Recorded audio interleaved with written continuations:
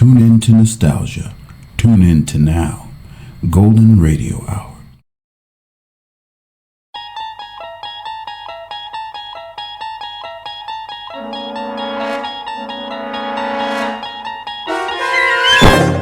You're traveling through another dimension. A dimension not only of sight and sound, but of mind. A journey into a wondrous land whose boundaries are those of imagination. Your next stop, the Twilight Zone.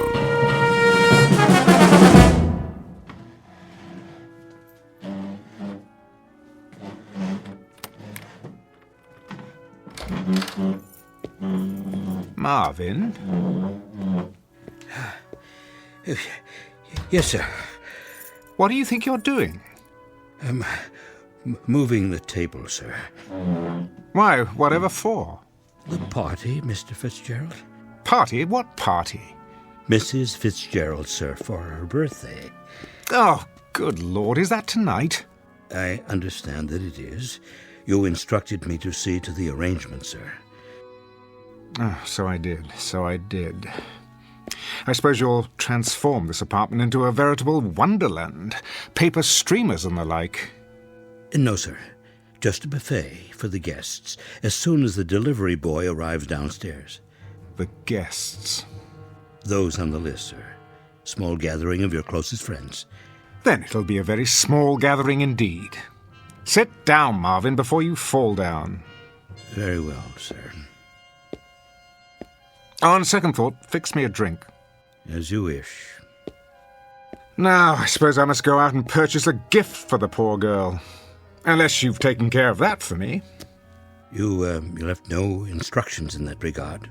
Well, you might have simply asked her what she desires for the momentous occasion. But I couldn't. Then she'd know. Oh, all right. Let me see. What does she need? Books? No, too many of those. All they do is gather dust. A trinket? A bauble? Diamonds are quite dear these days. If I might offer a suggestion. Oh, why not? Well, Mrs. Fitzgerald has expressed an interest in music. Oh, she has she? What does she know about music? I will not have popular ditties polluting my environment. Not recording, sir. I believe she'd like to play.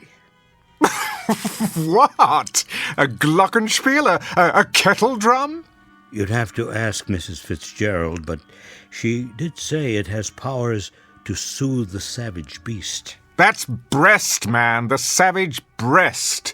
Do you see any beasts around here? If you don't mind, sir, I'll repair to my quarters for a while until the provisions arrive.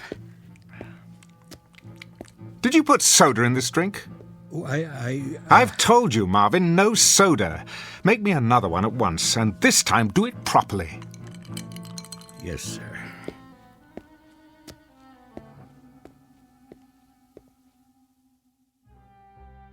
Mr. Fitzgerald Fortune, theatre critic and cynic at large, on the day of his wife's birthday. If he knew what's in store for him, however, he would make it a point not to attend. Because before the party is over, an extraordinary instrument will play what might be called those old piano roll blues, an opening night that could only happen in the Twilight Zone. And now, The Twilight Zone, and our story, A Piano in the House, starring Michael York, with Stacy Keach as your narrator.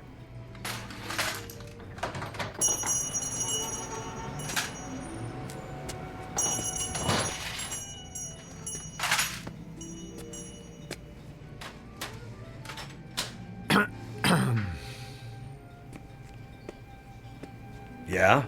How do you do? If you don't see a price tag, ask. I am Fitzgerald Fortune, So? the drama critic. Uh-huh. Isn't rudeness a handicap in your line of work? What's it to you? I saw the name of your shop, Treasures Unlimited. I stepped through the door, fully expecting to encounter some sentimental old biddy wearing an ostrich-plumed hat and a moth-eaten feather boa. Instead, to my sincere delight, I believe I've discovered a fellow misanthrope. What's that? A man who despises people. I got work to do, mister. Putting up stock. And I am meant to be writing a review this very hour for tomorrow's edition. So why aren't you doing it? Life intervenes. Looking for something in particular? A gift for my wife's birthday. Well, you're in the wrong place. This isn't a gift shop. It's a junk store. Exactly. You see, my wife has the absurd notion that she wants to learn to play an instrument. Unfortunately, she hasn't a trace of talent. How do you know that? If you've never heard her play. I believe I know my own wife. However, I've hit upon a rather droll solution to her dilemma. Do you have, by any chance, one of those old-fashioned pianos that plays itself? A player piano?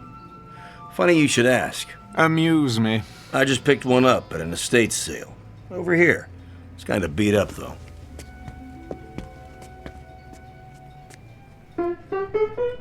Splendid. Needs a good tuning. Nonsense. My wife will believe it to be an antique and cherish it all the more. Would you play something, please? I can't play. Takes these paper rolls. Came with a whole bunch of them. Right in the piano bench. Rachmaninoff's Prelude in C-sharp minor. Stephen Foster. U.B. Blake. Even The Prisoner's Song. Quite an eclectic assortment. You're taking a lot of my time, mister. You are taking an equal amount of mine. Let's try this roll, shall we? Number QRS 8856. I'm in the mood for love. Okay.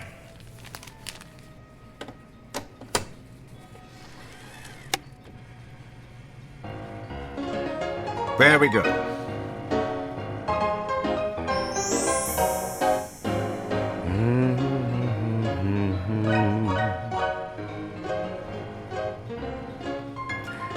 What birthday does this make for the little woman? Your wife. Oh, her 26. So young. You must be a man of great personal magnetism to have attracted one of that age. I am. How utterly romantic. Youth, wisdom, hand in hand. Oh, how I'd like to see you both together. And for her birthday, you're giving her the gift of music. How touching. What is the price of the piano? You are taking your young bride out somewhere tonight.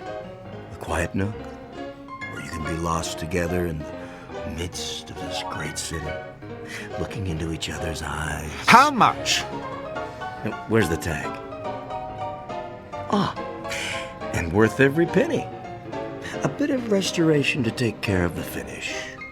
The mechanism still works, so since it's a birthday present, let's say, take 20% off that. No, make it 40.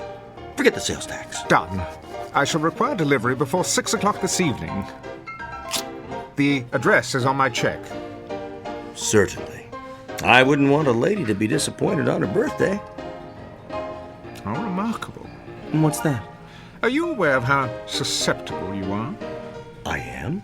To the power of music. Isn't everyone? To some degree, I suppose.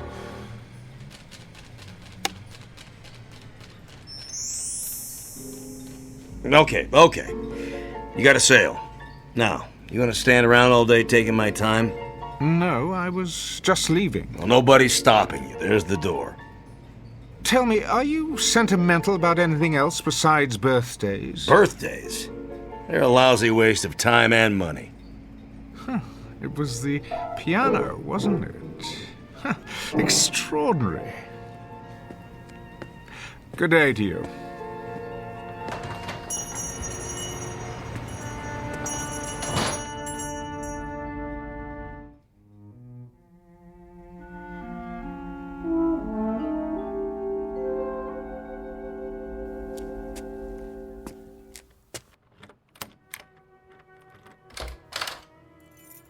Marvin? Marvin! Good evening, sir. Take my hat and coat, please. Very good. Oh, the piano arrived, I see. About an hour ago, I took the liberty of dusting it, sir. Marvin, Yes, Mr. Fortune. if you're going to wait on the guest tonight, then do something about your face. My face, sir? Yes, Marvin, a party is supposed to be a happy occasion. Could you manage to look a little less miserable than usual? I will try, sir. Do that. Anything will be an improvement. You may make my evening martini now. Right away. Is that you, Gerald? Yes, Esther. Hello, darling. How was your day? Oh, fine. The museum again with a friend. Been going there quite a lot lately. I have. You said you wanted me to improve my mind. Indeed. One can never know too much. And what else would you like me to do?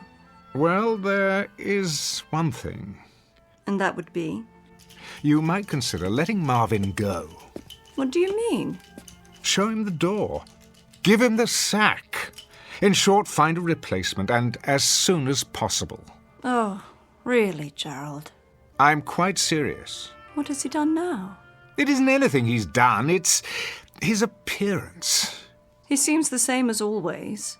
Well, that's the trouble. It's the way he looks.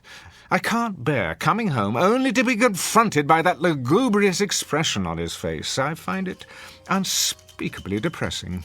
Don't you? Not particularly, Gerald. Look at him, like a hound dog, ready to burst into tears at any moment. Surely we can find a servant who's more cheerful to have around. Keep your voice down. Why? There's no need to hurt his feelings. The man has no feelings. He's a clod. Gerald. You haven't commented on the piano. I was about to. You don't care for it? I love it. I really do. Have you tried it yet? I didn't know how, so I decided I'd wait until you got home. I knew you wanted to play. That's why I got it for you. Hardly any need. The piano plays itself. Oh, you noticed. Wasn't that considerate of me? I thought I'd save you the trouble of all those tedious lessons, only to find out at the end that you had no gift for music. I see. Well, darling, aren't you moved by my thoughtfulness? Thank you, Gerald. Let's have a demonstration, shall we? If you like. Marvin, is this thing plugged in? Yes, sir. Good. You see, these paper rolls are punched with holes. All you do is select one, insert it, and throw the switch. The paper passes over the slots and the keys move up and down as if someone were playing them. What fun.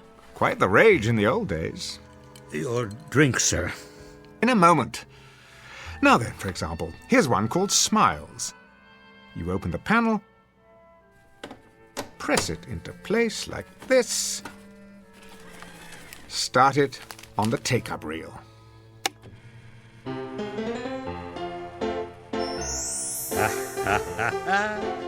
Yeah, they don't write 'em like that anymore. What on earth is the matter with you? Oh, nothing, sir.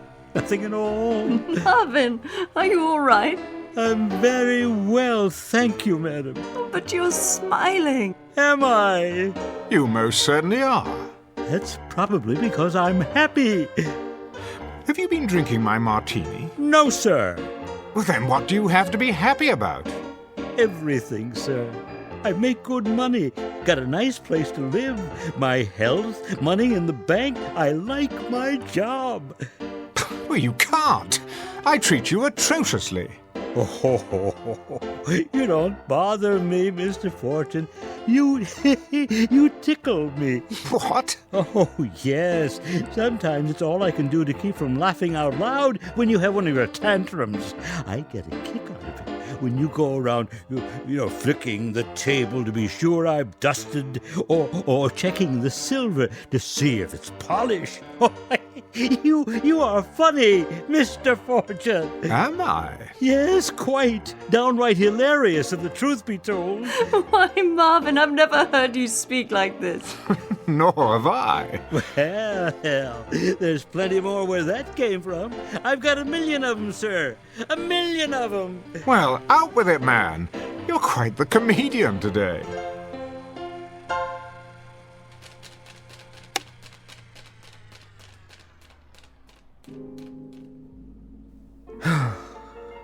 Sorry. Sorry if I spoke out of place, sir. Oh, on the contrary, Marvin, I'm glad you did. Will there be anything else, sir? Not at the moment. You may go now. Very good, sir.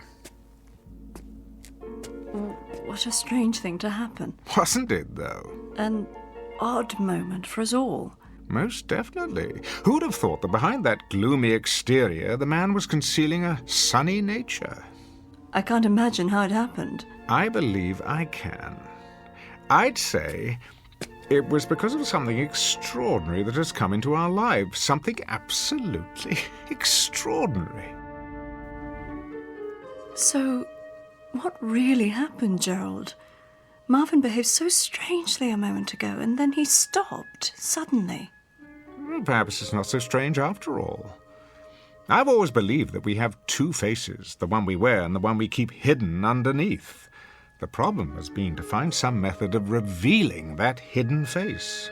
I suppose it helps if you know what particular hidden face you're looking for. But now it appears that I, at least, have the means. I don't understand, Gerald, and I'm not sure I want to. See you in a while. Esther, wait. Let's try another one. I have to get ready. No, not yet. Let's play something a bit more intense. Some other time. Bear with me, Esther. An experiment, if you will.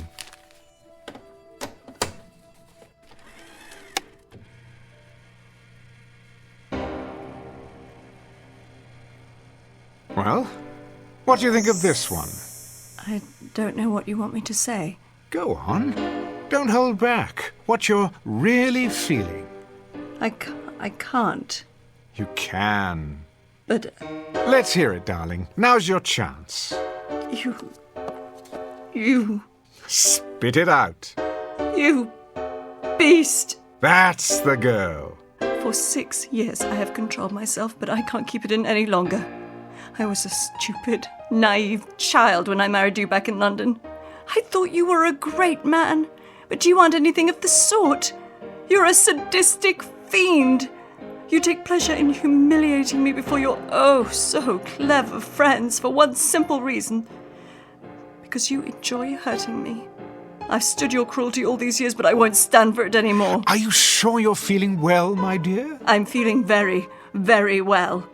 Better than I've felt in years. It's a great relief to tell you what I really think of you. It's been bottled up for so long. Go on, please. I'm listening. I thought you needed me. I thought you needed my love, but you don't. All you need is to have someone around to bully and torture whenever you feel like it. I've tried to love you, heaven knows I have tried, but I hate you. I honestly hate you. Bravo!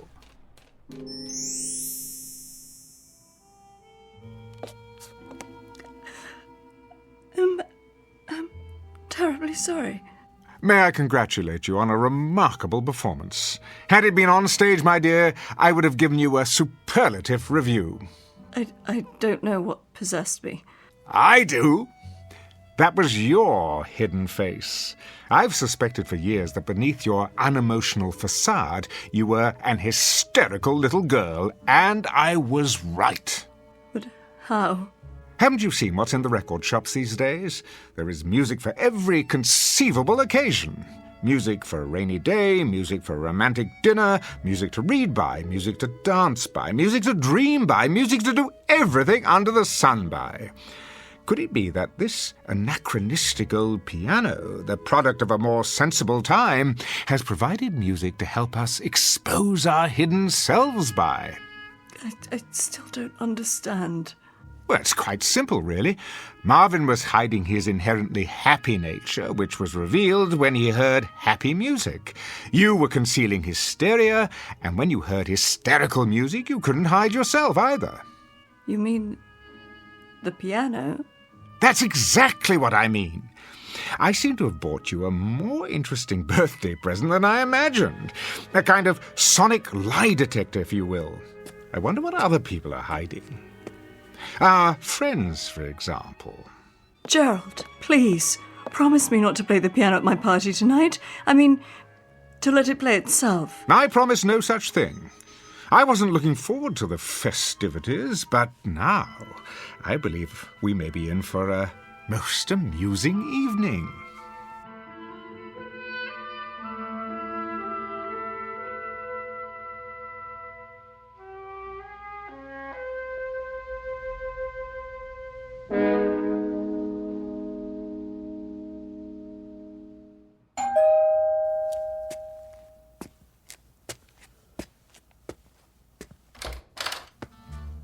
Good evening, Marvin. Good evening, sir. Won't you come in? Craig, how nice to see you. Marvin, take Mr. Walker's coat. Yes, sir. I'm truly pleased that you could join us. You're unusually cordial tonight. That isn't a smile you're wearing, is it? I brought it out of storage in honor of Esther's birthday. I trust you've done the same. Not I. Smiling isn't among my plans for the evening. Drink? But of course. Oh, I'll make it for you. Marvin takes forever. I'm delighted to hear that you share my distaste for birthdays. Birthdays, anniversaries, and certain holidays I overlook whenever possible. They imply some degree of human involvement, the sort of thing I'd rather avoid. Is that true? I've been given to understand that you're something of a ladies' man, quite thickly involved, in fact. You've been misinformed. Have I? I'm much too selfish to fall in love.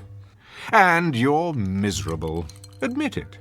Not in the least. I value the peace and quiet of my bachelor's existence. It lets me write my plays without interference from anyone. How is the new play, by the way? Brilliant. Unfortunately, you'll never have the opportunity of panning it, as you have my other plays. No? Why not? It won't likely be performed anytime soon. I thought you said it was brilliant. Oh, it is. But I'm locking it away with orders that it not be produced until after my death. You see, it concerns a romantic triangle, and the three principals are rather well known. That shouldn't matter. Not if it's a good play. I'd rather not hurt anyone. I'm old-fashioned that way. Ridiculous. A great play is worth any amount of pain to any number of people, least of all three. Not these three. Sorry, old man, my mind's made up. Well, I'm sure you'll do as you see fit, as usual, regardless of anyone's opinion. For better or worse, I'm afraid. Where's your better half, by the way? Still at the makeup table, trying to obliterate the last few years of her life with powder and paint. Come, I'll show you a toy I found for her.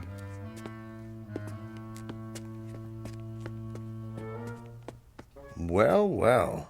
I haven't seen one of these old jobs in years. Neither had I. Does it play? Remarkably well. Let me demonstrate. It's just this little switch here. Isn't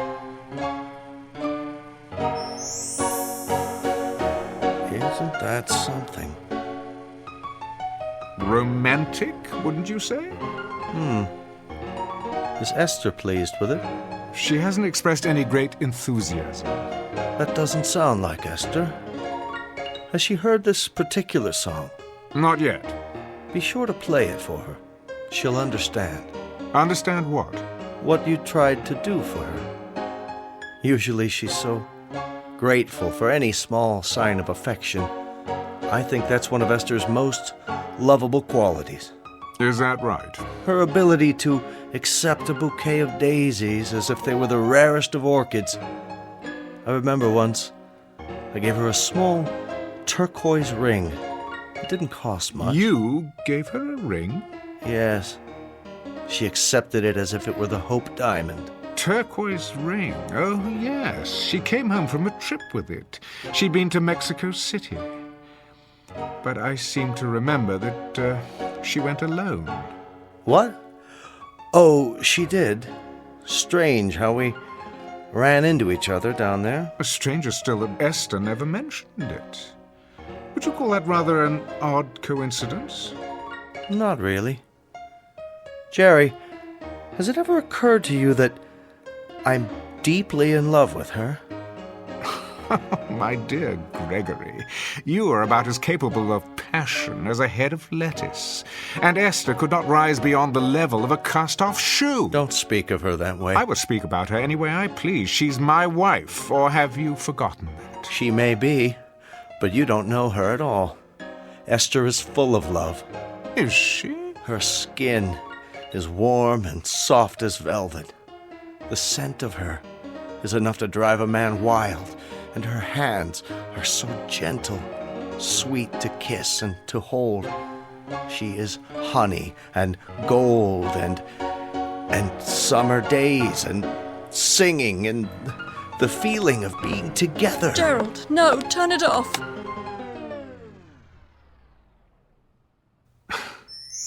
I'm sorry you did that, Esther.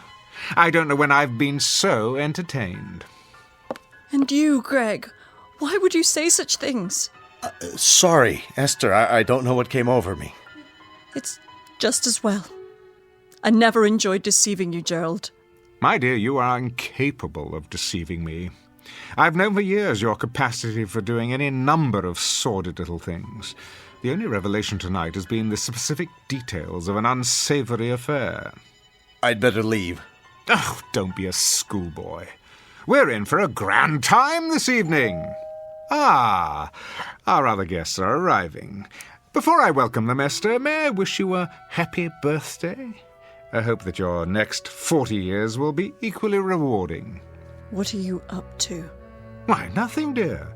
Simply being the perfect host. I'll get it, sir. Don't bother, Marvin. I prefer to do the honors myself. Jerry, please don't play the piano again tonight. It's not something to fool around with. I'm not fooling around with it, Esther. I'm using it with deadly accuracy. Hi there, Jerry. What happened to Marvin? Here, Miss Moore. Good evening. Marge, dear, do come in. Marvin will take your wrap. Well, don't just stand there, Gerald, devouring me with your eyes. I know what's on your mind. Oh, kiss me, you fool. Like this? Oh, that's better.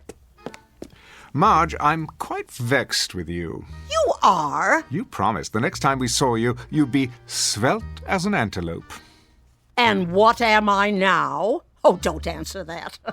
I've been on more diets than a jockey has horses. Somehow they always throw me before we reach the finish line. Esther, happy birthday. Hello, Marge. I have a present for you. Margie. And you. I'm not even speaking to you, handsome. You haven't called me in months. Somebody else been taking my place? As a matter of fact, yes. We've just had a most illuminating discussion about Greg's new romance. Gerald, don't tell me who she is. I may go after her with my claws. Worse yet, you could sit on her and mash her to death. Same old Jerry. Now, who's going to make me a drink? Marvin will take care of you. I believe another stagecoach has arrived. Jerry, are we early? Oh, not at all. You're just in time. Darling, you look positively radiant. How do you do, Mr. Fortune? Pleased, I'm sure. And you are... This is Roberto, my escort. Ah, I would never have guessed. And how is everyone at the Last Chance Ranch these days? Oh, Jerry, behave. Come in, come in. You might want to fasten your seatbelts, though. Something tells me this may be an evening to remember. Ooh, how exciting. What do you have in mind, charades or strip poker? Something even more revealing than that. How about a game of ultimate truth or dare?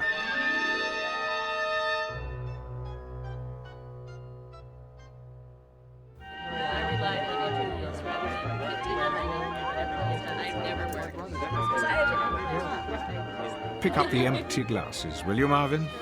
Yes, sir. Everyone, let me have your attention, please. What's he got in mind? Over here, by the piano. Some sort of surprise. surprise. That's it. Take whatever chair you like. If there aren't enough seats, the floor will do. This should be fun. Don't worry, it's quite clean. Oh, not for me, thanks. I'd never be able to get up. Now then, the hour has arrived for fun and games. Well, about time. Being friends of Esther's and mine, you are perhaps inclined towards such intellectual pastimes as pin the tail on the donkey and spin the bottle. Now you're talking. I want to be it. Not this time. I've decided that tonight, rather than cater to your juvenile side, we might try a more adult game. I'm hungry. When do we cut the cake? Compulsive eaters will find hors d'oeuvre within arm's reach.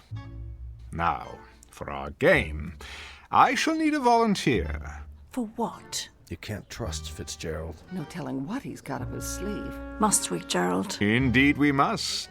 Hold up your hands. No one? Very well then.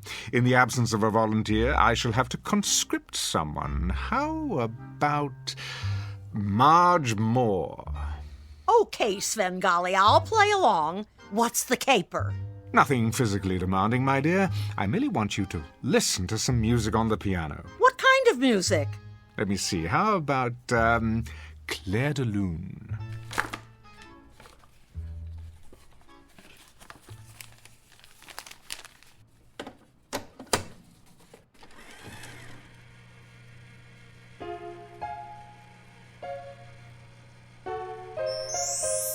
Isn't that beautiful? Look at her. She's going into some kind of trance. This is going to be good. Talk to me, Marge. Tell me what you're feeling now. My name is not Marge. It's not? What is your name? Tina. That's a pretty name. Tell me about yourself. What do you want to know? Who are you, Tina? A little girl. And what do you like to do, Tina? I like to dance. Good girl. Would you like to dance for us, Tina? All right.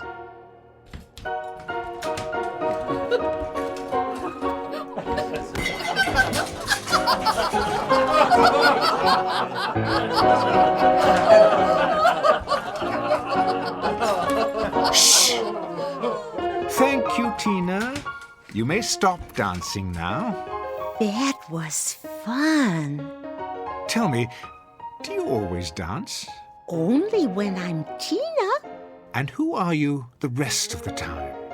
Might it be Marge? Sometimes I pretend I'm a snowflake. Really? White and tiny and perfectly formed. I float on the air of a pale blue moonlit night. I am never lonely. I am beautiful and I am loved. I see a man with his hand outstretched to receive me. A very handsome man. He sees me and knows that I am beautiful. I drift down until I reach his hand. I am enclosed in warmth. I melt with love.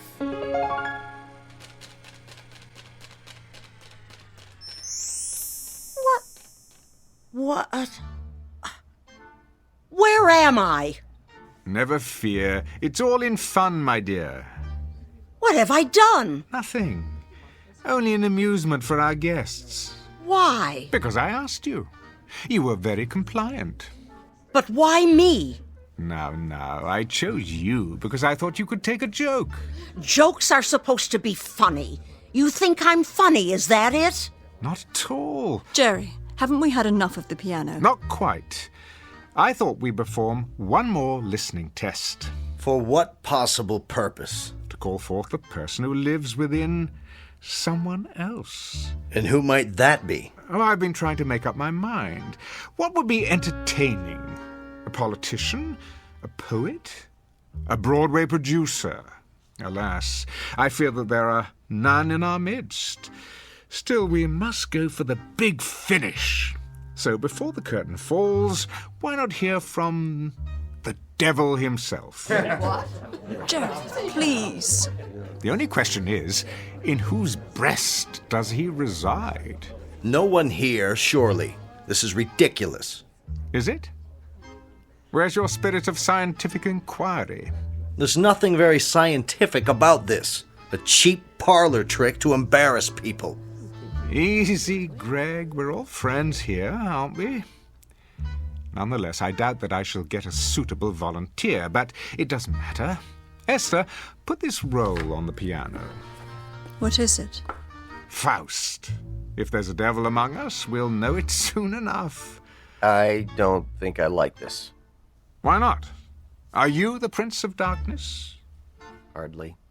Then bear with me a moment longer. It might be edifying, a process of elimination, if you will. Esther, the piano. But... Now. Very well. And you thought this would be a typical birthday party. I think we'd better be going. Oh, but the game's not over. I think it is. Really? It's late. Just another minute, you'll see. It'll be worth it. Don't. I have to. Not that roll. Something else. Greg, thank you. You've just given me an idea. Esther, Yes. we're waiting. Here. It's ready.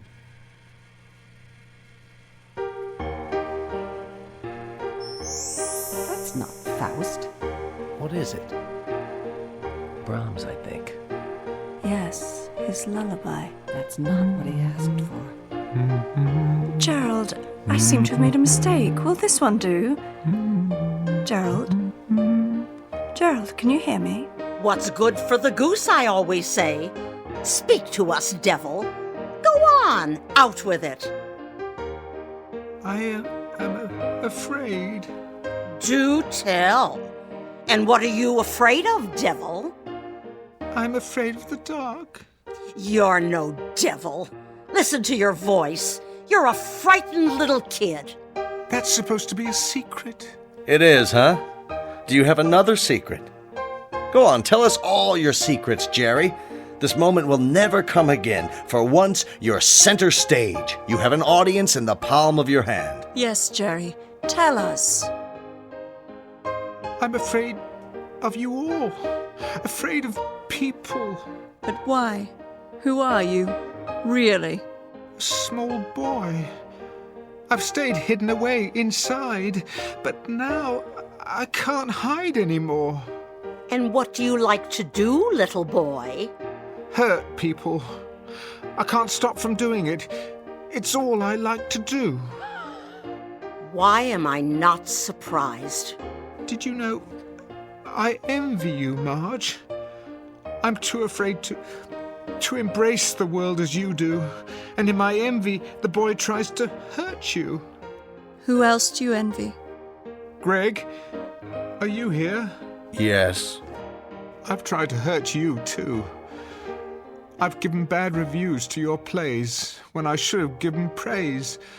I've coveted your talent because I had none of my own, and so I hurt you in every way I could. For once, I have to agree with you. I think we'd better go. I think that's a good idea. Thank you all for coming. Yes.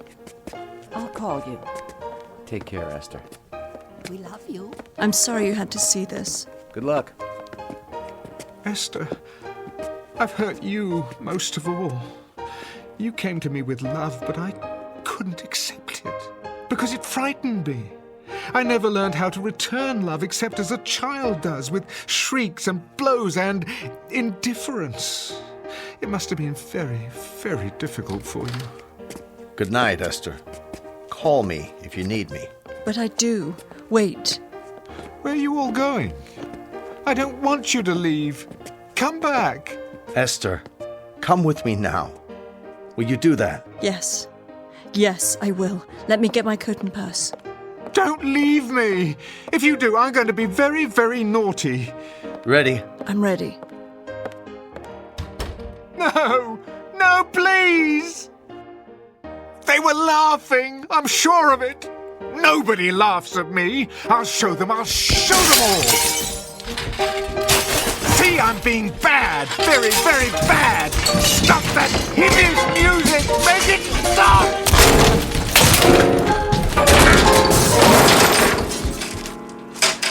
There. What do you think of that? Mr. Fortune. What's happened? What's happened? What have I done?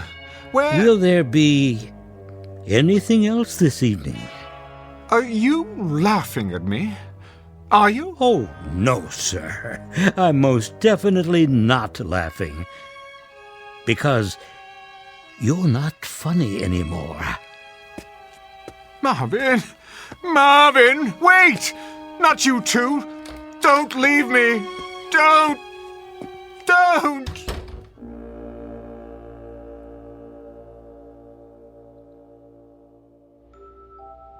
Mr. Fitzgerald Fortune, critic, man about town, and cynic at large, whose wit shows no mercy at all for those who cross his path, which means the rest of the world.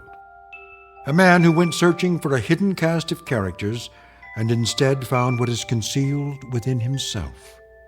As the house lights dim just off the Great White Way at an empty theater in the Twilight Zone.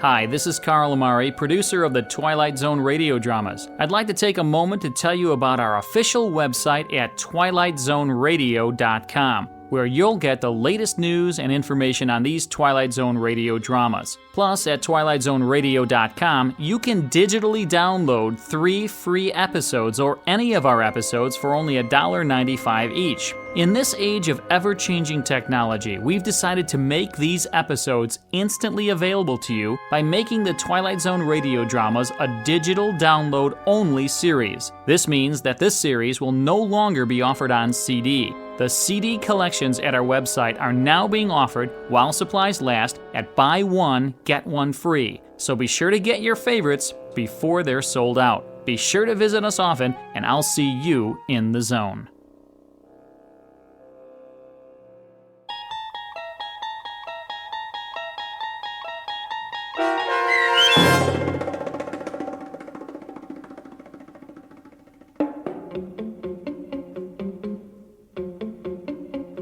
A Piano in the House, starring Michael York, with Stacy Keach as your narrator, was adapted for radio by Dennis Etchison and written for The Twilight Zone by Earl Hamner Jr. Heard in the cast were Sarah Wellington, Christian Stolte, Renee Matthews, Doug James, Herb Graham, Meg Thalkin, Rosalind Alexander, Rick Vargas, and Kurt Nabig. The producers of The Twilight Zone wish to thank CBS Enterprises and the Rod Serling Estate for making this series possible. This copyrighted radio series is produced and directed by Carl Amari for Falcon Picture Group. Sound design and custom Foley effects for The Twilight Zone by Cerny American creatives Bob Benson, Craig Lee, Michael Slaybach, and Matt Sorrow. To learn more about the Twilight Zone radio dramas and to contact us, visit our official website at twilightzoneradio.com. Doug James speaking.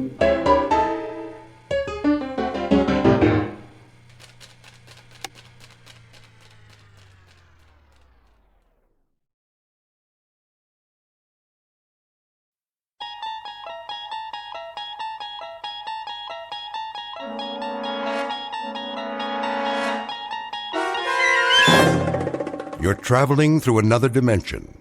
A dimension not only of sight and sound, but of mind. A journey into a wondrous land whose boundaries are that of imagination. Your next stop? The Twilight Zone.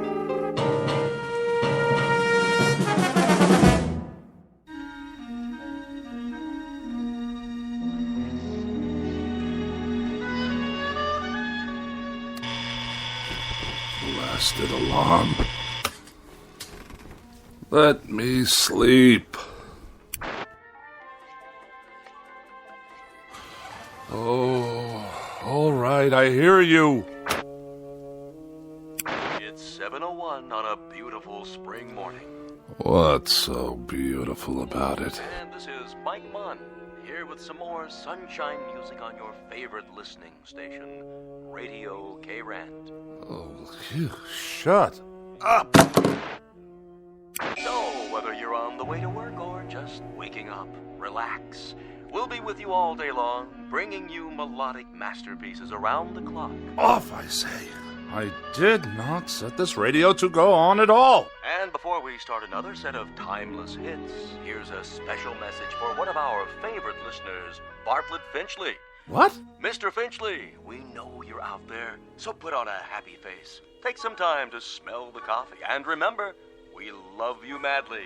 But we'd love you even more if you'd get out. Nobody wants you here, so you may as well pack up and get out now. We'll see about that. Of all the outrageous gall.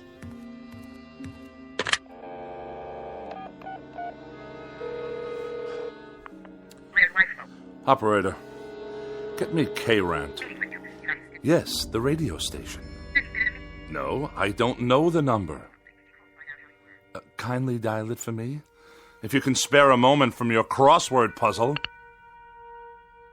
K-Rand, how may I direct your call? Connect me with Mike Munn. I beg your pardon? Munn, your asinine disc jockey. I'm sorry, sir, but there's no one here by that name. Of course there is. I just heard him on the radio. He took it upon himself to broadcast a personal insult directly and specifically aimed at me. We play all music all the time, sir.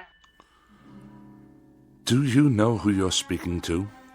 This is Bartlett Finchley. Yes, Mr. Finchley? And I will not be addressed in such a manner, on or off the air. Of course not, sir. Which manner? I'm sure you know full well what I'm talking about. The airwaves are licensed by the Federal Communications Commission, and they are not to be used for personal messages. I'm sure the FCC will be most interested in these blatant violations. They'll pull your license so fast it'll make your empty head spin like a top. But we don't have disc jockeys. We don't broadcast any messages at all. Only beautiful music 24 hours a day. Plus commercials, of course. Let me speak to your station manager. Yes, sir. Please hold. And don't you dare place me on hold, you high school dropout. Oh, for the love of... I don't have time for this nonsense. I will not have it. I'll write a blistering letter to the FCC that will knock this rinky-dink station off the air. Hello? I want to file a complaint. A very, very serious complaint about your broadcasting policies. Come off it, Finchley. What did you say? Get off your high horse and give it a rest, or you're out of here. You low-life nincompoop. How dare you address me in that fashion? I'll have you fired on the spot. What is your name, you cretinous subhuman? Don't you hang up on me! Hello? Hello? Hello?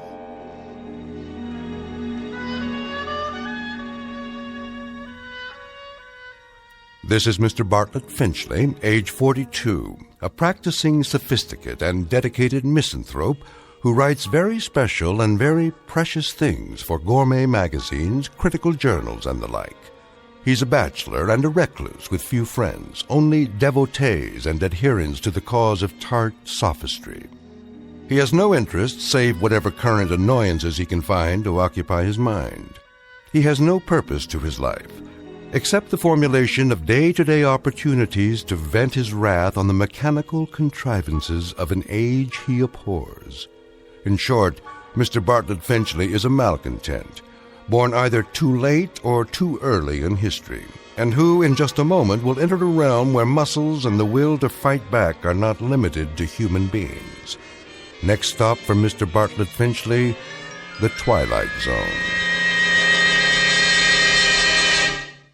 And now, The Twilight Zone, and our story, A Thing About Machines, starring Mike Starr, with Stacy Keach as your narrator.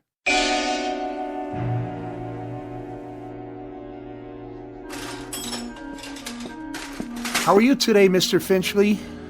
I'll answer that burning question after you tell me what's wrong with this electronic abomination in my living room. You mean your TV set? And also acquaint me with how much your current larceny is going to cost me. Well, let's see here.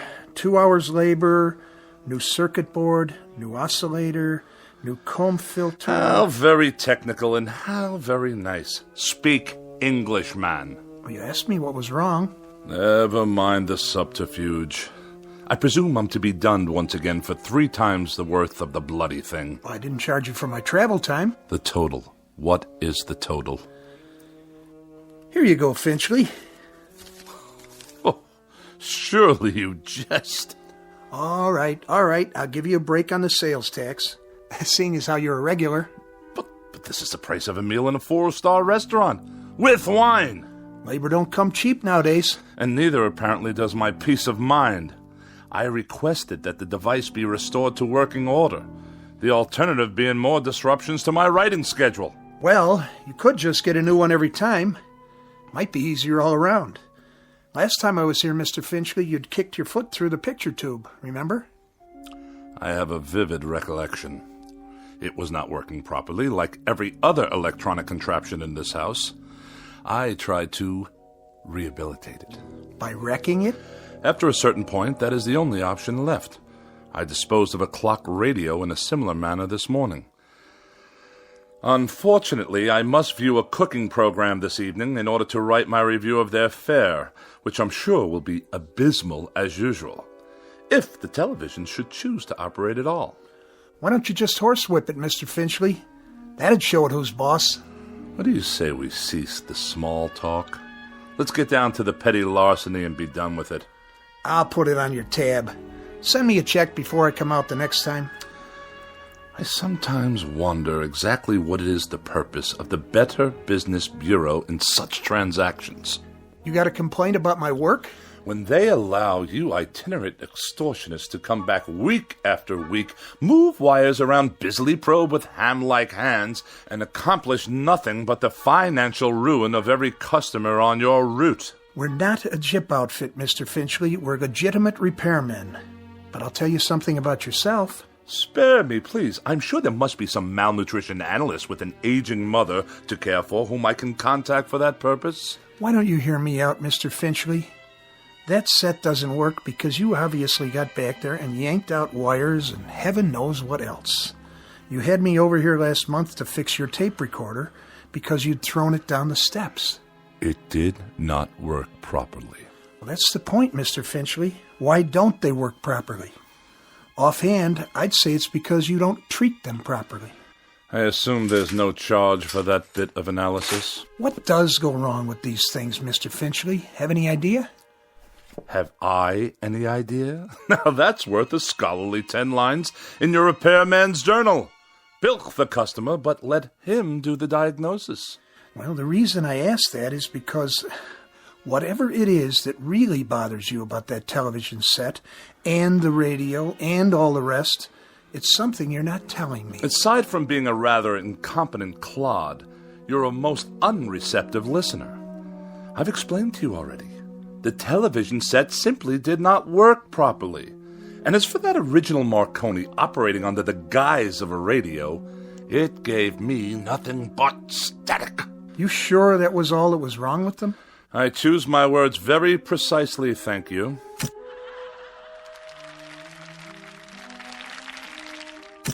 Well, there you go. TV's okay again, for now. I'll send you a complete bill, Mr. Finchley. Of this I have no doubt. Finchley, what is it with you, anyway? With me? Well, with you and machines, that is. Any type of machine, as far as I can tell. Just curious. You don't have to tell me if you don't want to. If it's something personal. I will file that idiotic question in my memorabilia, to be referred to at some future date when I write my memoirs. You will fill one entire chapter. The most forgettable person I have ever met.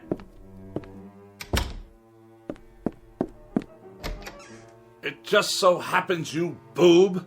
It just so happens that every machine in this house refuses to cooperate on any level. They behave as if... There! You see what I mean? Enough! I said that will be just about enough of that.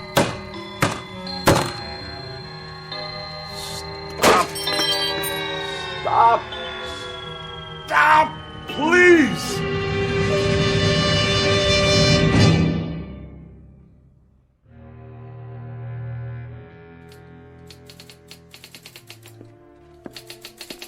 Miss Rogers? Yes, Mr. Finchley? Let me see the pages. Yes, sir. Is that all you've done? That's all I've done.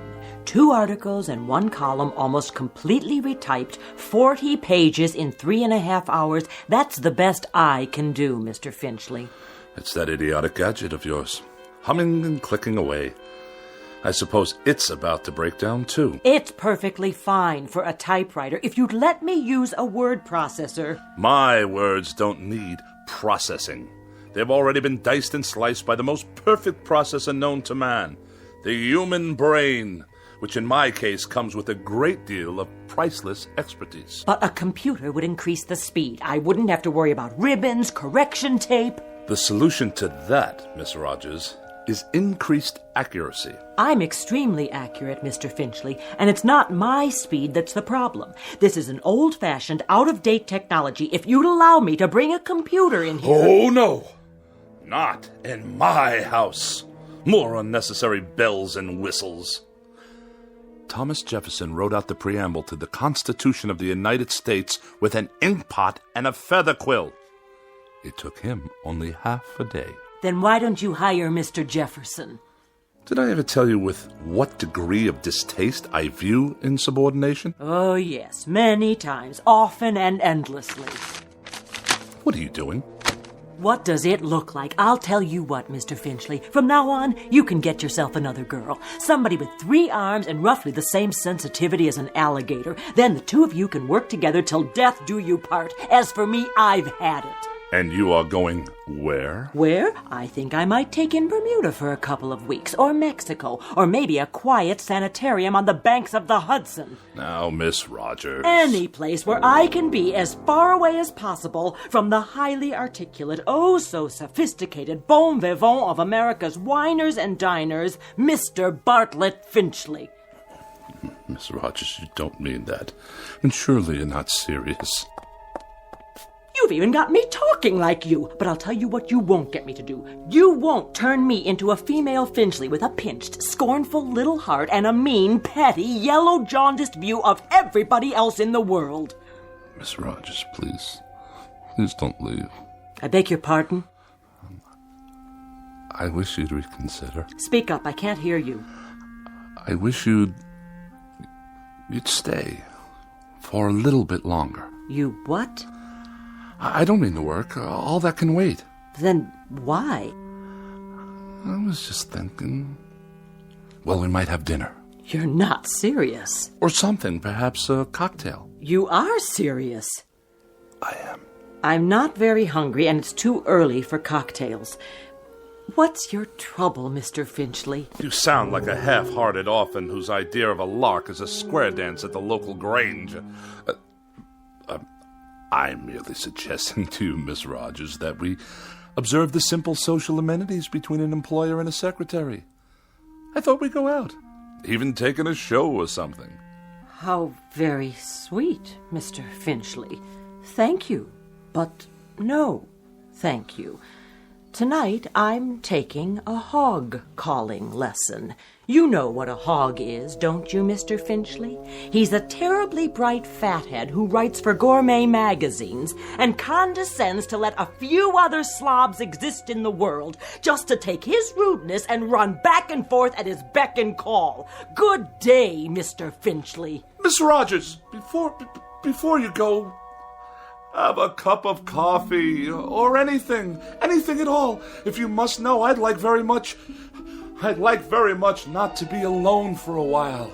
Are you ill? No, not as such. Then what's the trouble? Does there have to be trouble because I'm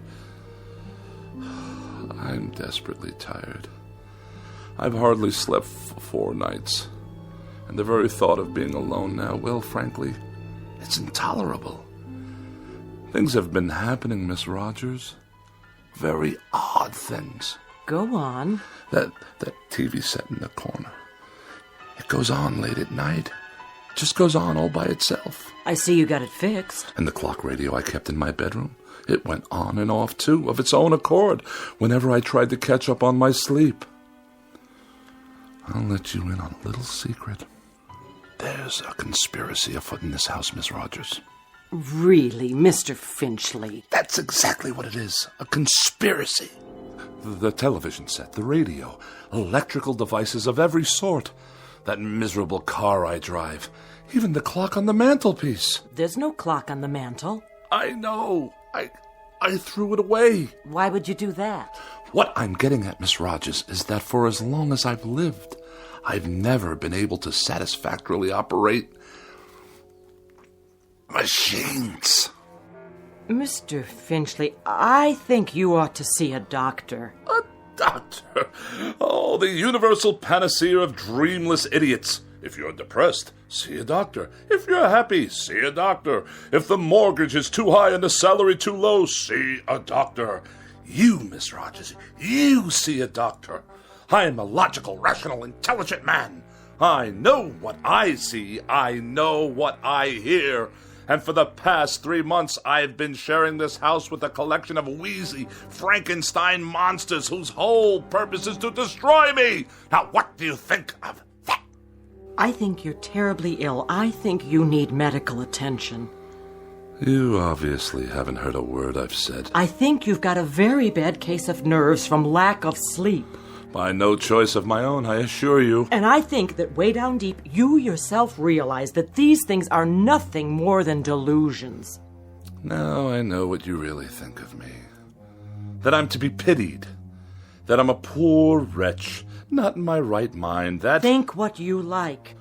Now where are you going? You don't need company, Mr. Finchley. You need analysis. You're no better than a cogwheel robotic machine yourself.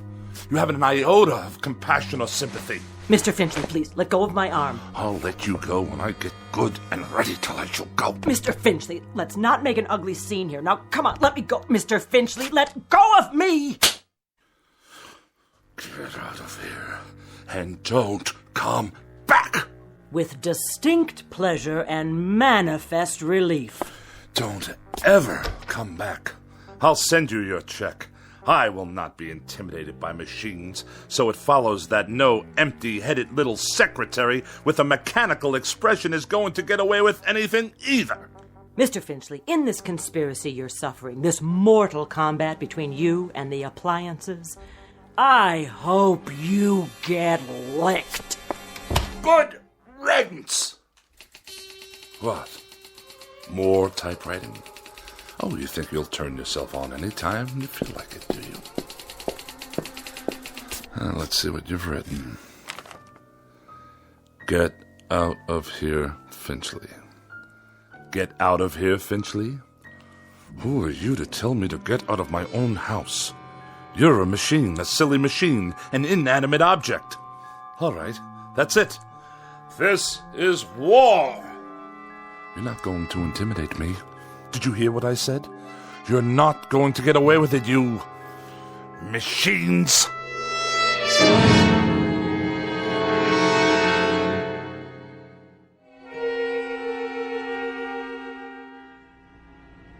Nice day, huh? Define your terms. I was only making conversation, Mr. Finchley. Just see to it that this elevator takes me all the way to my destination without a mishap. 19th floor. I'm surprised I got here in one piece. Pardon, sir? No matter. You wouldn't understand. You couldn't, since you choose to collaborate with these infernal contraptions all day long. Yes, sir. Good afternoon, Mr. Finchley. Is it? I just meant... I know what you meant. The warm, languid weather outside, fluffy white clouds scudding across a pale blue sky. The sort of day when a young woman's thoughts turn to romantic mush. Disgusting. Mr. Finchley, I assure you Well, I'll have none of it. Do you hear? Excuse me. Editorial department. Ah, another telephone. Mr. Alexander Graham Bell's most loathsome invention. It undoubtedly knows my whereabouts at all times. Please hold. Mr. Finchley, did you want to see the editor? No need. I simply wish to drop off my manuscripts for the next issue, the reviews and the personal opinion column. Oh, and kindly note, the final pages are handwritten this time. Oh, did your computer crash? By no means. My typewriting apparatus is in the shop. Actually, I prefer this method. It allows me to make last-minute revisions directly from my hand to your eye, as it were. I'll tell them it's here. Then I shall take my leave. Out into the blinding white heat of the cruelest month. Reflux Publications?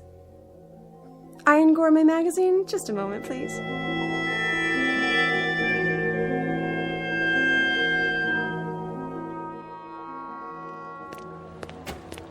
You there! Why are you touching my automobile? I'm writing you a citation, sir. For what reason?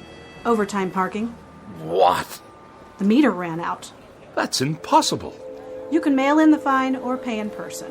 There's something wrong with the meter. Surely you can see that. I see a red flag. That's a violation. But I deposited the correct coins. Maybe you did. Just not enough, that's all. On the contrary, I've been gone for 13 minutes. I inserted coinage worth exactly 30 minutes. Well, it doesn't look like it. Then the meter's not working properly. Take it easy. You don't want to break city property now, do you? It's already broken. Definitely and absolutely. It runs too fast. Any fool can see that it did not register a full 30 minutes after swallowing my money. If you want to contest it, court hours are 8 to 5, plus night court on Tuesdays and Thursdays. This is a gross miscarriage of justice. I'm just doing my job, mister. Here's your citation. Have a nice day. One more mechanical abomination designed to make my life a living hell.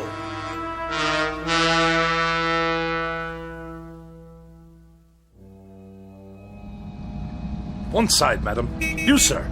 Move your vehicle out of my way. Watch it, Mac. Watch what exactly, you imbecile? This is my lane. Park it, Pops.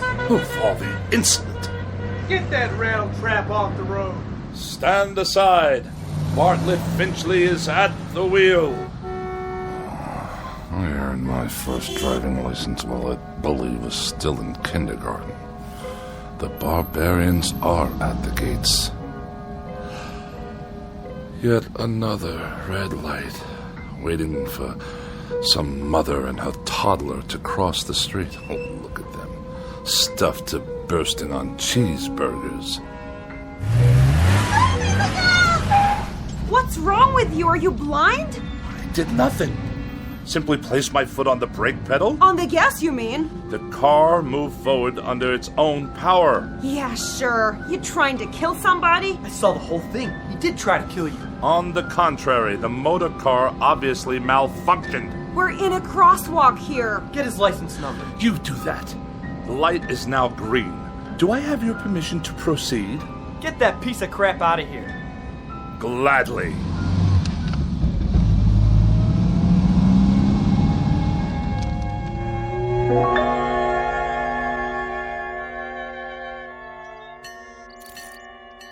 Pardon me, attendant. If I may be so bold. Yeah. When will you be finished with the repairs? On the old four-door? Soon, I trust. You've had more than enough time. Right. It's parked over there. Ah, my congratulations. And now for the bad news.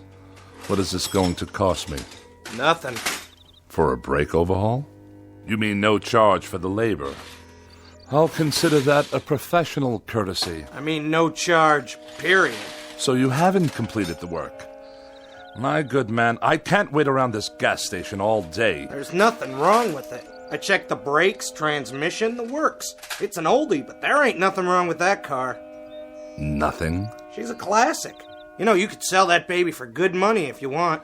But I distinctly felt the machine roll forward under its own volition. All the same, it's working perfect. Real cherry set of wheels you got there. I know a collector looking for something like that. I'll give you, say, $900. $900? The hubcaps cost more than that. Okay, $1,000. Give me the keys. If you say so. Here you go, Mr. Finchley. But she's not gonna last forever, you know. You ought to get back what you put into it. Buy yourself a nice new car. If you can hang on a minute, I'll call the guy. And waste even more of my precious time? Good day.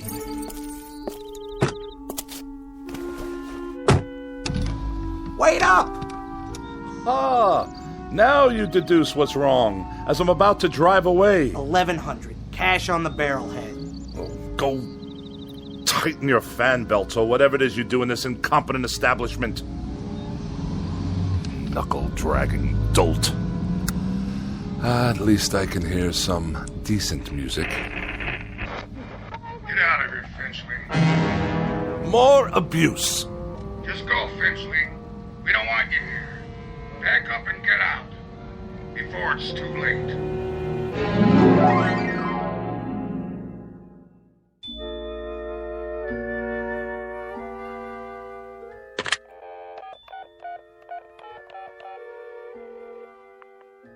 Miss Moore, please?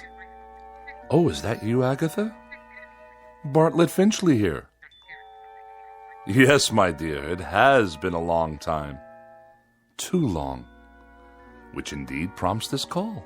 How about, dinner this evening? Yes, with yours truly. Why, at the restaurant of your choosing, of course. Oh, no, you're quite mistaken. There are establishments that meet my standards. In this city, well, I'm sure there are. Well, it is short notice, but yes, I see. Some other time, then. I'll call you again. You have my pledge on it. Not at all. And good evening to you.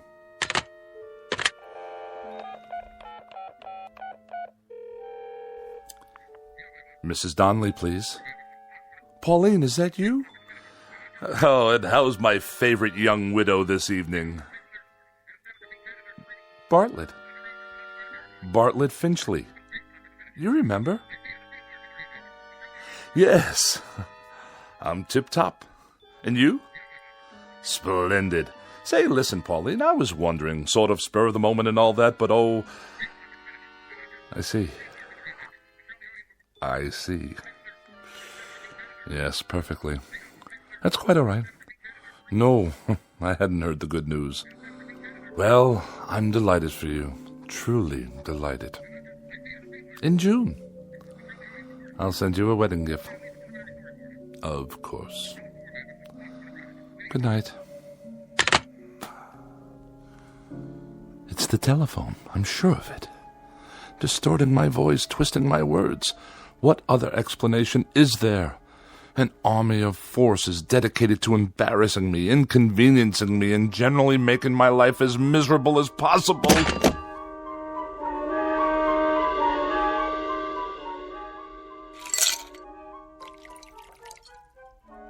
How much longer, may I ask? The phone's all fixed, Mr. Finchley. One in the bedroom, too. So you say? Yeah, she's operating all right now. Had to replace a handset, though. Shouldn't give you any more trouble. I'm deeply indebted. Convey my best to Mr. Bell for his reliable invention.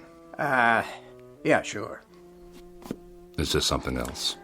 Well, you tripped over the cord. Is that what you said? If that's what I said, you may rest assured that's what happened. Well, you're the boss, Mr. Finchley. Reason I asked, though, those wires sure looked like they were yanked out. Do they now? Proving what a vast storehouse of knowledge the phone company has yet to acquire. Okay. So long, then. Have a nice night. I shall certainly endeavor to do so. One thing. Yes? The thing about phones, though? What? Well, you see, they're just like any other piece of electronics. You have to be careful. Treat them right. Because if you don't, they won't do what you want. Kind of like people, I guess. Kick them to the curb, and they won't be there when you need them. You get back what you give out.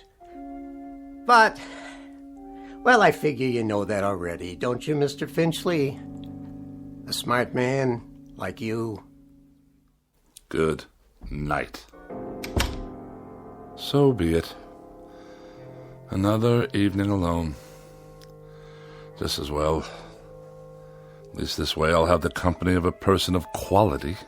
And welcome once again to Dinner for One on the Eating Channel. Tonight we prepare a bright and breezy repast guaranteed to liven up any kitchen. Oh, spare me. 3 new and exotic courses imported from jolly old England. For appetizers, a wonderful discovery called the Scotch egg, followed by an exquisite cold watercress sandwich. And the traditional pièce de résistance, bangers and mash. Sound excited? Well, it is. So sit back and enjoy and keep a pencil and paper handy.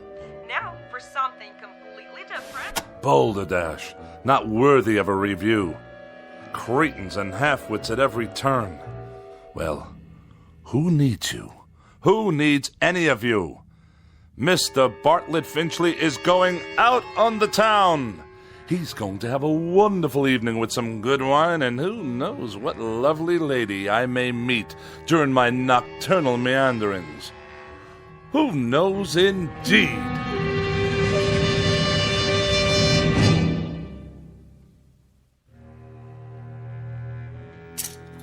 Dinner jacket, white shirt, and the red cravat. No, the blue. Or perhaps the polka dots. Yes. This will do. Now, for a quick shave before dressing. Who do I see in the mirror there? Who can that attractive man be? Don't tell me. It's Bartlett Finchley. Good features. Strong chin. Bred from quality stock. All I need to do is whisk off the stubble. Ow! Bit me. The shaver actually bit me. I'm bleeding. Get away, you filthy bugger. Finchley. Who's there? Finchley. Look in the mirror. What do you really see? Huh? Who's speaking? Take a good look. You're ugly, Finchley. That's not my face. It can't be. An ugly, dried-up old man. Do yourself a favor. Do us all a favor. Use a straight razor.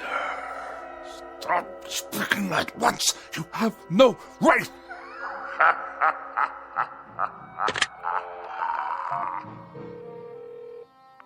Hello, operator.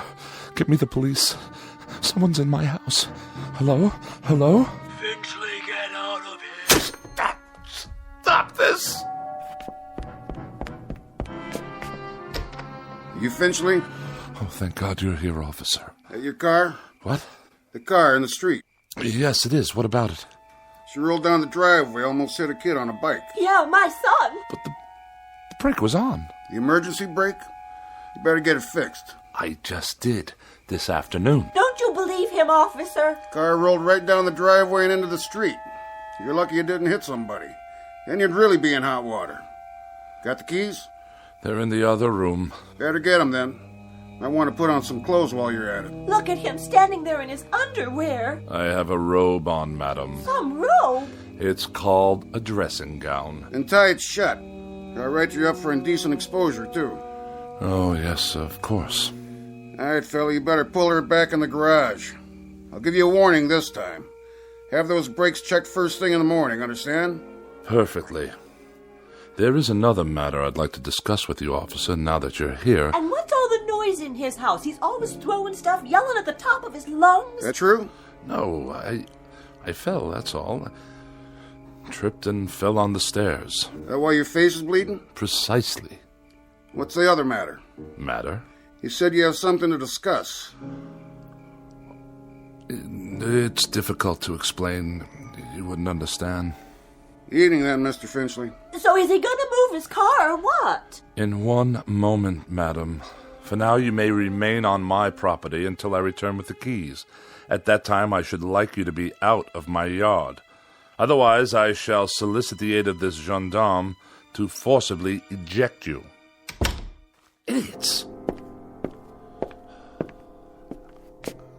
I need a drink.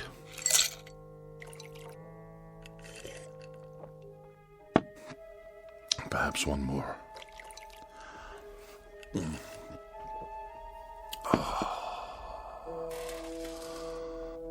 That's better. But if the car can't be trusted, how can I go out this evening? I'm a prisoner in this madhouse. Miss Rogers? Edith? Is that you? Yes, of course. You had second thoughts, and now you've come back.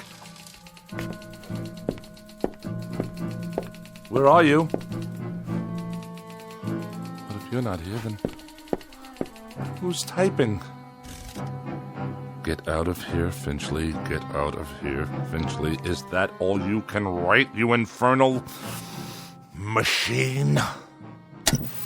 Who turned you on? Get out of here, Finchley. Get out of here, Finchley. No. You get out of my television set. What's that? The clock. I smashed it this afternoon. Smashed it to smithereens. And you. I destroyed you too. Oh, you won't get me. You won't get me. I won't let you.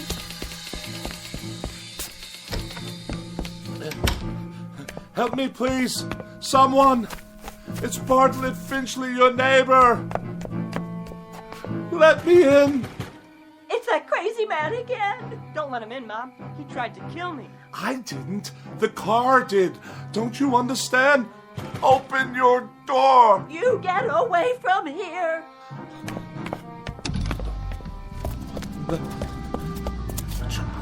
You can't follow me. You're only a car. My car. Stop. There's no one at the wheel. You must stop. I demand it. Back to my house. Then it can't follow me to the house. Locked. Wait. I have the keys after all. It can't get in here. I'm safe now. Safe. Where's the light switch? Burned out. Just as well. I'll hide here in the dark until the car goes away. Yes, that's it.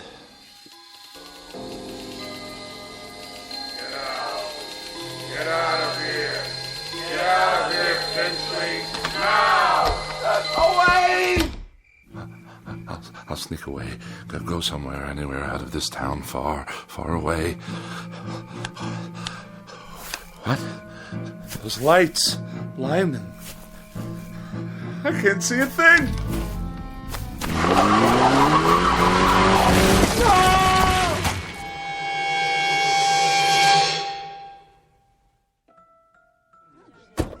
I have your 1019 on Woodlawn Drive. What is the status? Cancel that call for backup. Paramedics have arrived, waiting their decision. Do you have a positive ID? Finchley, first name B for Bartlett. Stand by, 10-4. That man. He was running in his bathroom. Never saw anything like it. What's his condition? Flatline. He's gone. I'll put him down as DOA your arrival. Heart attack? That's what it looks like. What happened here, you know? Neighbors said they heard him shouting about something last night. He sounded scared. What about? Yeah, whatever it was, he took it with him. Was he out here? Right here on the porch, slumped down against the door, eyes wide open like he saw a ghost. I figured he was on his way to his car. Which one? At the curb. Never got to move it like I told him. He must have been drunk. You can smell it on him. Good thing he forgot his car keys or he might have done some real damage. Yeah, not now, though. Poor old guy. He was a royal pain, let me tell you. That's all over now. Maybe you did see something. Who knows? Maybe so.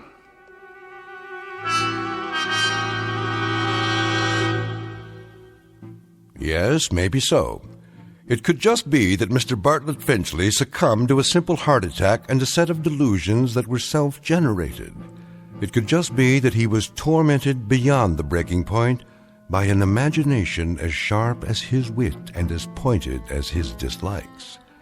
But as reported by those in attendance, this is one explanation that has definitely left the premises with the deceased.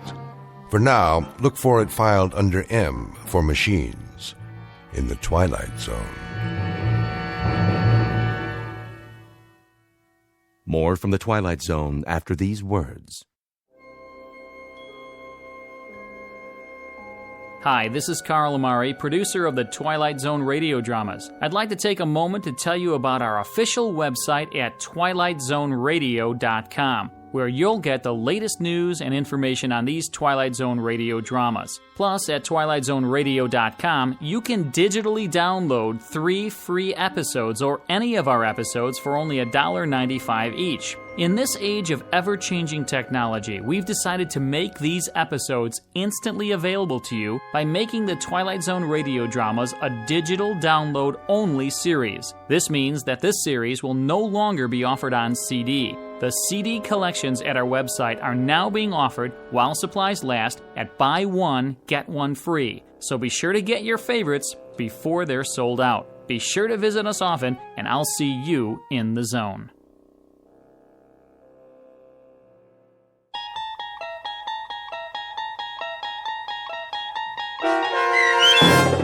A Thing About Machines, starring Mike Starr, with Stacy Keach as your narrator, was written for The Twilight Zone by Rod Serling and adapted for radio by Dennis Etchison. Heard in the cast were Doug James, Peggy Roeder, Rich Komanek, Turk Muller, Guy Burrill, Larissa Borkowski, Irene Olson, Heath Corson, Lynn Foley, Natalia Reed, and Peter DeVito. To learn more about the Twilight Zone radio dramas and to obtain audio cassettes and CDs of these programs, visit our website at twilightzoneradio.com. The producers of The Twilight Zone wish to thank CBS Enterprises, Carol Serling, Dennis Etchison, Dick Brescia Associates, Claire Simon Casting, Don Longo, Terry Jennings, the American Forces Radio and Television Service, our sponsors, and our radio affiliates for helping make this series possible. This copyrighted radio series is produced and directed by Carl Amari and Roger Wolski for Falcon Picture Group. Doug James speaking.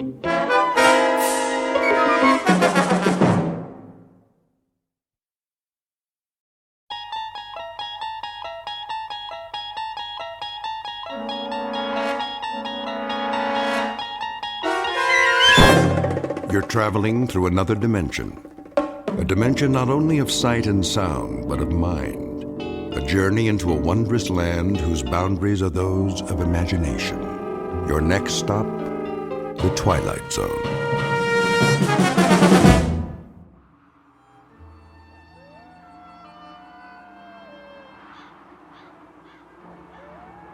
How much is there? Only half as much as the last crop. That won't last us. We've survived a war. We'll make do. Not with so little. I can make it last. There's enough on this parcel of land right over here for a few days' worth of meals. I can get us through it. Well, you shouldn't have to. It's my place to provide, to feed us.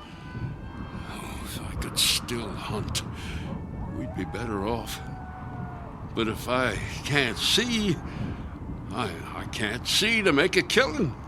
Fussing over it doesn't help. Besides, we knew this time was coming. You've been losing your sight for a long time. Let's stop arguing and start harvesting so we can have something to eat for supper. Some harvest. It'll barely feed the two of us. It'll be enough. Come on. You can help.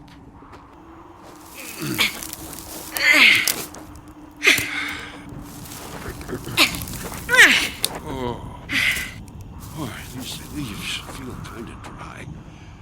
We could use some rain. What's the weather look like? No chance of rain. It's a clear night. Lights just about out of the sky. Stars are out already. Oh, and just look at that. What?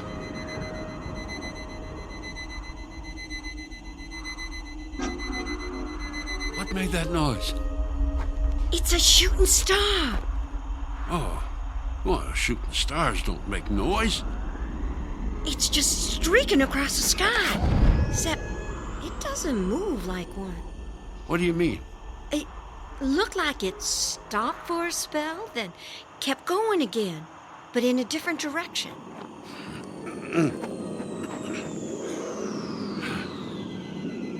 It doesn't sound like a shooting star to me. And now it's It's what? It's blinking. Blink, blink. Blink, blink, blink. Blink. Blink, Blinking? blink. Blinking? Blinking? I think your eyesight's going to go next, Martha. You hush. Bad enough your hearing's been going. I hear you complaining just fine. Half-deaf old woman and her blind, broken-down husband. We make a fine couple. Well, we're not making any progress sitting here talking about shooting stars. Let's get this basket filled. I want to get inside, making it early night.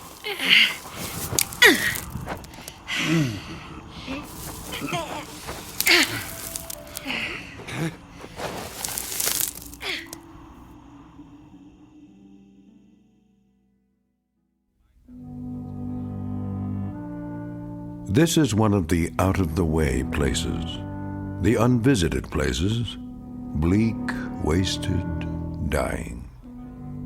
This is the outskirts of a farmhouse, handmade, crude, a house without electricity or gas, a house untouched by progress with no more than just a kitchen and a bedroom. We have just met the couple who lives in the house, strong, simple people whose problems up until now have consisted primarily of acquiring enough food to eat.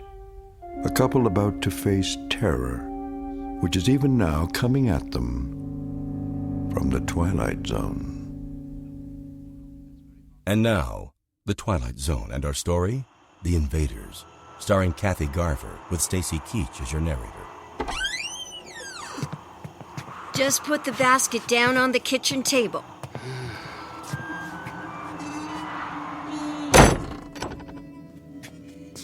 Will, it's about 5 steps ahead of you.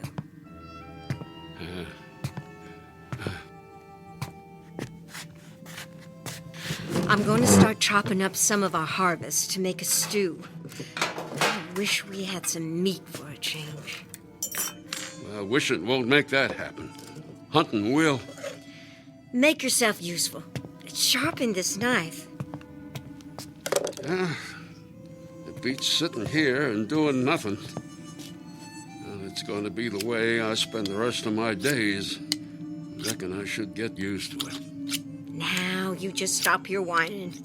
I am not going to spend the rest of my days listening to you complain like a big baby. A baby? Yes, that's what you sound like. You could still make yourself useful around here. Now, when the knife is real sharp, fix that broken handle on the front door. I already fixed that. Back when I could see what I was doing. Doesn't fit right. There's a hole so big I can stick a couple of fingers through there. I didn't have all the right parts. At least the door opens and closes. Well, there are other things you could do around here. Like what? Like chopping wood. Chopping wood? Martha, how can I chop something I can't see? It takes hands to swing an axe, Will, not eyes. I'll chop off a leg. Oh, forget it, Martha. I've swung my last axe. Not if I can help you. Why, with some practice, you'd be doing it on your own and... I said forget it.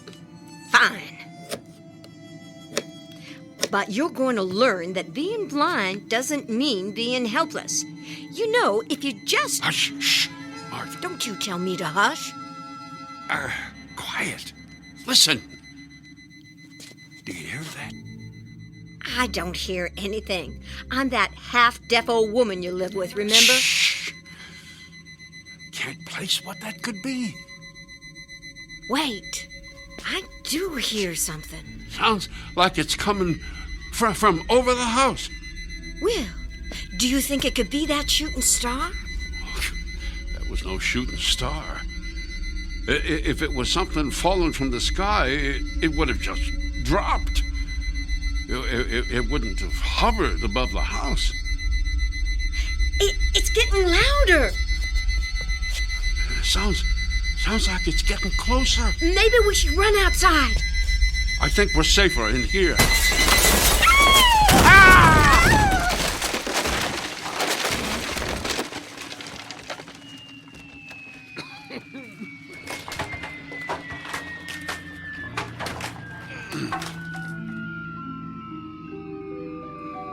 Martha? Martha, are you okay? Martha? Will? Martha? Martha! Where are you? I'm right here. Just a few feet away from you. You all right? My ankle hurts, but I don't think it's broken. Can you get up? I think so. Put your arm out so I can find you. Yeah, there. That's it. Oh, keep your arm around me. How's the ankle feel to walk on? Oh, it hurts. But it could be worse. I think I just twisted it a little. What was that? I don't know. But I think it crashed on the roof. Will! What? There's a red light outside the window. Must be from whatever crashed into the house. And the light, it's blinking. I'm going outside to see what it is. Not without me, you're not. No, slow down, Martha. You're going to twist your ankle worse. Oh, stop your fussing, Will. I just want to see what crashed into our house. Darn reckless old woman. What's that? I said, what do you see? Looks like there's something on the roof, all right. That blinking light is up there. Can you tell what it is? No, it's too much smoke, and it's too far back. Looks like it's on the flat part of the roof. I'm gonna have to go up there, see if there's a way to get rid of it. No. Will, what are we supposed to do? Live the rest of our days with that blinking thingamajig on top of our house? No. What if it's dangerous? How are you going to defend yourself? What if it's a remote bomb from our enemies? I'll figure something out when the time comes. Come on. Oh, damn. Headstrong old woman. What's that? I said, if you're set on doing this, you need to listen to me. You haven't been up on the roof that much. First, you have to climb up the ladder. Next to the sink in the kitchen. I know, Will. I've watched you do it 100 times. Do you remember how the door opens onto the roof? Don't I just push up on it and let it swing back? No. Don't just let it fall. It'll make too much noise and upset whatever is up there. Lower the door gently. All right. Your ankle. A little tender to walk on, but it's all right. Oh, take the lantern. Even with that red light blinking, it may be hard to see up there. I'll wait right down here by the ladder. All right. I'm going up. Martha, be careful. It's really high. I'll keep the ladder stable. All right. Oh, that's it, Martha. Easy. Careful. I can feel your legs as you're going up there. Don't rush. Be careful with the lantern. You don't want to start a fire up there. Quiet. Watch your ankle. Open the door carefully when you get up there. All right. I'm at the top. That's good.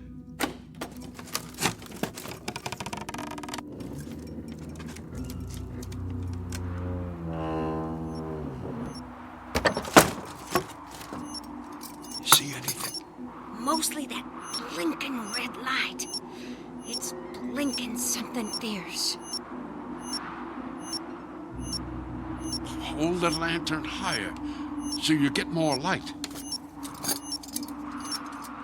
There's something up here, all right. But I can only make out the edge of it.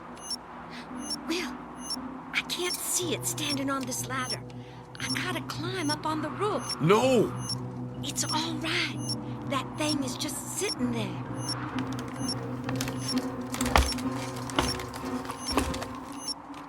Oh! What? What is it? If it's a bomb, it's huge, Will. What does it look like? It's round and flat. Only part that isn't flat is a big bump smack in the middle of it. I think it's made of metal. Let me touch it and see. No, don't touch it. It's okay, Will. It's not doing anything. I don't care. It could still be dangerous. I'll just touch it with my foot. Here, let me just get a little closer. Yup, it's definitely some kind of metal. You'd think it could be What's that? I don't know. Martha, get back down here. Wait. I think it's coming from underneath this thing. I gotta bend down to look. Martha, what's going on? It's some kind of door. It's lowering down from the underside of this thingamajig. What's happening? Nothing. The door came down, but now it's just... Wait. I think something's coming out. Martha, get out of there! Yeah. Maybe I will. Ow! What's wrong? My ankle. I think I twisted it worse. Can you crawl to the door? I'll try. Will, it's coming out. Hurry, Martha. Go toward the ladder. I'm trying. Keep coming. Wait, I need to swing my legs around. Oh, it's there. I see it. Don't stop to look at it, Martha. Just get down here. No, stay away. Hurry, Martha. I can't get my legs around that fast. I'm coming up to help. That thing! It's right by my leg! Kick it, Martha! Kick it away! Get away from me! You beast! Kick it again! Keep kicking! There. I kicked it well, but I don't know where it went. You must have kicked it through the door. I heard it go past me and land on the kitchen floor. Can't be very big. It isn't. Is it down there? I don't hear it. Doesn't mean it's not there, though. If our enemy sent that thing on the roof, this thing that just came out of it might be a remote control device. No, it seemed more animal-like. Maybe it's dead. I'd better come down and look. Swing your legs around into the opening. I'll help you down.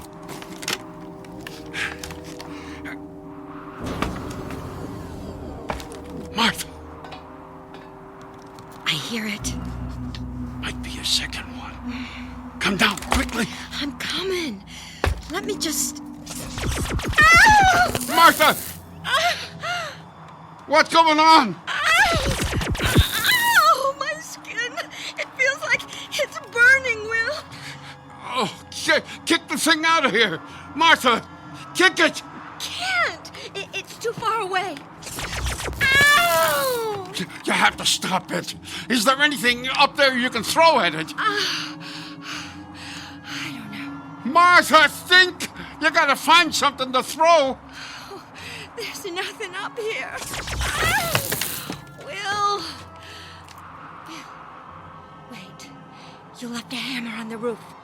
Yes. Throw the hammer at it, Martha. All right.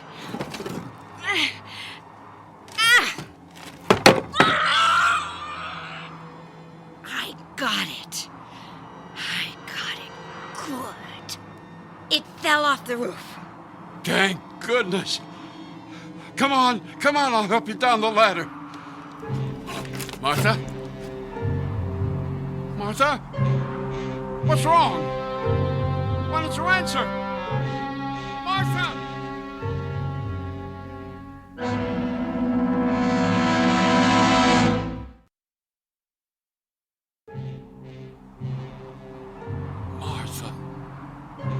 Martha! Wake up! Oh, thank goodness. What happened? Well, you passed out? Will, was it a dream? No, I wish it was.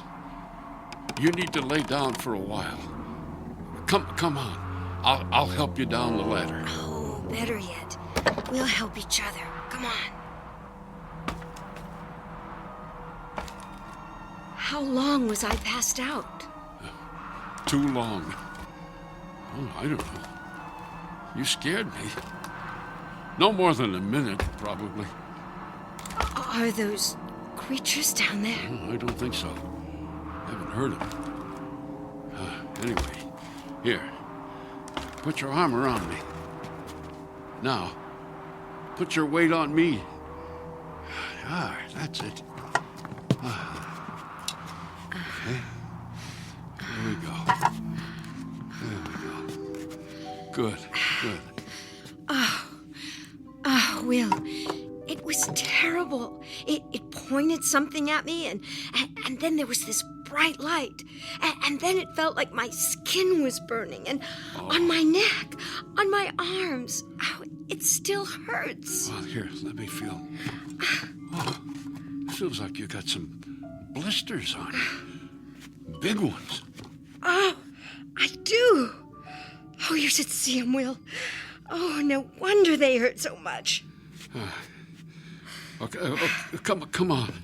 I'll help you over to the bed. Careful, Will. Those creatures may be hiding somewhere in here.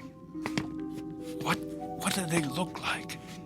I couldn't get a real good look at them, but they were about the size of my hand. Sort of silvery, like upright lizards. And they move pretty fast. At least, once we showed them, they weren't welcome here. We've reached the bed, Will. All right. Now, you just lay down for a while. And forget about playing hero anymore. You can see where it gets you. Oh, okay, Will. I'll just lay here while them creatures take over. It's been a while since we had house guests anyway. You must be feeling better. Getting some of your old gumption back. Darn cantankerous old... What's that? I said if those creatures were the size of your hand, they should be pretty easy to... Oh! What's wrong? I stepped on something. Oh, piece of ceiling, most likely. I don't think so. Never felt anything like it. Hold it closer so I can see it. Will, this is what that creature was pointing at me. This is what gave me the blisters. Huh? Some kind of weapon? I wonder how it works. Don't shake it. What if it... What's it doing? I don't know. Shut it off. I don't know how. Drop it, Will, drop it. Don't touch it again, Will. You don't need to worry about that. In fact, let's make certain nobody touches it again.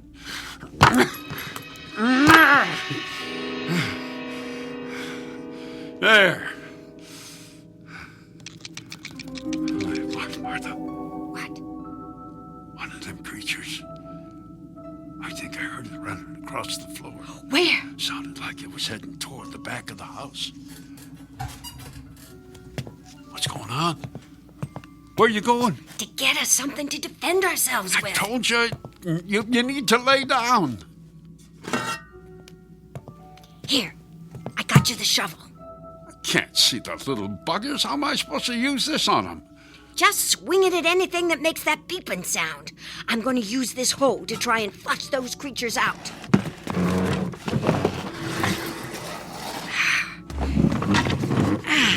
The little beasts could be hiding anywhere. Under the bed, behind the furniture. Martha! Martha! What? I thought I heard something again. Where was it coming from? The pantry. Stay over there with the hoe ready. I'll yank the pantry door open, and you can thrash the little pest. Guide my hand to the door handle. Okay. Got it? Yeah. On 3. 1, 2, 3.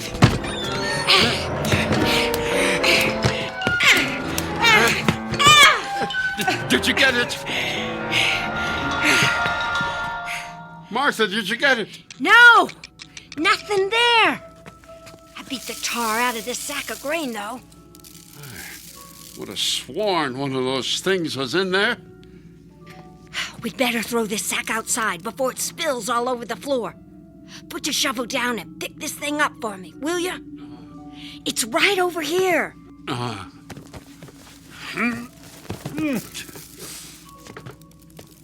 Okay. Okay, open the door.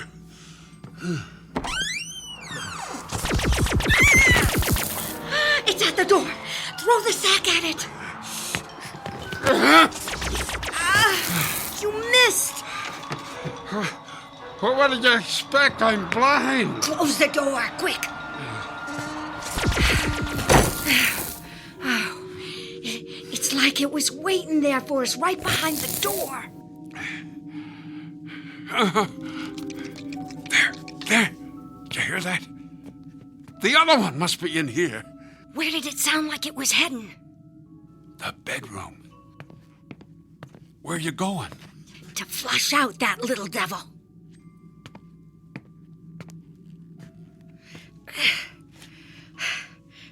Come out from under that bed, you little creep. Oh. What's wrong? Something's got the hole. How could that be? I thought you said it was small. Can't get it loose. Here, let me help. No, I've got it. Ow! Ow! Martha, are you okay? Oh, I banged my noggin. But I'm all right. I'm all right otherwise. I told you to stop playing hero. Darn stubborn old... What's that? I said take my hand. Getting too old for this. Was it one of them things that grabbed the hoe? Nah, I don't think so. I hate to admit it. I just got it snagged on the bed frame. You need something shorter. Can't keep swinging that big hoe around in this little room. What should I use? Well, how about that knife I just sharpened to a razor's edge? Yeah, I'll go get it. Careful, Martha. Don't want your ankle giving out on you again. My ankle's the least of our problems. If we can... Will! The knife! It's gone. Did you put it back in the knife rack? Of course I did. Don't you remember?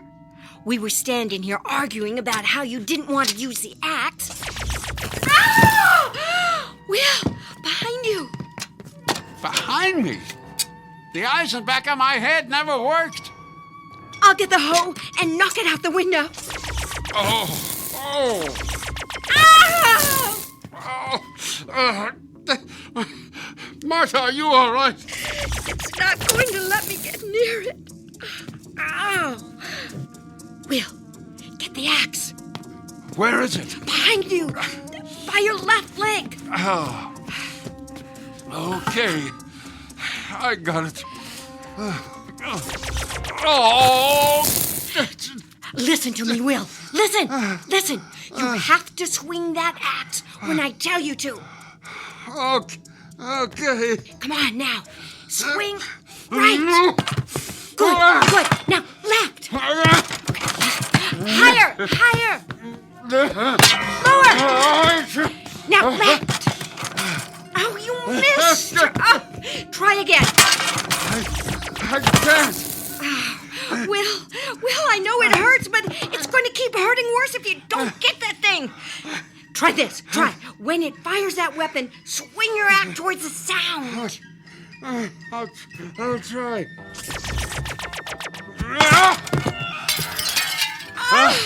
You did it, Will, it went out the window. It got me. It's that weapon. Oh, I know. It burns real bad at first. It makes a blister and it swells and breaks and oozes, but then it just kind of aches. Stay there. I'll lead you to the bed. Ow! What's wrong? Oh, it stabbed me. The other creature, it has the knife. It stabbed me in the leg. Oh, Will. It's bleeding. It's bleeding something awful. Can you get to the bed? I think so. Yeah, tear up part of the bed sheet to use as a bandage. Oh, it's on me! Will! Martha! Get off, you little demon! Get off! What happened? Where is it? I threw it across the room. It ran off. It jumped on me, Will. It just came out of nowhere. Are you all right? No, I'm not all right. Oh, this is never going to end. What are you doing? Tearing up the bed sheet to bandage my leg. Then I'm gonna get the axe myself. It's time to kill a couple of uninvited guests.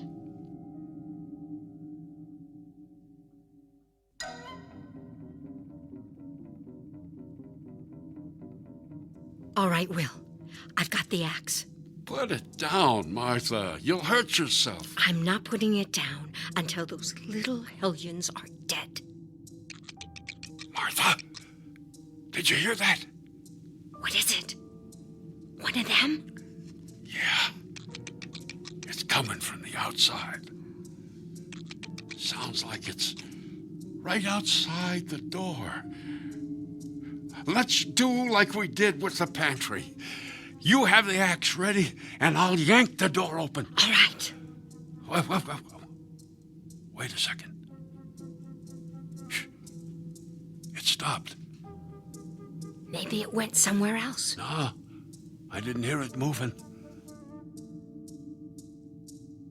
It's still there, Will. I can just see it through this hole in the door handle. You know, the one you said you fixed? Oh, save the nagging till after we've done away with that little terror. Just get the axe ready. I'll feel for the door handle. I'm ready.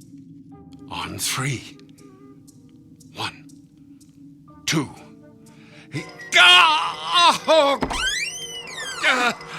Will! What did I grab? That little savage stuck the knife through the hole. You grabbed the blade instead of the door handle. Oh, close the door before it gets in there. Too late. It ran inside somewhere. Will, your hand is bleeding bad. Let me wrap it up for you.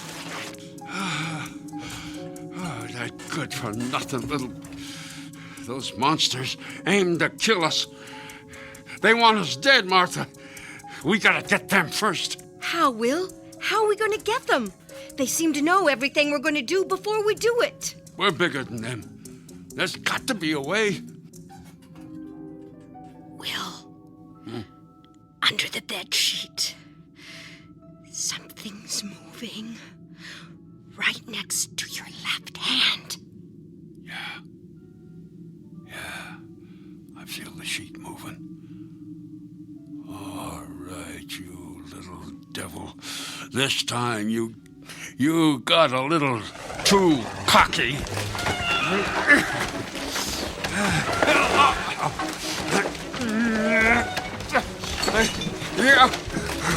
You got it.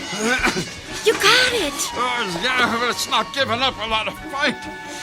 Wrap it up in the bed sheet. You've almost got it, Will.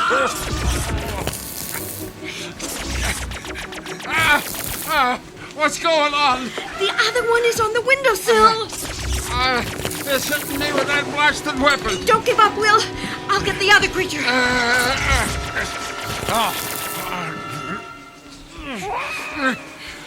I got it. I got it, Will. I shoved it out the window. I think I got this one trapped in the bed sheet. Look out, Will. Look out. It's cutting through the sheet with a knife. I'll try and grab the blade. No! Oh, you'll get sliced up. It's all right. Just try and hold it steady. I'll grab the handle from the back of the knife. I got a hold of it. Try and pull it away. I think if I pull it... Oh, come on, you little monster. Let go. Got it. Now, to finish off this little devil. Look out, Will. It's trying to get out through the hole in the bedsheet. Whack it against the table.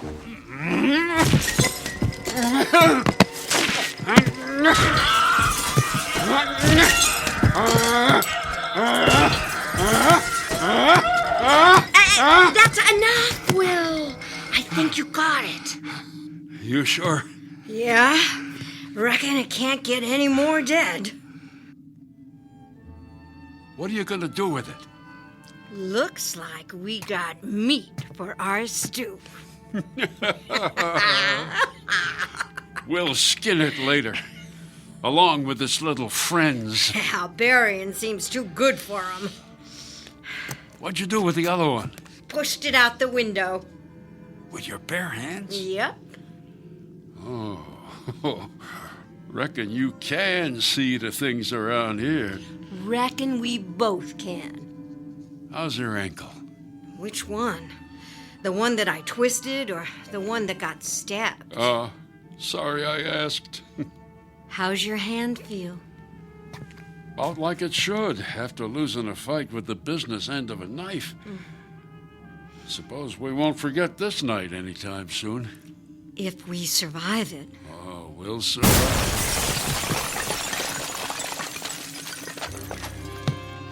What was that? Something blew a hole in the wall. Must have been that other creature. How big is the hole?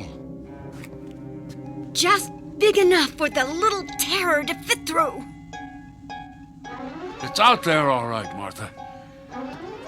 Are you near the axe? Yes. I'll grab it and get on the side of the hole so the creature can't see you. I'll try to lure the little menace in here. As soon as it steps inside, hack it up into little pieces. All right. I'm ready. Okay. Come and get me now, you little troublemaker. I'm right here waiting for you. Why isn't he coming in? I don't know. Wait. Maybe it's deaf. What are you doing with that dead creature? You'll see. Just get ready with that axe. I'll use it as bait. All right, you holy terror. You think we're playing games? Take a look at what we did to your pal. That gets your blood boiling? Now come in here and fight.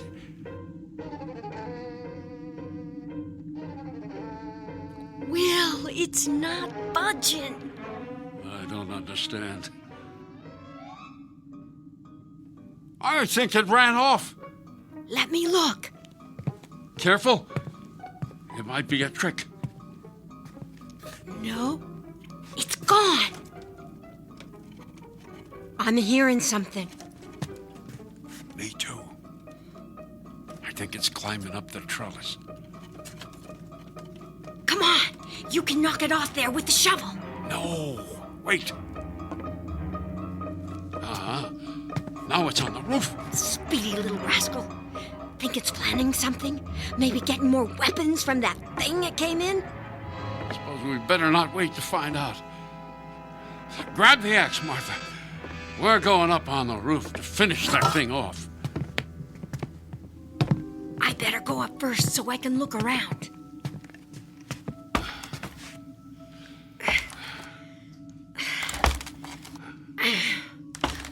Will, what if it's tricking us? What if this is some kind of trap? Well, it's tricked us before, and we're still here. Careful. Careful opening the door, Martha.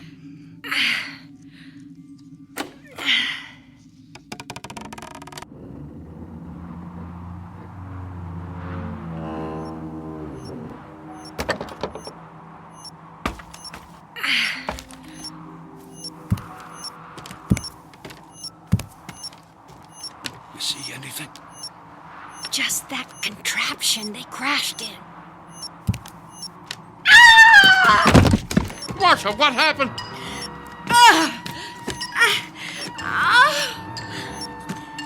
That little monster, he tied a wire around the chimney and tripped me. Come on, I'll help you. Lean on me. I sprained my other ankle. Oh, it hurts so much. Grab hold of my arm. It won't support my weight. All right, stay there. Where'd that little demon go? Inside that contraption. What's that noise? It's the door on that thing. It's closing.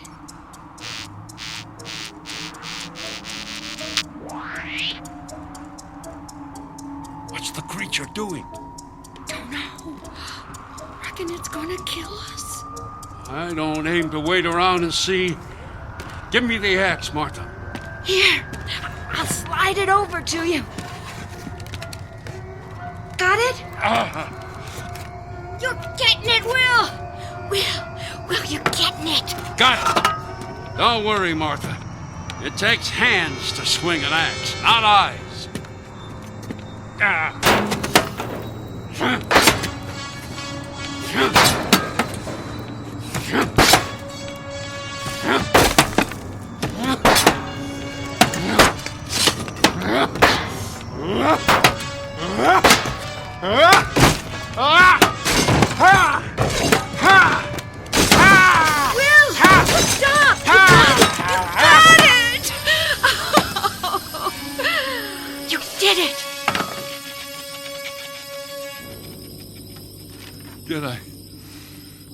Did I stop it? Stop it!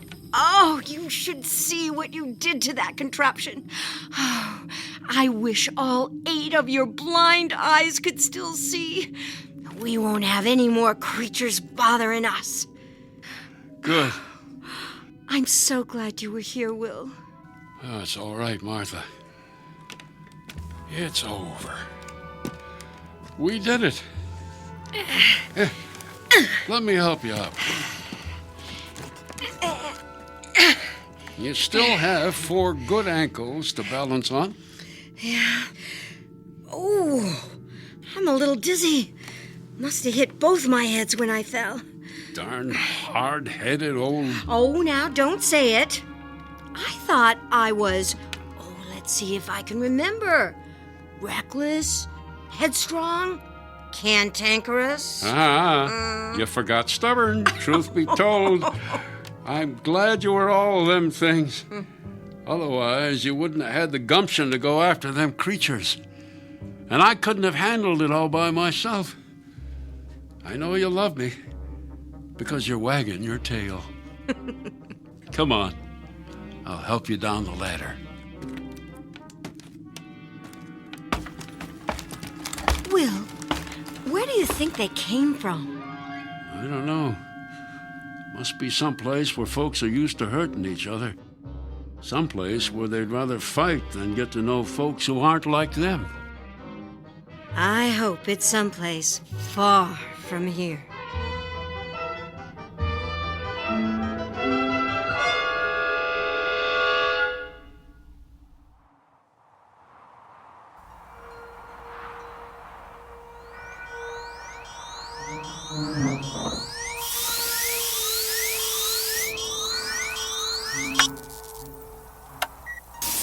Is anyone there? We have encountered an incredible race of hideous giant creatures. This is the final transmission of the United States Air Force Space Probe 1.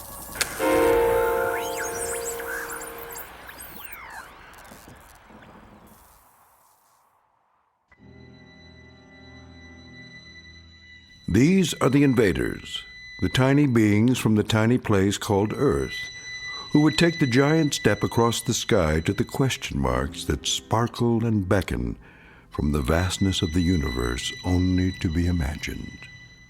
The invaders, who discovered that the instinct to survive extends far beyond Earth's atmosphere. A critical lesson learned far too late, in a harsh classroom on a distant planet, somewhere in the Twilight Zone.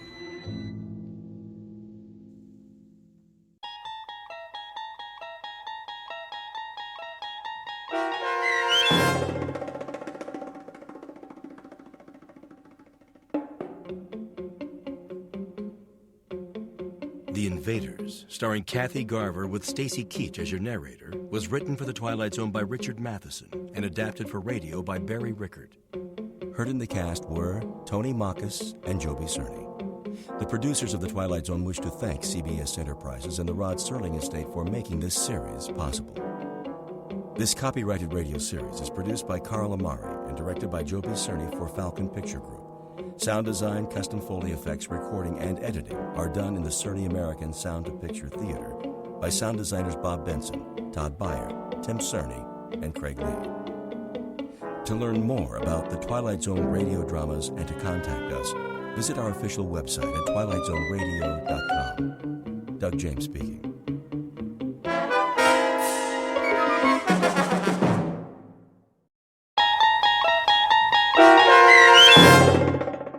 To Serve Man, starring Blair Underwood with Stacy Keach as your narrator, was adapted for radio by Dennis Etchison and written for The Twilight Zone by Rod Serling, based on a short story by Damon Knight. Heard in the cast were Doug James, Alyssa Fraden, C.J. Amari, Amber Lake, Christian Stolte, Jeff Lupetin, Kip Karstedt, Terry Berner, Tony Sancho, Alex Sopener, Steve Keys, Joby Cerny, Kurt Nabig, Amanda Amari, and Rick Arthur. To learn more about the Twilight Zone radio dramas and to obtain audio cassettes and CDs of these programs, visit our website at twilightzoneradio.com.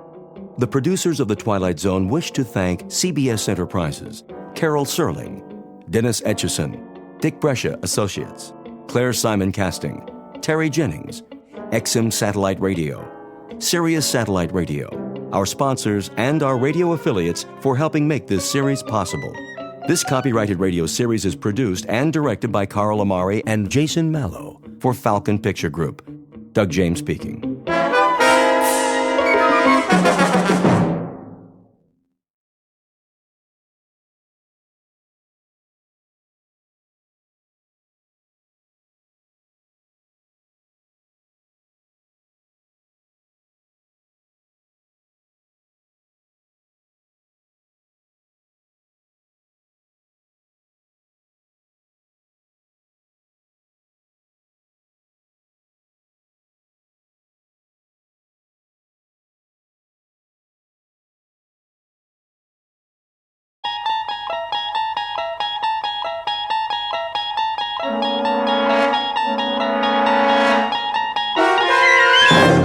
You're traveling through another dimension.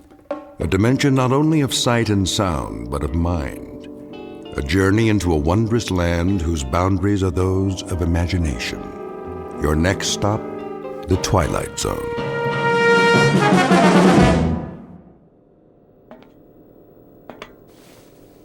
Mr. Chambers. Mr. Chambers. Now what?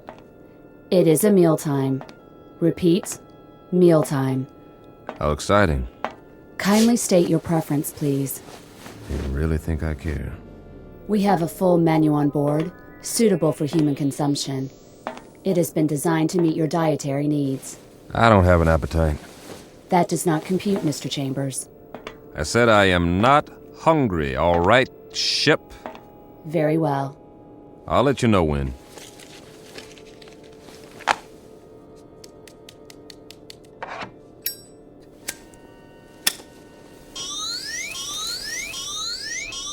Safety alert. Oh, but it's just a cigarette. Please extinguish all smoking materials at once. Please extinguish. Okay. Deposit in appropriate receptacles. This is a mandatory safety measure. I heard you.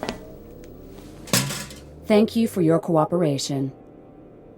This is going to be a long trip. It is for your own good. Cigarettes are harmful. They are extremely hazardous to your health. And traveling through outer space, that's not... Comparisons are relative. Is that right? Please define your frame of reference. Well, here's a reference for you. The moon. Which moon? Anyone will do. As in, why don't you go take a flying jump at it? Kindly repeat. Forget it. You do not care for food at this time. Leave me alone. You do not care. Yes, I do not care for food at this time. Very well. Very well. Oh! Ow! Oh, my hand. Please refrain from striking the walls of your sleep module.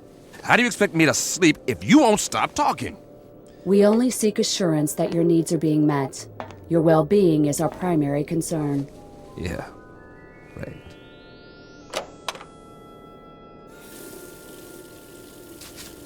Please conserve water. A man's got a right to wash his face if he feels like it.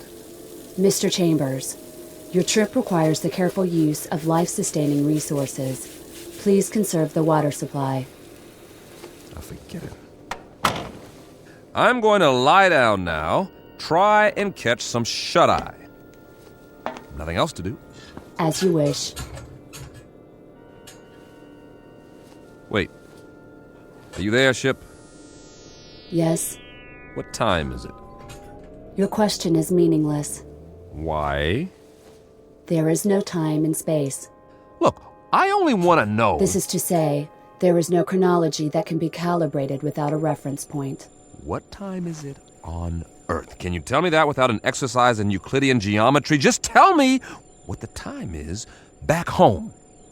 What is the location of back home? New York City. In New York City, it would be 12 noon.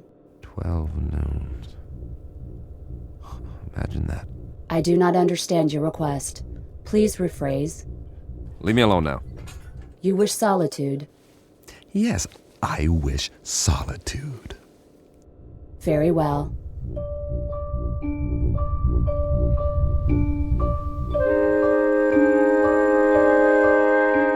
Respectfully submitted for your perusal, one Mike Chambers, linguist and cryptographer, formerly attached to the Pentagon. A highly educated individual who can break any code and decipher any language, at least on Earth. A man who shook hands, figuratively speaking, with a modern-day Christopher Columbus from another world. The height of this creature, a little over 9 feet, give or take a few millimeters. Weight, in the neighborhood of 350 pounds. Origin, unknown. Motives? Well now, therein lies the tale. And it's no ordinary one. You'd best hear the story from Mr. Chambers himself. Just remember, you're not on the Earth anymore. You're traveling at something close to light speed on a journey that will take you directly through the Twilight Zone.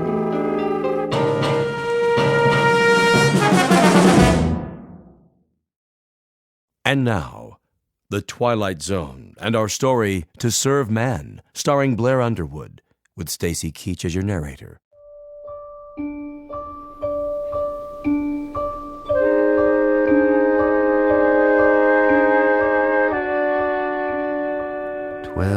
Noon. Somewhere, but not here.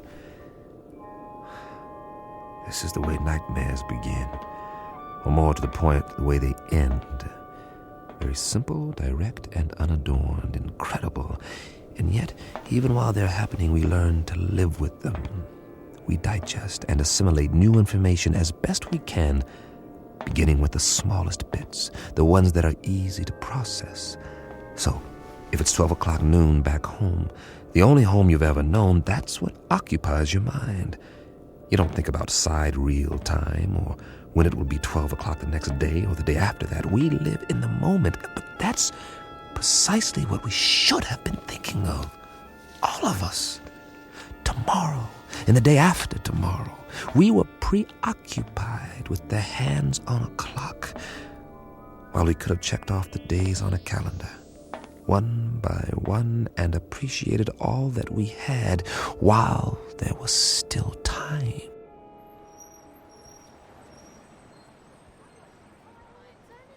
It started on an April day. It was noon then, too.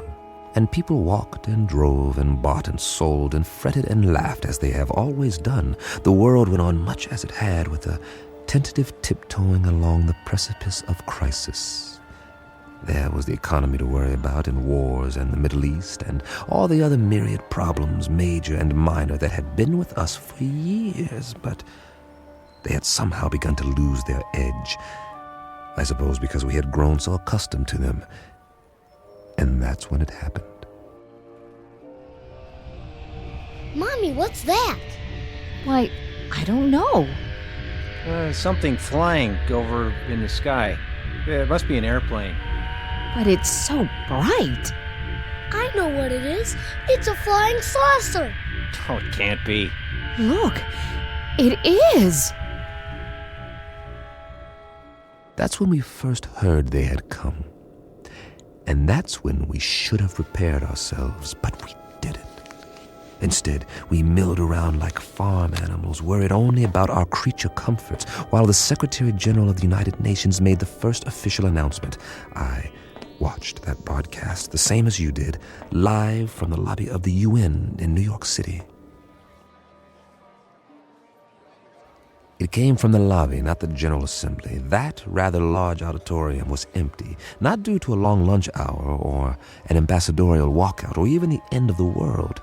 The representatives of all nations were at that moment watching their television sets and listening to their radios, much as were their peoples around the world.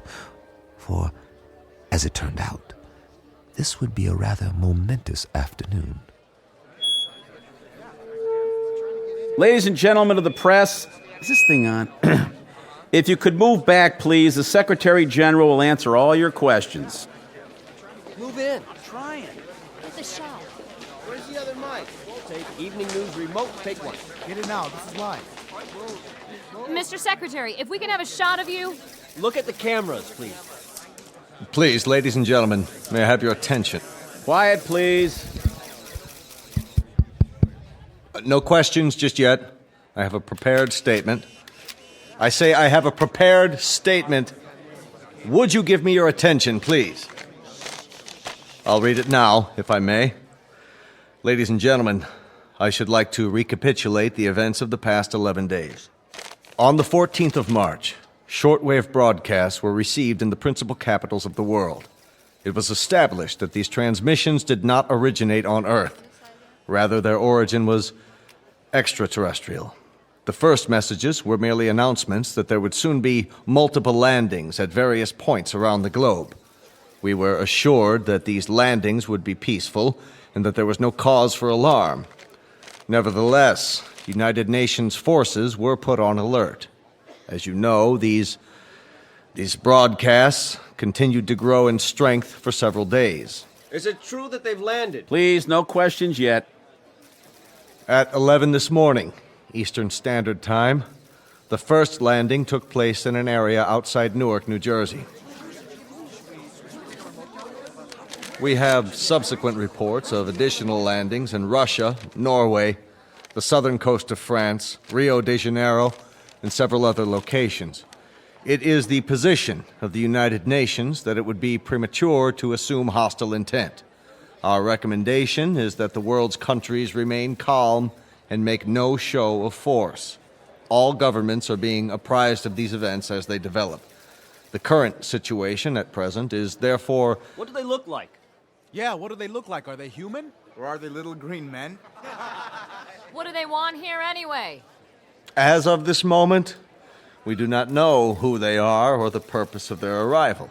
We know only that several of their craft have touched down and that...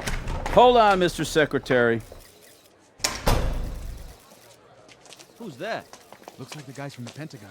What are they here for? Must be something big. Sir. Tell them that we have to do this. Are you sure? Quite sure. We've cleared it with the White House. All right. It seems that one of the craft has just landed a few blocks away. One of the representatives of the visitors is apparently on his way to this building. Now? All the wires are. Give me a direct feed, now. It appears that he has requested an audience with the General Assembly. That's correct. In a few moments, we'll reassemble in the... Good Lord.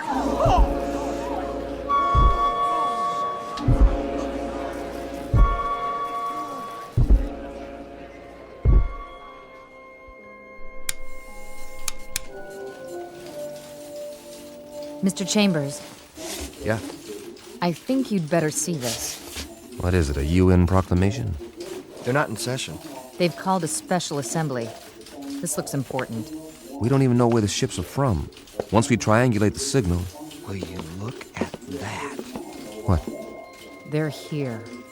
Jeez Louise, the size of him. That was the first time I saw him, or it, or whatever it was. I still don't know. Judging by the Secretary General, it was at least 9 or 10 feet tall, and I stood there watching the TV screen like everyone else, and just like you, I didn't know quite what to think. Funny, I'd always imagined that first contact would be some kind of transcendent experience with special effects and a heavenly choir, the shock of finally seeing the other. Something not human, that's not from around here, definitely not. But to be honest, all I felt was a kind of detached scientific curiosity. Was it intelligent? Well, it had to be to travel this far. Did it talk? I was soon to find out. We all were. Oh, weren't we?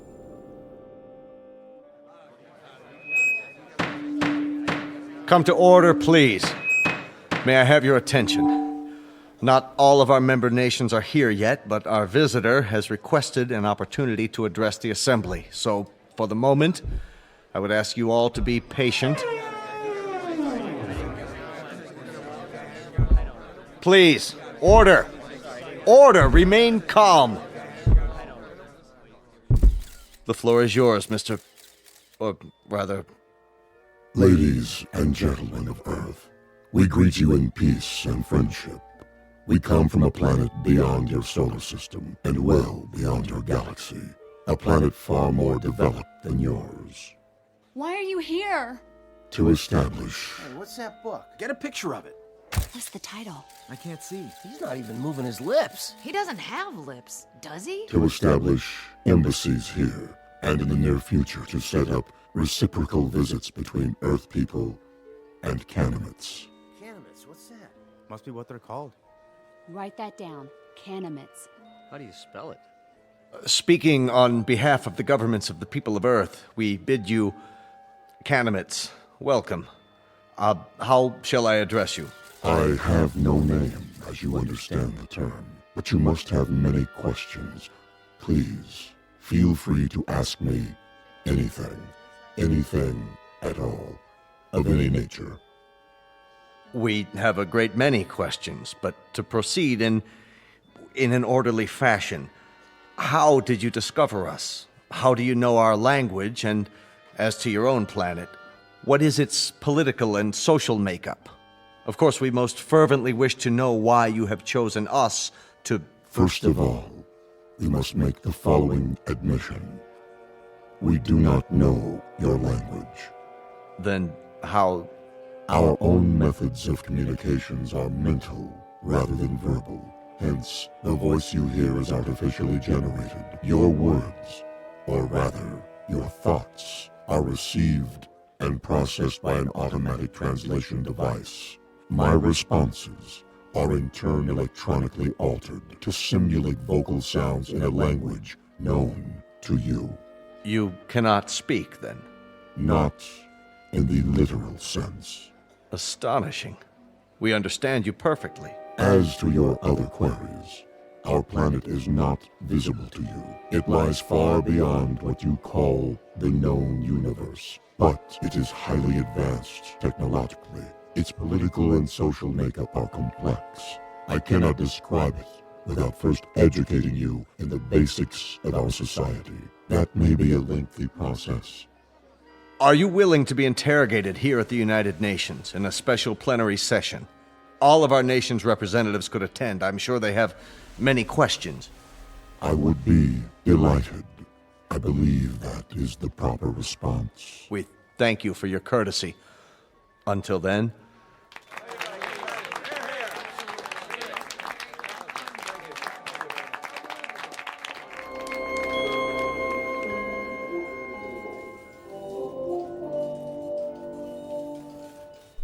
Well, that's it. For now. I can't get over the size of him. Are you sure they're not using trick photography? No way. It's a live feed on all the networks. What do you make of that little book? It only looks little in his hands. It's probably a perfectly normal hardcover. There's nothing normal about it if you brought it all this way. Maybe it's a dictionary. The most commonly used phrases. You wouldn't need a dictionary. He said they have an automatic translation machine. A guidebook, then. Protocols, that sort of thing. There's something printed on the cover. If we could just get a view of it. It's not in any language we know, that's for sure. No, maybe not, but any group of symbols can be deciphered. Even non-human symbols? That would be a tough one, all right. If he brings it with him next time, I can capture the image and try to enhance it. Do that, would you, Randall? This may be the challenge of a lifetime. I have got to know what it says.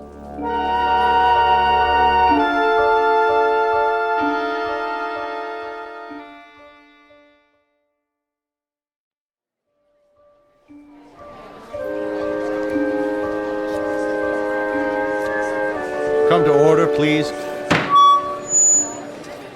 Order. This meeting is now in session. Members of the General Assembly, our visitors, the Canamites, have graciously acceded to our request that their representative appear before us to answer further questions. The meeting is now called to order. We will proceed with the first inquiry. Senor Valdez of Argentina is recognized. Please use your microphone. You may remain seated. Why, may I ask, why exactly have you chosen our planet for this visit? It has come to our attention that Earth is plagued by many catastrophes, both natural and unnatural, all of which could be easily prevented. We are here to help you.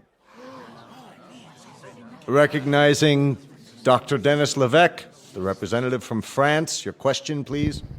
Monsieur Canamet, my government wishes me to ask you, what is the nature of your help? What form will it take? Indeed, if we should choose not to avail ourselves of this assistance you mentioned, your response would be? We will not force anything on you. You may accept only that which you choose. For example, on the morrow. Tomorrow, that is. we will demonstrate an alternative power source, molecular in nature, which can supply a form of electricity to entire continents for the cost of a few dollars, or rubles, or pesos, or any other currency. You will find it extremely economical. Mr. Grigori. Mr. Grigori, the Russian delegate, you have the floor.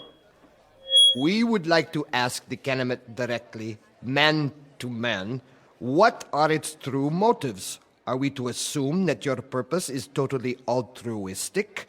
That you have an abiding interest in helping others?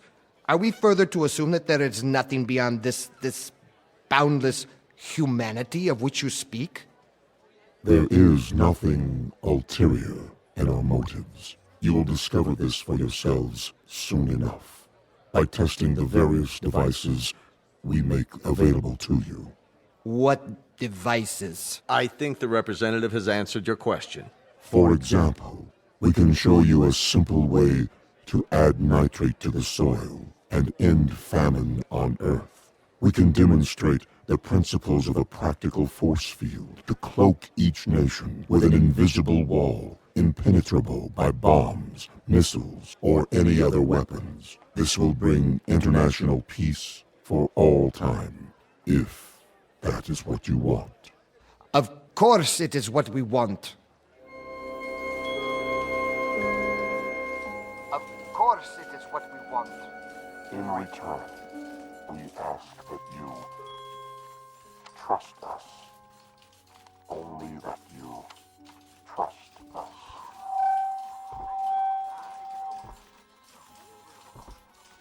All we're saying is give peace a chance. Well, why not? Nothing else seems to work. Wait a minute. Enlarge the image. Did I just see what I thought I saw? You sure did. The Kanamet left his book on the podium. Well, I'll be.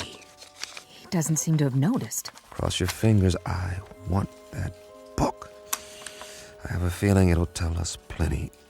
Everything we need to know. If we can decipher it. Get on the phone and call the floor now. Tell one of the aides to pick it up with a stack of papers. Anything. Stage a distraction if necessary, but get it. Okay. That book may turn out to be the most important one ever printed. Here or anywhere else in the known universe.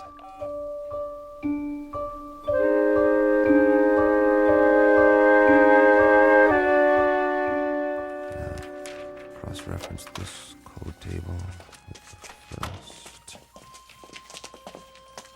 Well, Chambers? I've almost got it, Colonel. What have you got? For starters, a migraine headache and a bad case of eye strain. We're wasting our time. He can't lick it. Not in 8 hours, I can't, Colonel. It took almost a year to crack the Japanese code in World War II, and they had an army of experts working on it. This is the language of people from outer space, probably 500 times as intelligent as we are and 1,000 times more complex. You need help? All donations gratefully accepted. But, Colonel, I showed this book to everyone on my staff, and I've had 12 people working on it since late last night. And? You must have some idea. See for yourself. We've tried pretty much everything. Single transposition, double transposition, every method of cryptography there is. Nothing seems to work on these pages. They're more like hieroglyphs, but with no known pictographic references. Is that what they are? Hieroglyphs? They have certain things in common with ancient Egyptian writing, but much more complicated. And we have no Rosetta Stone to decode it, so I can't honestly say whether we're any closer now or if we're still a million miles away. So you can't decipher it? We can keep trying, that's all. Standard, reverse, direct, systematically mixed, keyword mixed, random mixed, reciprocal conjugate, every sequence we can come up with. But I can tell you something right now, Colonel, both of you. This is a tough nut. A real tough nut. If it weren't so important. It must be. That Kanamet, or whatever he calls himself, made reference to it every third line in his speech. The White House agrees. If we could understand this book, we might be able to decipher the Kanamets themselves.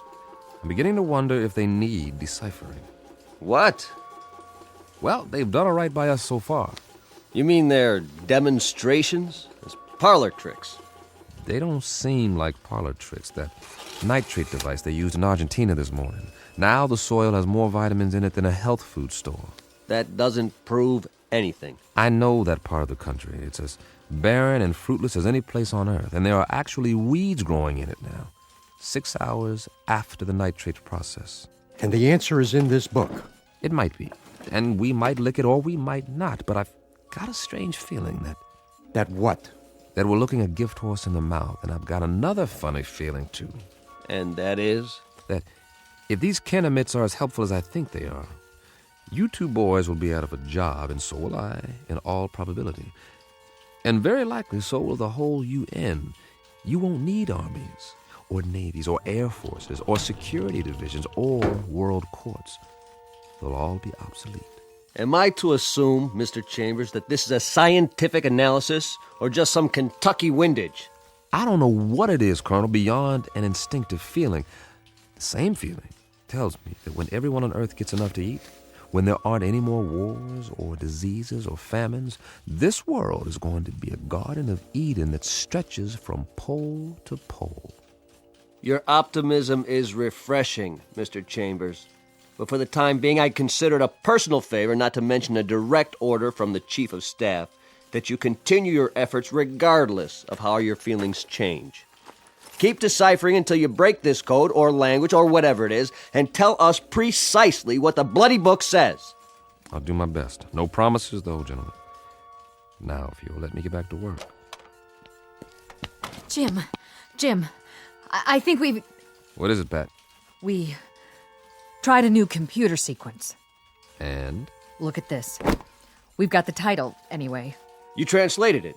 Are you sure? What does it say? This is an overlay. Place it over the cover of the book, like a template. Ah, brilliant. You're going to get a promotion out of this. You know that, don't you, Pat? No, it wasn't just me.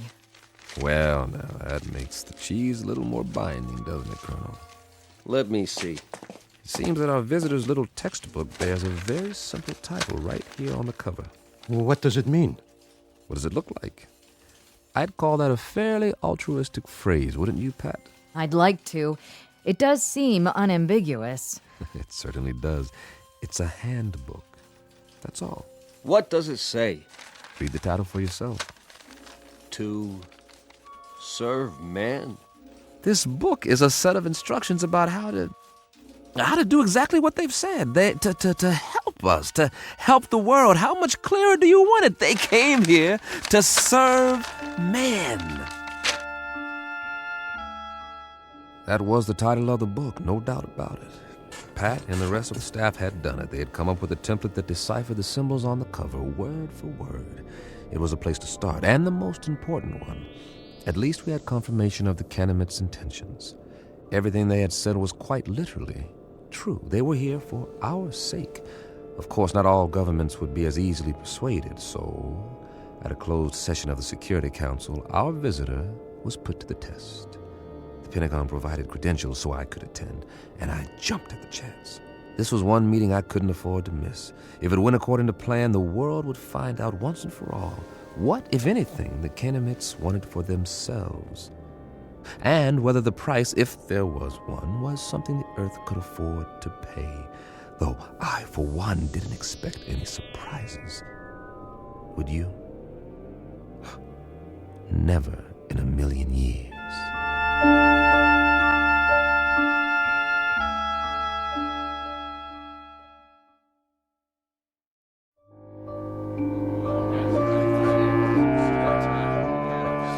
Gentlemen, let's begin. If you'll please be seated. The purpose of this meeting is to acquaint you with certain tests conducted over the past week. At the request of several delegates, and with the full consent of our guests, the Kenemites, these tests were photographed and recorded. You may now view the results. The tests were conducted by members of the National Science Academy and witnessed by a team of experts. If you'll watch the monitor at the front of the room. Lights down, please. Begin the tape.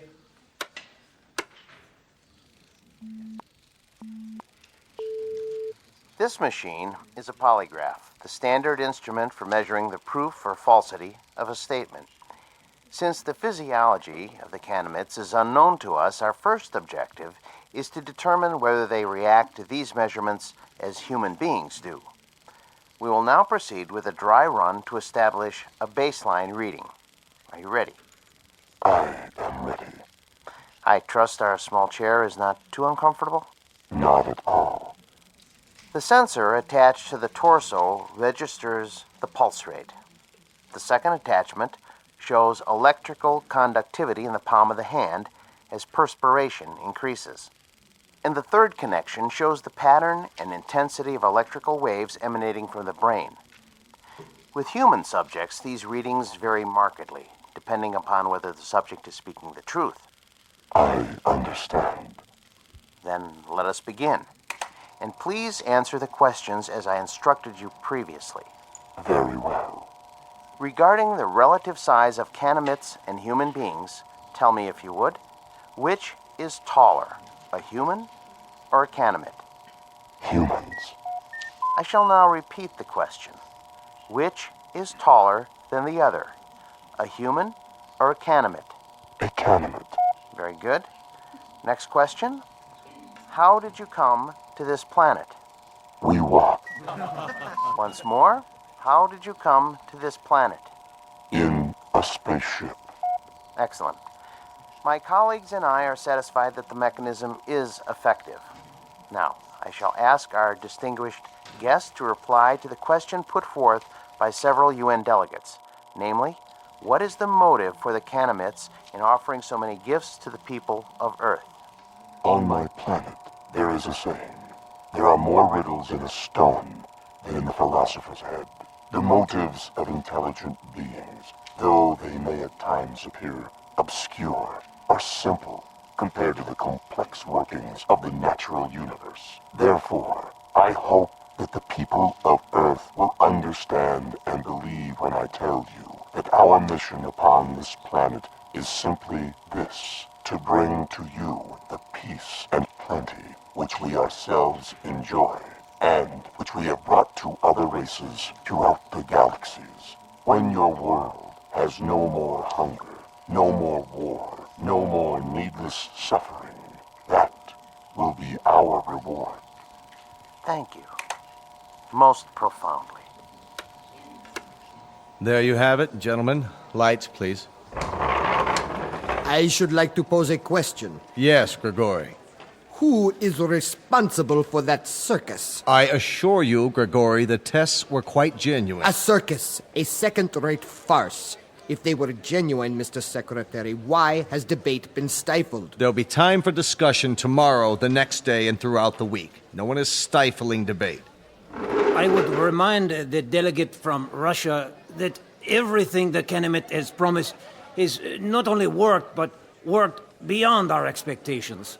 The force field that was tested yesterday morning, nothing could get through. And suddenly we find ourselves in a brave new age, when none of us need fear a hydrogen bomb or a missile. We are on the threshold of peace, Monsieur Gregory. Peace as we have never known it. Niet. I say niet.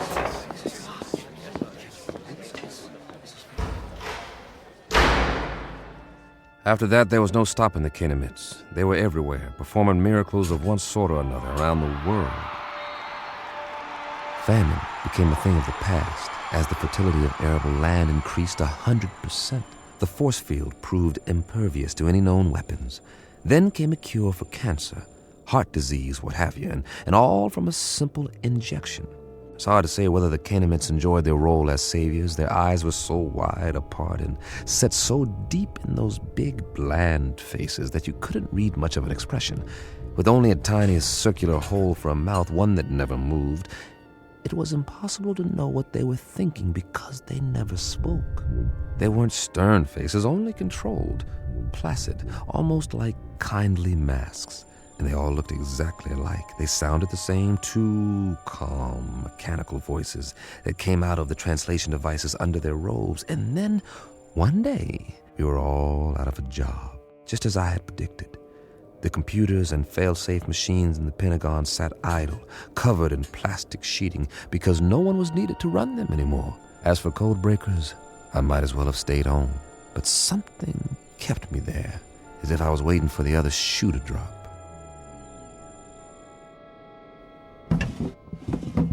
Mr. Chambers? Over here, Pat. I'm going home now, boss. Need me for anything? Like what? This isn't exactly a beehive of activity anymore. You can say that again. The new story of mankind. Nobody needs to decipher anything because, well, there aren't any more codes. Because there aren't any more secret messages. I know. Drink? Well... One for the road, on the house. All right. Odd. What is? I mean, not reading about wars or insurrections or anything anymore. There's a rumor that they're going to disband the United Nations inside of a month. Here you go. The new millennium. Cheers. Cheers. How many Canamits are here? Anybody ever figure it out? A few thousand, I guess. They've got embassies in every country now, and for everyone that comes, 1,000 of us take off on one of their ships. The reciprocal visits they promised. Now that's the odd thing, the ease with which human beings adapt. It's fantastic. One day an astronaut orbits the Earth in a little rinky-dink tin can, and they think it's the biggest moment in the history of mankind. A few years later, they're standing in line waiting to get on a ship that'll take them 1,000,000,000 miles into space, and they act like they're going on a picnic in the country. That's human beings for you. Nothing phases them. Are you going? The exchange program? I'm on one of their waiting lists. What about you, Patty? Oh, I'm on the list, too. The trouble is, their quota fills up 24 hours after they announce a new departure. But while I'm waiting, I may as well continue studying their language. Good idea. Words reflect the values of the people who use them. If we can understand the vocabulary... I've got a fair command of it now. It's not that hard, really. And there are hints. Huh. Of what? The shades of meaning, the nuances. Some of the idioms are quite similar to English. That's how we unlock the title of the book. I'll get through the rest of it one of these days. More power to you. I gave up a month ago. But if I can help you in any way... Sure, boss. Did I say something? If you can help me. That was the phrase, wasn't it? And I meant it. The only thing you can help me with is... Is what? Help me get rid of this knot in my stomach. What are you talking about? One of those nightmares when something's wrong, but you don't know what it is yet. A little bit of the old sixth sense. That tells you what? Just that maybe we should have looked this gift horse in the mouth, after all. For all we know, it could turn out to be a Trojan horse. Oh, I don't think we've got anything to worry about. I'm going where no man has gone before. How can I resist? Relax. I'll tell you all about it when I get back.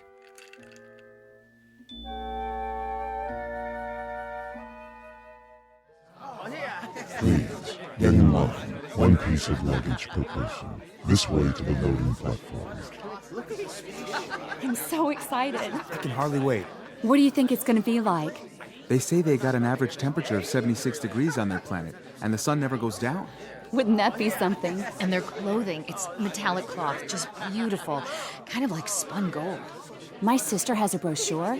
The day you land, they take you on a shopping tour, and you can have as much of it as you want for free. It's just one big holiday when you get there. They've even got a form of baseball with leagues and everything. Man, I don't think I'll ever come back.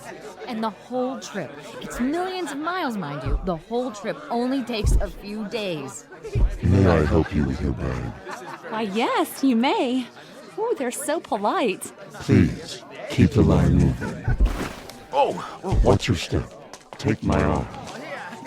Can we sit together? Yes, you may sit together once you're inside.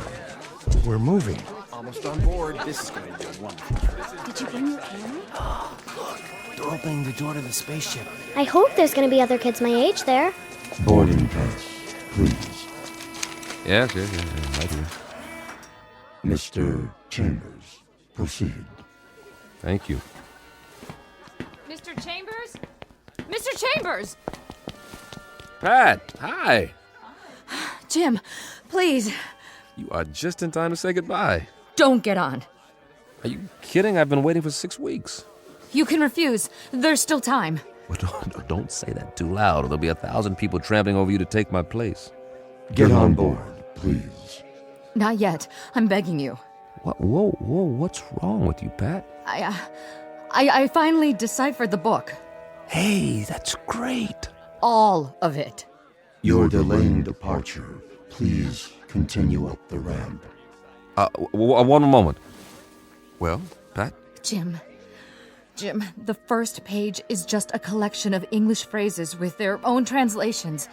But the rest of the book, the rest of it. Will you move, mister? We're waiting to get on board. Step through the door, sir. Write me about it. I'll have plenty of time to read letters up there. Not as much time as you think. Jim. Now, Mr. Chambers, we must close the hatch. The rest of the book. It's not what you think. The title, To Serve Man, it's a cookbook. No, wait, what? Wait! No! A cookbook! A cookbook!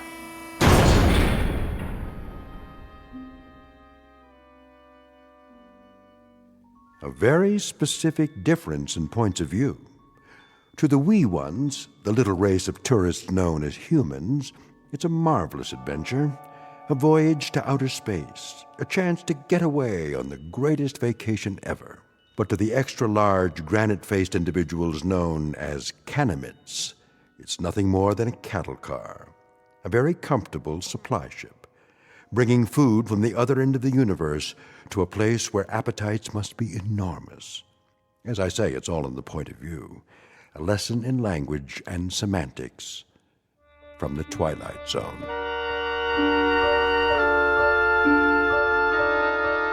More from the Twilight Zone after this. Hello, I'm Stacy Keach. I hope you're enjoying this edition of the Twilight Zone radio dramas. To learn more about this series, be sure to log on to our official website at twilightzoneradio.com. You'll find special discounts on our Twilight Zone audio collections, listings of our radio stations, links to other websites, and a photo gallery of our recording studio and some of our stars in action. Plus ways to contact us with questions or comments about the show. And for a limited time, when you log on to twilightzoneradio.com, you can send in for a free CD of the show. So be sure to visit us at twilightzoneradio.com.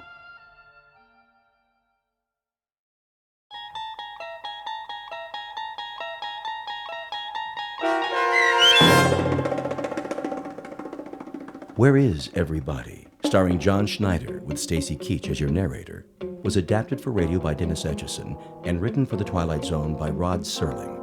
Heard in the cast were Roger Mueller, Tom McElroy, Roderick Peoples, Doug James, Richard Hensel, Carl Amari, and Amber Lake. To learn more about the Twilight Zone radio dramas and to obtain audio cassettes and CDs of these programs, visit our website at twilightzoneradio.com.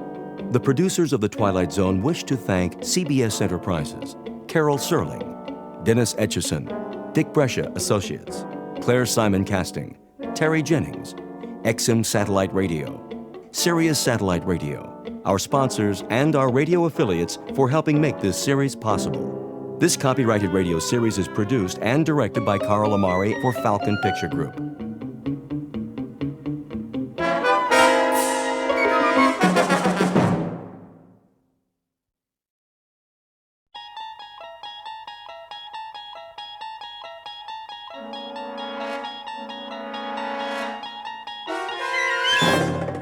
You unlock this door with the key of imagination. Beyond it is another dimension, a dimension of sound, a dimension of sight, a dimension of mind. You're moving into a land of both shadow and substance, of things and ideas. You've just crossed over into the Twilight Zone.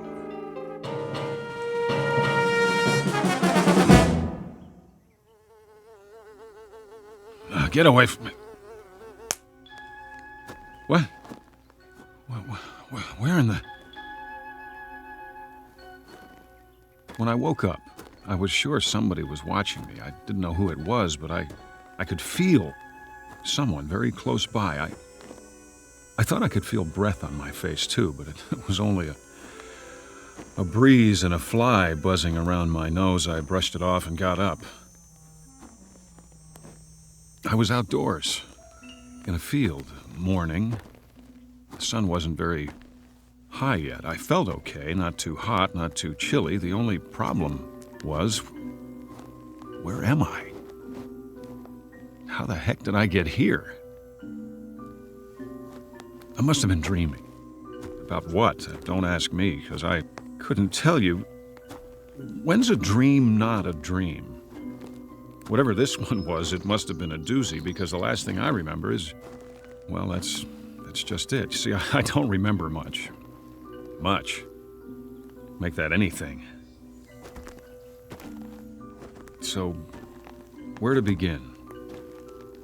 As far as I can tell, this is the beginning. I mean, not the beginning, whenever that was, the Big Bang billions of years ago out in the middle of space or something, but it'll come back to me. It will, and all I have to do is give it some time. So bear with me out there, whoever you are. The one who is watching me, probably. I can promise you one thing, though. This isn't going to turn out to be one of those times when you only think you woke up, but you didn't because you're still asleep. I hate dreams like that. Now, I know what's real and what isn't, so do you. And this is definitely real. The mosquito that bit me, for instance, right on the nose, the bite is starting to itch like crazy with the sun beating down, but guess what? I'm clean out of calamine lotion. Wait a minute. I know this road, don't I? It looks like a lot of other roads, asphalt, telephone poles. I must have been driving, and my car quit on me, and I started walking to town, and I ended up spending the night out here. But if that's what happened, where's my car? Somebody could have dumped me out, I guess, after they hit me on the head and robbed me, and that's why I don't have a wallet and why I don't remember anything. Temporary amnesia. I hope I don't have a concussion. That could be why I've got this headache. Must be a sign along here somewhere. Pretty soon I'll see a house, a town, something. Or someone will come along. They have to. And when they do, I'll just stick out my thumb and hitch a ride. Don't have much of a choice. One thing, though, will somebody please tell me, where is everybody? A French philosopher once said, hell is other people. And for some, that may be true. Most of us need time alone, away from the pressure of everyday life. If you live in a city with noise and crowds and traffic, that's easy to understand. But what about the other side of the coin? We also need companionship, someone to talk to, a friendly voice and a familiar face. It's a dilemma that goes back to Adam, who found the Garden of Eden unbearable on his own. Enter one male human being. Age 31, height approximately 5'11" inches. His name isn't Adam, though exactly what it is, where he is, and what he's doing here, even he doesn't know. At the moment, these questions constitute the central mystery of his life. But it's a beautiful day, and he's on a road that's bound to lead somewhere, back to the beginning or to a destination not yet in sight. The journey will take him through shadows as well as sunlight, and you are hereby invited to go along. Be forewarned, however. This is an excursion to an unknown land, a walking trip without benefit of compass or road map through a realm called the Twilight Zone. And now, The Twilight Zone and our story, Where Is Everybody? Starring John Schneider, with Stacy Keach as your narrator.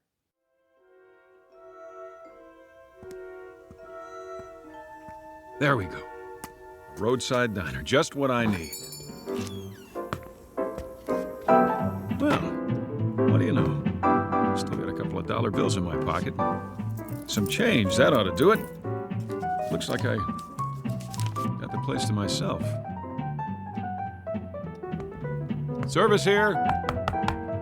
Hey, is this jukebox loud enough for you? I mean, can you hear it all right? Hey, somebody want to turn this thing down a little over here? All right, I'll do it.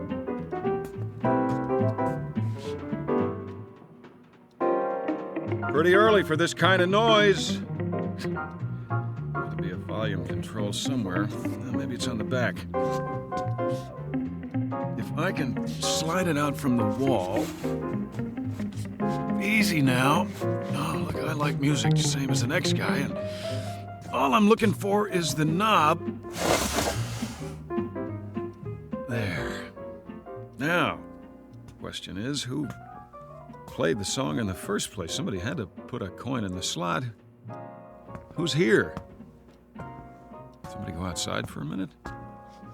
That it? Say, can you hear me? I see there's a town up the road. What's the name of it? Anybody know? Anybody? Like in the kitchen?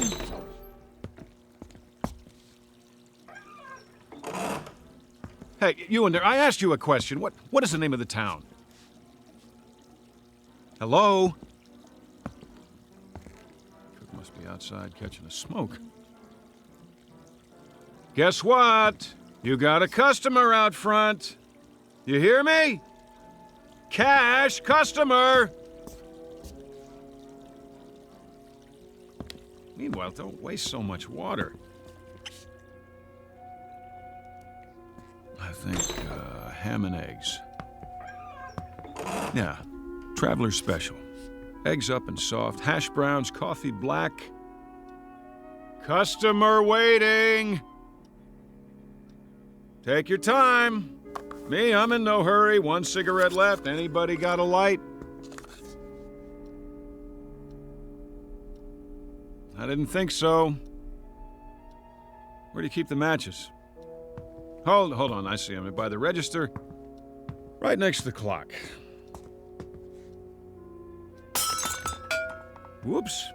Didn't mean to knock it on the floor, just trying to get a match. Here, I'm picking it up, see? What time is it anyway? 6:15. That can't be right.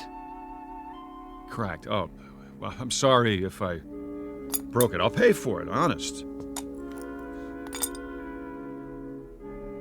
Of course, I'll have to send you the money. I'm a little low on funds right now. All I got on me is $2.85. Good old American money, isn't it? Yep, U.S. coins and currency.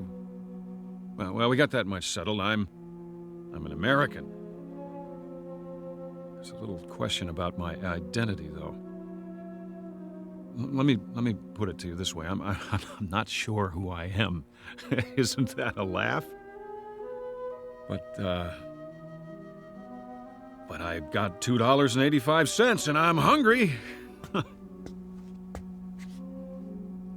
the heck with it. If nobody's gonna help me, I guess I'll just have to take care of myself. I'll see you later, everybody. I'll even do you a favor. The sign on the door says open.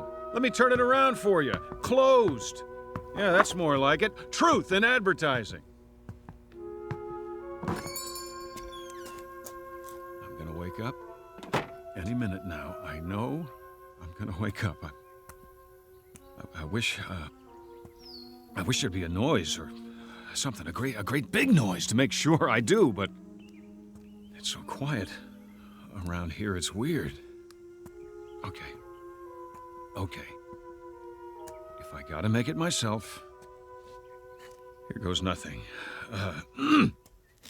Yes, sir, that's my baby. No, sir, don't mean maybe. Yes, sir, that's my baby now. Oakwood, huh? It's a nice name for a town, real homey. The only question is, where is it and where's everybody who lives here? Gotta be quite a few. Every kind of store you could think of. Drugstore, grocery, soda shop. post office, courthouse. Looks like a regular town to me. There must be a school around here, too. Where's all the kids? What?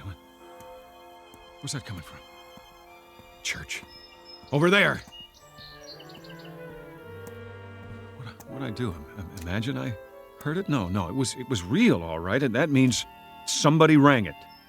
Knew I wasn't alone. I'll go to the church and... Wait a minute, what's that? You there. Miss, yeah, you in the truck.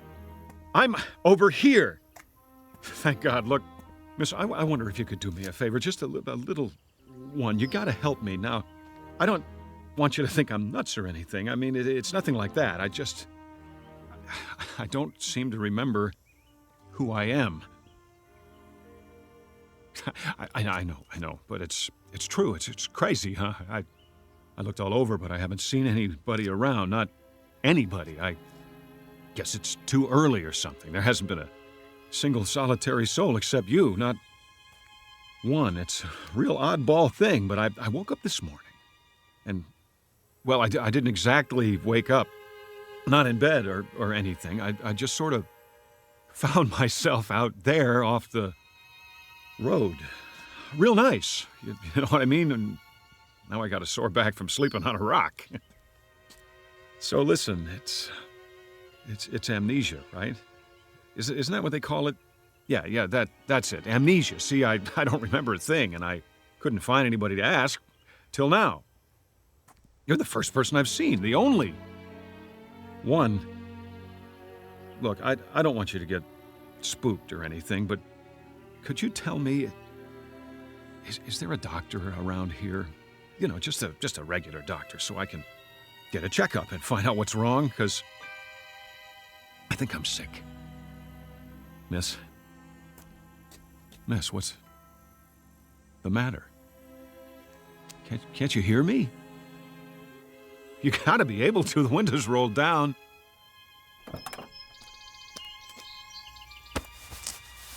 What's the matter? Hey, you're on. It came off and... You're not even a real woman. You're a dummy. What's it say on the truck? Resnick's department store mannequins. Is that all? A bunch of mannequins? Here, get off the horn. Sit up straight. That's the way.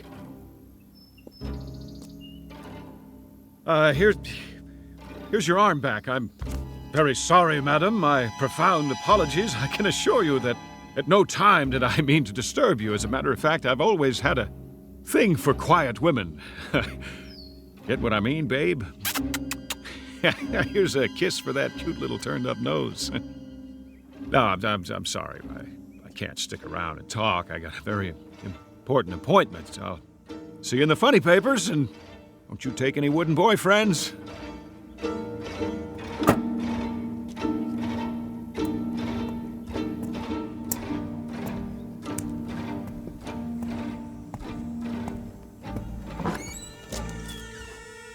Is anybody here?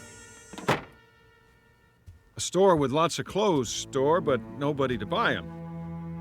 Only more dummies. Oh, I'm sorry, lady. I didn't mean to bump you like that. Say, was that your sister outside in the truck? I thought so. You know how I could tell? 'Cause you look exactly alike. No, I can't use a new handbag today. No underwear either. Does this store even have a men's department? Sportswear? How about fishing poles? No? Too bad. See, I got nothing to do today, so I thought I'd go fishing. Oh, well, I'll catch you later.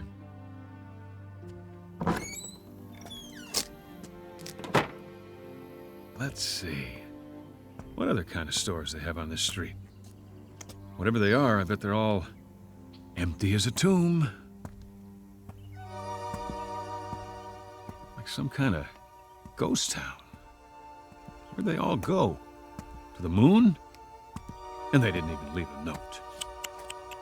Some manners. Well, I guess I'll just... Hold on. Is that what I think it is? It is. A phone booth. Just what the doctor ordered.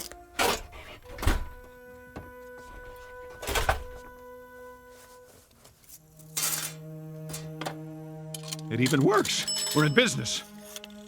Operator, you there? Come on. Operator. Hi, operator. Oh, you're beautiful. Let me tell you. Listen, I don't know who I am or where I am. Oakwood, yeah, that's it. I must be sick or something, and I need help fast. I want to call. What number? What is it now? I need a number, and I can't remember any. Get me anything, anyone, anywhere. I don't care who it is. Get me your supervisor, all right? Please dial the number now. This is a recording. A recording? Oh, that's just great. Never mind, operator. I'll look in the phone book. Here, Abel, Adams, Ackerman, Albright, Allenby, Arnold. Where do you all live?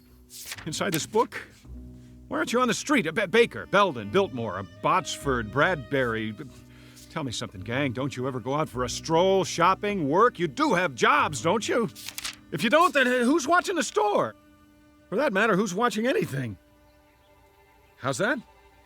Any number of them, any number at all. I'll take my chances. Just connect me with a real, live, human being. It can be in Timbuktu for all I care.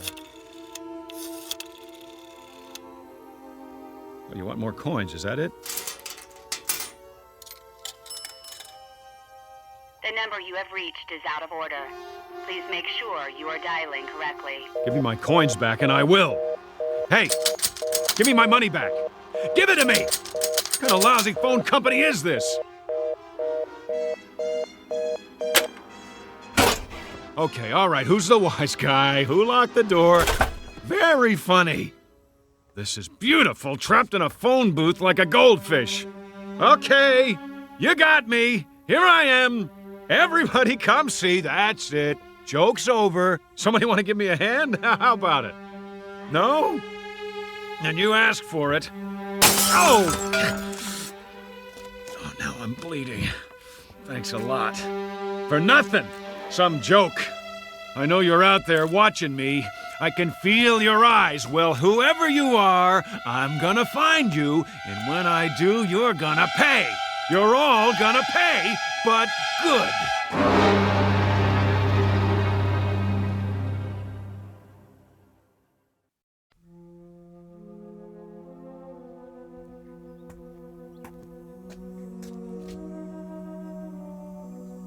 Oakwood City Bank. That's an idea. I feel like making a withdrawal. Hi! You got a customer out here? I'd like a loan.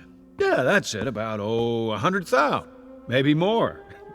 I don't know how long I'll be stuck in this jerkwater town. Better make it 5 or 6. How about $800,000? That ought to hold me for a while. What's the matter? Everybody on a lunch break? No sweat. I'll slip in behind the counter myself. Simple little transaction.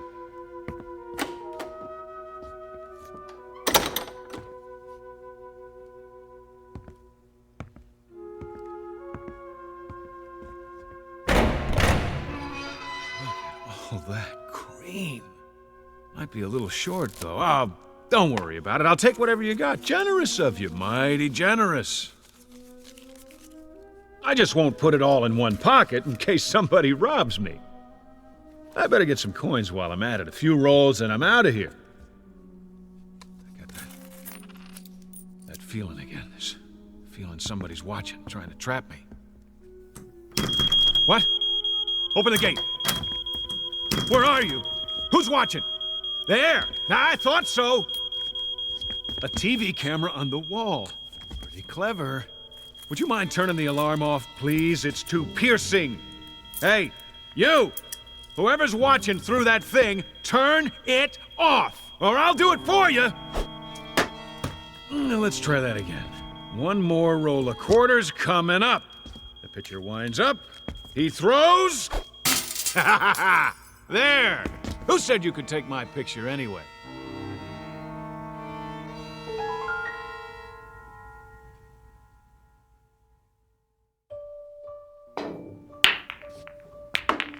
Nice. 2 balls on the break. Now all I gotta do is run the table. Piece of cake. 8 ball, anybody?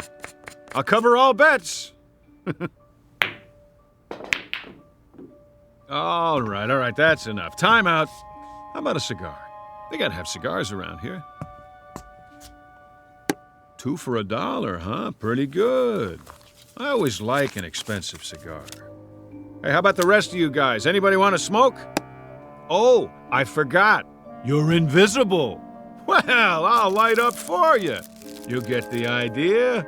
Always wanted to do this. Light a cigar with a $100 bill. Now that's what I call great taste. No big deal. Hold on.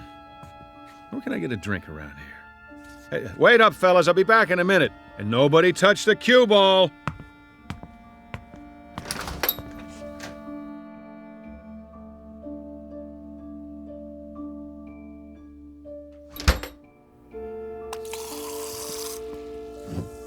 A chocolate ice cream soda with 3 scoops and a straw. That's what I like.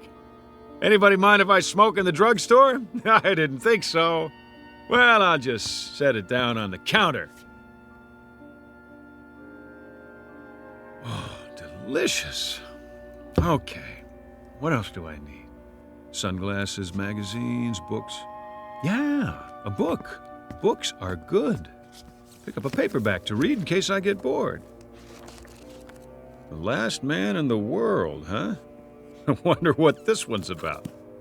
An atomic war, maybe.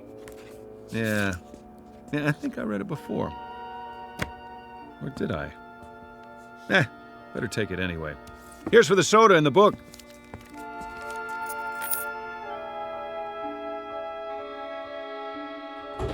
Yo! Post office! Got any mail for me today? Might help if I could tell you the name. How about John Q. Smith, Anytown, USA? No? Check again. Please, Mr. Postman. Deliver the letter, the sooner the better. Oh, relax. I'm not gonna go postal on you. Just give me some stamps. In case I think of somebody to write. Where's that coming from? Across the street? WGBN, the voice of the Midwest. Well, what do you know? This is where they broadcast from, right here in good old Oakwood. I know this station. I used to listen to it all the time. Never knew where they were.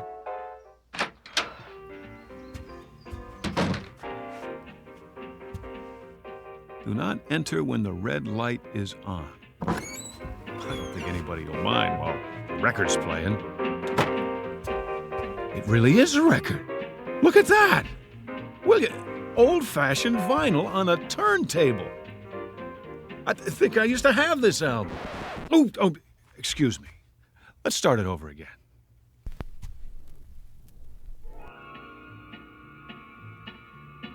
Somebody left a cigarette in the ashtray, still burning. Who? Who's here? The DJ?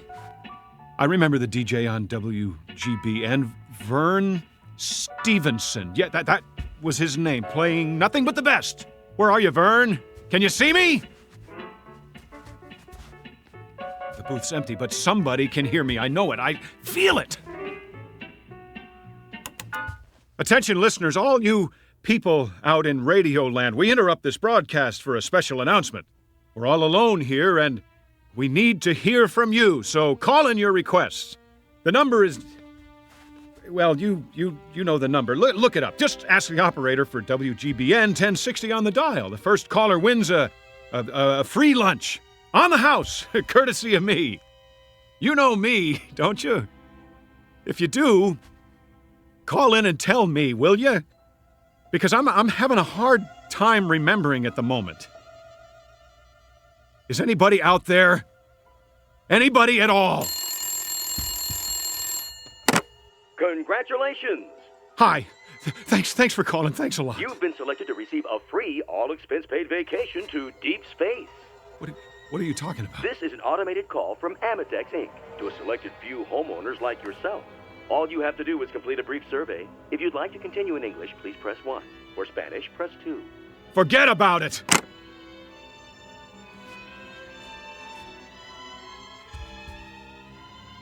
Wait a minute. The phone works. It works. All I need is a number. Any number. How do I get an outside line? Extension 1. Extension 2. None of the buttons work. Come on, I'm trying to make a call.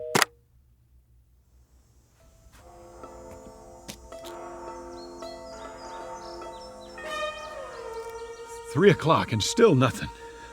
Feels like a Sunday, the longest one in history. Wonder if the movie theater's open. Why not? Maybe they got a matinee, a double feature, Pride of the Air Force and The Loner. Now that I gotta see.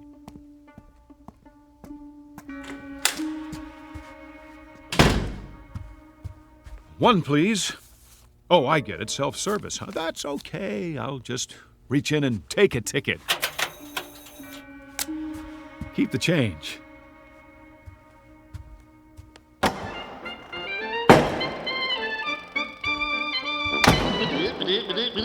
That's it, everybody. Good timing. Cartoon's over. Okay, Mr. Projectionist, you can roll the feature now.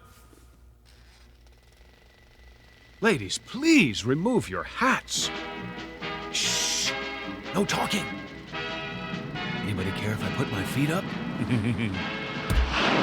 That's what I thought.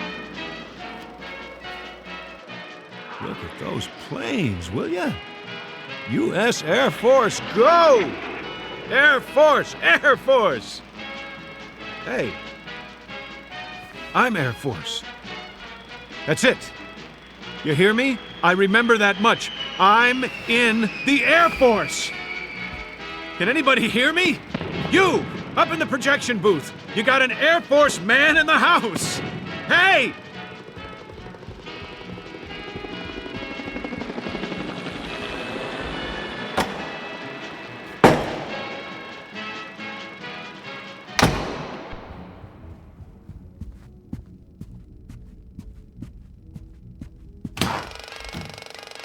Nobody here.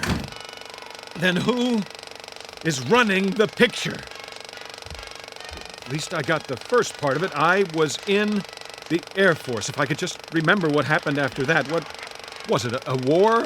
A bomb? Or something? That must have been it. A bomb. But if there was, it would have destroyed everything, and everything's still here except for the people. What kind of sense does that make?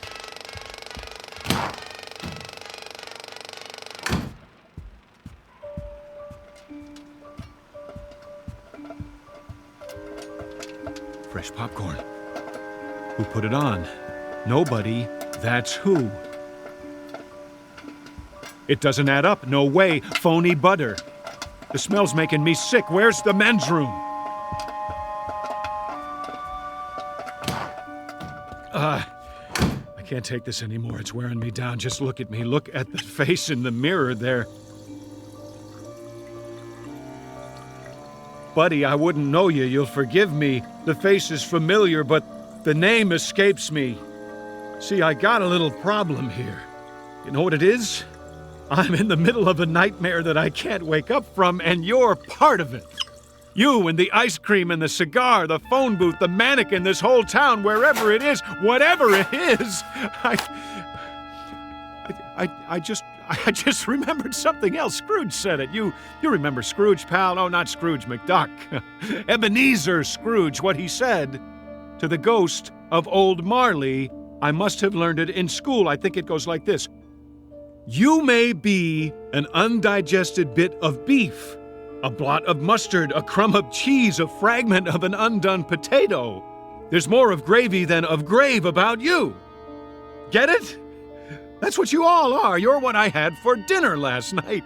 You must be, but now it's the next day and I'd like to wake up.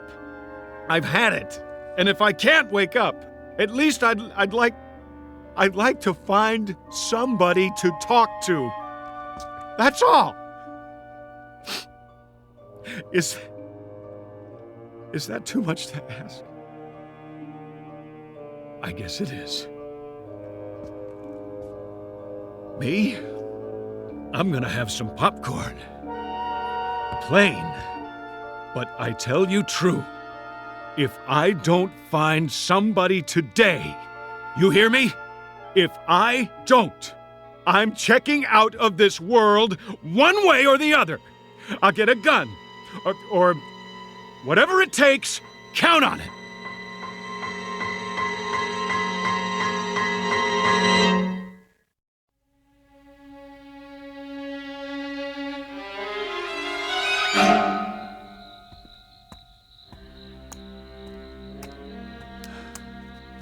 That's it then.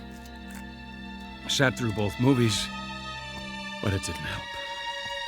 No more than the drugstore, the pool room, the radio station, none of it, all one big fat joke. Give me my money back. Here goes. Give it to me. Oh!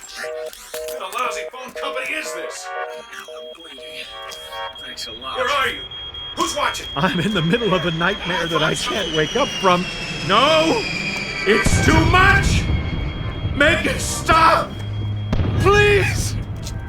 I need a gun. And one bullet.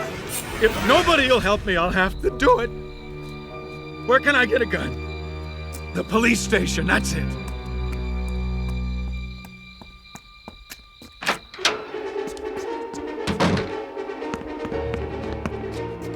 Hello? No, what's the use?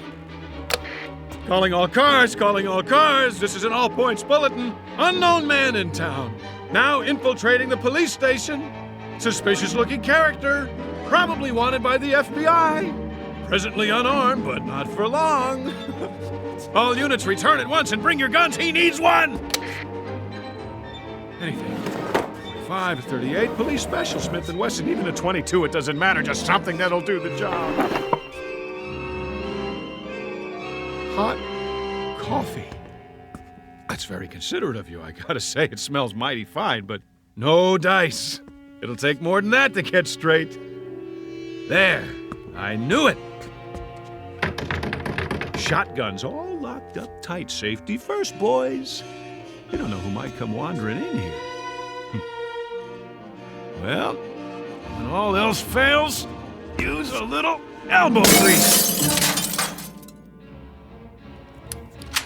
Remington 30-30 over and under. Shells right here. Now, where am I going to do it?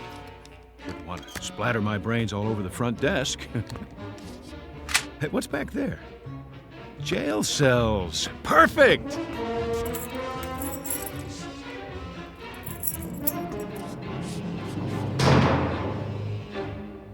Sit right here on the cot and... How? I can't reach the trigger if I put the muzzle under my chin. Wait.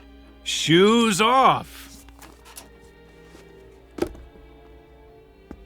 I can reach it with my toe. This little piggy went to market. This little piggy cried, wee, wee, wee, all the way home. Oh, no. Wait a minute. You can't lock me in here. I can't stand to be locked up. I've got a thing about it. Wait. No. You can't do this to me. I'm trying to finish it for you. What more do you want? Give me a chance to do it my way, please. Please. Please. It's time to wake up. It's time to wake up. That's it! Are you sure? Help him! He's had it! All right, clock him and mark the time. Now get him out of there! Come on, release the subject! On the devil! Yes, sir! Careful with the electrodes. Remove the tape from his forehead and chest. It's all right, Major. You're right. Get a stretcher! Medics, over here! Now watch his hand. He cut it on one of the dials inside. What?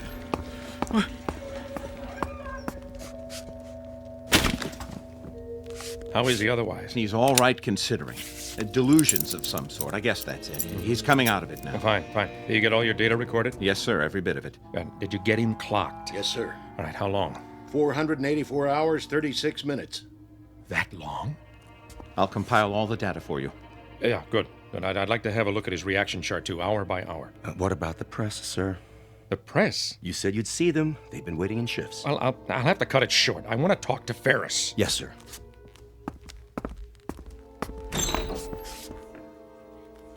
The General will now give you a statement. Sir, do you consider the test run a success? Very much so. You mean there were no problems? I didn't say that, but nothing we can't handle. Major Ferris has been in that box, 6 feet by 5 feet by 5 feet high, for something in the neighborhood of 484 hours, which is roughly equivalent to our deep space mission before rendezvous. But we've had flights longer than that before. No, not solo, and not in a capsule that small. It's a one-man mission, in a nose cone too small for him to stand up or move around. They call it sensory deprivation. Isn't that right, Doctor? Yes. You see, gentlemen, the human body, and more importantly, the human mind, isn't ready for conditions of extreme confinement. It's a new experience. Even with isometric exercises, music, optical diversion through his visigoggles, the body and brain react as if he's in severe isolation, which he is. But man isn't a hibernating animal. We're not built that way. You might say that evolution hasn't kept pace with technology, so we have to adapt ourselves in new ways. Within limits, of course. That's what the flight simulations are about. To map those limits and see if we're ready. Then this was a simulated trip to the new 10th planet. Is that right? For all intents and purposes. Why not just send up an unmanned probe? Because our exploration platform is already in orbit there. What we need now is to man it, within a reasonable flight time, even with new, faster propulsion systems. As you know, there are still problems with suspended animation, problems we hadn't anticipated. Such as? The revival methods, ice crystals in the blood, and so forth. I'll make a background report available if you need it, gentlemen. Thank you. What were those wires attached to him? Electrodes. All of his reactions have been charted and graphed. Respiration, heart, blood pressure. What happened to him toward the end? Just before he pushed the button or whatever it was. We heard him shouting inside. Sounded like he was screaming. What happened to him was that he cracked. Doctor? We assume hallucinations of some sort based on the voice recorder.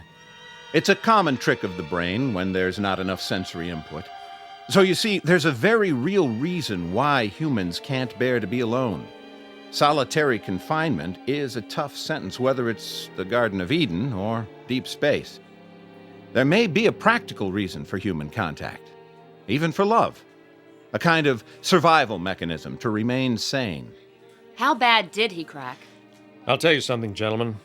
You spend 2.5 weeks all by your lonesome on your back in a 5-foot square box without ever hearing a human voice other than your own, and I'll give you especially good odds that your imagination would run away with you too. Just as his obviously did. General, I'd like to know, if I could ask you, our readers are wondering... Yeah, that's enough for now. Thank you. Captain Grant will have a press release drawn up. Should be ready in about an hour. Thank you all for waiting so patiently. Last question, General. How did you know when he was ready to come out? He asked. There are several buttons and switches inside. Each one controls a simulated function for flight.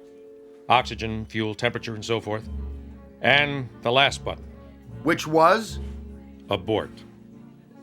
When he had all he could take, when he had to get out, that's what he pushed.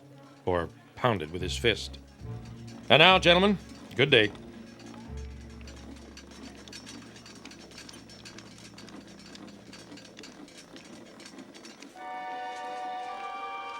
How do you feel, son? I feel much better, sir. I'm sorry. No. Nothing to be sorry for. You did splendidly. Listen, tell me something, Ferris. What was it like? Where did you think you were? Someplace I don't want to visit again. A town without people. And you finally had to get out of that town, didn't you? I sure did. What was the matter with me? I went off my rocker, huh? It's a kind of nightmare, Ferris, that your mind manufactured for you to explain what you were going through. Then we don't have it licked yet? The trip, I mean? Not today, we don't. And maybe not tomorrow, but we will. I'm sure of it. You see, Ferris, we can feed the stomach with concentrates. We can supply recreation for the eyes and ears. We can pump oxygen in, waste materials out. But there's one thing we can't simulate. A basic need. Man's hunger for companionship. That's the one barrier we haven't licked yet. The barrier of loneliness. I don't need this thing. Better get a thorough physical first. Okay, but I can walk the rest of the way.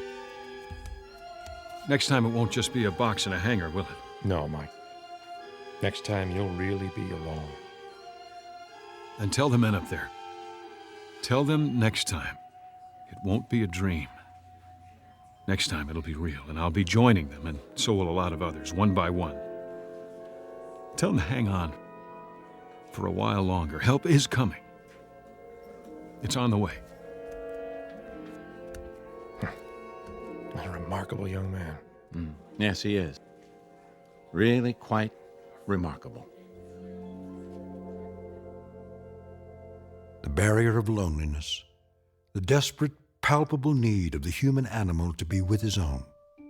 For up there, beyond the vastness of the sky, in the void that is space, is an enemy known as isolation.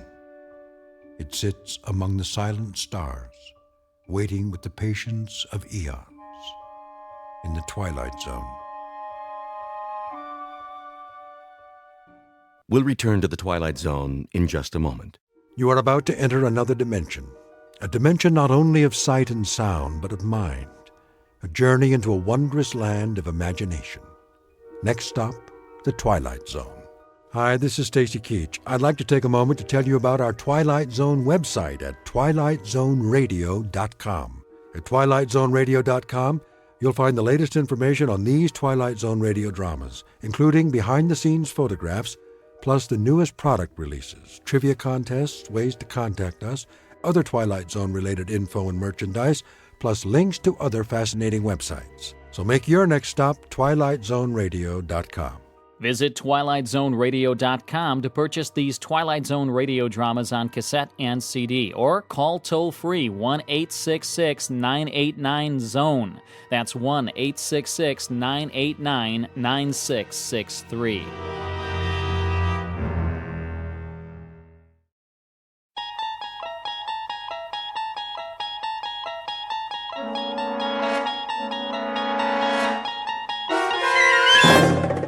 You unlock this door with the key of imagination. Beyond it is another dimension, a dimension of sound, a dimension of sight, a dimension of mind. You're moving into a land of both shadow and substance, of things and ideas. You've just crossed over into the Twilight Zone.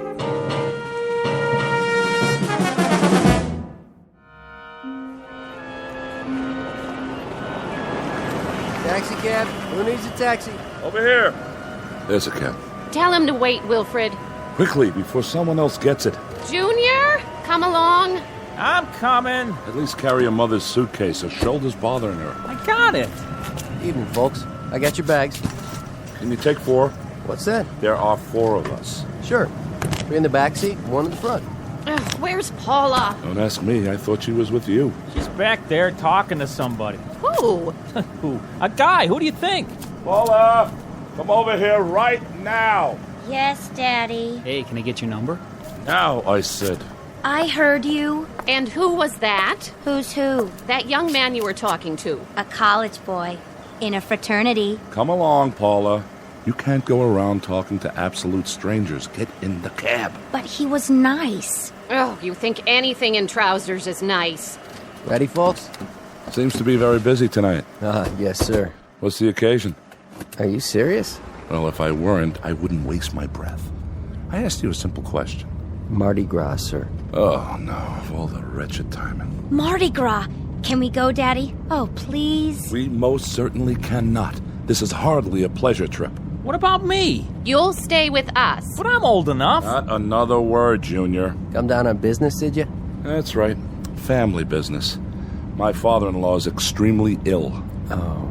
I'm sorry to hear that. What's the address? 1427 Wistria Lane. Do you know where that is? Sure do. That's in the Garden District. Some nice places around there. There are indeed. And this is one of the nicest. A very valuable piece of property. I'll bet. Can I ask a question? Ask away, son. What's the drinking age in New Orleans? Junior! I just asked. Driver, how do you turn the light on back here? Now what in the world do you need a light for? So I can see myself in the mirror? I have to fix my hair. Will you all please try to control yourselves? No one wants to be here. That's understood. But now that we are, we'll just have to make the best of it. Step on it, driver. We don't have all night. Yes, sir. Put on your seatbelts, please. I know a shortcut. Otherwise, we'll never get there. They don't call it Fat Tuesday for nothing. Meet the Harpers. Not your typical American family, perhaps, but people who belong together, like birds of a feather. First, there's Wilfred Harper, father and husband, a money-hungry, conniving sort with shifty, piggish eyes that reflect the contents of his soul. His wife, Emily, on the fading side of 45, with a petulant, mousy face and a voice to match, a thin-lipped hypochondriac. Then there's Wilfred Jr., with a face devoid of any suggestion of character. He has inherited much of his father's avarice and all of his mother's weakness. The combination gives him a half-hungry, half-cruel look that one usually finds on cornered animals. And his teenage sister, Paula, a vast desert with only one structure on it, a mirror. She is committed to her own appearance and nothing else on earth. These four received a phone call concerning the health of Emily's father, one Jason Foster, who lies dying in his mansion. Soon we'll meet Mr. Foster, a tired ancient who on this particular evening will leave the earth. But before departing, he has a few things to do, some services to perform, some debts to pay, and some justice to mete out. Because this is not only New Orleans at Mardi Gras time, it's also the Twilight Zone.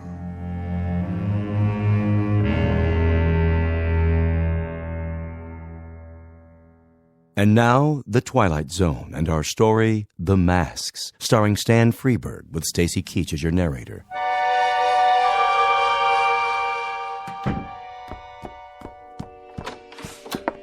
How do, Nola? Jeffrey? Give you a hand with that? Oh, thank you kindly. Crowded downtown? Yeah, the biggest Mardi Gras ever. At least that's what it looks like.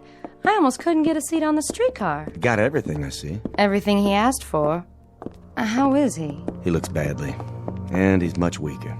Ever so much weaker. Can't say as I'm surprised. He wants to be advised when his relations arrive. Knowing his relations, I'm sure they'll make themselves known. You're right about that. The doctor still here? Mm-hmm.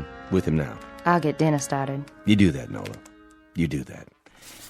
Oh, my. A sad and mournful day.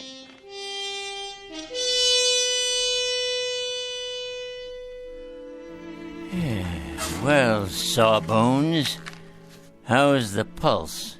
How do you think? Too fast, too weak, too uneven? For what? What do you have in mind? Where were you when they taught bedside manners in medical school? Trying out for the soccer team? Huh? I've been your physician, Jason, for, how long is it now? 42 years.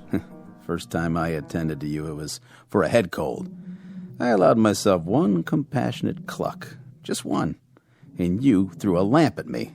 That established the pattern right then and there. Yeah, that's why I've suffered your inept ministrations all these years. Your candor has been a refreshing departure from the modern medical norm. I ask you a straight and simple question, and you give me a straight and simple response. What is it, Jason? The oft-asked question of the condemned man. How long? Well, there's really no telling. How long have I, Sam? A week? A day and a half? Huh? Or is there no need to wind my watch to cover the exigencies of the next 4 hours? My guess is that you may now measure your life in moments. I think it could come at any time. That you've lasted this long, Jason, is a tribute to an inner strength most of us are not privileged to possess. Nonsense. It's a tribute to a streak of recalcitrant, cross-grained, unaccommodating orneriness. And the fact that there are one or two things left for me to do on this earth. That's why I must stay alive, at least until midnight. I hope I see you tomorrow, Doctor. I'm sure you shall, God willing.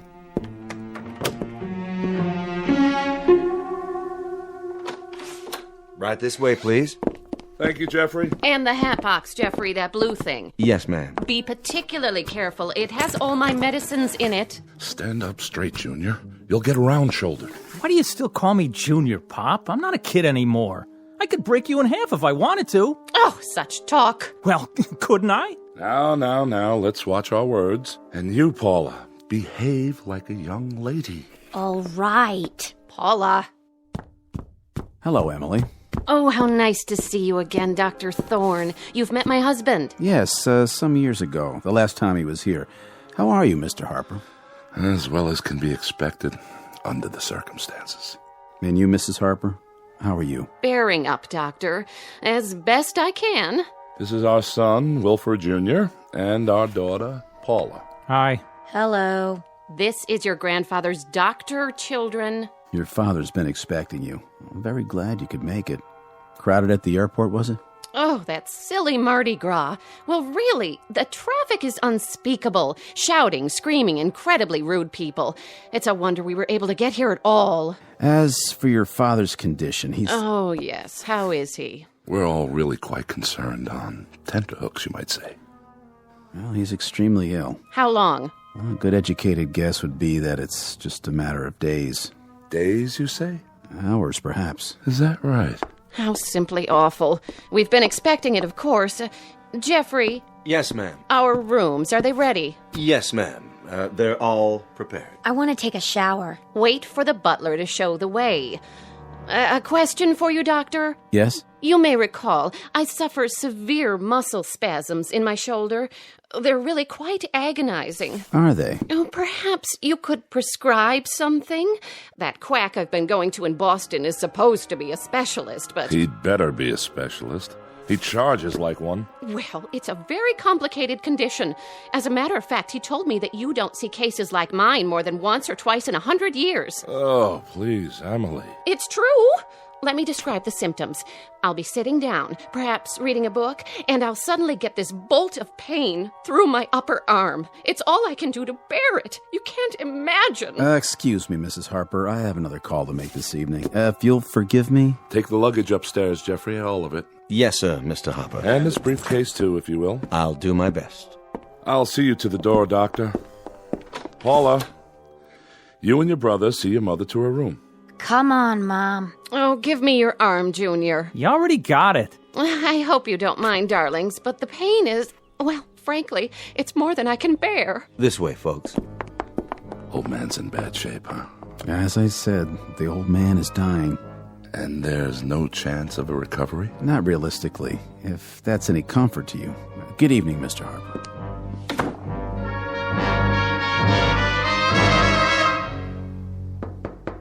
Father? Don't worry, I'm awake. Well, don't just stand there. You may as well come in, all of you. How are you, Emily? Bearing up, Father. Bearing up? Heh. You sound like Job, itemizing his calamities. What is your illness this month? Oh, never mind. I'll bully through. What are you doing there, Wilfred? Oh, just examining this piece of porcelain. Wedgwood, isn't it? Yes, and quite old. Say hello to your grandfather. Hello. Hello. I see Paula has found the mirror. It's my hair. I can't do anything with it. You are four of the most changeless people on Earth. Do you realize that? Huh? Oh, I don't like being ill, if that's what you mean, Father. Don't you?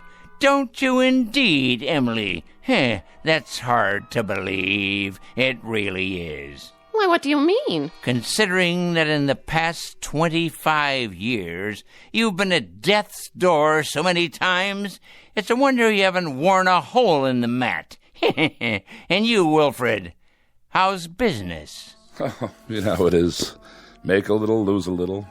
It's a struggle, but I managed to keep my head above water somehow. Your head above water? That's a good one. I think the only book you've ever read, Wilfred, is a ledger. If someone were to cut you open, they'd find a cash register in place of a heart, a profit and loss column instead of a spine, and liquid assets running through your veins instead of blood. Really, that's not fair. Really, it is. And you there, Paula, putting on a fresh coat of lipstick before speaking further, I see?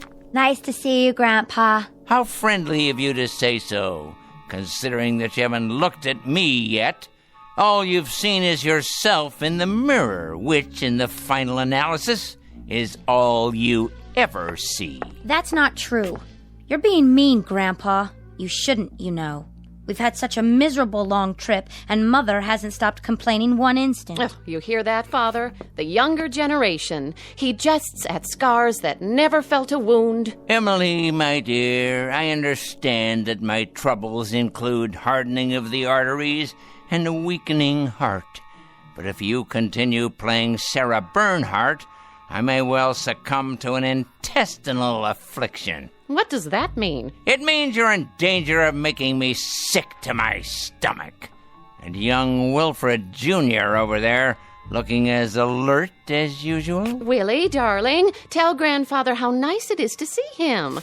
It's very nice to see you, Grandfather. Looks like an English bull, talks like a parrot. How gracious and unselfish it was for you all to come and see me. Father dear, wild horses couldn't have kept us from you. Not even my own agony. Well, I hope you survive, Emily. You're to have an excellent dinner this evening. And then I've planned a surprise. But, Grandpa, it's Mardi Gras. I was hoping you'd know of some parties. We're having a party here, Paula. We are? Have you invited any boys? Better than that. We'll have a marvelous time. I've arranged for us all to wear masks. Masks? How droll, Jason, masks. I swear you people don't just celebrate tradition down here, you succumb to it. I think you'll find that there's absolutely nothing traditional about them. Masks, huh? Well, it might be kind of fun. It shall be, my boy, it shall be. Perhaps not the same degree of satisfaction you receive from torturing small animals as I've seen you do in the past. Oh, come on, Grandpa. I haven't done that in a long time. Willie is doing very well in school now, Father. He made the football team. A chip off the old block, I'm sure. Well, now, why don't you all prepare for dinner? I think we'll have an interesting evening. As a matter of fact, I guarantee it. As you wish. Will we see you downstairs? I wouldn't miss it for the world. Come, children. Emily. Everything all right, Mr. Foster? Jeffrey, get the masks and place them in the study, if you will. Those masks? Yes, those masks. You know the ones. Yes, sir. A tremendously interesting evening for all, I promise. Come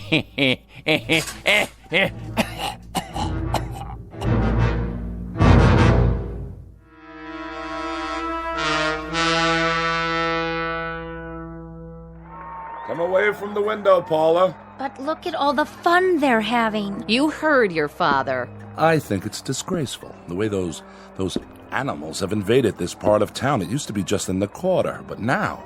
I want to go with them. Paula! Well, why not? The most exciting night of the year, and we're stuck in this mausoleum. The whole city is out there dancing, and what do? We have a death watch for a crazy old man. Cool it, sis.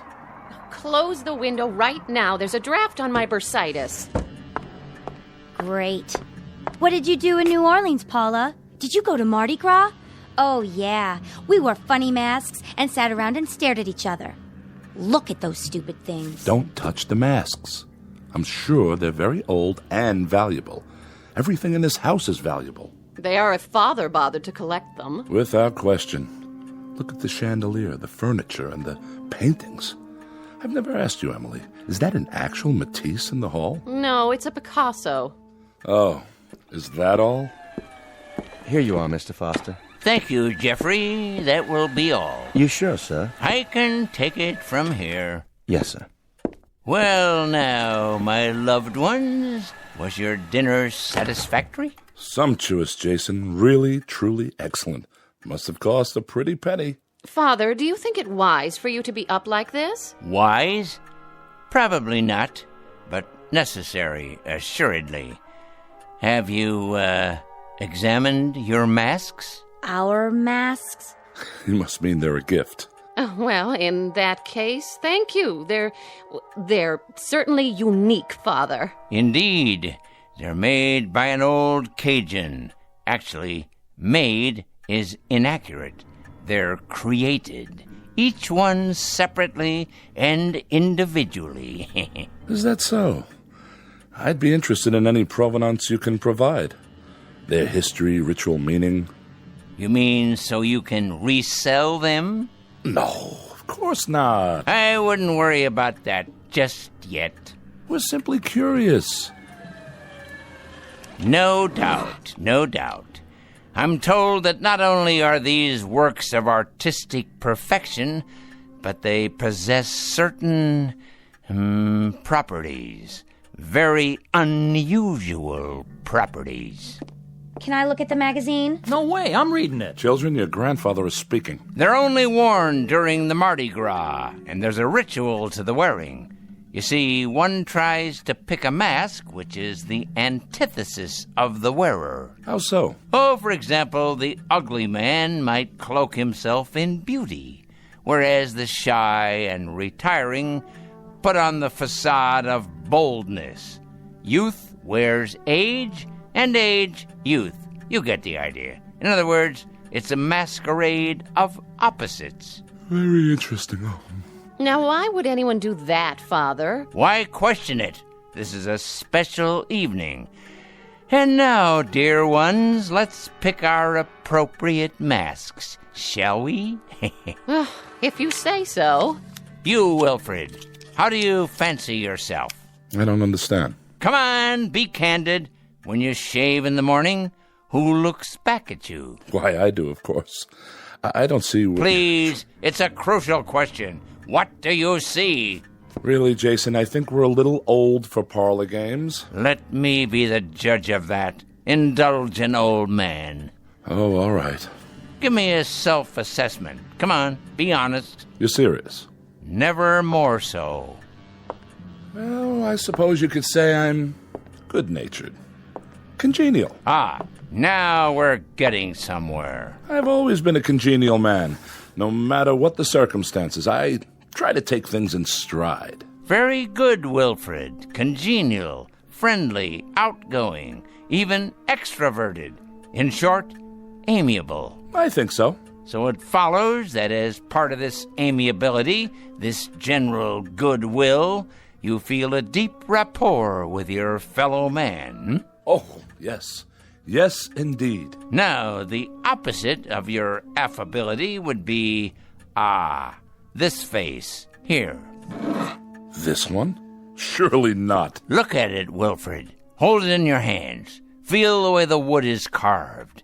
The angry, feral lines, the gnawing, rat-like teeth. The opposite of the way you see yourself, remember? Charming. I take your point. Hardly an appealing image, though. Live with it a while. Try it on. Come on. It has great subtlety. The features reflect greed, avarice, cruelty, like a predatory animal. In short, all the character traits that you don't have. An ironic choice. wouldn't you say? Quite. And now, the brave lady on the couch. Oh, really, Father? I don't feel well. I'm not up to... Of course you are, my dear darling daughter. You're up to anything. Your courage dictates that you accommodate a relatively brief period of self-sacrifice. It should come naturally to you. How about this one? But it's hideous. Of course it is. Look at it closely, my dear. The face of a sad, sniveling, self-centered coward, flabby and without character. Fearful eyes, no chin at all, in contrast to your own bravery, your doughty, intrepid strength. Well, I suppose it does serve as a contrast. Next, the one over there, who walks in beauty like the night. What? Pay attention. Your grandfather is speaking. If you want to know, I think this whole thing is a bore. Paula! Well, it's the truth. Wear this one, just for a short while. All right. But it's horrible. Ah, look closely. The round porcine features. It's the face of a pig, with beady eyes, puffed out jowls, and a shiny pink snout. A self-indulgent face that's never satisfied. Not like you, my dear. It has none of your heart, none of your selflessness, none of your great concern for others at the expense of yourself. Well, if you put it that way. And last but hardly least, the timid one over there, the gentle and quiet Wilfred Jr. Oh, come on, Grandfather. But you haven't seen it yet. What's this one supposed to be? You're opposite, my boy. The face of a dull-witted, stupid clown. Thanks. Notice the low brow, the bulbous nose, the slack, oversized mouth, as opposed to your own manful refinement, your courteous, deferential gentility. Yeah, I get it. And now, we're almost done. What about your mask? This one. But that's a skeleton. The face of death, because I'm alive. Understand? I'll wear the very thing that stalks me at this moment. No, you don't mean that we actually have to wear these hideous things? I believe I explained that. Only for a few hours, I should add, until the unmasking. And that's at midnight. Paula, you'll break it. I don't care. Everybody else can do what they want. I'm not wearing mine. Then I'm not either. I'm afraid, Jason, that we're somewhat at odds here. Not really, Wilfred.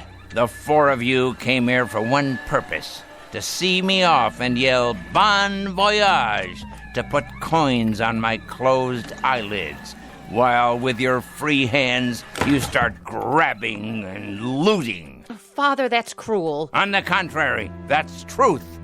You came here to reap everything I've sown, to collect everything I've built, to covet everything I possess. And I'll not disappoint you.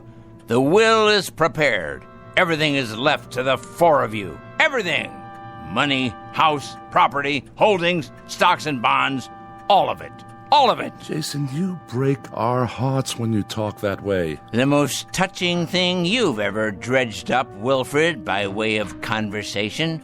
But I must emphasize this little addendum. One small proviso. You're to wear those masks until exactly midnight. Not a moment more, not a moment less. What? I don't believe this. Really, Father? Mark my words, if you take them off, if you do, you'll each receive from my estate the equivalent of a ticket back to Boston. And that's it. That's it. That's absolutely, positively all. Never fear, we won't be spoil sports. If this is your pleasure, we'll indulge you. Quite happily, I might add. It's the least we can do. Oh, you're joking. It smells old and musty. Who knows where it's been?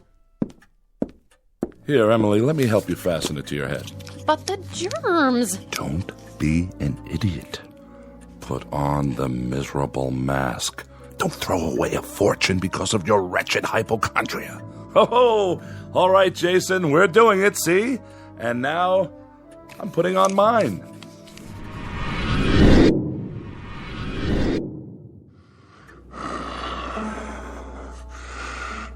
Where do I look, everyone? Oh, Paula! Willie! Do as your father says! What do we do now? Dance, sing, or vote for the ugly prize? You win, sis. Man, look at the snout on her. Very good. And now, dear ones, it's my turn. Now let's all wait for the stroke of midnight, when all things will be revealed.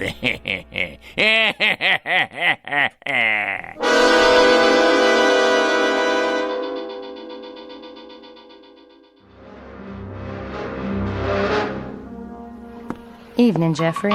Nola? How's Mr. Foster doing? He's up and around. He is? Mm-hmm. In his electric wheelchair. I took him into the study. That man. I reckon he wants to spend time with his relations. Well, they look like they don't want to spend time with him. Let me ask you something. What does he plan to do with those masks? I think he wants to play a game with them. With the masks or his people? Beats me. He better be real careful. Why's that? He had me buy those masks down in the quarter. Wanted them made special by some witch man who does voodoo and such. I told him, Mr. Foster, don't you go messing around with that stuff. That's the devil's work. Nola, he said, don't you worry. I know what I'm doing. I surely do hope he was right. Me too. Once you go that way, there's no turning back. That's the truth. Help me put away these dishes, Jeffrey. It's getting late.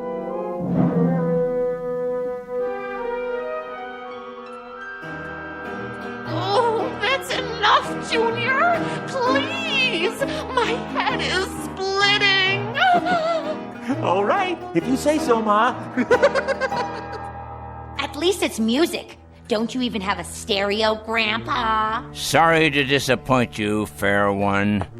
Well, this is a blast and a half.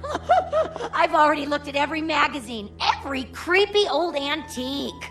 Not everything, Paula. There's no end of treasures in this room. Like what?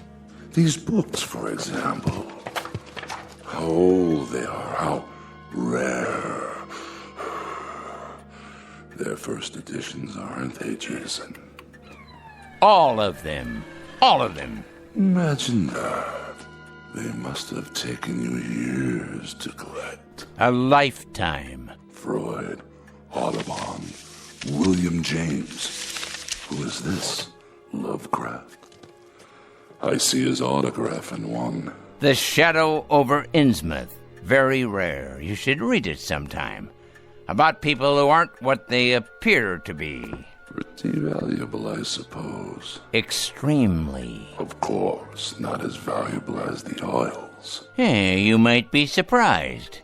Although the paintings have been appraised at several $1 million. That much? Oh, Father, is it close to 12 yet? Patience, Emily.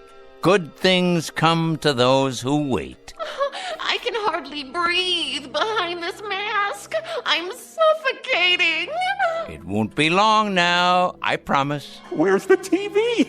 You gotta have a TV. Sorry, no cartoons for you tonight. Oh, we don't need entertainment. Why would we? We're rocking out right here in this room. We're getting down, aren't we? Having a ball. We're raising the roof. Party on, everybody.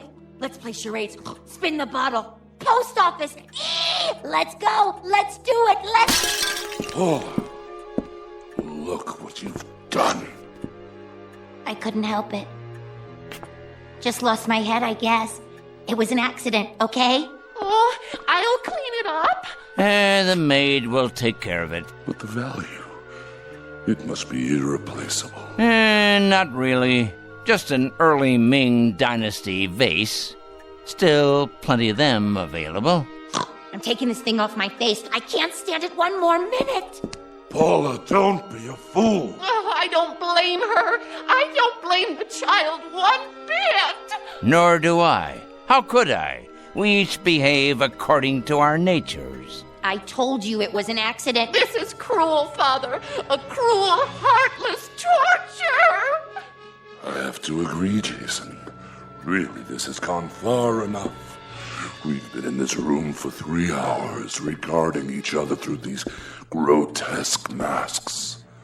There's a limit, and we've all reached it. I must tell you, as far as I'm concerned, this is nothing more nor less than madness. Junior, what are you doing? I've had it too. I am not a bozo. Oh, please, Father, please let us take them off. Jason, we're waiting. Speak to us. Have you all had your say now? Anything more from you, Paula? Junior? Emily, the flower of my loins? Or you, Wilfred, the benevolent captain of industry? Is there anything else you have to tell me? Speak now or forever hold your peace. Only that I'm feeling buried alive. I agree with Dad. I think anybody who would do this is out of his mind. Please, Pop, let us take them off. I appeal to you, Jason, from the bottom of my heart, for the sake of my family, for all of our sakes. Open the window to the street for me, would you? One last time. If you like. But my Mercedes! Shut up, Emily. Ah, the sounds of the night. They come from far and wide to partake of pleasure. A joyous celebration of life, unlike you who are without joy. I don't think that's fair. Of course you don't, because you are the object of this particular jape. Listen to them out there. Do you hear whining, complaining, anger? I don't. I hear happiness, simple pleasures, food, drink, the joy of being together, of being alive, as if they know it's fleeting, precious. But those of us in this room, we have a different agenda, don't we? And what of you? What do you get out of it? Satisfaction. A kind of grand culmination. Close the window. What is it? It's what you've been waiting for, I believe. The anointed time when you can all dig deep into the treasury. You're feeling weaker, Father? Ah, at last. A note of hope in your voice, Emily. Why must you say such miserable, cruel things to me? To all of us. What have we ever done to you? Because you're a pitiful excuse for a family. That's why. This is the only language you understand. If only we could respond in kind. If only we could open up to you without restraint in the same way you speak to us. If only we could tell you what we think of you. Fine, Wilfred. Excellent. The truth at last. You've masked not only your faces, but your minds. Speak what's in you now. You're a twisted old man. Yes! Yes! Tell him, Daddy! You dangle us like puppets. You always have, taunting to get a response. You play with us as a cat does with mice. There is no humiliation you wouldn't subject us to. And for what reason? We've done everything you wanted, always. We've remained at your beck and call, your slightest whim. My whim? What have I ever asked you to do before tonight? You visit when you see fit and have nothing to say when you do. Well, we do now. We sure do. You're a stinking old man. That's what you are, and it's time you died. Past time. Why don't you? Even the clown has found his voice, huh? I agree with them. Do you hear me, Father? I agree. It's time you let go of your grip on us. My grip, indeed. I have no grip on you. I tried to hold you once, but none of you respond to love. You, Emily, You respond only to what your petty self-absorption dictates. That's enough, Jason. Wilfred responds only to things that have weight and bulk and value. He feels books with his hands. He doesn't read them. He appraises paintings. He doesn't seek out their truth or their beauty. And Paula has lived her life lost in a mirror. The world is nothing to her but a reflection of herself and her brother. Humanity to him is a small animal caught in a trap to be tormented.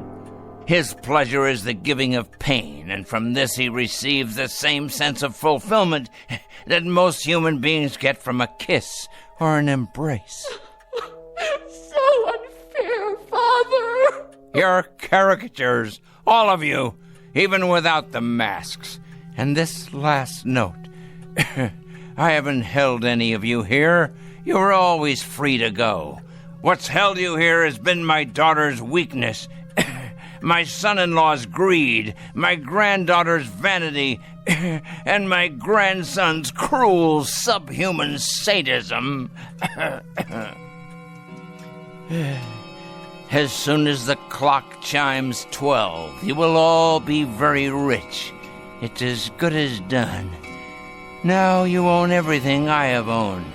You've kept your bargain. You've worn the masks. So now enjoy yourselves, my pretties. Live full lives. And may God have pity on you.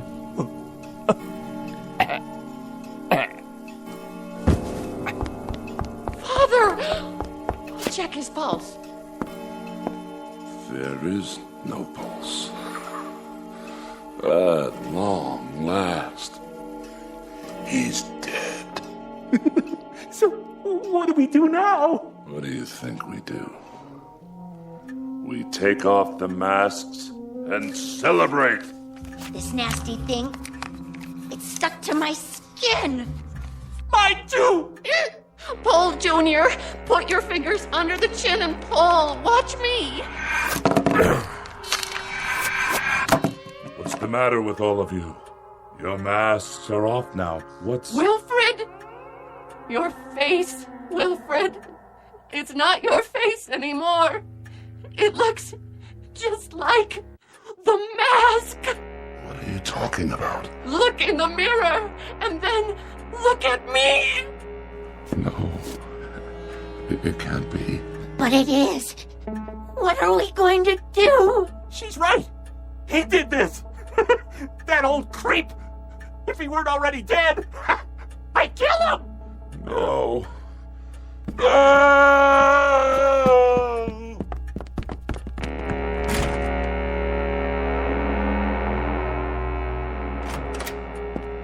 Mr. Foster, are you all... Mr. Foster? Mr. Foster? Sir! Call the doctor! Nola! Call him now! Where is he? In here. I called you right away, even though I knew. Strange mask. Like a death's head. Where are the others? In the room, sir. They practically ran upstairs. Jason. I'll take this mask off for you. You won't need it now, old friend. Would you just look at him? His face. So peaceful. Oh, Mr. Foster. Mr. Foster, sir. Don't cry for him, Jeffrey. This is his true face. Not a line on it. Not a care. No horror, no fear. Nothing but peace. I'll call the funeral home. This way, sir.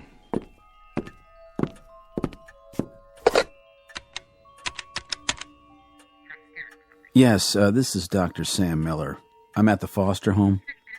Yes, that's right. Mr. Foster has passed away. Time of death, 12 midnight.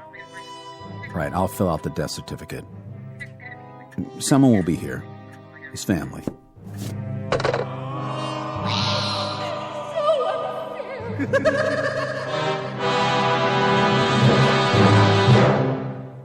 Mardi Gras incident. The dramatis personae being four people who came to celebrate.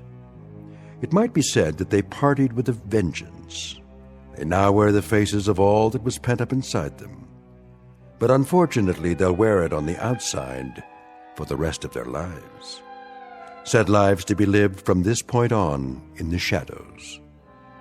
Tonight's tale of men, the macabre, and masks in a section of the Big Easy called The Twilight Zone.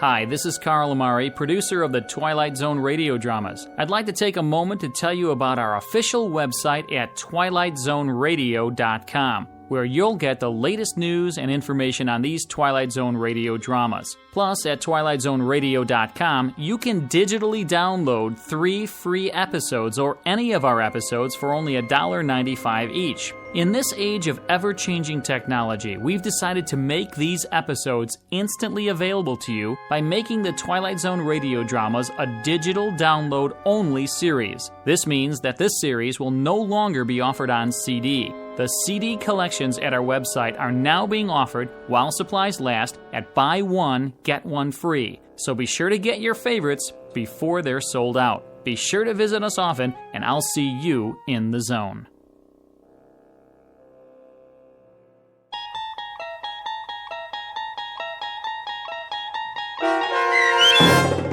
The Masks, starring Stan Freberg with Stacy Keach as your narrator, was adapted for radio by Dennis Etchison and written for The Twilight Zone by Rod Serling. Heard in the cast were Mike Starr, Maggie Carney, Craig Brawley, Elizabeth Lado, Jeff Lupetin, Doug James, Kurt Nabig, Sarah Marks, and Carl Amari. To learn more about the Twilight Zone radio dramas and to obtain audio cassettes and CDs of these programs, visit our website at twilightzoneradio.com. The producers of The Twilight Zone wish to thank CBS Enterprises, Carol Serling, Dennis Etchison, Dick Brescia Associates, Claire Simon Casting, Terry Jennings, XM Satellite Radio, Sirius Satellite Radio, our sponsors, and our radio affiliates for helping make this series possible. This copyrighted radio series is produced and directed by Carl Amari and Roger Wolski for Falcon Picture Group. Doug James speaking.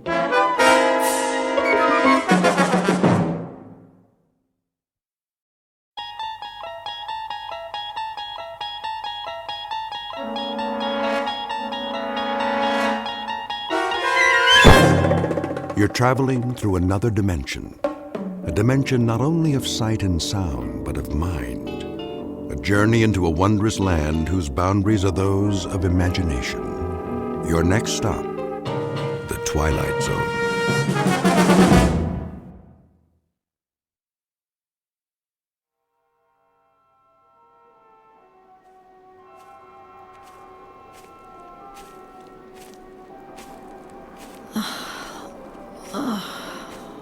Я така змучена.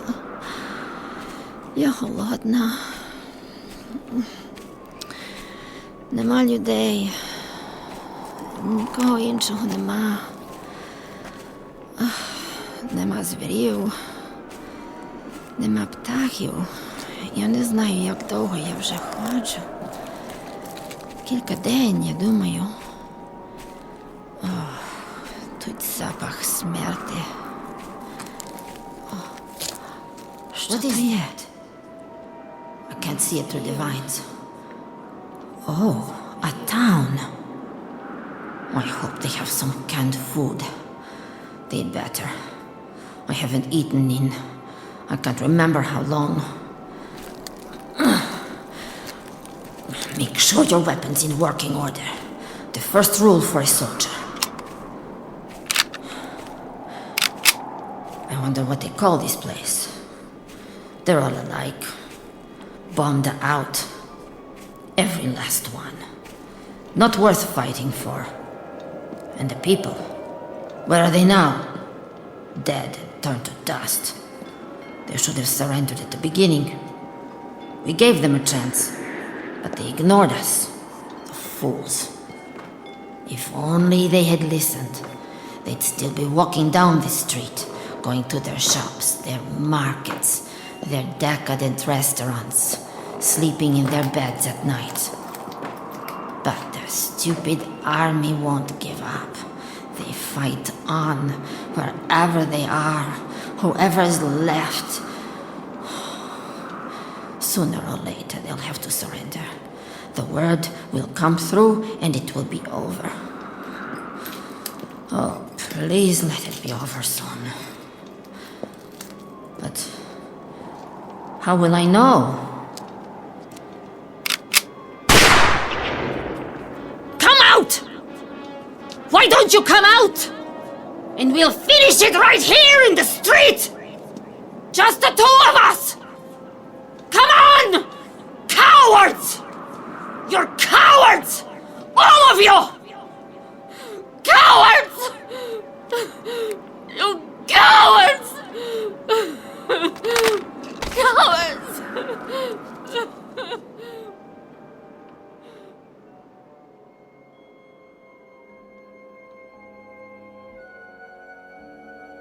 This is a jungle built by natural forces to honor disuse, commemorating a few eons of nature left to its own devices.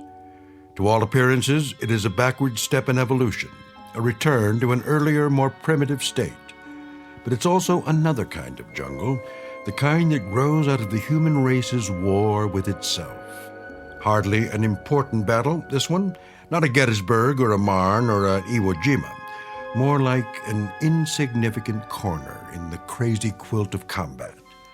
But it was enough to end the existence of this little city. It's been 5 years since a human being walked these streets. This is the first day of the 6th year, according to the old calendar. The time? Make it 100 years from now, or sooner. Or perhaps it has already happened 1 million or 2 years ago. And into this lifeless setting has just walked a soldier in a tattered uniform. She's doing what she was trained for, and with no order to the contrary, she's locked into searching and destroying or merely surviving.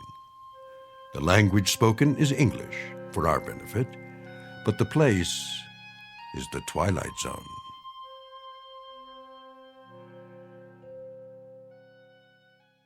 And now, The Twilight Zone and our story, 2, starring Don Johnson, with Stacy Keach as your narrator.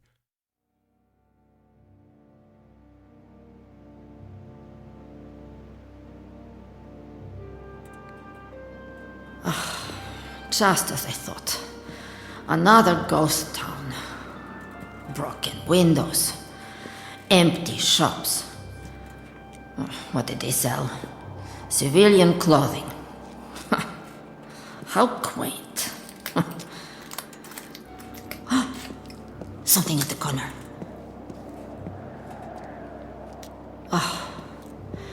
An old army truck. But which army?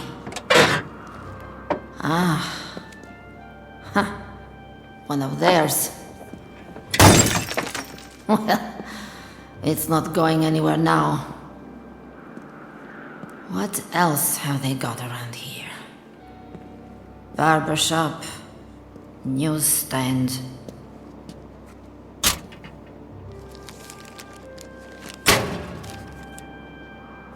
Pictures of the war. Troops landing. Big news. Years ago. Restaurant. Not much business today. There has to be a service entrance. But where? In the alley.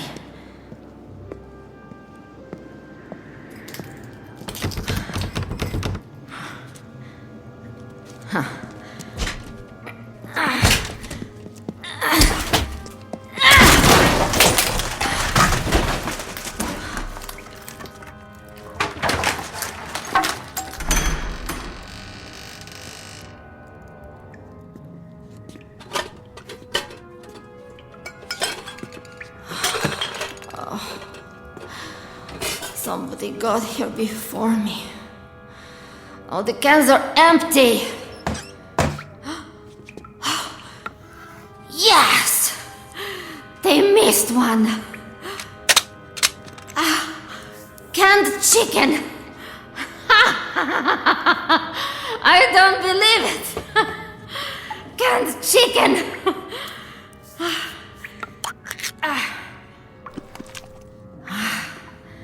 Smells fine.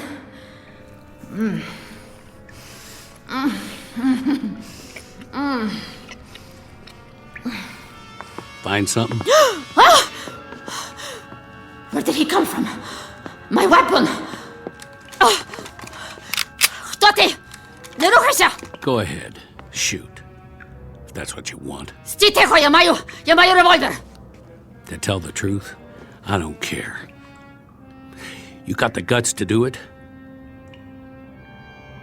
I didn't think so. You don't want to fight any more than I do. Put the rifle down. I said give it to me. No! Ow! What do you do that for? What are you, crazy? Let go of that frying pan. You could hurt someone. Ty mi wróg! Stój ticho! He's the enemy. A pawn of the state. That's better. Now, will you please relax? I'm not going to harm you. Got it? If he touches me again... Nie torkaj mnie! Nie czepaj mnie! Well, now, I don't speak your lingo. But you're either telling me you're glad to see me or go to hell. Which is it? Widzi David mnie. Widzi David mnie. Słyszy mnie. Ah, knock it off. I'm just a soldier like you. Nice uniform, by the way. A little ratty, though. Ought to do something about that. Plus, it's the wrong color. Let him have the gun. As long as he leaves me alone. He's a filthy, horrible animal. Can't believe there's food. Must have missed it. 1 dozen chicken drumsticks, fully cooked. Safety sealed for your dining pleasure.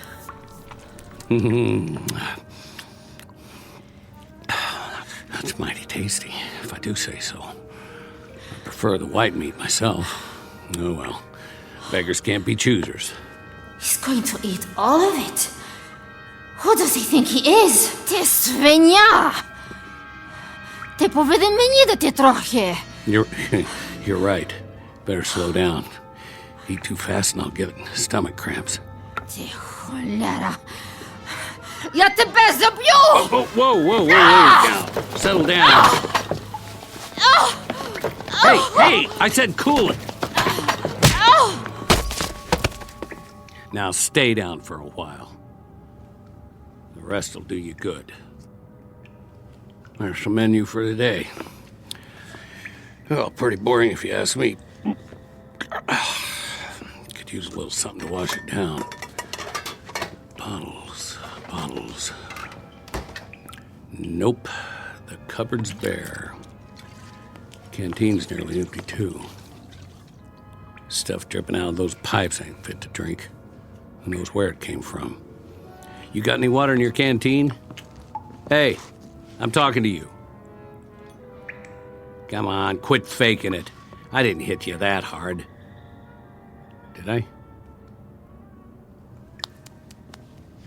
Out like a light. Hardly anything to her. Skin and bones. Must not be eaten regular. Let's see what you're carrying in that belt. One last swallow. Okay, keep it. A few rounds of ammo. What's in the holster?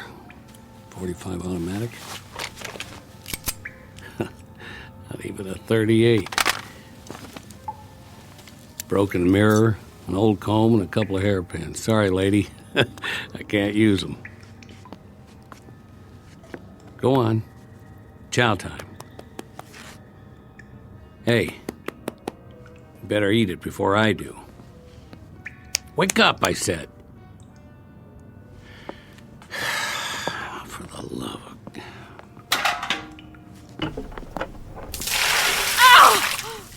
Easy. Easy. Now, no more fighting, got it? Eat, invader. What do you want, a printed invitation? Dinner is served. Jaw's not broken, is it? I didn't think so. That's it. Go ahead. Not bad, huh? There you go. Food, good. You follow? Me, Tarzan. You, Jane.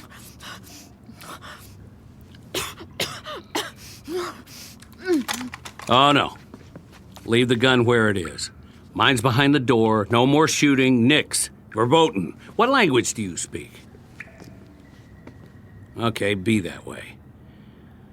Look, the only reason I can see for us to fight is that your uniform is a different color, and that's not good enough anymore.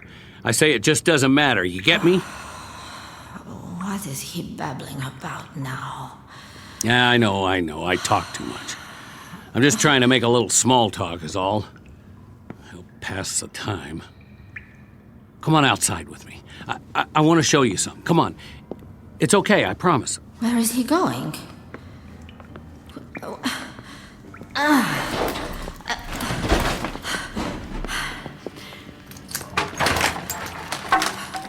Over here. The street. Now take a good long look. What do you see? Bombed out buildings. Weeds. Torn up asphalt, broken glass, caved in roofs and bullet holes. We're lucky we don't have any in us. And you know who shot up the place? Trigger-happy infantry, like you and me. All that firepower, and for what? Nothing here but a bunch of skeletons. Bodies they didn't even bury. The future of city living. Comprende? Capiche? Had to bring your weapon, didn't you? Well, who you gonna shoot? I know. The old ways die hard. I got mine too. See? Same as yours.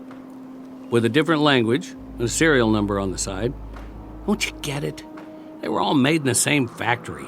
Somebody wanted us to fight so they could sell these and bombs and planes and missiles and I don't know what for cold, hard cash for the economy when there was one. And now it's over. No more countries or borders or noble causes or dogs or birds in the trees. All gone, blown away. Use your head. What's the sense in fighting? Who's the enemy? Can you tell me that? Hear ye, hear ye. Know ye by these presents that I do hereby declare peace upon the entire world. As of this day, this war is officially over. The silent majority. They never did have much to say. But you heard it, didn't you? So that means the motion passes. A majority of 2. Where are you going? Don't you like my company? I'll admit I'm a little mouthy sometimes, but I can button it. You'll see. Give a guy a chance. You know, I'll bet you're really very pretty under all that dirt. Parlez-vous pretty? Let me see. Tres Belle? Bonita? Oh, I know what you're thinking. Don't worry, I'm not that kind of guy. If I go on blabbing, we'll end up in another fight. If I could just make a better impression. I'm going in that storefront over there. See that red and white pole? They call it a barbershop. Well, they used to. It's about time I got cleaned up. Make a new man out of me. Then we can start all over again. Just don't you run off with somebody else while I'm gone.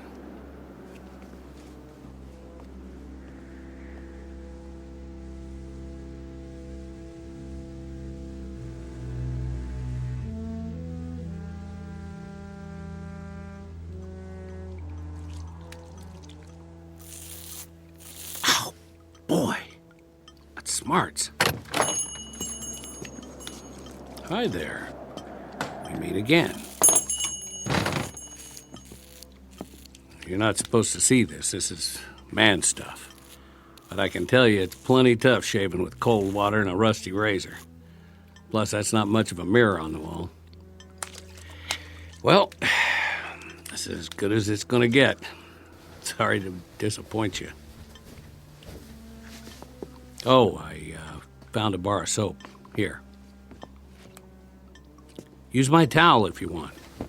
Oh, by the way, I'm taking the straight razor with me, so don't get any ideas. Your turn. If you want to get cleaned up, I'll wait outside. And then we can see what there is to do in this burg.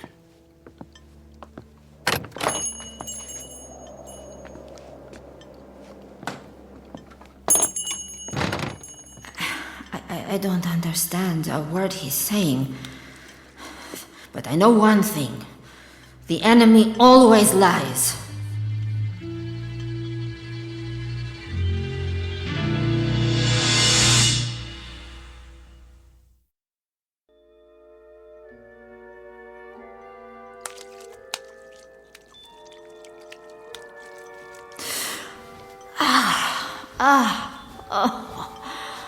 Better. A little. I almost feel human again.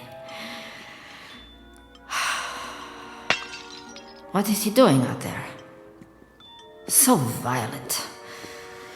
I swear, if he hits me again, I'll cut his heart out.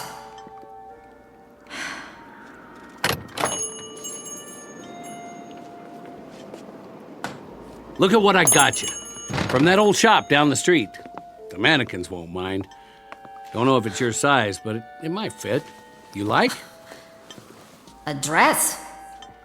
He got this for me? It's all yours.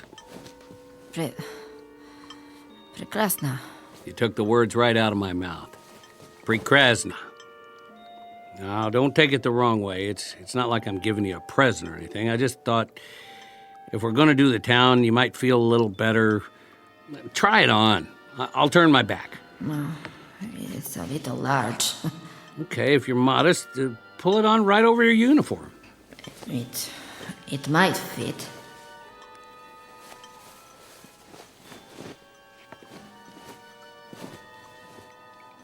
Some kind of evening dress.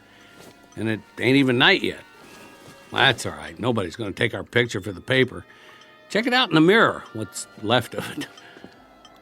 There's a little piece of glass there in the corner. See? Oh. What happened to my hair? Greasy. Awful. I need a pair of scissors.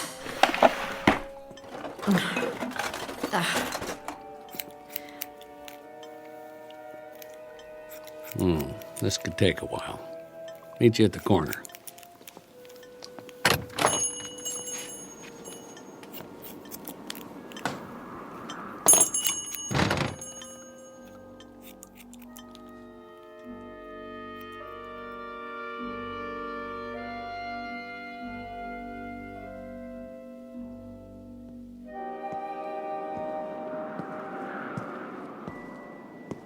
Well, what do you know? It's a female human. One more thing, though, if you don't mind my saying. You really ought to do something about those army boots. They just don't go with the outfit. Maybe we'll find a shoe store. I could use a pair of tennies myself. You don't have to walk back there. You're not a squaw. Oh, I get it. You want to keep an eye on me. Well, at least we don't have our weapons. It's not polite to shoot people in the back. His words are so coarse. What an ugly language. Uncivilized. I used to live in a town like this. Close enough. Houses on the side streets. My folks had one just like that one. See it through the vines? I'd walk home after school, stop in at Old Man Wilson's for an ice cream soda, or the mom and pop store. What is he raving about now? He never stops. Telling me his life story, probably. As if I cared. Or sometimes I'd hang out at the park. I bet they got a park around here. Of course, it'd be overgrown by now. Have to hack your way through it with a machete. But it's my duty to keep an eye on him. He might be a sniper. Or a saboteur. I don't believe it. A movie theater. You know what movies are, don't you? They have them where you come from. Sure they do. Everybody loves movies. Well, come on. I'll buy you a ticket. What? Hey, wake up in there. You got a couple of paying customers. A film emporium. To entertain the masses with propaganda. Let's sneak in. Nobody's watching. Just have to move some trash away from the door. After you. Ugh. Ugh. What is that stench? Something very bad in here. Don't you love the smell of buttered popcorn in the afternoon? Reminds me of cholesterol. You want something from the candy counter? I'll see what they got.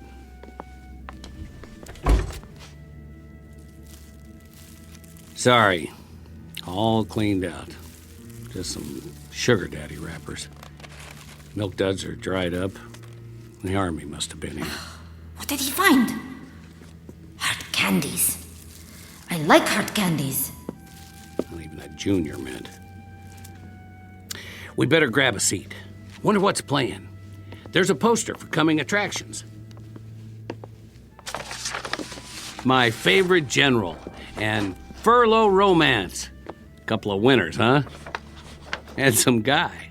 Look at the medals on his chest. And her. I didn't know they had uniforms with miniskirts. She sure got that animal look in her eye. Is it true? Do chicks go for guys in parade dress? That's what's wrong with me, huh?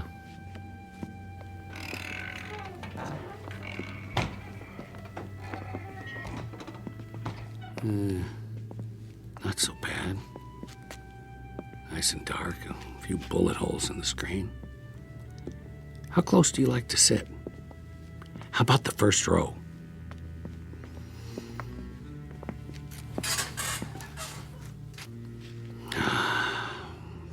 I spent plenty of Saturdays down front. All kinds of flicks.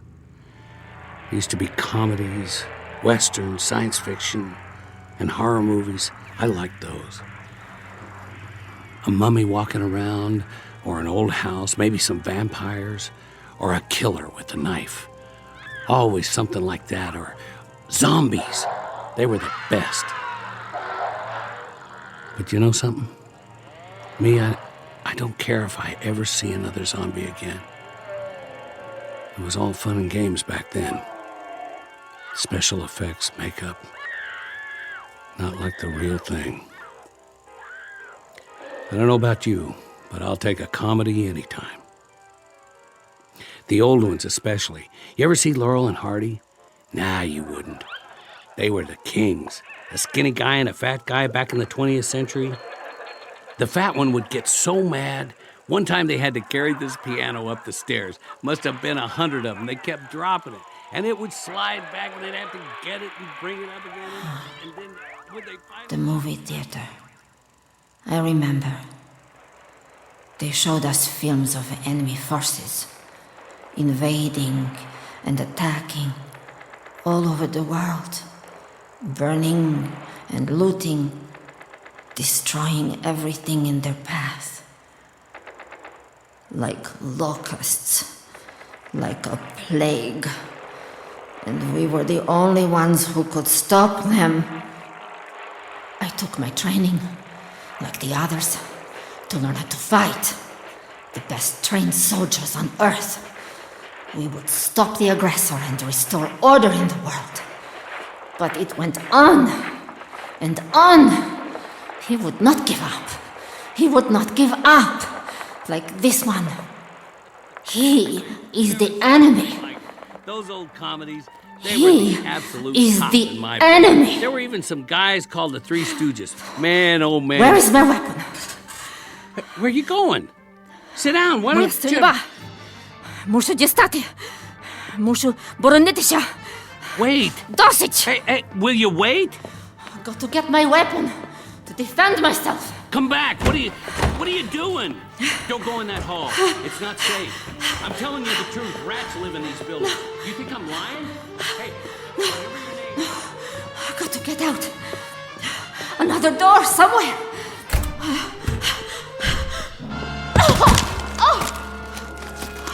What did I trip on? bones. I told you not to go. Lord, dead soldiers. They must have been trapped. Sick. Don't touch them. What's left of the bodies might be infected. Keep your hands off that gun. You'll get the sickness. Do you want to die like them? Do you? Стій тихо! Я тебе заб'ю! All right. Two can play that game. Now, you want to pull the trigger? We'll do it on 3. Maybe they're loaded. Who knows? If they didn't run out of ammo before they died, I can't even tell what their uniforms look like anymore. Of course, even if these guns fire, the barrels are probably stopped up. That could be fatal. Chamber will blow up in your face, or mine, or both of us. Your call, soldier. On my count. 1, 2. I don't want to kill him. I don't want to kill anyone. You made your point. You're tough. Me? I don't want to play. Watch what I'm doing. I'm setting this gun down again, where it belongs. With the dead. You see? Nice and slow. Now I'm going to turn around and walk out of here. If you still want to shoot, shoot. Thanks for the movie date. It was fun while it lasted.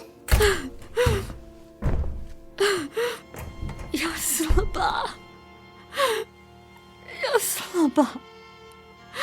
Я не можу. I'm weak.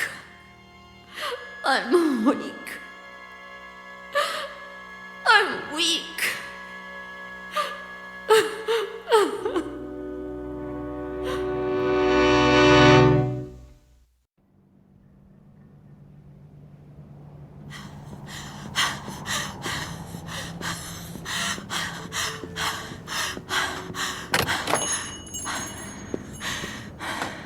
My weapon. I know this one works. I've broken it down every day, cleaned it, put it back together, like the troops at the movie theater did once. They were from our side. I could tell. Without this, I'm nothing. I'm not big or strong. I can't run fast. And I don't know how to get back to my company. But with a weapon, I can survive.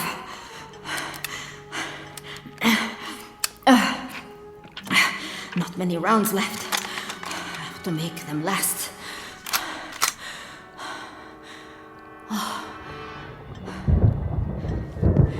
Oh, great. A storm's coming. I better find shelter. What's he doing here? Where's he going now? He's looking for shelter, too. Someplace without holes in the roof. Why doesn't he hurry up? I've got to get out of here before it gets dark.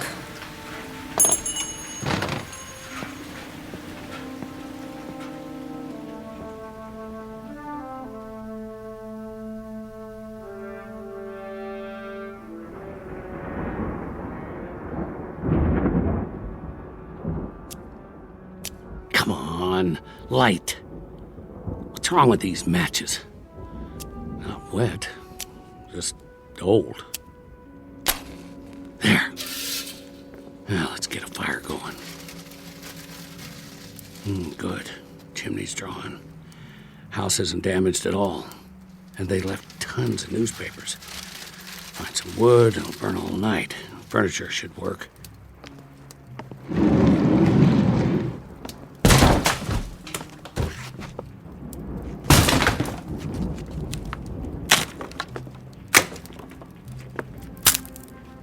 They don't make chairs like that anymore. Solid hardwood. This ought to last. Where is she? Crazy soldier. Use your eyes. There's a whole house here they didn't hit. Big enough for both of us. What's the matter? Not good enough for you? Hey, can you hear me? Coming out of the rain. Got a fireplace and everything. All right. Stay out there and fight your war. All by your lonesome. Sleep tight!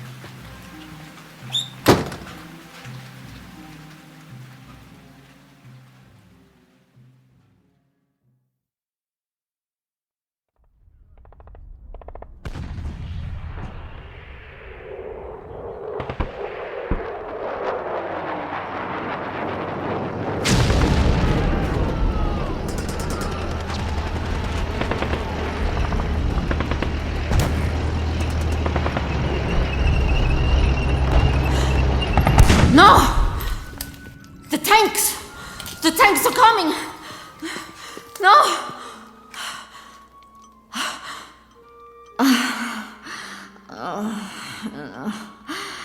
No, a dream.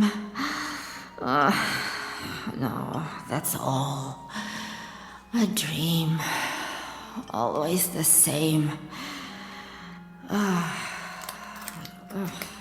Good morning, mannequins. Hope you slept well. I certainly didn't.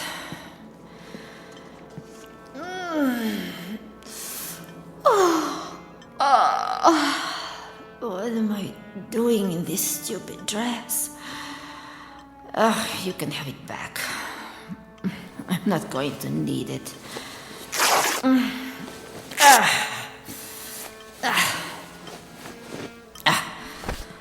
To find something to eat.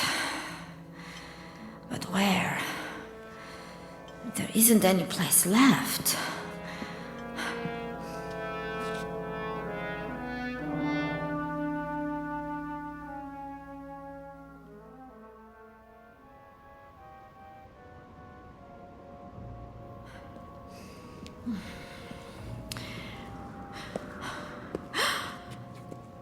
I don't believe it. One house is still standing. How can that be? The troops must have missed it.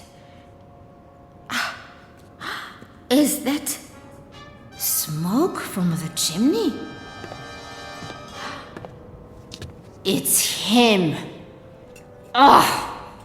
He's already claimed it. Food? What the... You? You! Good shooting. Go ahead, finish it. You got me in your sights. Do it. Do it now. Some kind of trick! Make your move. Because I'm not going to fight. See? I don't have a weapon. Left it at the movies. What, you don't believe me? Come on and search the place. Not even a pea shooter in here. What's he wearing? Where's his uniform? By the way, that thing you shot out of my hand was called a mason jar. You know what that is? Preserves. They have a whole slew of them. Put them away before the war. Take your pick. Probably keep us both alive. Food? Oh, yeah. You know that word, don't you? Well, what are you waiting for? Or would you rather starve to death? Hold it a second. Drop your weapon. What? Drop it, I said. No guns allowed. It's a trick. You want to live the high life like me, you have to leave the fighting at the door. Lay your weapon down or move out.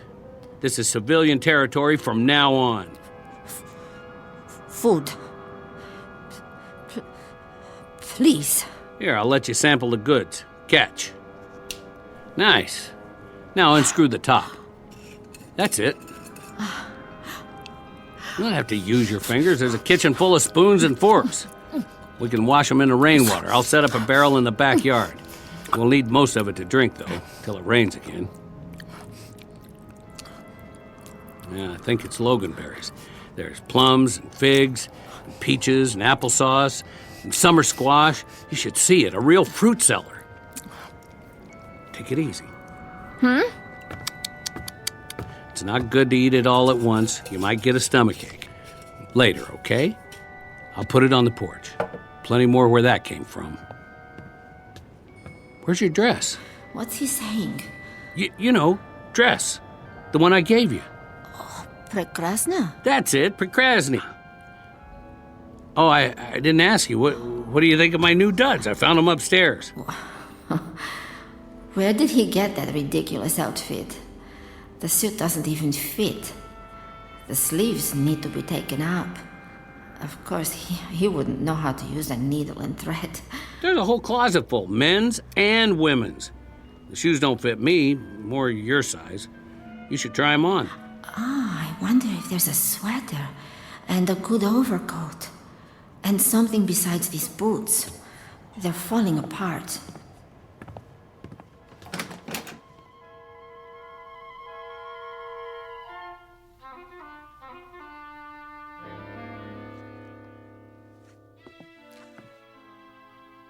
You all right in there? Poczekaj, ja nie gotowa. Take your time. Just wanted to be sure you're okay. You don't have to try on the whole closet, you know.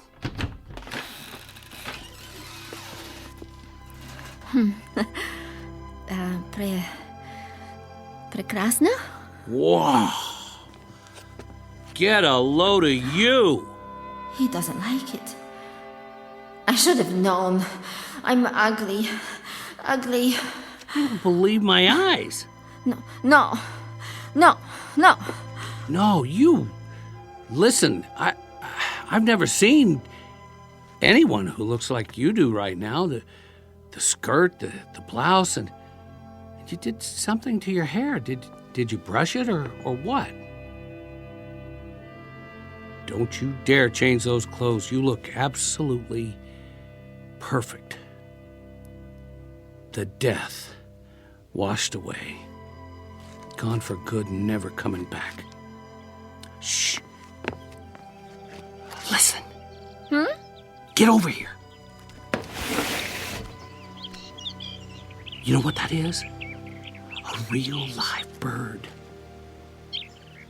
How long it's been since you heard one? A mockingbird? No, a robin redbreast or something. But it's alive. We're going out. And you know what we'll do? We'll take a walk to the park. Yes, that's it, the park. Like regular people, you and me. And we'll look at the sky and clouds, and we'll make small talk. We will, one way or another. And you know what we'll talk about? The same as anybody else. The weather. And what we're going to have for dinner, and maybe we'll even crack a joke or two. Bet you haven't had a laugh, a real laugh, in a long time. Am I right? And then we'll stroll back home, taking our time like it's Sunday afternoon. It's gonna be a whole month of Sundays from now on. His voice is different. And his face. It isn't a bad face. Not really. I like it better when he smiles. Did you check the shoes yet? Try these. Wait, I gotta do something. If we're going out, where's the brush? And a comb? He is actually combing his hair. And put on your coat. It's damp out. I wouldn't want you to catch cold. You ready? Прекрасно. You can say that again.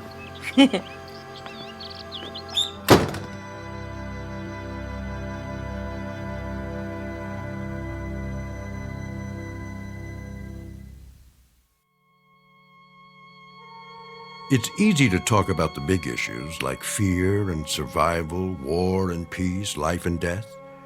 Instead, we've turned our attention to something both smaller and greater. Because in the end, it may be that politics don't add up to all that much. This has been a love story, stripped to its bare essentials, about two lonely people who, against all the odds, found each other in the Twilight Zone.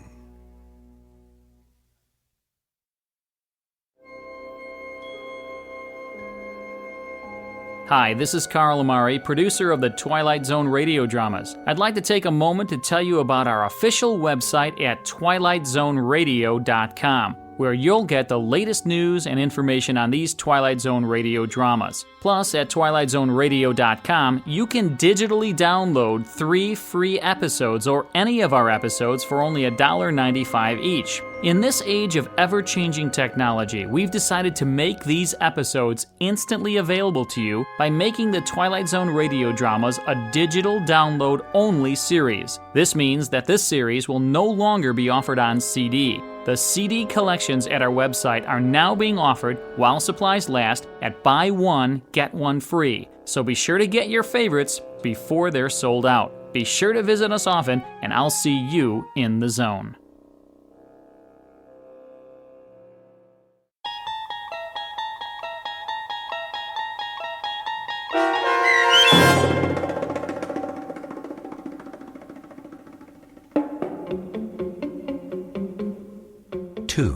Starring Don Johnson, with Stacy Keach as your narrator, was adapted for radio by Dennis Etchison and written for The Twilight Zone by Montgomery Pittman.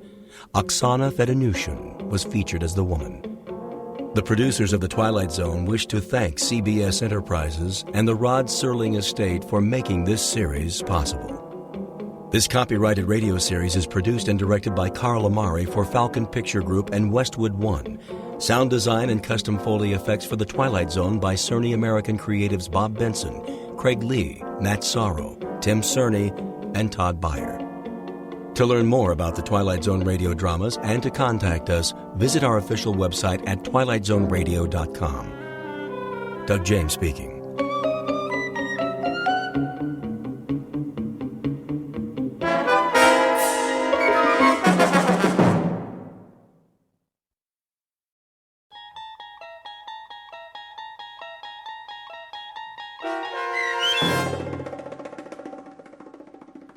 Miniature, starring Lou Diamond Phillips with Stacy Keach as your narrator, was adapted for radio by Dennis Etchison and written for The Twilight Zone by Charles Beaumont.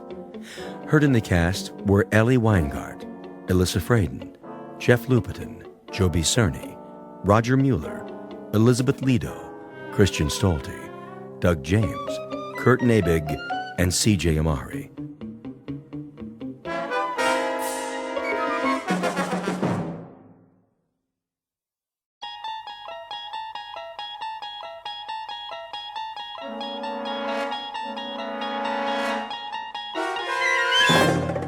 You unlock this door with the key of imagination. Beyond it is another dimension, a dimension of sound, a dimension of sight, a dimension of mind. You're moving into a land of both shadow and substance, of things and ideas. You've just crossed over into the Twilight Zone.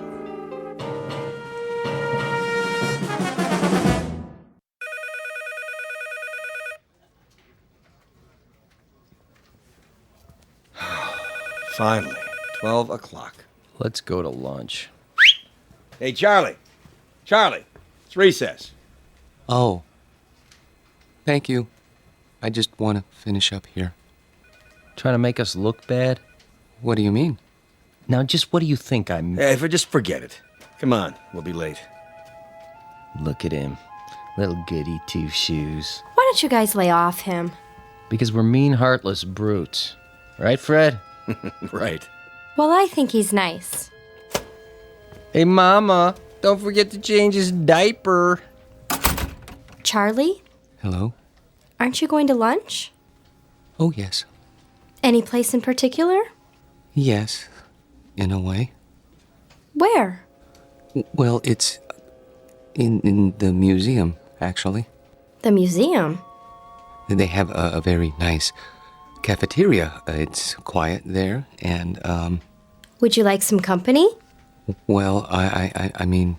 It's okay, Charlie. I understand. See ya. Hey, look at the dinosaurs. Wow, that's the biggest elephant I ever saw. It's a woolly mammoth, you dope. Come along, children. Keep up with the class and don't touch anything. Cafeteria... closed. Oh, no. And here we have one of the world's greatest collections of primitive art. Excuse me. Pardon me.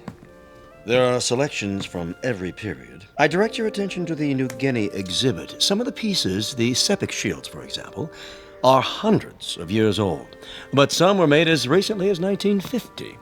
This is because New Guinea is still a largely unexplored and therefore unspoiled land.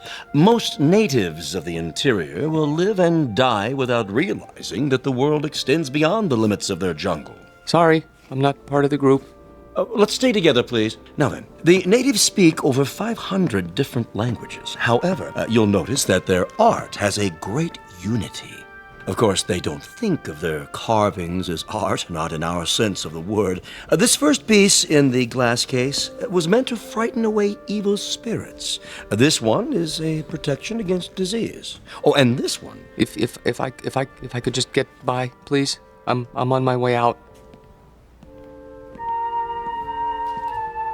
Help you, sir. What? You look lost. Can I help you find anything? Oh, no, that's all right. I just got turned around. Is the cafeteria closed? For the rest of the week. They're remodeling. Well, I'll be leaving then. Main entrance is that way. Thank you. Have you seen the Egyptian wing? Pardon? Egyptology. They have a nice exhibit.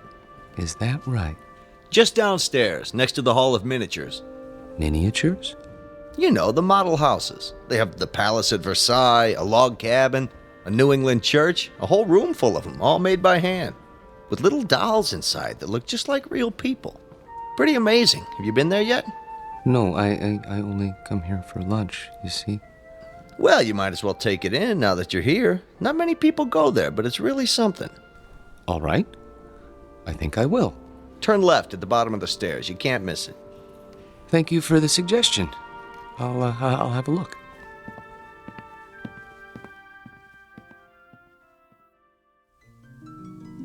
To most of us, a museum is a place of knowledge, of beauty and truth and wonder.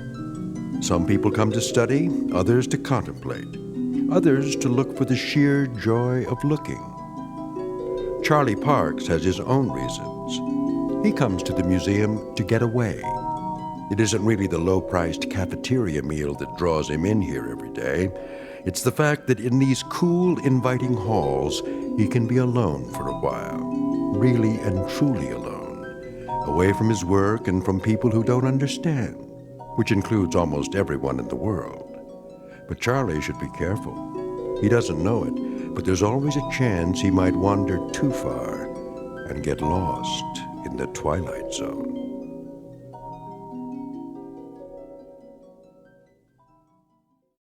And now, The Twilight Zone and our story, Miniature, starring Lou Diamond Phillips, with Stacy Keach as your narrator.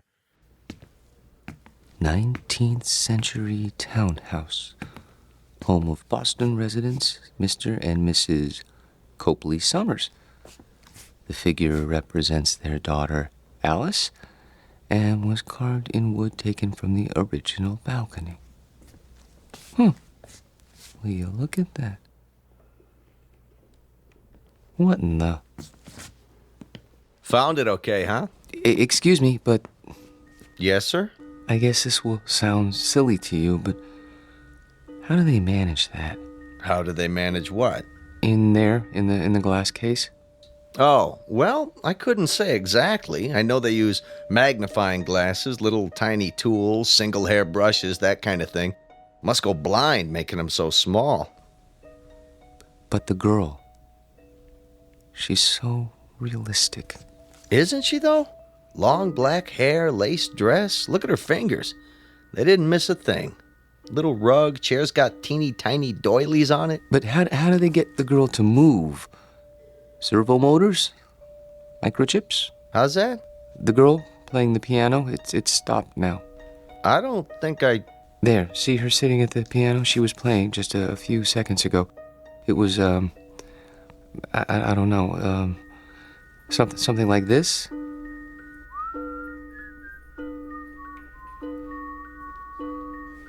Didn't you hear it when you came downstairs? I don't like jokes, mister. Not when I'm on duty, anyway. I'm not joking. Then you're hearing things. There isn't any mechanism inside that piano, and the doll's carved out of wood, a single block of wood. See the sign? Yes, I know. Carved in wood taken from the original balcony. But I could have sworn... Yeah, it was probably some kid with one of those pocket radios. They sneak them in once in a while. But I saw her move. At least I think I did. Well, you know better now, don't you? Yes, I know better now.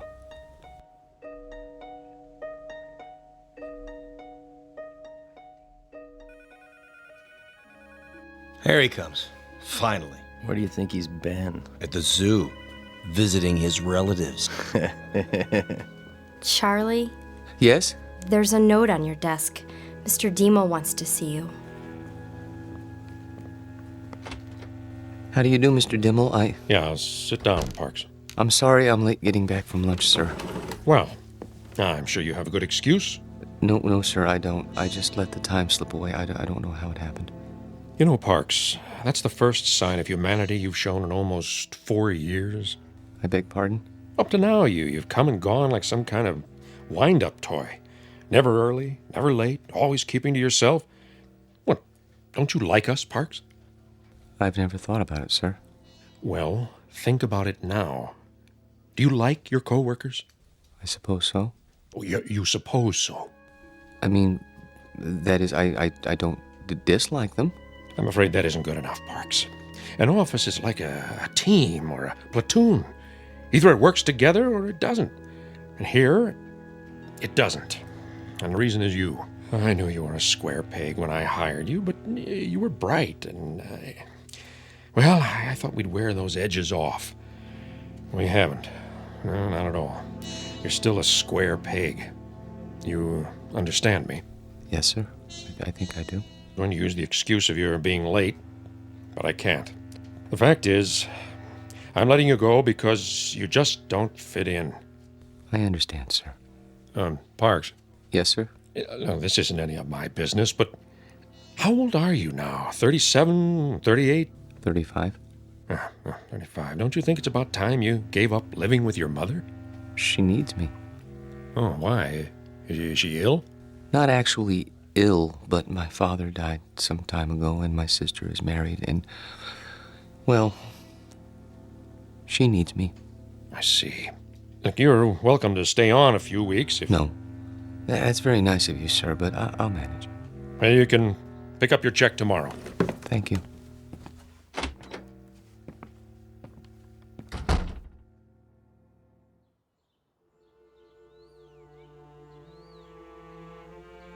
He had no right. He had every right, Mother. Hiring and firing people is his job. But why you? He doesn't think I fit in. That's ridiculous. What are you doing? I'm going to phone that man and find out why you're being persecuted.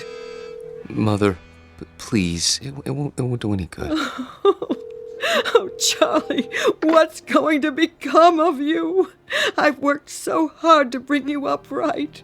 Maybe if I'd let your father punish you the way he wanted to. It's all right, Mother. This is just a minor setback. You say that every time. Why can't you keep a job, son? Why do you always end up making people uncomfortable? I don't know. I suppose they blame me. Well, I'm not keeping you here. I know that, Mother. Nothing in the world would make me happier than to see you settle down with a nice girl, raise a family, live a normal life. Please, don't cry. I can't help it. I hate to see you hurt, son. I'm not hurt. Well, you should be. Getting fired. It would have killed your father. It would have absolutely killed him. I'll go to the Employment Bureau tomorrow. Here, take my handkerchief. Where are you going? To my room? Get me my heart medicine before you do. Yes, Mother. Charlie? Why were you late getting back to the office? I was detained. What's that supposed to mean? Nothing. I was detained. That's all. Open your mouth. Charlie, do you feel all right? Yes, Mother. I'll go to my room now.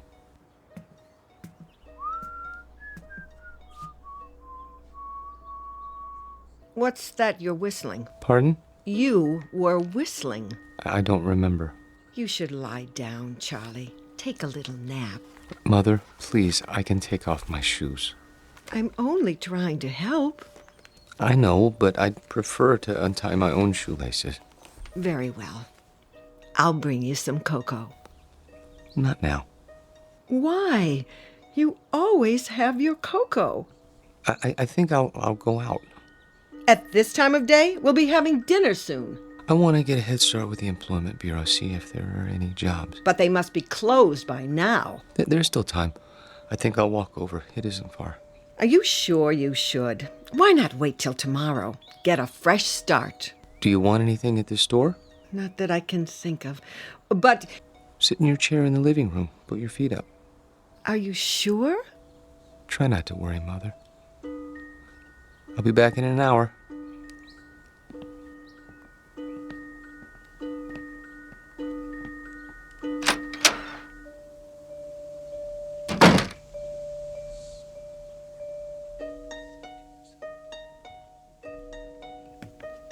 Back again, huh? Yes. Anything in particular? Is it still open? What's that, sir? The miniature room? You know, downstairs next to Egyptology? Oh, sure. Thank you.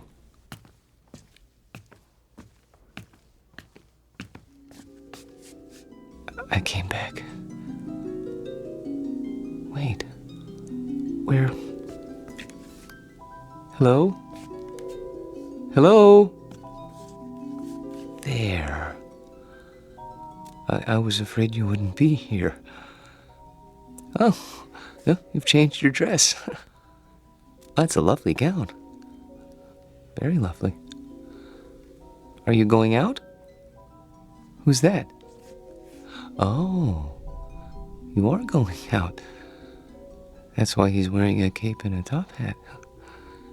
Your gentleman caller. Does he have a carriage waiting? I hope so. I wonder where you're going. To dinner? No, something grand. The opera, that must be it. Hi. Oh, hi. Be closing soon. I see. What time do you open in the morning? 9 o'clock, Monday through Saturday. I'll be here. What's that? Nothing. I'll be along in a moment. I want to study this dollhouse a while longer, if you don't mind. Okay, sir. Just a few minutes, though. It's almost time. I see. Thank you. Have a nice evening. I have to go now. I won't be here when you come back. But I hope you have a nice evening, Alice.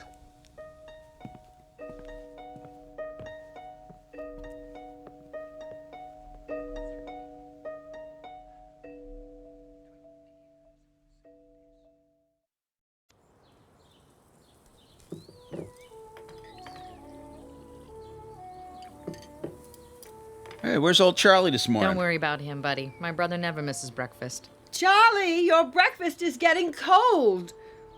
You see, late for his meals, awake every night, tossing and turning. I tell you, I'm half dead with worry. Mother. He's sick. I know he is. Sounds to me like he's got a girl. Don't be silly. What's silly about it? He's not a bad-looking guy. A little peculiar, maybe, but, he's not... If he had a girlfriend, he'd tell me. He hasn't told me, so it isn't possible. Okay. Nothing would make me happier than to see Charlie settle down. He knows that. I'm not one of those mothers who won't let go of their children. Ask Myra. Pass the butter. Charlie! I'm here. Your breakfast is on the table. Sorry. Hey, Charlie boy. Hello, buddy. How are you? Couldn't be better, Charlie boy. Couldn't be better.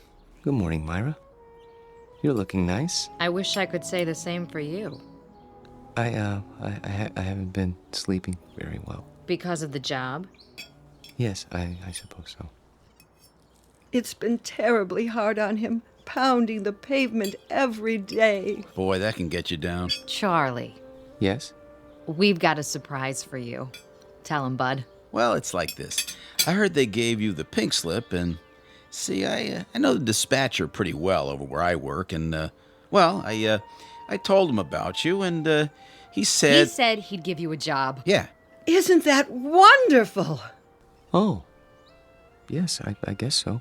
Charlie! It's very nice of you, buddy. Really. You have experience in billing, don't you? Yes. Then what? Well, you see, I don't know if I'd want to travel that far. It's out of the city, isn't it? Nobody could pick you up. Sure, till you get yourself a car. Charlie, for heaven's sake, Buddy's offering you a job. I'm sorry. I appreciate it, really. But I'm afraid. You got something better, Charlie? Excuse me, I have an appointment. Charlie! Charlie! Oh, I don't recognize him anymore. My own son. Does he have something better, Mother? No, he doesn't have anything. He isn't even looking. How do you know? The employment agency called. They sent him on 2 interviews, and he never showed up. Well, then where does he go? I don't know. Like I said, he's got himself a girl. Oh, shut up, will you?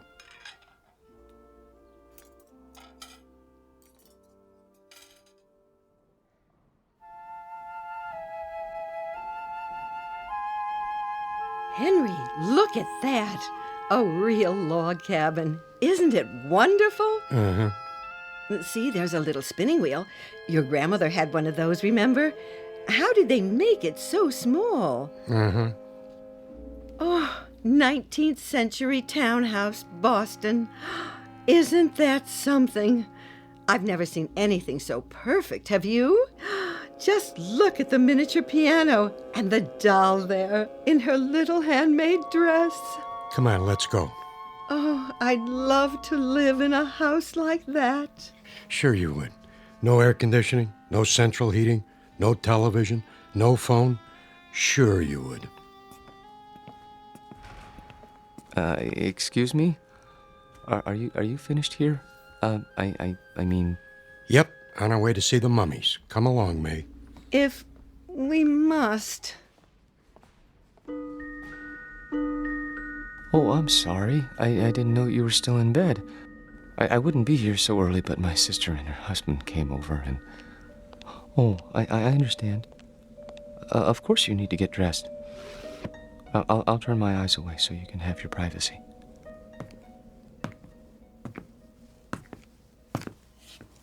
Hi. Little early today, aren't you? Am I? I guess you must get a real kick out of these displays. Yes. This one in particular. What do you see in there, mister? Nothing. Man doesn't stand for 4 and 5 hours at a stretch looking at nothing. I'm not breaking any rules, am I? No. Then leave me alone, please. Suit yourself. Forgive me, it won't happen again. Oh, I see you're having breakfast.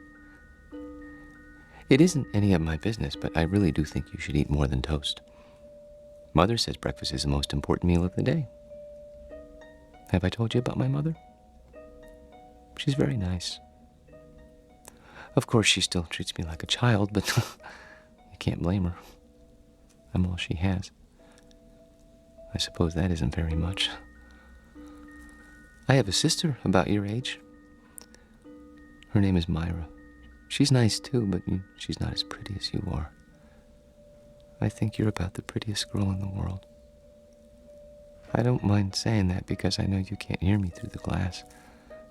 But I think I'd say it even if you could, because I hope it's all right, but I have to go now. Just for a while. I didn't get much to eat this morning myself. I'd better have something. But I'll be back soon. I promise.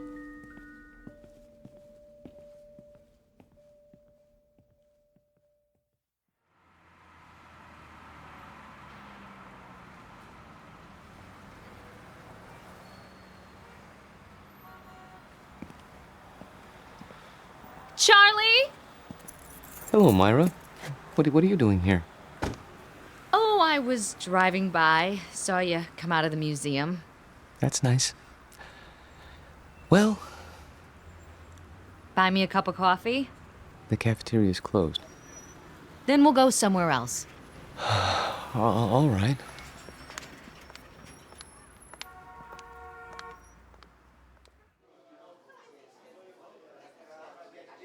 Here you go, folks. Thank you. Charlie, I'm gonna be honest. I didn't just happen to see you today. I followed you. You did? Why? Because Mother asked me to. She's worried, and so am I. You haven't been yourself. No? You go to that place every day? I thought it might be a good idea to improve my mind. That isn't why. I'm your sister, Charlie. I grew up with you, and I know you. You go there because it gives you a chance to be alone. And you want to be alone because you're scared. Myra?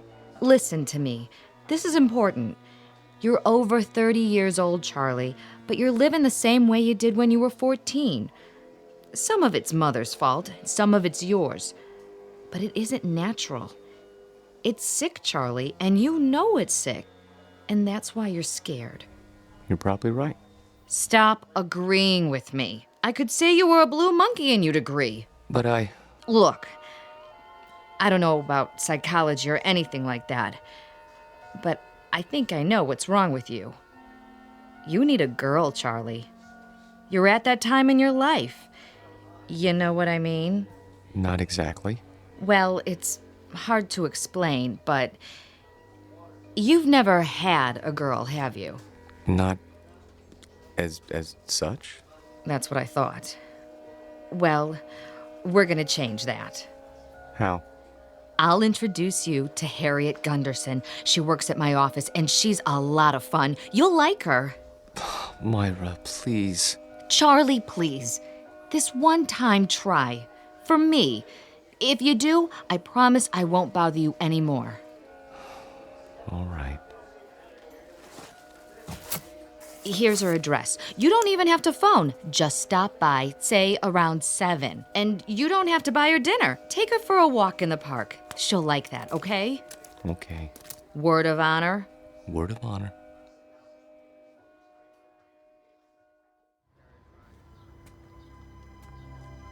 Charlie, Hmm? what you thinking about? Nothing in particular. You sure are quiet. That means you're the dangerous kind. You can't trust the quiet ones. You can trust me. Who said I wanted to? I only meant...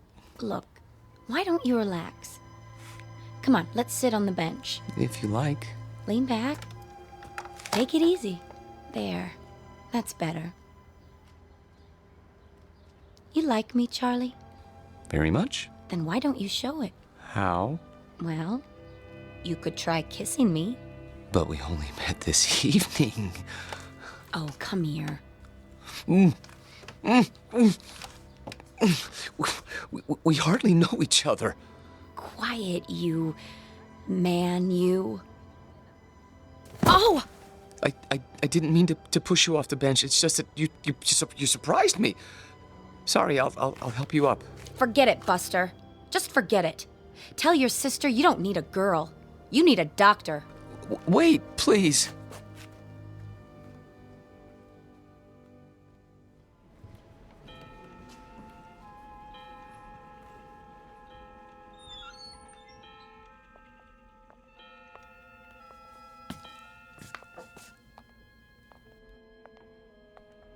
Of course, I realized she was doing it as a favor to Myra, but even so, I didn't mean to be rude to her. It must be hard for you to believe, but that's the way things are these days.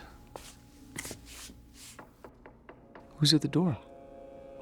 Oh, it must be your gentleman caller. Wait! Tell the maid not to let him in. You mustn't. Why, he's drunk! Look at him!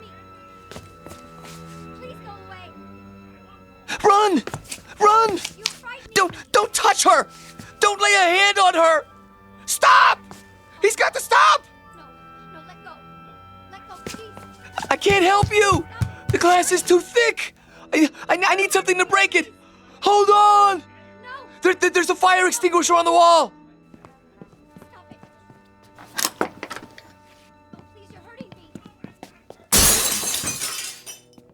What are you doing? I had to. He was trying to harm her. Hold it right there.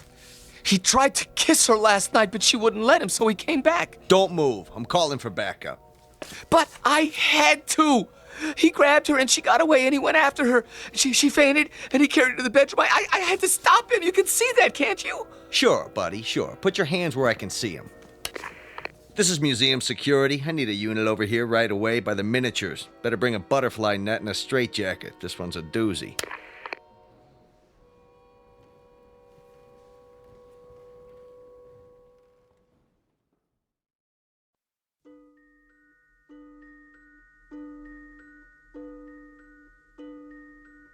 Now, Mr. Parks, I want you to understand that no one is saying you didn't see these things. There's no doubt that you did. But you saw them in your mind. They were real, Doctor. To you, they were. That's the way it is with hallucinations. Ordinarily, the eye sees and transmits a picture to the brain, but sometimes that's reversed.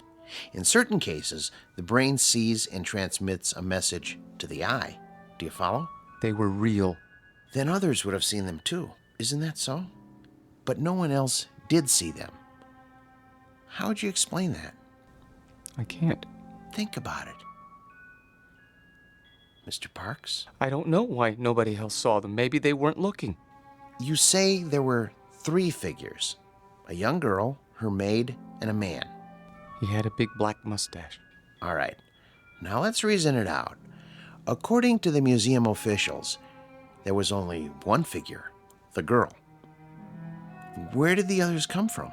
Well, the maid always comes from the kitchen, and that fellow... Yes. Where did he come from? Outside. Outside the case? No, outside the house. Mr. Parks, there was nothing outside the house but glass. And beyond that, other displays. Isn't that true? Yes. But he came to the front door, and they went out together once. To the opera or something, I don't know. She didn't realize what he was like then. I could have told her. You only had to look at him to see what kind of person he was. But she's so innocent and trusting and helpless. Not like other women. No, not at all. Have you seen her? Yes, I have. Is she all right? Would you like to see her now? Yes! She's here. In a box in the drawer of my desk. Careful! You are holding a piece of wood in your hands. A beautifully carved piece of wood. About 6 inches tall. Do you have to take her back? I'm afraid so. It's museum property. Now I want you to go back to your room and think about what I've said. Will you do that?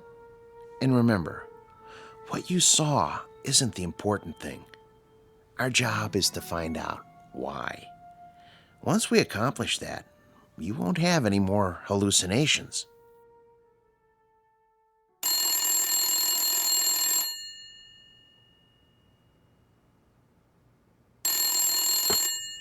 Yes?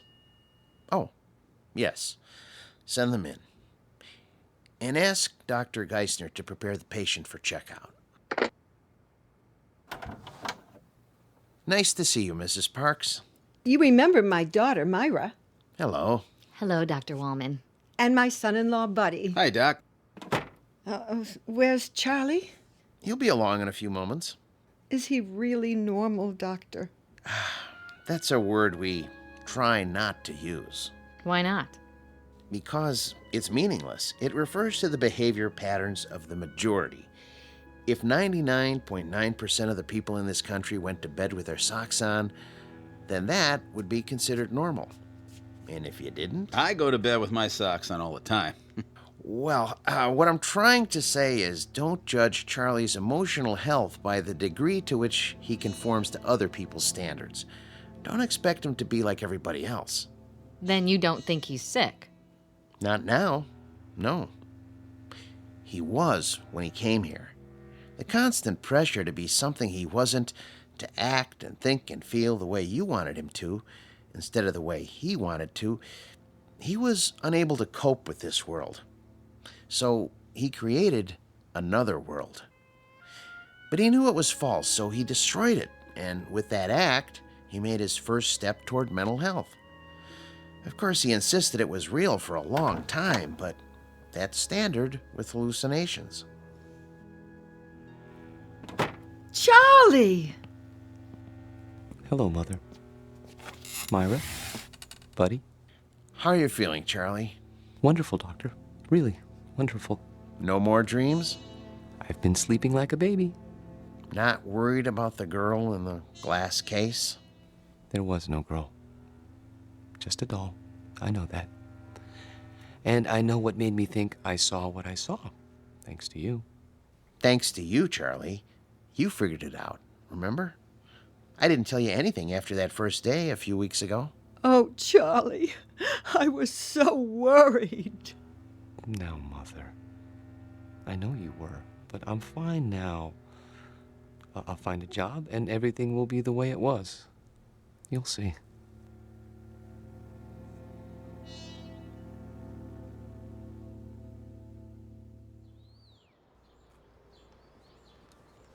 I've sure missed this.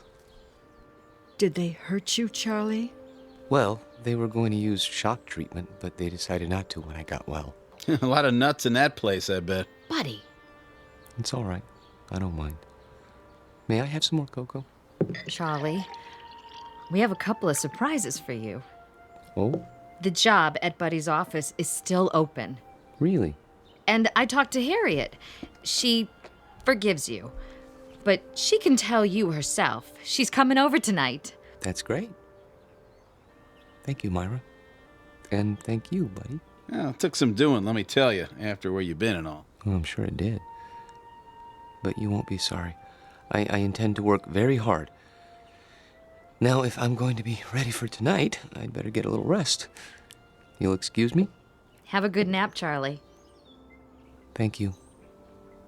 Would you like to fix my bed, Mother?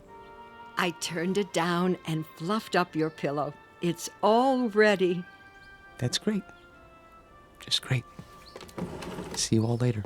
If you need anything, just holler. I will.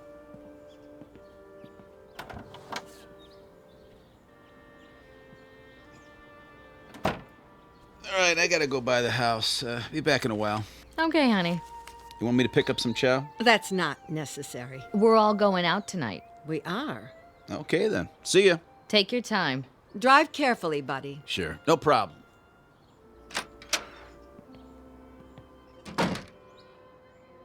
It's wonderful having Charlie home. I think the hospital did him good. Shh, not so loud. Don't you? I still don't understand what happened to him. The doctor told you. He didn't tell me anything but a lot of gobbledygook. Mother, I hate to say this, but if you want Charlie to stay well, you're gonna have to let go. What in the world do you mean by that? Just what I said. You don't know it, you really don't, but you're keeping Charlie here in this apartment.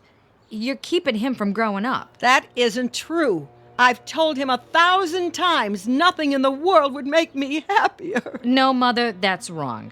And don't go clutching your heart, because it doesn't work with me. There's nothing wrong with your heart. And there's nothing wrong with Charlie that getting out of here won't cure. He's not your baby boy anymore. He's a man. Let him be one. I love Charlie. We all know that, Mother. But if he doesn't leave, he'll be back in that asylum. And this time he'll stay. You don't want that, do you? No, of course I don't. Then you help me tonight, when Harriet comes over. How?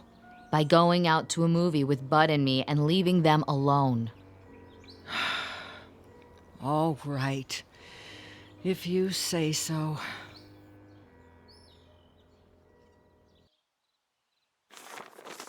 Pass the sports page, would you? Here. You should check the movies. Oh, yeah, sure. There's Harriet.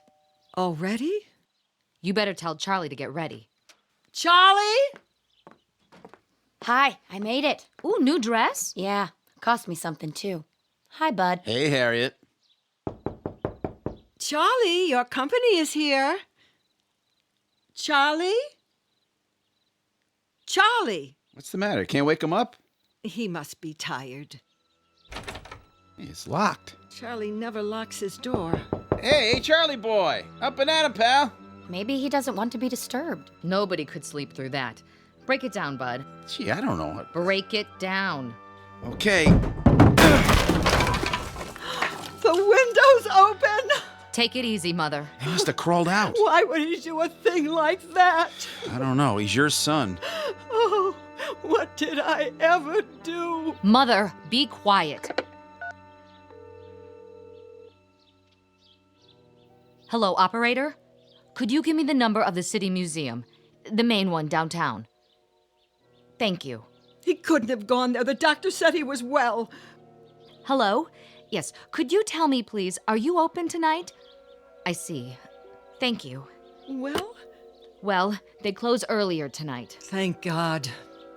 But they were open until a little while ago.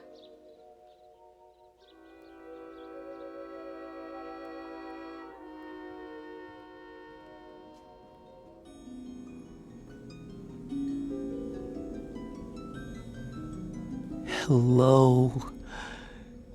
I see they got your glass case repaired. I'm so glad. They tried to tell me you weren't real. Of course I knew better. But I had to pretend.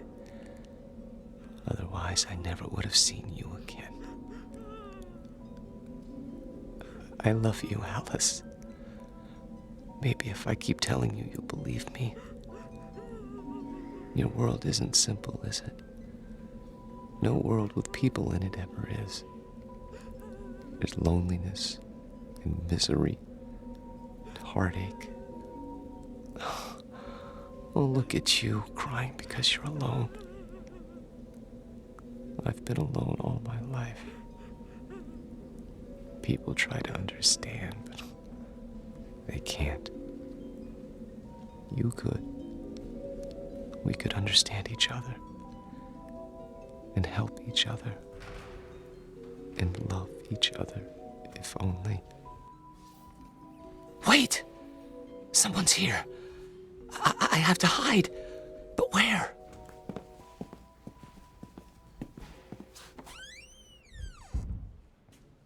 This is where he always went, every day. Are you sure he's here, Doctor? I'm almost positive. Place is empty, I checked. He could have come in earlier and hidden, couldn't he? Where? This place is deader than a doornail. Shine your flashlight over there. What about those Egyptian mummy cases? Say, that one isn't supposed to be open. Could a man hide in there? I guess. Nobody's allowed to touch him. It's against the rules. Mrs. Parks, would you do something? Anything for poor Charlie. I'm sure he can hear you, wherever he is. Are you going to take him back to the hospital? I think it would be wise, don't you? Before anything else happens, call him. Ask him to come out. Charlie? Louder. Command him. Charlie, this is your mother. Come here. Again. Charlie Parks, you come here this second, young man. You hear me? It's too late. He's not going to listen to you now, Mother. Hey, Charlie boy, let's go. What do you say, huh? Can you turn on the lights? Yeah, at the main switchboard. Do it. We're gonna have to search the whole place. Hey, is this the dollhouse? That's the one. And the doll, is that her? Yep. Say. What? There's two of them now. A man and a woman sitting on the piano bench. I don't remember that. All right, let's start looking. Yeah. Yeah, I'll get the lights. Charlie!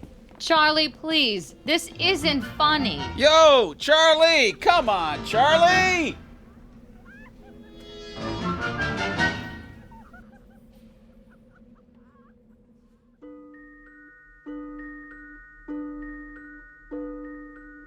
They never found Charlie Parks because they didn't look closely enough at the house in the glass case. The guard didn't say anything more about what he saw. He knew what they'd think, and he knew they'd be right, because seeing is not always believing, especially if what you see happens to be on display in an odd corner of the Twilight Zone.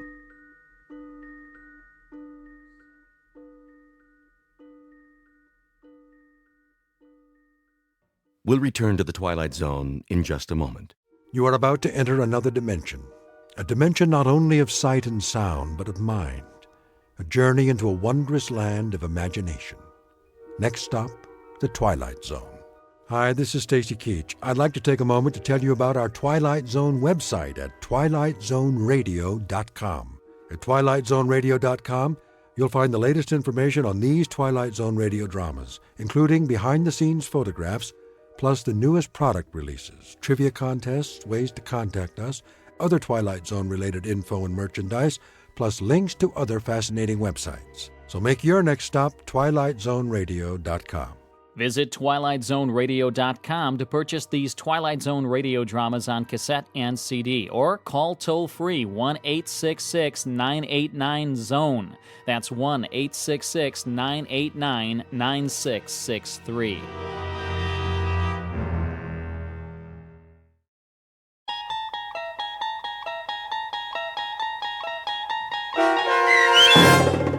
The Jungle, starring Ed Begley Jr., with Stacy Keach as your narrator, was adapted for radio by Dennis Etchison and written for The Twilight Zone by Charles Beaumont. Heard in the cast were Alyssa Fraden, Jeff Lupetin, Doug James, David Darlow, Ivan Vega, Joseph Minoso, Tim Rose, Roger Wolski, Vince Amari, and Carl Amari. To learn more about the Twilight Zone radio dramas and to obtain audio cassettes and CDs of these programs, visit our website at twilightzoneradio.com. The producers of The Twilight Zone wish to thank CBS Enterprises, Carol Serling, Dennis Etchison, Dick Brescia Associates, Claire Simon Casting, Terry Jennings, our sponsors, and our radio affiliates for helping make this series possible. This copyrighted radio series is produced and directed by Carl Amari and Roger Wolski for Falcon Picture Group. Doug James speaking.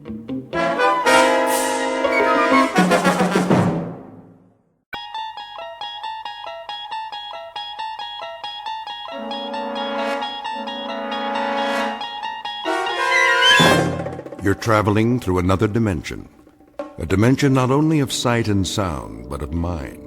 A journey into a wondrous land whose boundaries are those of imagination. Your next stop, the Twilight Zone.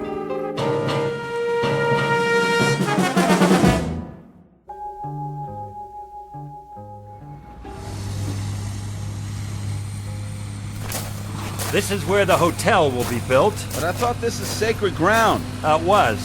That's all been taken care of. Over there, a shopping center with restaurants. A lot of jungle to be cleared. Nothing but trees and vines. We may burn the rest of it. Haven't decided. Hey, Mr. Richards. Yes, Walt? I just hit something. What do you mean? In the ground. Well, let's have a look. What is it, a boulder? I don't think so. Looks like a wooden chest of some kind. Here, let me break it open. Use the shovel. What in the... Oh, I know what it is. So do I. More mumbo-jumbo. Get rid of it. Yes, sir. Not so fast, Alan. These are artifacts, hand-carved effigies. Devil dolls, strings of beads. The museum will want to see them. Nonsense. They're a dime a dozen. The natives think that if they bury them here, it'll stop the project. Well, it's not going to work. Just the same, they're sacred. They're junk. Superstitious nonsense. What do you want me to do, Mr. Richards? Cover them with a bulldozer. We've got 5 acres to clear by sundown. Yes, sir. Hold on. We're not alone. Bokwa? I told you to stay away from here. Who is he? The Kikuyu medicine man. A troublemaker. Mr. Richards. Listen, Bokwa. I've had it up to here with your voodoo. You are the one who does not listen. I've tried to explain. The government of this territory signed an agreement. Your tribe will be relocated. Too late. You have killed us. We haven't killed anyone. You have everything you asked for. Fertile land, goats, chickens. Our land is here. It was. By next year, 5,000 people will live in Mbara. There'll be new roads from the airfield. They'll bring money, old man. Money for everyone. For your tribe. If your people come here, they will know what it is to die. Hear me well, Bokwa. Right now, my company is sending a full construction crew. If you do anything to harm them... What, Mr. Richards? You'll be eliminated. The bringer of death. Umbara is my dream. I've been planning it all my life. This will be the greatest development in East Africa, and there's nothing you can do to stop it. And what of our dream? What must we do? Wait while you make your city and others come? While Uchui does its work? What are you talking about? Uchui. It means magic. Magic, huh? I have a permit to build on this land, and that's exactly what I'm going to do. Keep your dolls and amulets off my property. You will not find them all. Some are buried deep. They will join with the earth and rot, as your people will rot. Like this one. Alan, that doll. What about it? The long hair, it looks like Doris. Your woman. How do you know what my wife looks like? In our dream, Mr. Richard. In our dream. Get out of here, now. And if any harm comes to my wife, I swear I'll kill you. Easy, Alan. Goodbye. Do you understand? I'll kill you! Mr. Alan Richards, from the engineering firm of Richards & Cooper, who hates with all his heart something in which he does not believe. Add a few buried dolls, strands of human hair, a handful of glass beads and native charms, and you have the ingredients of fear, the kind of fear that quickly turns to terror. Soon, Mr. Richards will make the long journey back to civilization and a high-rise apartment building in New York City. But his trip has just begun. Although he doesn't know it, he's about to take an even longer trip, the longest one of his life. It will lead him from the Upper West Side across Central Park and directly through the heart of the Twilight Zone.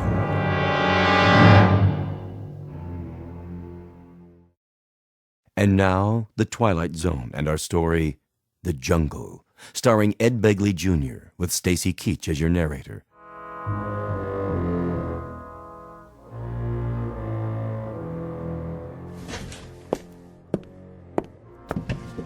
Oh, great. Doris? Yes, dear. Where are my cufflinks? In the jewelry box on the dresser. Ah, I've got it. What? I say I've got it. What's this? Find them? Yes. Doris? Then everything's all right. Oh, you look great. Very handsome. Thank you. Doris? What's this? What's what? A little cloth pouch. I found it in the jewelry box. Oh, that. Did you get it in Africa? I don't remember. Well, let's open it. See if that refreshes your memory. Alan, please. Polished stones, bits of glass. What's this? A bit of fur. A lion's pelt. Just a tiny piece. And the straw? It's from a swallow's nest. Oh, for the love of... Well, what about it? You tell me. There's nothing to tell. I decided to bring back some souvenirs. That's all these are to you? Souvenirs? Of course. Even this one? What? For God's sake, Doris, it's a preserved human finger. It's supposed to bring good luck. I won't have this garbage in my house. Alan, they're only mementos of our trip. You sure? I'm sure. Good. Then you won't mind if I dispose of them in the fireplace. Alan, don't! Why not? It's a capitu. You mustn't. Why not? Forget it. You wouldn't understand. Are there any more souvenirs? No. Doris, listen to me. We aren't in Africa now. We're in New York. Do you hear what I'm saying? Please. I don't want to talk about it. This sort of thing is for weak people. Ignorant, uncivilized people who don't know any better. Not for you.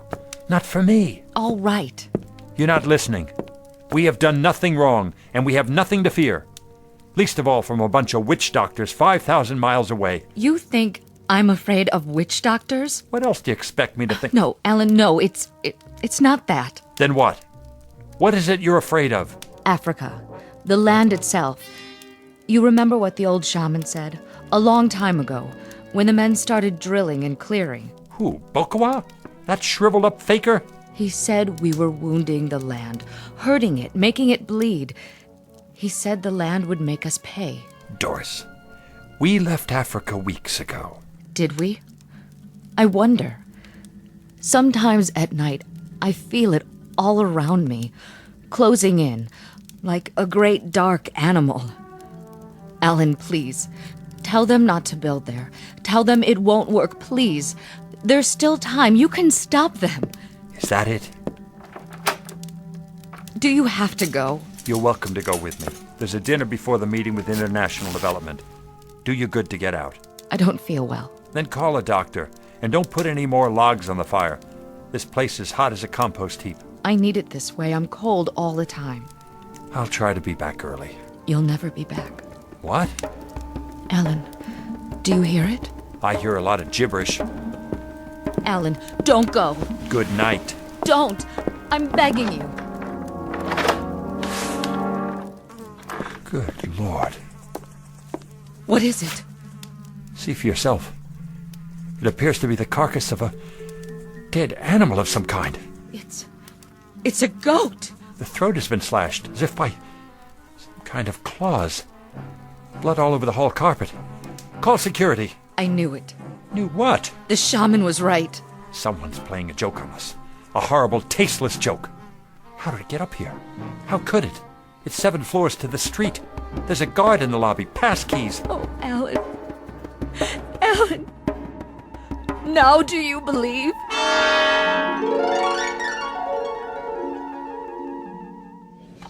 So, to sum up, the site is clear. Drainage and leveling have already begun, along with preliminary work on the diversion of the river. Then it's behind schedule. Not seriously. What about the cost? We'll have to add an estimated 3 to 6 months for completion, but the cost shouldn't vary by more than a few $100,000, at most. You recommend that we dispatch a full crew, Richards? Yes, sir. That's exactly what I recommend. And your partner, Mr. Cooper, what do you say? I concur, Mr. Templeton. In short, we've done what we said we'd do. Allowing for delay because of weather, we're on track. Mission accomplished, or very nearly. Hear, hear. Well done, gentlemen. A few questions first, if you don't mind. Certainly. Of course, sir. I'm sure you've considered this aspect carefully, but for my own curiosity, what about the native population? What about them, sir? Environmental impact, relocation, that sort of thing. How are they reacting? To be perfectly frank, not as well as I'd hoped, but better than I'd feared. The Kikuyus have a violent tradition, Mr. Templeton. They resent the loss of their village. They resent the project, even though they're going to benefit from it eventually. Point of fact, they resent us. But I doubt that they'll cause any serious trouble, except for Ukawi. What? Magic, a kind of witchcraft. You see, a number of the shamans have decided to put a curse on everyone connected with this enterprise, effective upon the decision to go ahead with the project, that is. What sort of curse, Richards? The evil eye. The usual. Slow and painful death. I assure you, gentlemen, there isn't anything the least bit funny about Ukawi. You're not serious? I am, because I've seen it work. I've seen healthy men sicken and die within 10 minutes of the time set by the witch doctors who cursed them. Of course, not in this case. Well, then where? Well, I included a section about it in our background report, but for our men, there have been only the normal intestinal infections, that sort of thing. Then why bring it up? Healthy men and women who weren't touched or poisoned or harmed in any way, who just died. I'll leave copies of our report for everyone. Then, you mean to say you believe in it? No, Mr. Sinclair. But they did, and their belief made it real. An important distinction. I simply can't imagine that anyone in this day and age would go in for magic. Oh, you can't? Well, as it happens, Mr. Sinclair, several million people go in for magic. And they're not all in Africa either. Some of them are right here in this room. Come now, Richards. Don't talk rubbish. We better be going now. What's that on your keychain, Mr. Sinclair? Why, On the table with your keys. A rabbit's foot, isn't it? Yes, but I don't see... Why do you carry it? My daughter gave it to me. Now, see here. Is it for luck? Yes, I suppose so, but I don't see what that has to do with magic. Mr. Sinclair carries around the severed foot of a dead animal in the hope that it will bring him good fortune. And he doesn't see what that has to do with magic. Well, Sinclair, he has a point. Mr. Hardy's amused, although it's a known fact that he's practiced witchcraft for years. What? Or have you finally given up astrology? A sophisticated man with an educated mind who reads his horoscope every day and allows the stars to run his life. And a fair job they've done so far, young man. That, Mr. Hardy, is exactly what a Kikuyu witch doctor said to me when I suggested that panther bones could not foretell the future. He's got you there. Oh, you needn't smile, Mr. Templeton. I've seen you knock on wood more than once. And you, Fielding. Don't try to pull me into this. How long has it been since you walked under a ladder? And the rest of you, do you cross your fingers? Throw salt over your shoulder? worry when a black cat walks in front of you? All right, Mr. Richards. I think you've made your point. Think of it. A multi-billion-dollar corporation run by witches and warlocks in a 40-story building that doesn't even have a 13th floor. Mr. Richards! Sorry. All of you. Please. Mr. Cooper and I will be leaving now.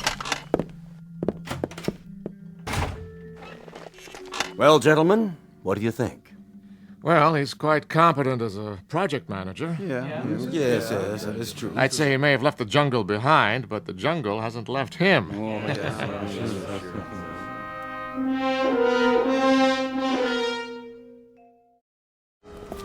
Well, I guess I blew it. Not necessarily.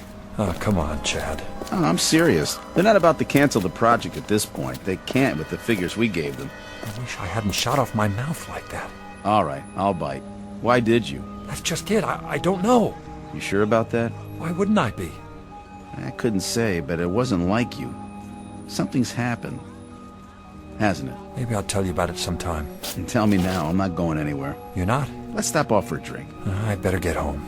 You don't sound like you're looking forward to it. I'm not, I guess. Trouble? Oh, it's not her fault. But something funny did happen tonight. Funny haha or funny peculiar? You don't have to answer. It's not what you think. I don't think anything. Come on, here's Riley's. We'll have a beer. Help you sleep. Besides, I want to hear it. Whatever it is. All right, but just one. Well? Well, what? Are you coming? Yeah, sure. I just thought I heard something. So did I. That cab better get a new fan belt. Sounds like fingernails on a blackboard. Yeah, that must have been it.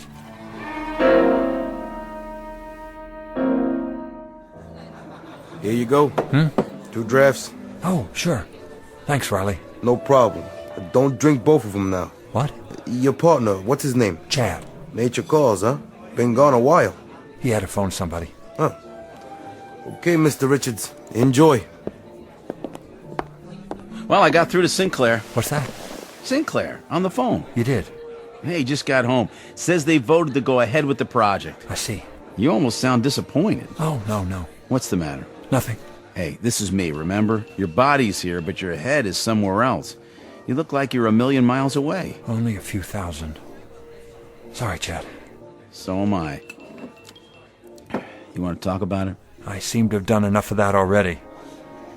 So I'm surprised the project's still on after my outburst. You've been under a lot of pressure. They understand. I wish I did. What happened anyway? It's hard to explain. It's about Doris, isn't it? Why do you say that? Well, I talked to her yesterday when you were out. You did? She sounded bad. She hasn't been feeling well. When did it start? About 3 months ago in Africa. At least that's when I first noticed it. I guess it's time to define it. I don't know if I can. She found a swallow's nest outside our tent one morning. Usual Mganga sign. I didn't think anything about it. Then that afternoon I had an accident in the Land Rover. Nothing serious, but that's all it was. An accident. Only she didn't think so. Right. And then there wasn't any such thing as an accident, as far as she was concerned. Every time I ran a fever or stubbed my toe, it had to be magic. Witchcraft. Like the crew, the skin infection. What do they call it? Jungle rot. A tropical infection, that was all. But not according to Doris. All that mumbo-jumbo got to her. I thought it would wear off by the time we got back, but it didn't. She actually believed in those little dolls, with the pieces of hair, the fingernail clippings. But you didn't. Of course not. What happened to change your mind? Tonight, before I left for the meeting. Chad, tell me something. If you wanted to get a hold of a dead goat... A what? On short notice, in New York City, where would you go? To a psychiatrist. I'm serious. So am I. You want a dead goat? No. Then what? Never mind. It isn't important. I'd say it is. A question like that out of left field? Let it go, I said. Take it easy, buddy. We're only talking here. Strictly theoretical, I'm sure. Drop it. Hey, careful!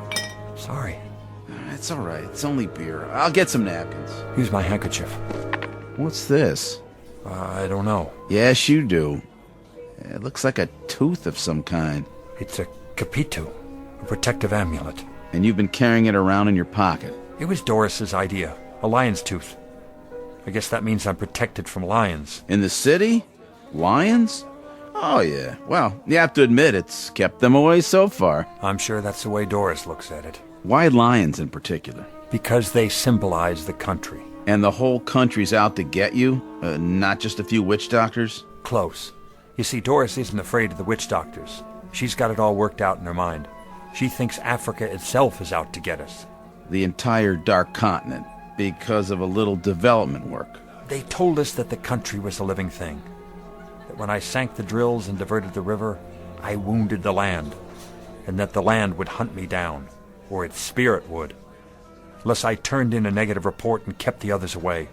Then maybe I'd be forgiven. I was right there beside you over there. But I was in charge.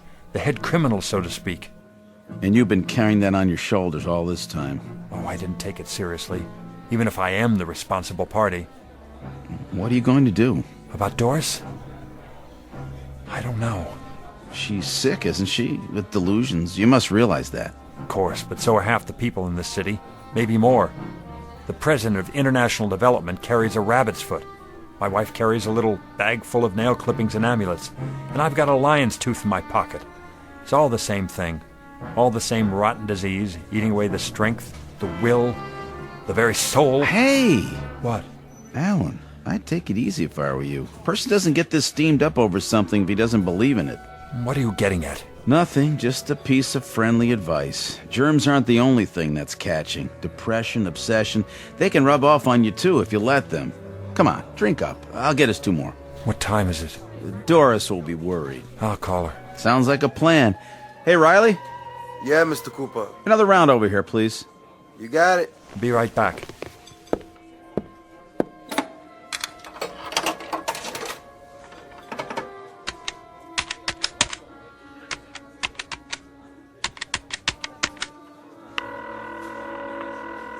Hello? Honey? Where are you? We just got out of the meeting. At this hour? The dinner ran long. I'm with Chad. Was everything taken care of?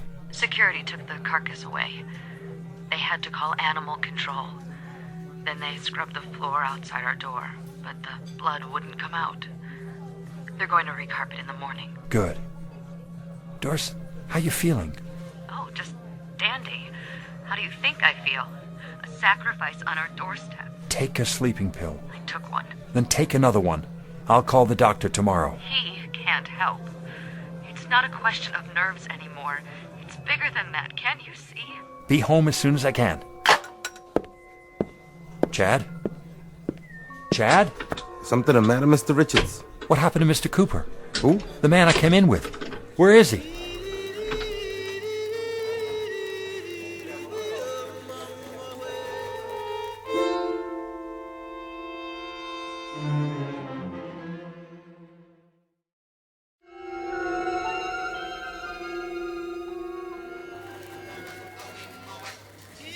Where did he go? Mr. Cooper? Right over there in the corner. Oh, here he comes. I didn't see you. For a minute there. I thought I put a quarter in the jukebox for you. Very funny. Like it? Lay off. I thought you had a sense of humor. You don't know what you're dealing with here. Then why don't you explain it to me? I've done that. Oh, come on, Alan. All I've heard about is voodoo and witchcraft and magic. I don't know what. Doris is depressed. You are too. You should both be going to a shrink if that's all it is. Look, we've got a lot riding on this contract. Everything, in fact. If you can't handle it, take some time off. Get your head together. I can handle it. I'm not so sure you could. Yeah, right. Closing time, fellas. Last call. Let's get out of here. That late already? That late. Thanks, Riley. Don't mention it. See you again. Count on it. Come on. I feel like I'm forgetting something. Yeah, you forgot to go to bed. You okay to drive? I'm fine. Look, if Doris gives you any trouble, blame me. I'll back you up. Sure. Now, give her a few more weeks in the big city. She'll come around. And when she does, you'll snap out of it, too. I hope so. As for yourself, get some sleep before the sun comes up. Make a new man of you. Ever watched the sunrise in Africa? Yeah. So? The sky is like a bowl of ink. Then all of a sudden somebody pours a little milk into it, right at the horizon. It begins to spread and you can see for miles. Every detail. Trees, rocks, and any animals that might be in there. waiting. But just before that, black as the space under the bed when you turn the lights out. Alan, old buddy. Hey, you ought to be a poet instead of an engineer. You got your keys? Got 'em. Okay, then. My car's across the street. Say goodnight, Alan. Good night, Alan. Look, I'll call you in the morning. And drive carefully now. Don't let the pussycats bite. You too.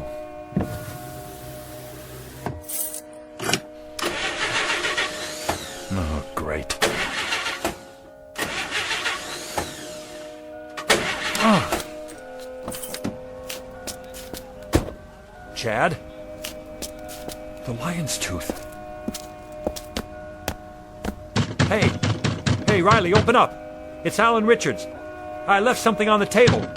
Riley! Riley! My car won't start. At least call me a cab, will ya?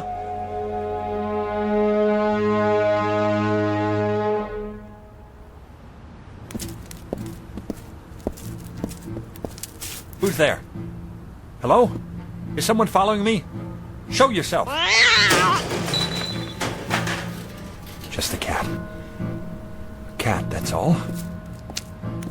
Where's a payphone? There. Knew I'd find one.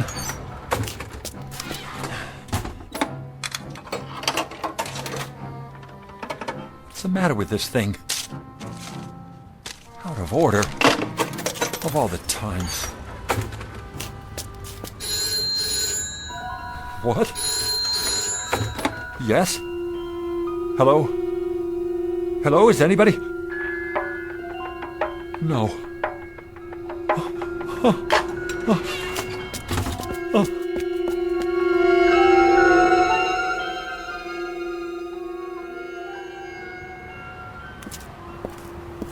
Hey, cab! Over here! It's okay. Nothing to worry about. Just keep walking. All the way home. Have to get across the park first. That's all. No big deal. Hold on. Take it slow. You'll make it. Been through the park 100 times. During the day. So what? Stay in the path. Nice and easy does it. Okay. Here goes. It's gotta be my imagination. Hey, buddy. Need a cab? What? Oh. Oh, yes. Yes, I do. Well, come on then. I ain't got all night. Thanks. Pretty late to be walking. Yeah. Yeah, it is. My car wouldn't start. Where to? Schuyler House. You know what that is? Sure do. East side. That's right. Just around the park. Should have called AAA. What? The Auto Club. They'll get you going. I know. I tried to. Couldn't find a phone that works. I hear that. You know, this town, it's full of animals. They wreck everything. They do it on purpose. They break things. They write graffiti all over the place. Just get me home, please. I'll take care of it in the morning. You got it. Won't be long now. What's that? Till morning. A couple more hours, it'll be daylight. I must have lost track. If you could step on it, please. Well, I gotta wait for the light. If I run a red light, it's a big fine. There's cops all over. Are there? I didn't see any. That's because they're never around when you need them. Driver? You can go now. The light's green. It's just on the other side of the park. Driver? You hear me? The light's green. What's wrong with you? He isn't breathing. Help me! Somebody call an ambulance! Call the police! This cab driver is dead!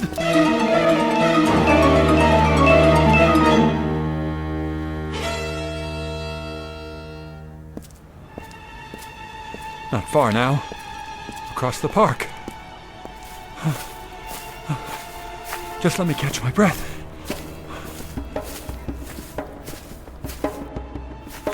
Who's there? Stay where you are. Spare change? Oh, I thought you were... Who? I don't know. Excuse me, mister, but I ain't had nothing to eat for 2 days. Sure appreciate it if you could help me out. I don't have any change. Here's a 5. God bless you, mister. Wait, that sound. Where's it coming from? What sound? The drums. I don't hear no drums. Do you mean to tell me you don't hear that?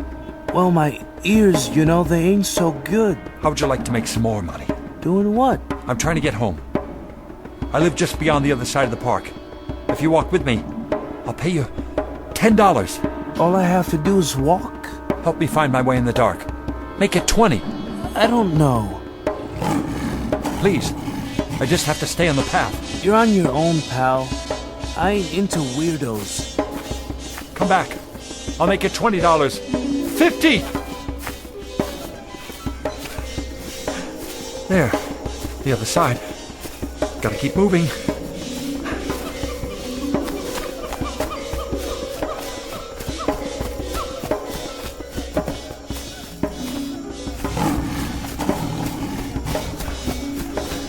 A street lamp. I can see the building. Help! Help!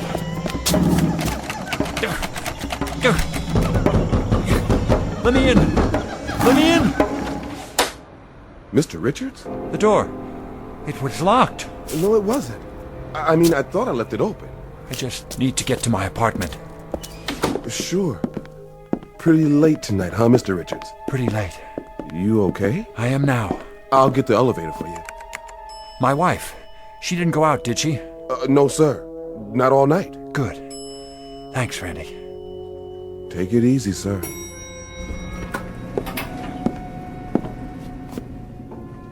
Don't know what's wrong with me. So tired. Need to sleep.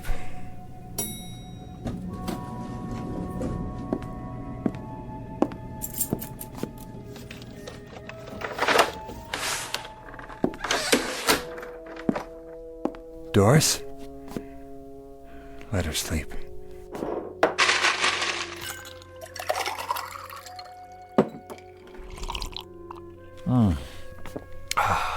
That's better.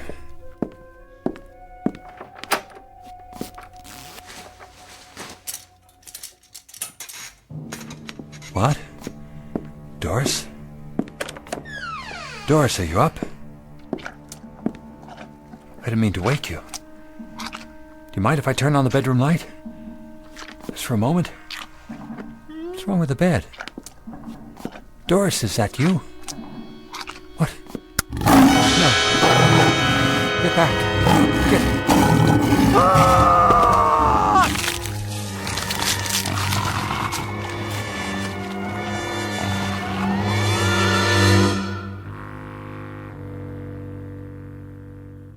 It has been said that love is the greatest emotion and the most creative.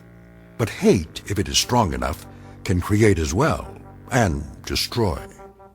Alan Richards had only a moment to understand this, a brief flash of insight. But it came too late for someone who, like most of us, has never seen a lion feeding. Unfortunately, to his great sorrow, it's a warning he will not be able to pass on to anyone else, either in or out of the Twilight Zone. We'll return to the Twilight Zone in just a moment. You are about to enter another dimension, a dimension not only of sight and sound, but of mind, a journey into a wondrous land of imagination. Next stop, the Twilight Zone. Hi, this is Stacy Keach. I'd like to take a moment to tell you about our Twilight Zone website at twilightzoneradio.com. At twilightzoneradio.com, you'll find the latest information on these Twilight Zone radio dramas, including behind-the-scenes photographs, plus the newest product releases, trivia contests, ways to contact us, other Twilight Zone-related info and merchandise, plus links to other fascinating websites. So make your next stop twilightzoneradio.com. Visit twilightzoneradio.com to purchase these Twilight Zone radio dramas on cassette and CD, or call toll-free 1-866-989-ZONE. That's 1-866-989-9663.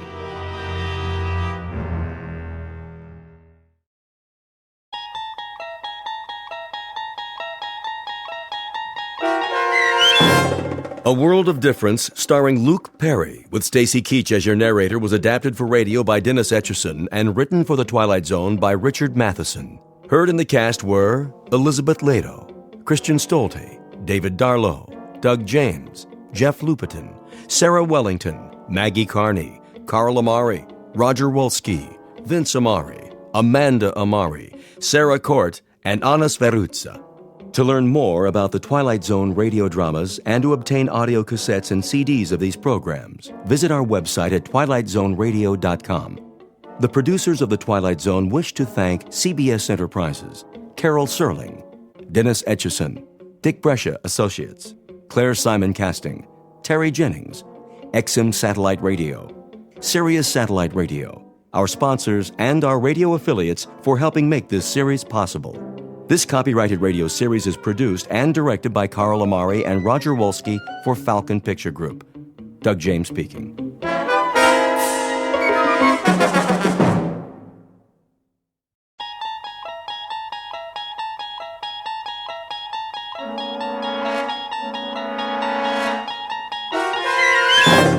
There is a fifth dimension beyond that which is known to man. It is a dimension as vast as space and as timeless as infinity. It is the middle ground between light and shadow, and it lies between the pit of man's fears and the summit of his knowledge. This is the dimension of imagination. It is an area which we call the Twilight Zone.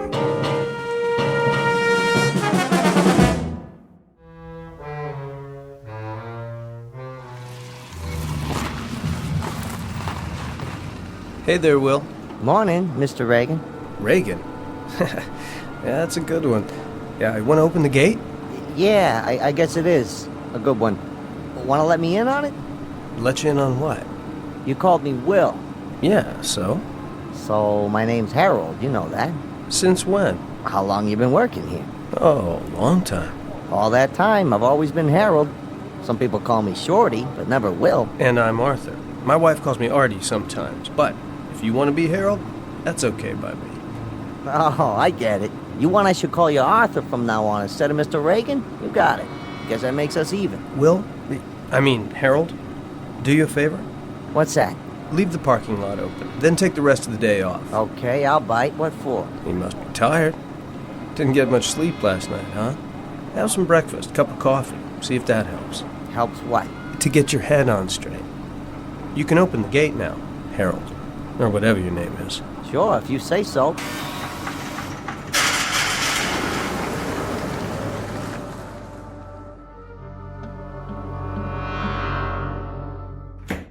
Morning, Sally. Oh, good morning, Mr. Curtis. I just got here myself. I hope I'm not late. No, I thought I'd better get an early start. I have to leave about 3. You do? My wife and I haven't gotten a thing for Tina's birthday yet. That's right. The party's Saturday afternoon, isn't it? If my daughter can last that long. Excited? She sure is. It's all she can think about. Are the Matson contracts ready? Right here. I finished them before I left last night. Good. I'll look them over in my office. Well, back to the grindstone. Yes, sir. Oh, I almost forgot. Would you call the airline for me? See if you can get those reservations changed from Monday to Saturday. Will do. Straining at the leash to get out of town? You bet. It's the first real vacation Marion and I have had in years. So I figure, why lose a whole weekend before starting out? I don't blame you. Saturday night, it's San Francisco. Here we come. Hold all calls for a few minutes, will you? I want to tell my wife. Certainly, sir. Hope her mother can take Tina after the party.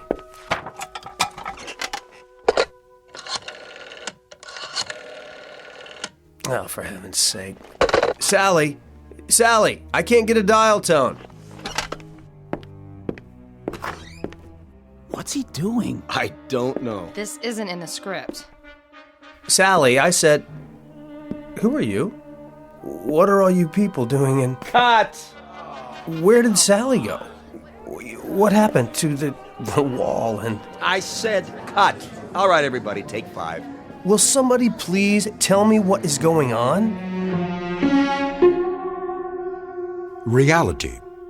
The quality of being real or having an actual existence. A matter of interest to philosophers throughout the ages. The definition comes from the dictionary, and it directly concerns one Arthur Curtis, 36 years old, and a successful businessman. Or so he believes. Mr. Curtis is about to discover that the line between reality and unreality can be very thin indeed. In fact, under certain conditions, it may be less than thin. It may be invisible. At least in the Twilight Zone.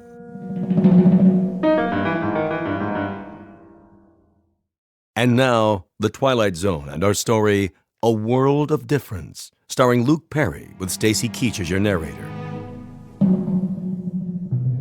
I asked you a question. All of you. What are you doing here? Get out of my office. Come on, Jerry. That's not my name. Is it so hard to make a phone call? Lose the ad-libs. Who are you? Remember Jerry? Marty Fisher, your friendly neighborhood TV director. What are you talking about? How soon they forget. Sally, what is all this? Something go wrong, Mr. Reagan? Why are you sitting there like that with your feet up? Take them off the desk at once. I thought we were on a break. We are. Why don't you go to your dressing room while I talk to Jerry? Sure, Marty. Call me when you're ready. Watch the cables, Miss Lawson. Of course I will, Kelly. You'd think I'd never been on a set before. What are all these lights for? I can hardly see. Pretty hard to shoot without him, Jerry. This isn't exactly verite. That camera, what's it for? Will somebody please tell me? I'm warning you, Jerry. Oh? And who do you think you are? That's funny. I was about to ask you the same thing. Why don't you wise up and cut the dramatics? Dramatics? They won't take much more of this. You're very close to the edge. The edge of what? I like that. You're really into it. What is it? The method? I don't think so. Not the method. Who'd you study with? Sandy Meisner? Right? No, wait a minute. Stella Adler. Well, I used to be at the Institute too, and the first rule is don't break character. So, what do you say? Shall we take it again? I don't understand what you're saying. It's a gag, just a little gag. You know these New York actors. All right, get him some coffee. Kelly? Yeah? Coffee over here, please. Black. Coming right up. Okay, Jerry, let's forget about it. Get your scene done. The front office doesn't like it when they're over schedule. Over schedule? Not this show. Then let's try it again. Back to the set. Set? Listen, I went out on a limb for you. The whole agency did. What agency? Just do your lines. Are we ready here? We're ready. Now, Jerry. All right, one more time. You're going to call your wife, tell her to meet you at 3:15. How did you know that? Got all your lines down? Where's your script? What are you talking about? Easy, Jerry. Don't burn yourself out. Places, everyone. Break's over. Where am I? In your office. It's morning. You just got here. This can't be my office. It only looks like my office. The window isn't even real. What's he doing? The city outside. It's a painting. What is this, a joke? Jerry. What are you people watching me for? I don't know you. I don't know any of you. Don't let him get away. He's not going anywhere. He's not on his mark. Maybe you can shoot around him for a while. I don't want to shoot around him, Sam. We've got 7 pages to do before lunch. He'll come through, Marty. We never had any trouble with him before. What's he doing now? The scene, I told you. Get ready to follow him. Roll sound and action. Still dead. Cut! Where are you going, Jerry? Stop calling me that. It's not my name. Sure, if that's what you want. Is there another telephone in here? Sit down, Jerry. One that works? Jerry, if I have to phone Brinkley on this, you're dead. Do whatever you like. Just leave me alone. You don't look so good. How do you feel? I felt fine when I got here. Please sit down. What's that on your face? Sweat? Kelly! Yeah? Call for an ambulance and make it fast. Yes, sir. Shall I ask the front office to authorize it? Of course not. If they find out, there's no telling what they'd do. Suspend production, probably. Go on, go! Right away. Jerry, let's go to your dressing room. You can lie down. Where's the nearest telephone? Jerry, we're trying to help you. My name is Arthur Curtis. Take your hands off me. I'm getting out of here. Did you hear that? Arthur Curtis? Is this a real telephone? Looks like it. All right, everybody. 1 hour for lunch. Is it hooked up? Should be. The number. What's the number? Search me. Operator, number please. I don't know. I can't think. I'll connect you with information. Yes, please. Directory information? Hello. Would you give me the number of Arthur Curtis? 22437 Ventnor Road, Woodland Hills? Checking. On Ventnor. Ventner. I have no listing for a Curtis at that address. What? You must be mistaken. Jerry? Listen, it's my own home. I'm Arthur Curtis. I just can't remember the number at the moment. Will you... If it's an unlisted number... It's not an unlisted number! At least I don't think it is.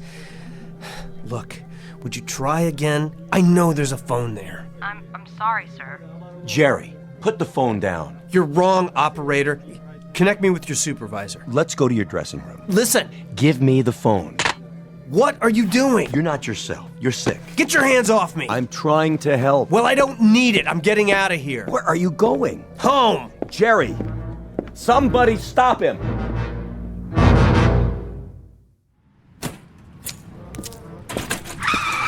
Hey! Watch it, lady. Are you out of your mind? If you're drunk again, Jerry... Let go of me. Look, I don't care if they bounce you. I don't care if you never work again for the rest of your worthless life. You're going to pay me what the judge tells you to pay me, or so help me, I'll put you so far behind bars, they'll never find you again. There you are. Mrs. Reagan. I am not Mrs. Reagan anymore. Sorry. Could I speak to you in private? I haven't the time. It's about Jerry. He's coming with me. He'll be back in time for the afternoon filming.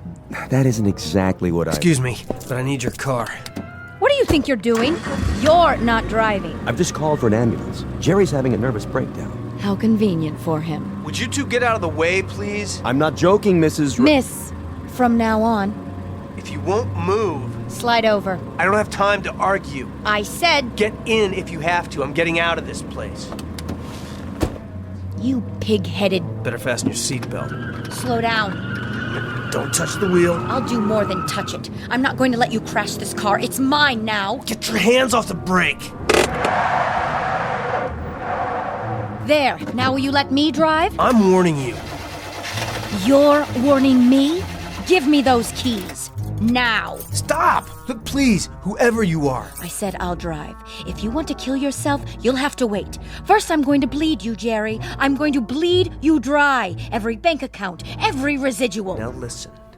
I don't know who you think I am, but you're wrong. You're wrong. My name is Curtis. Arthur Curtis. And I don't have the slightest idea what you're talking about. Right now, I'm going to... Oh, cut the histrionics.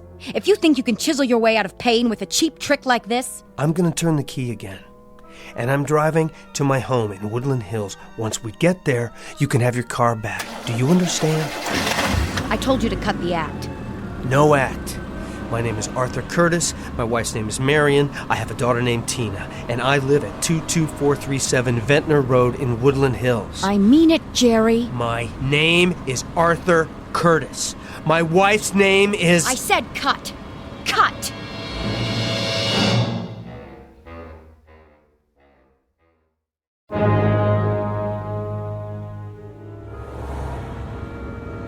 I don't understand. I've made this turn twice now. Let me know when the grand tour is over, will you? I don't know where I am. And yet I must. This is my neighborhood. I live here. Do you? I have, for years. Ever since I bought the house. But my street, it's just not here. What do you want, Jerry? An Academy Award? I've told you, my name is... Oh, can it, will you? Who are you trying to convince? You may as well give it up. You never had a less receptive audience. Why do you refuse to listen to me? Go ahead, then. Play it out. Make a complete idiot of yourself. I couldn't care less. I'm trying to find my house. Is that so hard to comprehend? Well, you're not going to, no matter how hard you try. And why is that? Simple. Because there's no such thing as Ventnor Road. Keep quiet. I'm trying to think. And what's more, there never was, except in your dreams. What's in the glove box? That's none of your business. This is my car now. There must be a map. Let me have it, please. Get your hands out of there. I'm just trying to... Tina! There she is! Who's Tina? My daughter! Another little secret you never told me about. When did that happen? See her? Skipping down the sidewalk? Oh, spare me. Hi, honey! Over here! It's Daddy! This is too much. You're going to get us both arrested. Tina, honey! Come here! I didn't have anything to do with this, remember that. Tina? Thank God. Leave me alone. But you're not Tina. Sorry, little girl, I thought... You scared me. You're a bad man. Get in. But that dress, I thought she was... I said get in. Or would you rather go to jail for attempted kidnapping? You should have let me drive in the first place. None of this would have happened.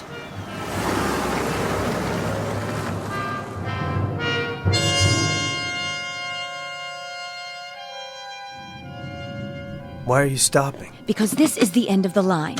Here? Oh, don't tell me you're going to play surprised. But I've never seen this house before. You just won't quit, will you? That's Brinkley's car out front. What does he want? Who's Brinkley? Pound of flesh, probably. Well, he'll have to wait his turn. Coming? I can't stay here. I have to go. I said I'd get you back for the afternoon shooting. I mean home. You are home. Who's home? Move it, Buster. Or would you rather sit out here? Fine with me. Suit yourself, but I promise you you'll regret it. Where are we? Come on inside. Fix yourself a drink. A little hair of the dog? Maybe that'll do it.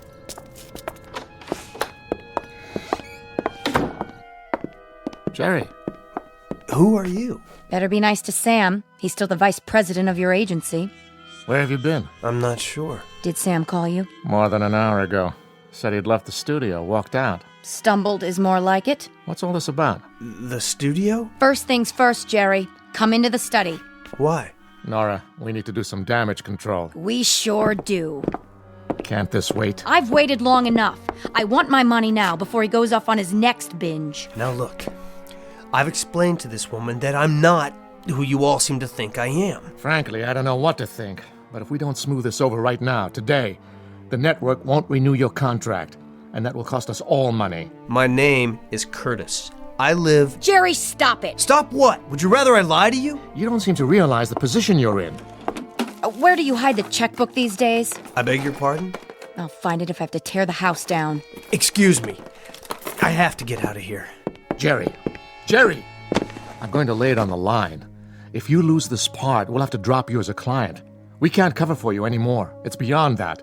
Way beyond. Yeah, I'm sorry, but you're mistaken. All right. Look, they can shoot around you today. I'll tell them you came down with something. They won't buy it, but we'll do our best to make it stick. But come tomorrow, you've got to be there, Jerry, bright and early, with bells on. I don't know what's going on. God, help me. I don't know what's going on. You said that. Jerry, enough is enough. I tell you, I found it. Get over here. Now. Leave me alone, please. Nora, he doesn't look so good. Maybe we should take him to Cedars. You're going to sign this check, Jerry, right now, before you can pull anything else.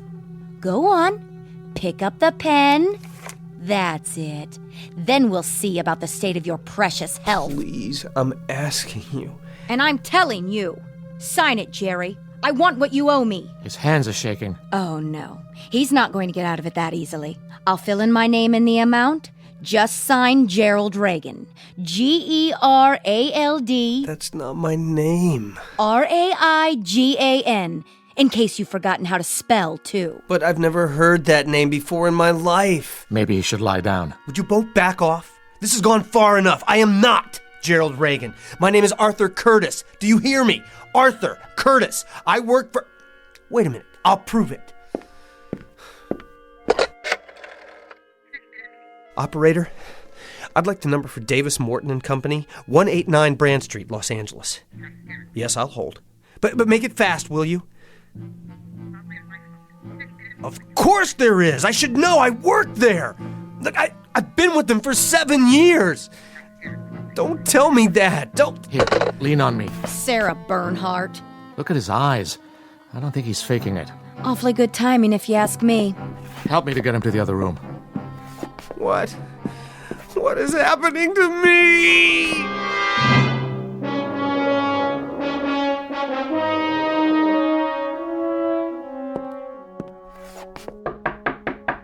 Jer?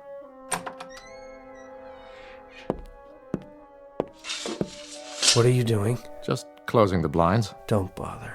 I was hoping you'd catch a few winks. Feeling better? You don't believe me, do you? It doesn't matter what I believe. You've been overworked. Trying to wrap the season. Must have been a terrible strain. The season. I take it that's supposed to mean something to me. If it doesn't, we're all in trouble. Would you like anything? Some lunch? If Nora won't make it, I'll order out. No, thanks. I don't have much of an appetite. You need help, Jerry. It's not in my province, but I've known you a long time, and I hate for this to happen. It's not necessary, you know. It really isn't. Can't you see what's happened? Why don't you tell me? You know what this is? A script. For what? It's all right here. Take a look. Cast of characters. Arthur Curtis, 36, a young business executive, happily married. Let me see that. Curtis lives in Woodland Hills, California, with his wife and young daughter. Where did you get this? It's yours. From the dresser here, where you left it after studying your lines last night. Go on, keep reading. He is married to Marion Curtis, 33. A charming young woman, typical of that efficient breed which can manage a house and family and still have ample time for... Ring a bell? Who wrote this? That's neither here nor there. Some hack, probably. The point is, the only information you have about Arthur Curtis is what's written here. That's crazy. Jerry, I really do understand. Sometimes I'd like to escape myself, get away from this turmoil. The long hours, the early calls, to a simpler, sweeter existence. It's only natural. You're telling me it was all a delusion? That I'm really somebody named Gerald Reagan, a dissolute, pitiful... A sweet, unhappy man.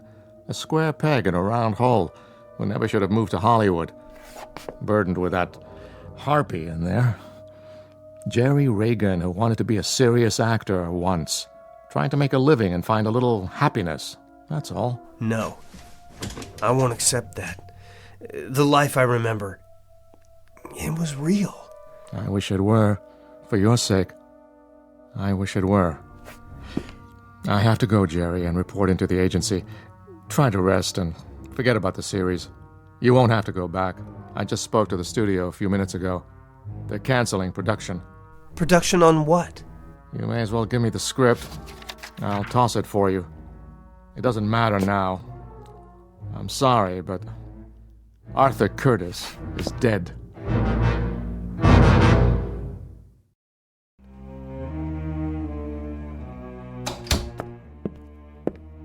Well, what's his story? I don't think it's a story. Not this time. All better? Or should I fix him some milk and cookies? He's had it. Withdrawn from the playing field. And I can't say I blame him. Go on, then. Get out of here.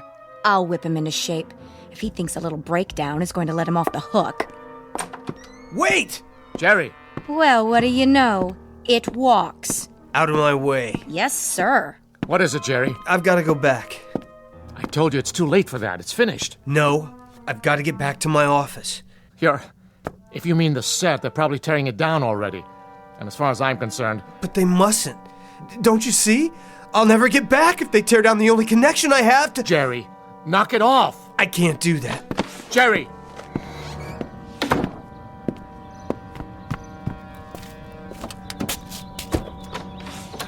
Careful, Jerry, that's my car!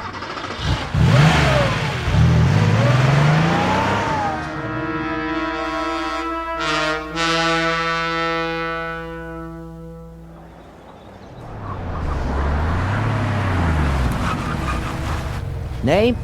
Open the gate. Oh, that's you, Mr. Reagan? I'm in a hurry. Oh, sure. Nice car. What happened to your... Now, Harold.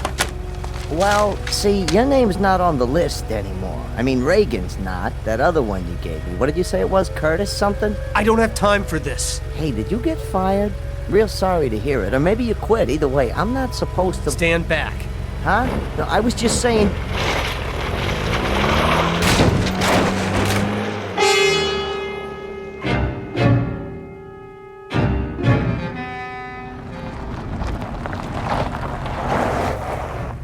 What in the... Hey! You can't do that! Put that down! What do you think you're doing? What'd you say? Watch your feet. That's my sofa! Yeah? Where are you taking it? Back to props. You can't. Yeah? I got a work order right here to strike the set. You mean my office? Which office? The low building with the rose bushes. 189. Nah, this is from stage 23. Which way is that? It's over there. Hang a right at the commissary.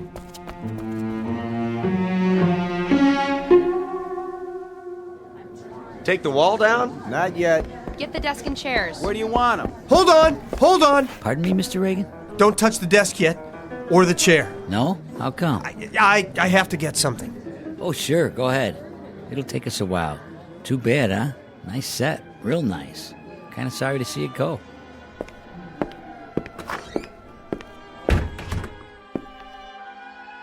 Sally? Are you still here? No matter. I don't know where to start. There must be a way. There has to be. Mr. Reagan? Who? It's Kelly. I thought I saw you come in. What happened to my books? Books? Oh, sent back to props by now. And my papers? And file cabinets? Even the photos on the desk? They were pictures of my family, my wife and daughter. Were they? You mean they were real? Give me a few minutes. Maybe I can track them down. Do they have to do this? I'm afraid so. The studio needs the space. A career.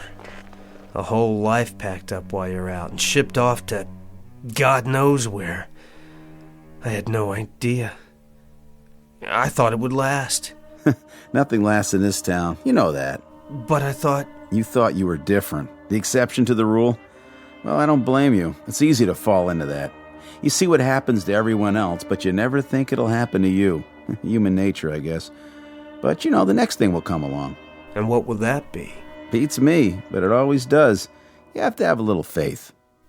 And the things we collect over the years and leave behind. Oh, somebody else will get some use out of it. It was never really ours in the first place, was it? Can't exactly take it with you. No, I guess you can't. They're ready to take the walls down now. You might want to sit somewhere else. I thought if I got here in time... Thought what? Nothing. You go on. I'll be out of here in a minute. Just following orders, Mr. Reagan. Nothing personal.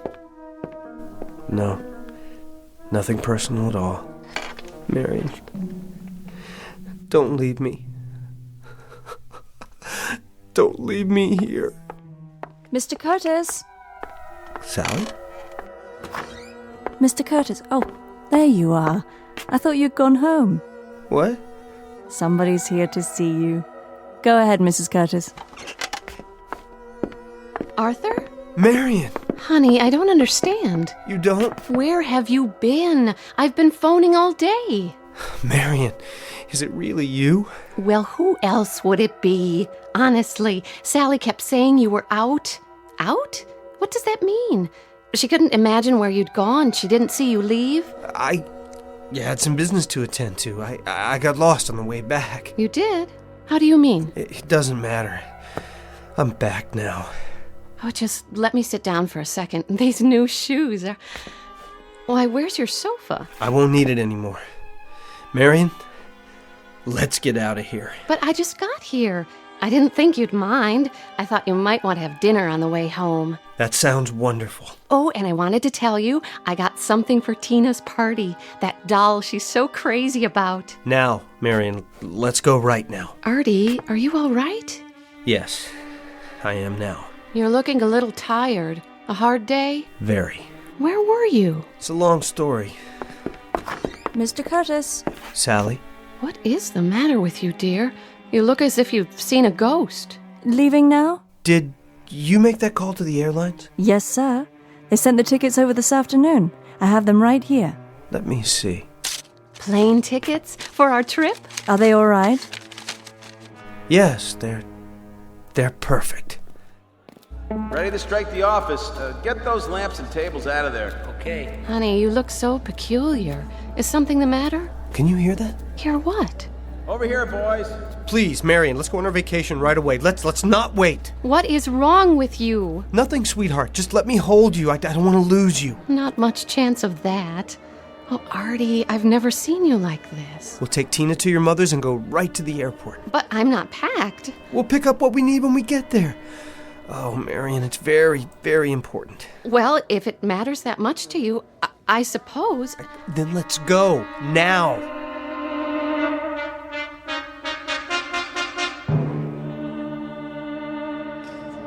Hi there, Mr. Brinkley. Have you broken it down yet? Just about to. Has Reagan been here? He was a minute ago. Where? The office set. And he's not there now? Nope. You didn't see him leave? I didn't. Any of you guys see where Reagan went? Nope. Sure didn't. Would you look in his dressing room? Sure thing. Well? Not in his dressing room. Then I wonder where he's gone. Wherever it is, I hope he finds what he's looking for.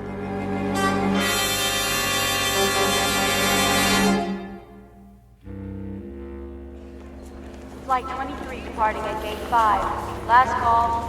Flight 23 to San Francisco.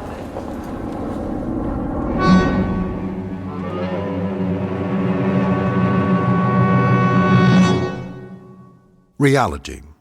The quality of being real or having an actual experience. Words of definition from a book we call the dictionary. Words that fail to recognize man's gift for creating realities of his own. Realities perhaps beyond the measurement of science, and yet actual in their own right. Realities existing in that vast and timeless middle ground between light and shadow, the dimension of imagination, also known as the Twilight Zone. More from the Twilight Zone after this. You are about to enter another dimension, a dimension not only of sight and sound, but of mind, a journey into a wondrous land of imagination. Next stop, the Twilight Zone. Hi, this is Stacy Keach. I'd like to take a moment to tell you about our Twilight Zone website at twilightzoneradio.com. At twilightzoneradio.com, you'll find the latest information on these Twilight Zone radio dramas, including behind-the-scenes photographs, plus the newest product releases, trivia contests, ways to contact us, other Twilight Zone-related info and merchandise, plus links to other fascinating websites. So make your next stop twilightzoneradio.com. Visit twilightzoneradio.com to purchase these Twilight Zone radio dramas on cassette and CD, or call toll-free 1-866-989-ZONE. That's 1-866-989-9663.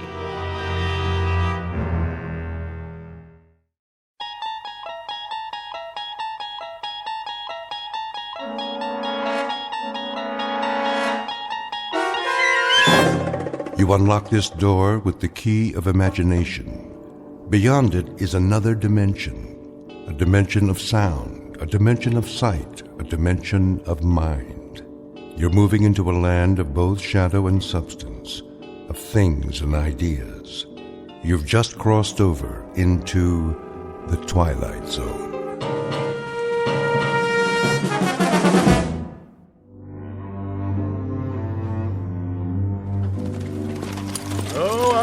There she is, TP.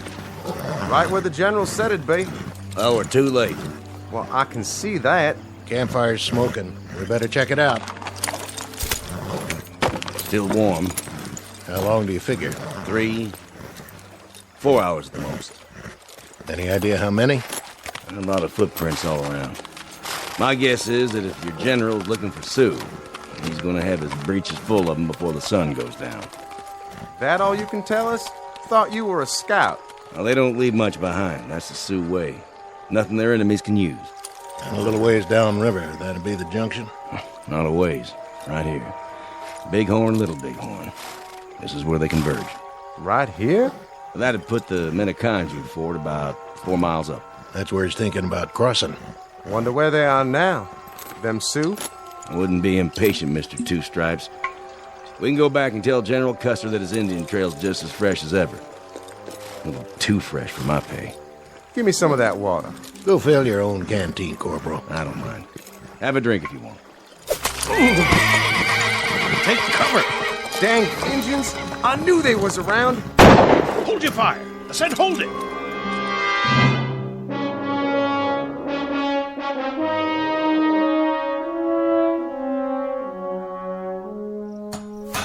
How's the drive chain, Langsford? Just a smidge more. There, I got her, Sarge. Good man, Corporal.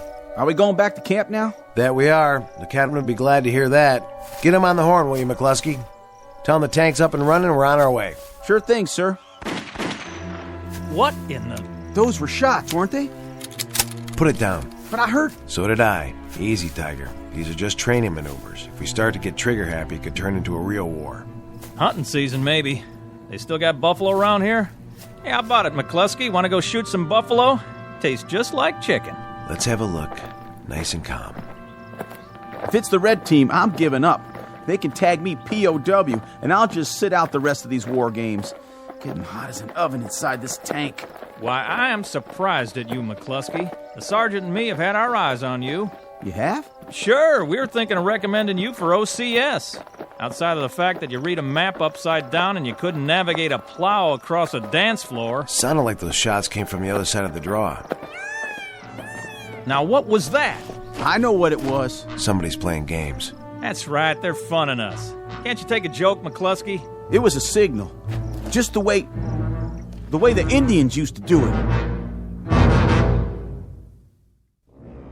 It's a hot June day in the present century. Or, if you prefer, another century altogether. Take your pick. The cast of characters in order of their appearance: a patrol of General Custer's cavalry and a patrol of modern-day National Guardsmen on training maneuvers. What neither group knows is that the past and present are about to collide head-on, as they are wont to do in a very special bivouac area known as the Twilight Zone.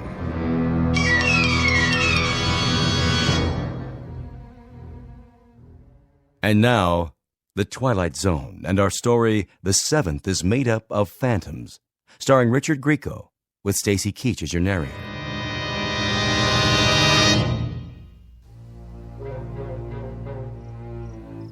Well, if you ask me, it could have been a bird or something. What about the rifle shots? Listen up. I've been on a lot of these training missions, and sometimes the men get bored, so they play pranks on the other team. But we do our job, that's all. Now let's take a quick look over the rise, make sure everything's A-OK, and get back to base. Got it? Got it, Sarge. Loud and clear. I'll check it out. Go ahead.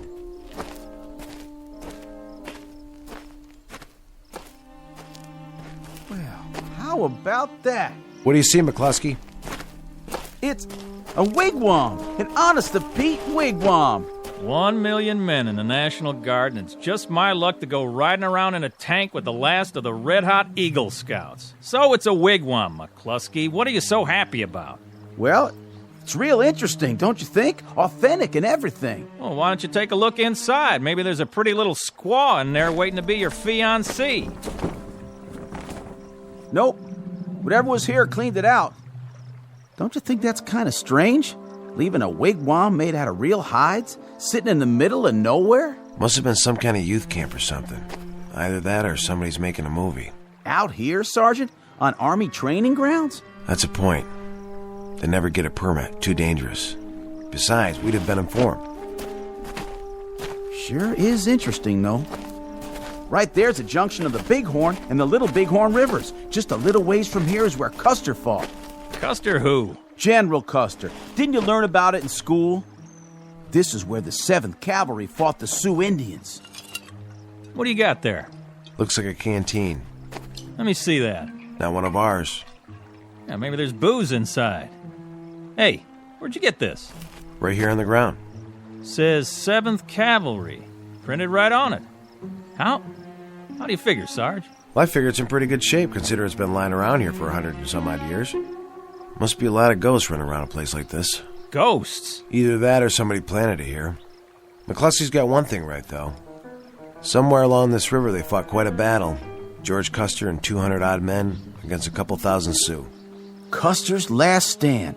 Didn't you ever hear of it, Langsford? I heard of it. Maybe next year a museum will send you guys out on an expedition and you can spend all your time picking up antiques.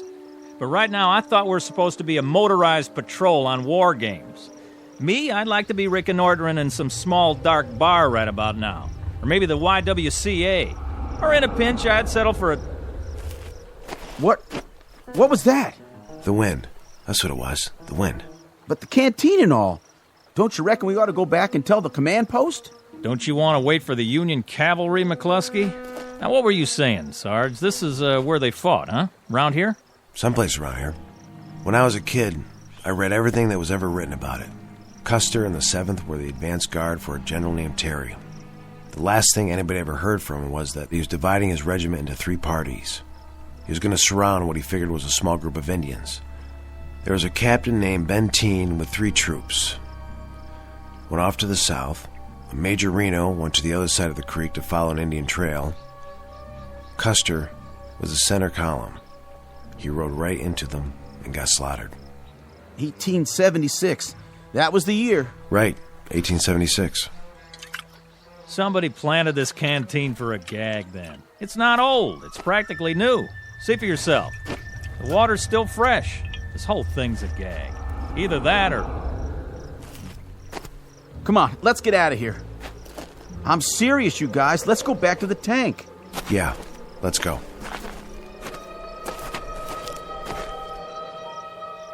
All right, Sergeant.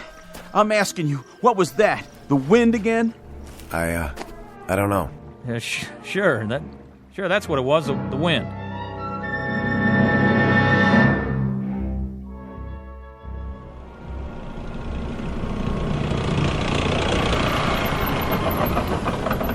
There they are. Finally. What'd they do, go fishing? They're working on their suntans.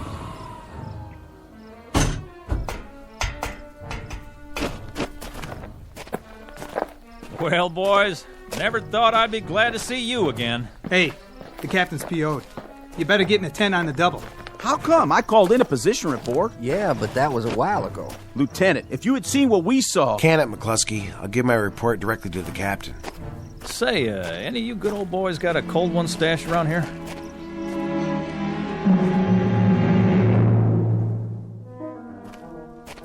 Sergeant Connors reporting, sir. You may enter, Sergeant. Sir? Nice of you to come back, Connors. Did you bring your tank with you? Begging your pardon, sir? You were gone so long, I figured you drove it to a used car lot and traded it for a convertible. We got a little hung up by the riverbed. Hung up?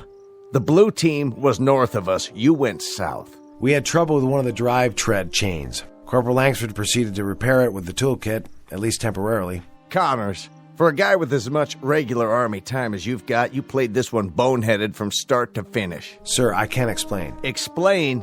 If there was an umpire around, you'd have had your tank crossed off and your men. Missing in action, all 3 of you. I'm sorry, sir. We heard some rifle fire.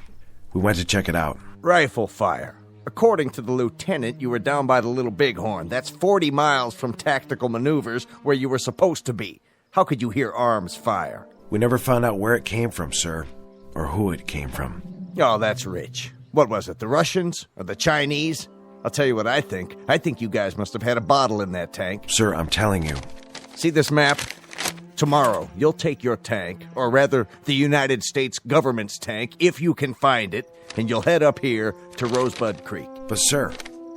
Follow the creek about 15 miles. We figure that by now the blue team has moved across to... What's the matter, Connors? You hungover? Nothing like that, sir. It's just that Rosebud Creek. That's Custer's route. What? When he left Yellowstone River, he went with Major Reno. Reno found an Indian trail along Rosebud Creek. Sergeant, let's synchronize, shall we? My watch says 2320 hours. My calendar says this century. If you have a thing about Indians, you got here a little late in the day. We heard them, sir. You heard what, exactly? Indians, war cries. Where? When? This afternoon, sir, at the junction of the Bighorn and the Little Bighorn. I know it sounds crazy. We found a canteen with 7th Cavalry stenciled on it, and a wigwam close to the river. A wigwam? Teepee, whatever you want to call it, but it was there. Are you bucking for a Section 8, Sergeant? It was the same teepee that Reno's scouts found the night before the battle. Mm-hmm. Reno's scouts, I see. Reno being... Major Reno. When Custer split the force into 3 columns, he sent Reno's to the north. All right, Connors, that'll do. Line up your patrol and move out at 0600 tomorrow morning. And if you meet any Indians at all, take a deep breath and count to 10. They're probably all college graduates out running tests on the soil.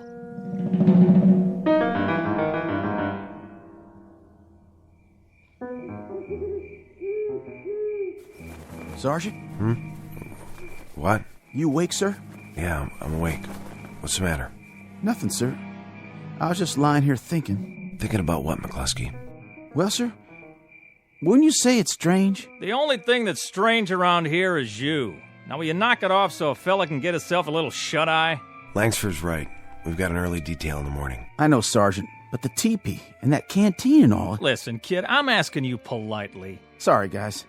I don't mean to be a drag or nothing, but that sound we heard today, it could have been a signal, don't you think?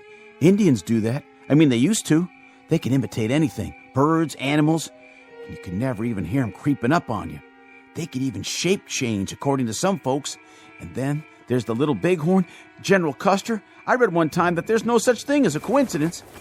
That's it. I'm moving my bedroll. Someplace where a man can get a night's sleep. Will you guys pipe down over there? Simmer down, Colonel. And you, Private, do me a favor. Put a cork in it. All right, Sergeant Connors. I'll try. I just want to be responsible is all. It's like they said in training. If you see anything and don't report it... Shh. Hear that? Yes, sir. Night, sir. Good night.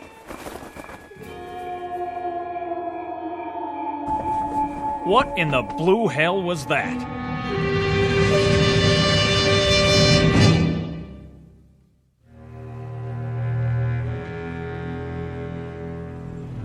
Where to now, sir?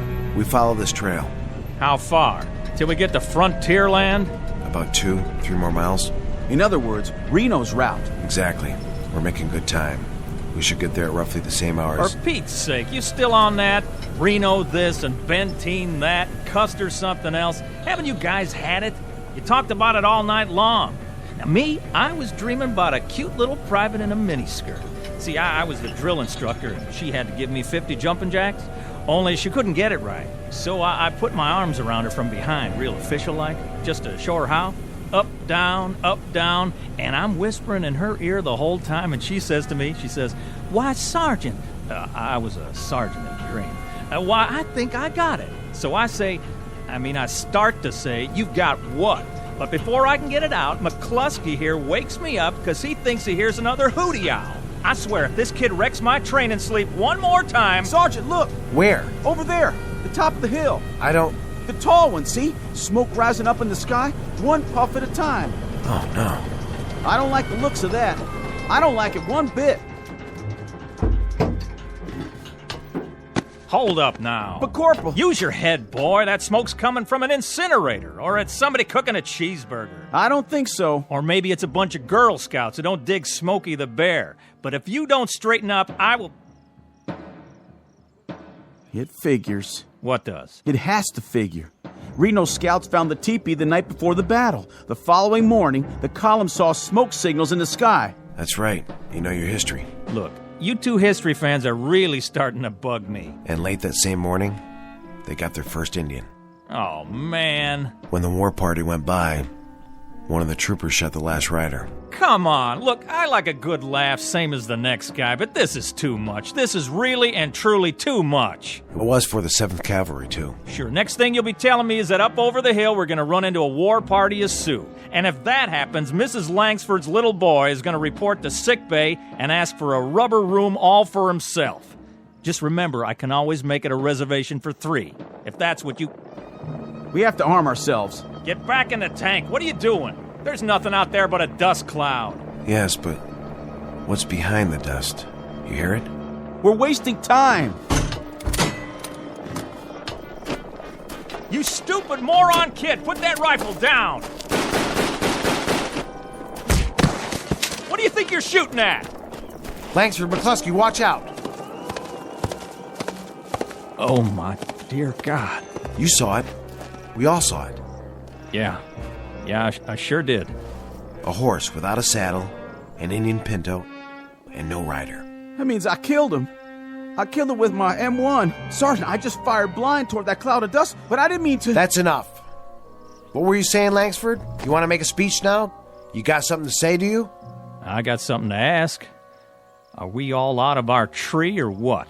I don't know for sure, but I've got an idea. We're listening.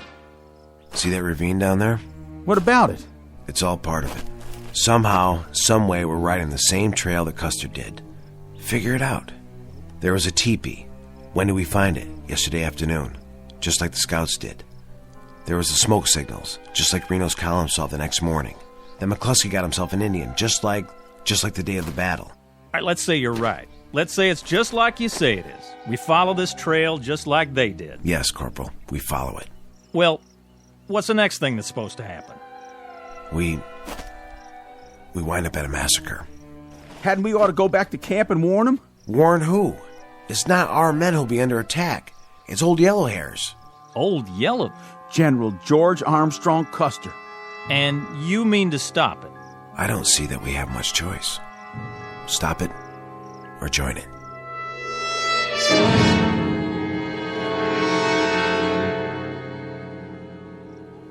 Sure is hot. Hotter out there. What do you think happened to him? Probably kicking back with a fishing pole. I hear there's trout up here.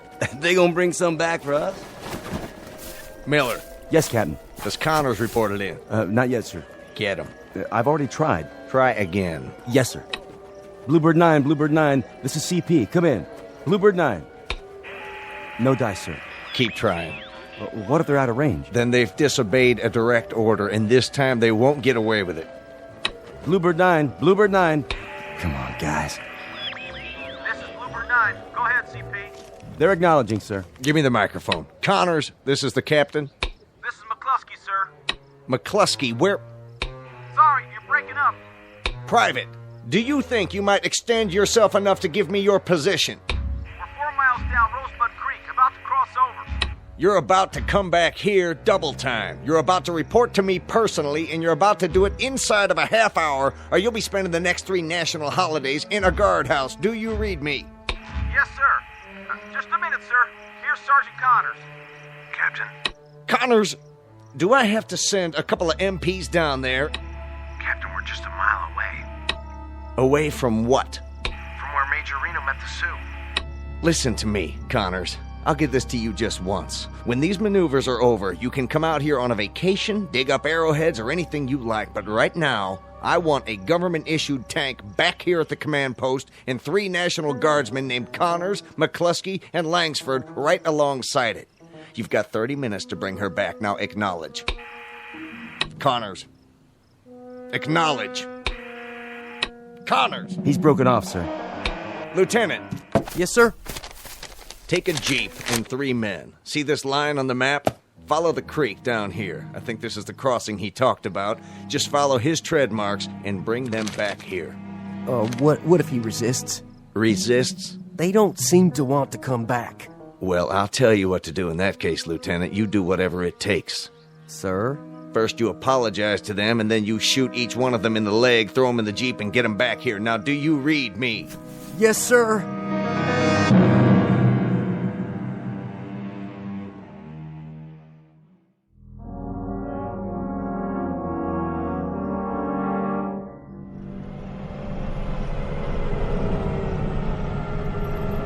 Hold it!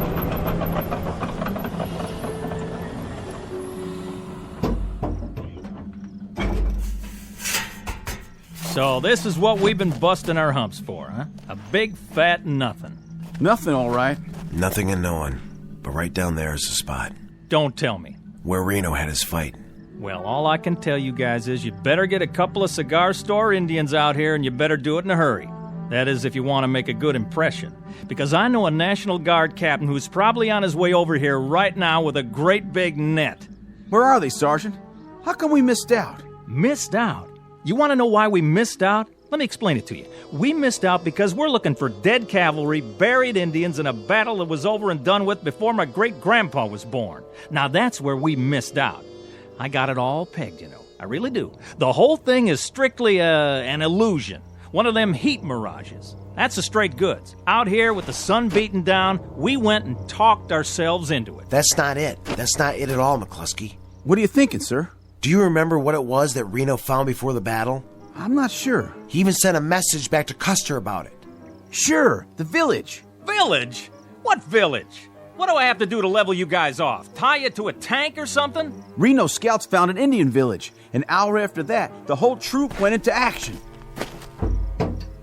Oh, my aching back. I give up. I swear, I give up. This is where the men separate from the nutcases.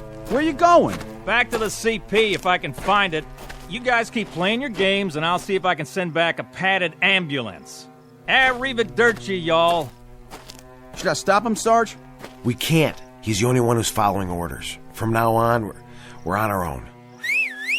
What is it? You tell me! That's it! That's what? Would you mind telling me? The village! That's the village! 6 more of your funny little teepees. That's a mirage, isn't it, Langsford? Not really there? Man, don't ask me anything. Now you got me seeing it. Don't ask me nothing. Looks abandoned. I'll go down to scout it. An hour ago, if you'd said that, I'd have died laughing. And now? You got your rifle? Sure thing. Then be careful. Of course I will. Well, what happens now? You read all the books. What's the next thing? Beyond the village. That's where Benteen engages. What about Custer? He loses his right arm. As of the moment, Reno got cut off here. Custer's column was doomed. This is wild. I swear, this is off the scale. Now, how in the... Well, how in... I mean, it's like chasing somebody that ain't even there and trying to catch up. Well? Connors. Langsford. What'd you find? I'm not sure. But if it's a mirage, this one goes all the way. What's the matter with you? You all right? I just saw the granddaddy of all mirages. I mean the mother of all... Hey, fellas? You're white as a sheet. That's 'cause this one's sticking in my back. McCluskey! Get the medical kit. I'll try to cut the arrow out. Bluebird 9, this is CP. Come in. No good, Captain. Then they're refusing to answer. Either that or they've vanished off the face of the earth. Captain? You'd better have something to tell me. Yes, sir. For starters, that they're just a few hundred yards behind you, right? I wish I could say that. Then you better tell me something, Lieutenant, and fast, like the whereabouts of an M4 tank. We found the tank, sir. Is it operational? It appears to be. Where are the men? No sign of them. What? Only this note. Let me see that. Crossing Rosebud Creek, trying to reach the cavalry. Pray we're not too late. What's the meaning of this? I don't know, sir. We drove up and down the creek bank. Is that true? This is all you found? No sign of them? That's right, sir. What about you? There were tracks leading to the tank, but after that, it's hard to say. All I know is they weren't in it. And you, Private, I want you to consider your words very carefully. Yes, sir. The tank was empty, except for some of their gear. Well, what are the rest of you grunts standing around for? Anybody need a work detail this morning? How about a recon march with full packs? Just finishing up, sir. Come on, guys. What about their gear? Most of it was still there, except for the rifles and the sidearms. Great. That's just great. Now I've got 3 trigger-happy soldiers on the loose with live ammo. Captain, I know Connors. He is strictly by the book. Yes, but what book? Langsford's regular army, and McCluskey, well, he's a good kid, just wants to put in his time and get back home. If they've gone off on their own, there must be a reason. I don't get it. I swear I don't get it. What are they drinking out there? Or have they seen too many Western movies? Sir, about the note, what does he mean when he says cavalry? The 7th Cavalry. But what's the 7th Cavalry? A very hot outfit, headed up by a tiger named George Custer. Custer? Wasn't he... Don't ask me any more questions. I don't have the answers. But I'll tell you this. Those 3 guardsmen are going to go on active duty so fast it'll make their heads spin. If they ever get out of the stockade.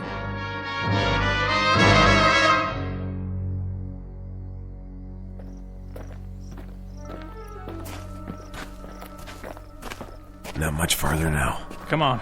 We're gonna make it. We're gonna make it, man. We got you, okay? Just hang on to my shoulder. Where are we? A few hundred feet away. They're right over the ridge. Sarge, you hear it? The wind, that's all. Not that. Sure we hear it. This time we all do. Wait a minute. Listen. That's them, Sarge. The 7th. You think he's right? We made it. We made it after all. Almost. Don't count your chickens. Let's go. Somebody give me my sword. We don't have swords, McCluskey. We got U.S. government issue 45s. Put in a clip, work the slide, and she's ready to go. Here. We've also got our M1s and the machine gun. Set it up. With pleasure. Can't can't stand up. Just lay low. Keep pulling the trigger. Look at Custer. He's surrounded. Gotta get down there. Must be 1,000 Indians. More than that, Colonel. More than that. Well, shoot, I heard of worse odds than that. Haven't you, boys? Plus, we got our equalizers right here. We come all this way. What do you say, Sergeant? I say we do it. Why not? Let's go.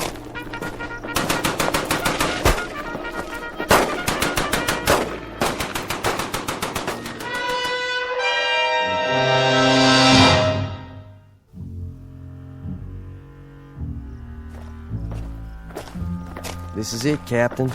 The last known location. What's that plaque for? Read it, Lieutenant. Custer Battlefield National Cemetery, honoring the memory of 261 men of the 7th Cavalry who lost their lives in battle. So this is the cavalry they were talking about. It was. It's a national shrine now. They made it. What's that, Captain? Nothing. No sign of them on either side of the creek, Captain. What about the tank? Up near the ridge where they left it. But no sign of the men, no sign at all. Keep looking. Yes, sir. Put them on report, Captain? Put them on report. Captain! What is it? A list of the men who died here, all the names engraved on the plaque. It looks like it's been here a long time, so then how?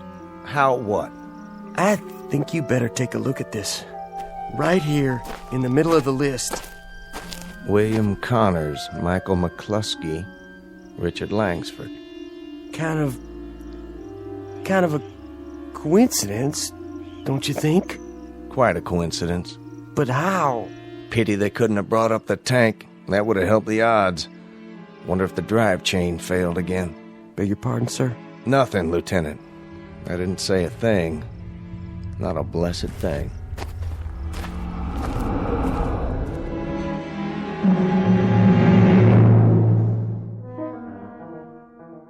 Sergeant William Connors, Trooper Michael McCluskey, and Trooper Richard Langsford, who, on a hot afternoon in June, made a brave but hopeless charge down a hill and never returned. Look for this one under P for Phantom in the pages of a historical ledger, filed in a reading room known as the Twilight Zone. More from the Twilight Zone after this. Hi, this is Carl Amari, producer of the Twilight Zone radio dramas. I'd like to take a moment to tell you about our official website at twilightzoneradio.com, where you'll get the latest news and information on these Twilight Zone radio dramas. Plus, at twilightzoneradio.com, you can digitally download 3 free episodes or any of our episodes for only $1.95 each. In this age of ever-changing technology, we've decided to make these episodes instantly available to you by making the Twilight Zone radio dramas a digital download-only series. This means that this series will no longer be offered on CD. The CD collections at our website are now being offered while supplies last at buy one, get one free. So be sure to get your favorites before they're sold out. Be sure to visit us often, and I'll see you in the zone.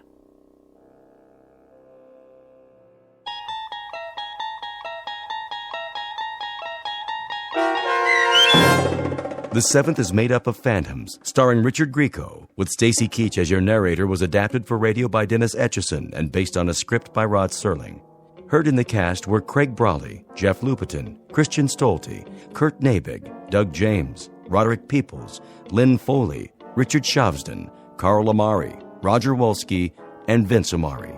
To learn more about the Twilight Zone radio dramas and to obtain audio cassettes and CDs of these programs, visit our website at twilightzoneradio.com. The producers of The Twilight Zone wish to thank CBS Enterprises, Carol Serling, Dennis Etchison, Dick Brescia Associates, Claire Simon Casting, Paul Patch, Terry Jennings, the American Forces Radio and Television Service, our sponsors, and our radio affiliates for helping make this series possible. This copyrighted radio series is produced and directed by Carl Amari and Roger Wolski for Falcon Picture Group. Doug James speaking.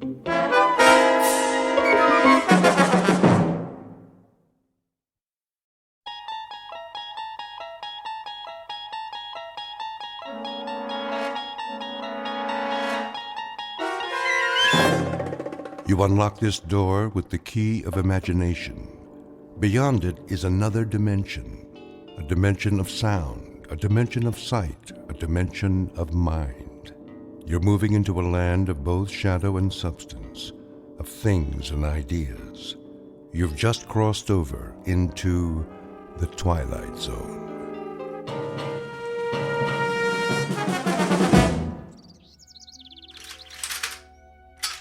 There. Now.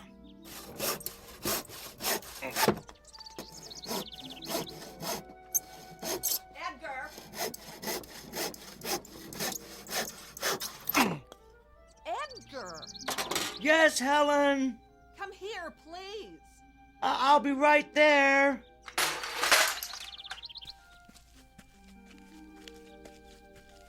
Well, come on, hurry up. Yes, dear. Come in the house. I've got a bone to pick with you. What's wrong, Helen? Look at what I did to my hand. Ooh, what happened? I was cleaning the basement and I cut it on that stupid metal contraption you brought home yesterday. Oh, no. The accelerator bracket. Are you all right? Do you need me to clean it with hydrogen peroxide? Or should we go to the ER? No. I finally got the bleeding to stop by myself. I thought I was going to hemorrhage to death. Oh, thank goodness. What? I mean, it's good you were able to stop the bleeding. What is that stupid bracket doing down there anyway? Well, I needed to complete my experiments. Your experiments? That's all I ever hear about. I can't believe I gave up a successful modeling career to marry such a geek. Oh, this ridiculous hobby of yours is getting out of hand, Edgar. Well, it's more than a hobby, dear. Yes, you're right. It's an obsession. You're constantly down there tinkering with that pile of junk you built. How about spending some time fixing the problems we have in the house? How about repairing that leaky roof, Edgar, or the garbage disposal that keeps breaking down? Well, I'll get to all of that, Helen. I promise. It's just that I'm so close to a breakthrough. If I can just figure out how to break down the molecules into subatomic particles... The only breakdown around here is going to be mine unless you get rid of that oversized erector set. Do they know you're bringing all that equipment home from work? No, but they don't really need to. You see, it's all equipment they've discarded. They don't use it anymore. In other words, you're going garbage picking behind the lab and then dumping it in our basement. Why don't you just do these experiments at work? Because the facility isn't doing any more research with... With what, Edgar? Well, it's not important for you to know, Helen. I don't want to waste your time talking shop. You're one to talk about wasting time. Maybe if you'd put this much thought into your job, you'd be able to get a promotion. Well, the only kind of promotion available to someone at my level would be a project manager. What's wrong with that? Well, I'm not the managerial type, Helen. I'd be dealing with budgets, giving evaluations to personnel, writing reports for upper management. Yes, and that's why managers make the big money. But I'm an engineer. I'm good at working with equipment, not people. I like calculating formulas, not salaries. I'd be terrible in a managerial position, Helen. I'd be wasting my time. You don't seem to mind wasting your time outside while my life's fluid is gushing out of me. Where were you anyway? Across the street, meeting the new neighbors. They finally moved in? What's their name? Let me see if I remember how to pronounce it. Bhagavatula. Yeah, that's it. Bhagavatula. Oh, great. What is that, Korean? No, Helen. They're from India. India? Doesn't that real estate agent know how to sell to people like us? They're quite nice, really. He's a vice president at one of the banks downtown, and she's a professor at the university. Such a lovely woman. A real exotic beauty. Not as lovely as you, of course. Oh, and they have a 13-year-old boy. He'll be at the junior high in the fall. Of course he will, because their kind always follows the same pattern. They move into our neighborhoods, take our jobs, and infiltrate our schools. Now, Helen, I hope you're not going to be hostile towards our new neighbors like you are towards that lovely Sanchez family 2 doors down. You can actually learn a lot from them. Mr. Bhagavatula was telling me about some of the fascinating customs in their country. Can you imagine coming from such a rich cultural heritage? The only thing I can imagine is the stench of curry casserole that's going to be wafting across the street. I'll tell you something, Edgar. I am sick of the way this neighborhood is changing. And I'm even sicker of not being able to do anything about it because your salary isn't high enough for us to move someplace nice, someplace with people like us. We're trapped. We've got Gandhi and his family moving it across the street, Pancho Villa and his gang living 2 doors down, and God knows who else ready to move in at any minute. And you're oblivious to all of it, Edgar. You're like an ostrich with its head in the sand, tinkering away in the basement while this neighborhood is going downhill. Well, I'm sick of it, and I can't take any more. Things better change soon, Edgar. Do you hear me? Things better change soon. Yes, Helen.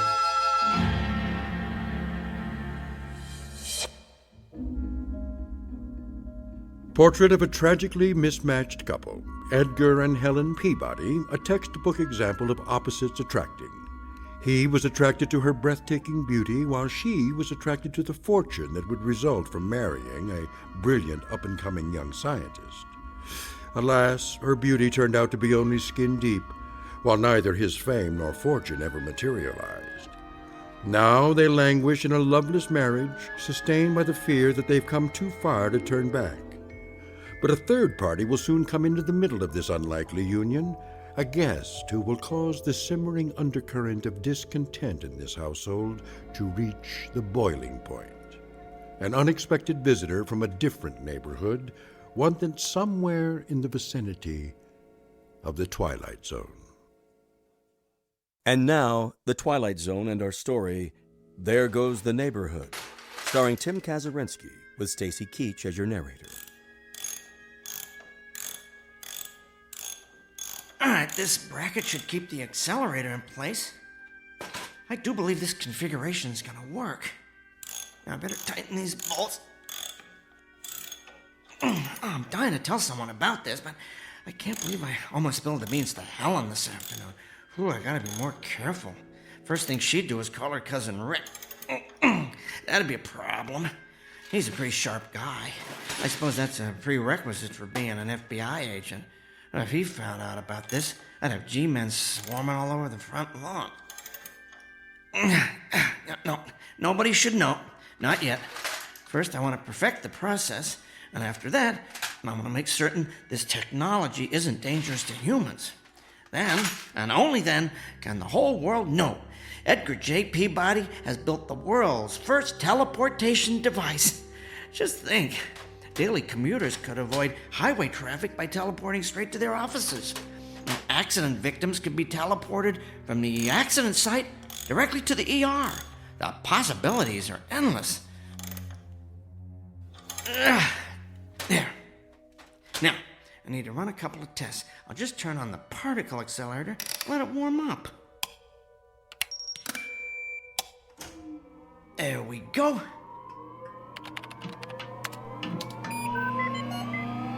Reminds me of that old super heterodyne radio receiver Dad had when I was a kid. Always had to let that baby warm up.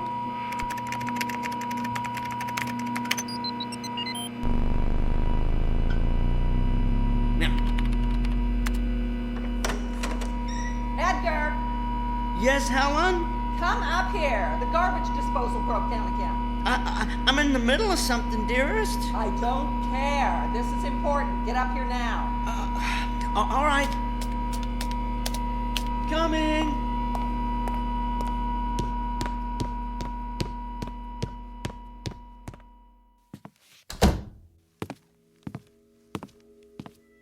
Well, it's about time. I've never seen such a slowpoke.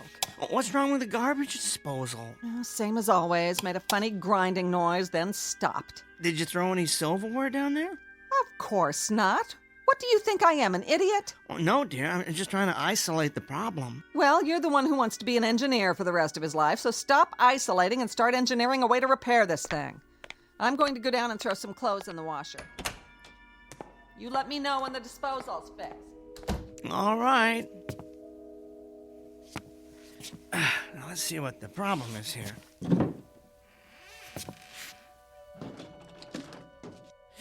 I don't see anything wrong under the sink. No leaking, anyway. I better get a flashlight and look down the drain.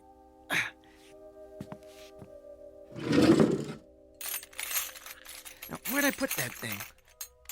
Used to have a flashlight in here. What on earth? Oh, Edgar! Downstairs! Huge! Kill it! What is it? Another spider? No! Bigger! Harry! Kill it! Oh, if it's hairy, it probably is a spider. Oh, where did you see it? Stairs! By the stairs! I'll roll up this newspaper and use it to vanquish the beast for my beauty. Hurry!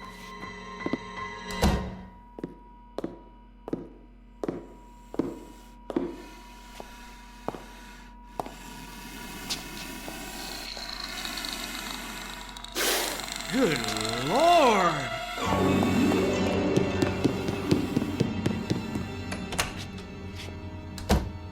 Oh, did you see it? I saw it! How big would you say it is? 3 feet high, maybe? About 4 feet long? Oh, what do you think? I think I need a bigger newspaper. No, you dolt! What do you think it is? I don't know. Where did it come from? I don't know. Oh, it moves so fast. I know. It looks like it has about 30 legs. Little ones that let it glide along like a millipede. A really big millipede. Oh, you have to kill it. Well, maybe we should call animal control. That's not an animal. It's a monster. Well, all the more reason to call in a professional. Oh, Edgar, be a man for once. Go down and kill it. With what? I don't know. You're the man of the house. Find a weapon. Gather up the thimbleful of testosterone you've got and go kill that thing in our basement. All right. I'll take this broom. Whatever. Just get down there.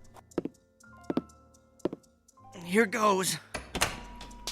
I'm going to close this door behind you. Why? So it doesn't try and get up here. Actually, that's a good idea. We don't want it running around the living room. It might try and get out the front door. Yeah, plus, I just shampooed the rug. Oh, great. Where the door closed, I can't see a thing down here. I hear it. I think it went over by the furnace. Probably likes the warmth. It's so dark. I'm gonna have to turn on the light.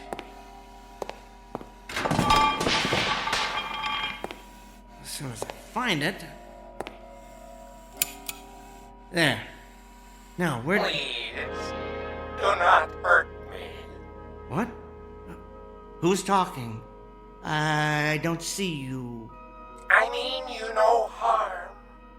I hear you, but your voice... It's inside my head. Whoa. You communicate telepathically, don't you? Yes, please. Do not hurt me with your weapon. Weapon? Oh, this is just a broom. A broom? What kind of weapon is that? It's not a weapon. It's for sweeping up. You know, cleaning. Oh, so you're going to clean me? Is this a way of conquering one's opponent here? No. I was going to hit you with it. Ow, please, do not. I apologize if I frighten you or your companion. Companion? Oh, you mean Helen. I guess that's one word to describe her. Where are you, anyway? Behind this heating source. I was right. You like the warmth over there in that corner by the furnace, don't you? Yes, it is quite comforting. Traveling through the space-time continuum appears to have affected my body's metabolism. I am very cold. The space-time continuum? Where are you from? It is hard to explain. Suffice it to say, it is a different time and place. Are you saying you're from a different dimension? I would consider that an accurate assessment. How did you get here? I arrived through your receiving portal. My receiving portal? Oh, the teleporter. I left it on when I went upstairs. It must have acted like an open door for anything passing through the space-time continuum. Whoa! It worked! Beyond my wildest dreams, it worked! I knew those adjustments I made would do the trick, although I didn't think it would teleport beings from other dimensions. Oh, criminy. I guess I should turn it off, huh? Before this place looks like some kind of interdimensional Grand Central Station.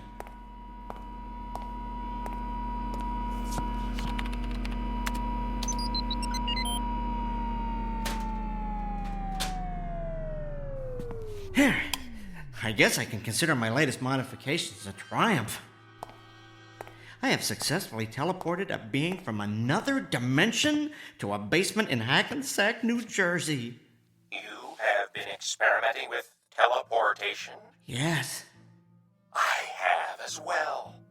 So, teleportation isn't a standard mode of transportation where you come from? No. I have been conducting trials in secret. Oh, I know the feeling. I was an engineer on a teleportation project at my company a few months ago. Out of the blue, the government ordered us to cease and desist, but they never explained why. I've heard it's because they're experimenting with the technology themselves for a secret military weapons project, but I think it could be used to improve our way of life. That's why I've been continuing my experiments by myself down here. Where I come from, it is feared that teleportation would make escape too easy. Escape from what? From a race that recently overthrew our government. They call themselves the Masters. They now hunt down and exterminate members of any race unlike their own. Well, that's awful. So I take it that where you come from, everyone doesn't look like you? No, the Masters do not look like my race at all. They are quite ugly. Well, sounds like it's a good thing you escaped. I am not convinced that I am in a better situation here. What do you mean? My appearance seems to have alarmed you and your companion. You were coming down here to kill me. Well, you have to understand, you look different from anything we've ever seen before. Oh, I am considered ugly here? Well, that's hard to say. I haven't actually had a chance to get a good look at you. Why don't you come out from behind the furnace, the heating source? Okay. Oh, my. You definitely don't look like any species we have here, but ugly? Trust me, I've encountered far uglier beings on this planet. Edgar? Hey, whoa, where are you going? You don't have to hide back there again. I fear your companion does not share your indifference about my appearance. Oh, don't let that bother you. Helen doesn't share anybody's opinion about anything. Edgar, did you take care of it? Would you excuse me one moment? I need to talk with my companion. Yes. Edgar, what's happening down there? I don't hear any killing going on. Helen, dear, I decided not to kill it. Why not? Well, I'd like to learn more about it. Well, fine. Kill it and slice it open. Then you can look around in its guts and learn all you want. Well, I'm not talking about its anatomy. I want to keep it alive, observe its behavior. I don't know, ask it some questions. Ask it questions? Helen, sit down for a moment. Edgar, what's going on? Just listen to me. I'm not sure how to tell you this, so I'm just going to come right out and say it. That creature in the basement, it's from another dimension. It arrived here through the space-time continuum from a place where it has suffered unbearable persecution. Well, I would like to learn more about it, find out where it came from, whether it's from some alternate universe on Earth, or perhaps some other planet in a distant galaxy, and maybe even find out if I can help it. Edgar, you have officially gone over the edge. I mean, I've always considered you eccentric, quirky even, but I never realized there is a hole in your marble bag. Helen, I'm telling the truth. Okay, let's assume for the sake of argument that you are. How did that thing get here? Well, you have to promise not to tell anybody this, but that contraption, as you like to call it, the one I've been building in the basement, it's a teleportation device. The creature was passing through the space-time continuum and employed it as a destination portal. Give it to me in English, Edgar, not your usual geek speak.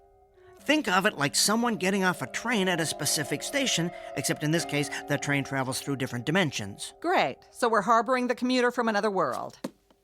Where's the phone? Who are you calling? I'm calling someone to come and kill that creature. No, Helen. Yes! It's not enough that the neighborhood's been invaded by foreigners from other countries. You have to put out the welcome sign for a giant insect from a different dimension.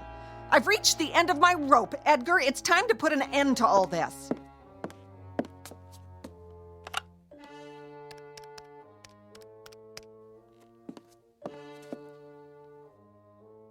Hello, FBI? I'd like to talk to Agent Rick Fielding.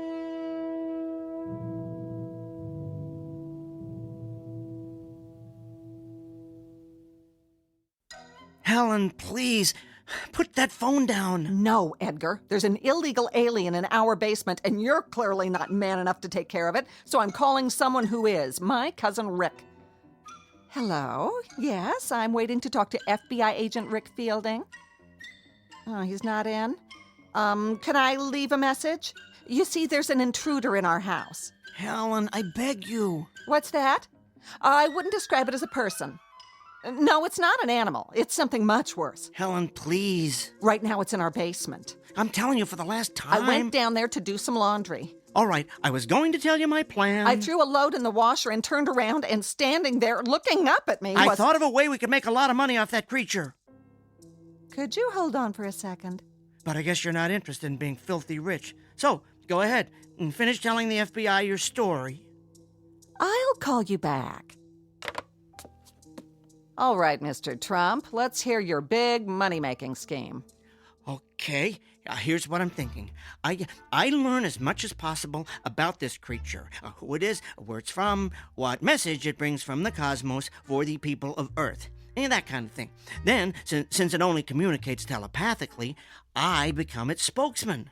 Telepathically? What does that mean? Well, never mind that part. I'll explain later. Anyway, we then travel around together, doing presentations at respected technical institutes, lecturing at universities, meeting with world ambassadors. And then we really go for the big time. We appear on Oprah. You're telling me that we're going to get rich because you're going to play Colonel Parker to some illegal alien from another dimension? Think of the possibilities, Helen. Book deals, a movie franchise, and television. Oh, think of the television we could do, Helen. Tell me the whole country wouldn't tune in to see that creature on Dancing with the Stars. Edgar, for once in your pathetic life, you may actually have a good idea. You think we could make a lot of money off that thing? Millions, Helen. Millions. All right, I'll agree to this little plan of yours. But it better work. I have just one demand. While it's in this house, that beast stays in the basement. I don't ever want to see it up here running around in my clean house with its filthy little insect feet. Do you understand me, Edgar? Of course, it stays in the basement. You won't regret this, Helen. Now, I'd better go back down and learn all I can about it.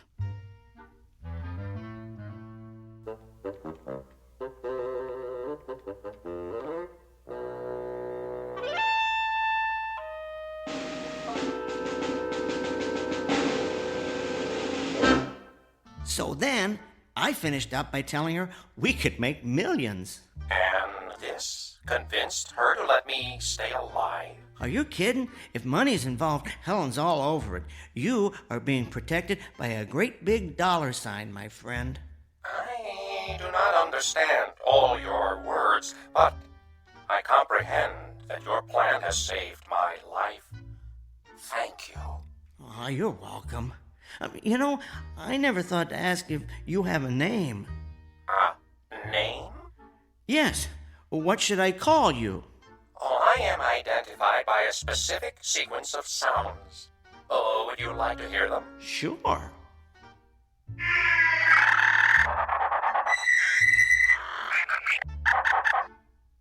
fascinating, but I don't think my tongue could handle that. How about if I call you Al?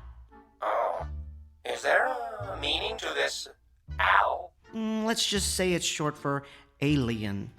Oh, I find this appropriate. And what should I call you? My name is Edgar. Edgar.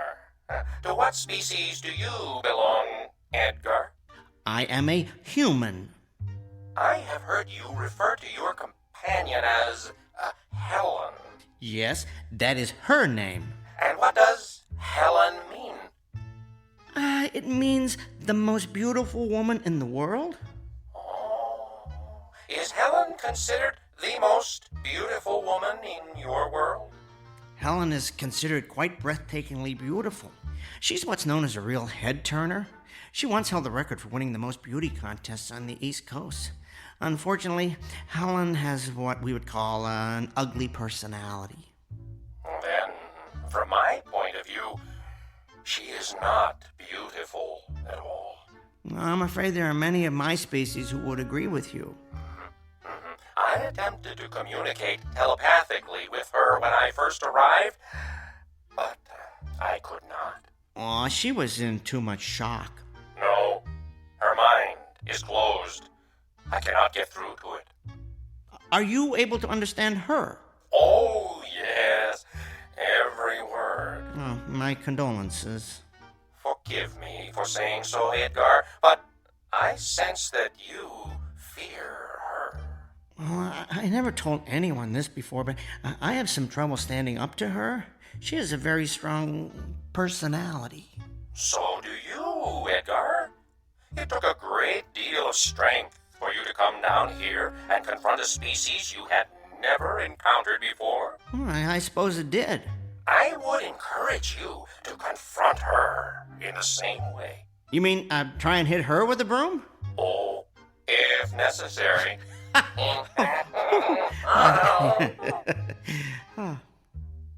Listen, Al, I've been thinking, maybe we could share our knowledge of teleportation with each other. You know, sort of combine our brain power and see if we can perfect the process. That is an excellent idea, Edgar. Would you mind taking a look at my teleporter?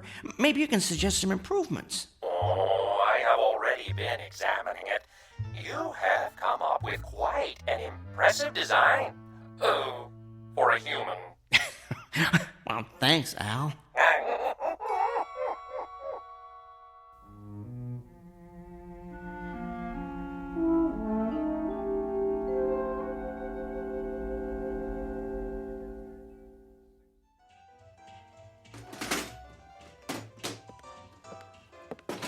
Edgar, is that dishwasher ever going to be fixed? Should be good as new by dinner. I picked up a new gasket today. It's about time.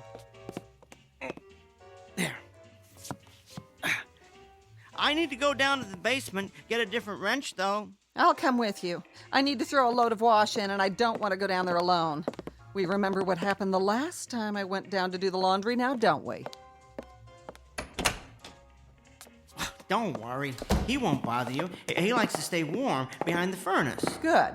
I don't intend to be a prisoner of the main floor just because you've decided to start taking in intergalactic strays. Interdimensional, dear.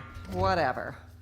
All I know is I've had an uninvited house guest for 3 days that looks like it crawled out of a horror film. Everybody in their place and a place for everybody. That's how it used to be before all the foreigners started moving into our neighborhoods. Yes, dear. I'll tell you what we need. We need a government that stops turning a blind eye to this cultural invasion. We need to send all these outsiders back to where they came from. So you've said before, dear. I found that wrench I need. I'm going back up. Now, don't take forever to fix it. Yes, dear.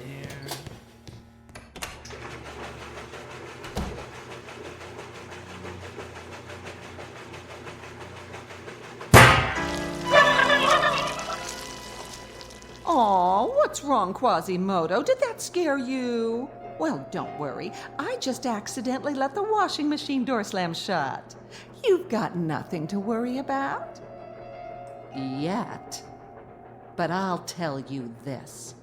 If I don't start seeing some money coming in from this brilliant scheme cooked up by Edgar Rockefeller up there, I will call my cousin, and the FBI will come here to see what Edgar's doing with that telethingy, and you will be hauled away and dissected like a frog in a 7th grade biology class. You don't fit in here. You're contributing to the decline of what was once a perfect neighborhood. So you just stay down here in the dark where you belong.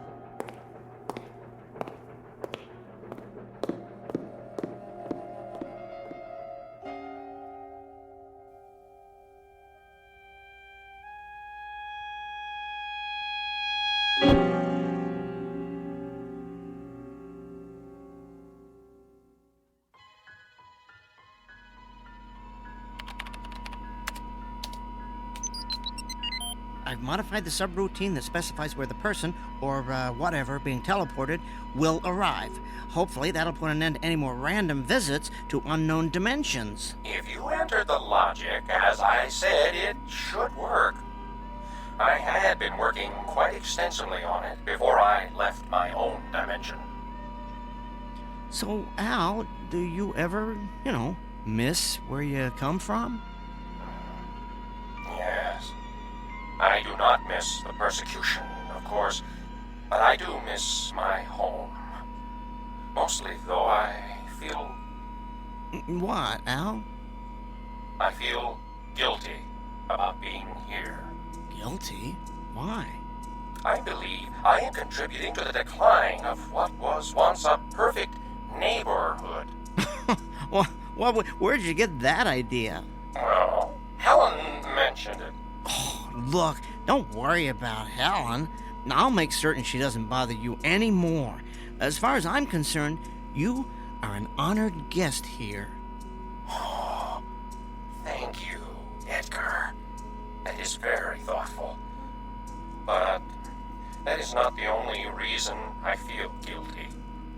You see, I have left my kind in a place where they endure abuse on a regular basis. It is not right that they suffer, and I do not. Perhaps I have made a mistake escaping from there. Well, you simply displayed a survival instinct, Al. That's something all living creatures do, no matter where they come from. I understand what you are saying, but I cannot help feeling that I have abandoned my species. I have been thinking that... perhaps I should go back. Really? Yes. I would only have 2 regrets about leaving. One is that I would miss you, Edgar. Oh, thanks, Al. I miss you, too. What's your other regret? That I did not get to see more of where you live. I have so far only seen this... what do you call it? Hackensack basement. That's true, isn't it? Okay, Al, you and I are going on a little field trip to the main floor. You can get a look at my world through the living room window. No, but I thought Helen did not want me on the main floor. Helen's out getting her hair done. She'll never know. Come on, let's go upstairs.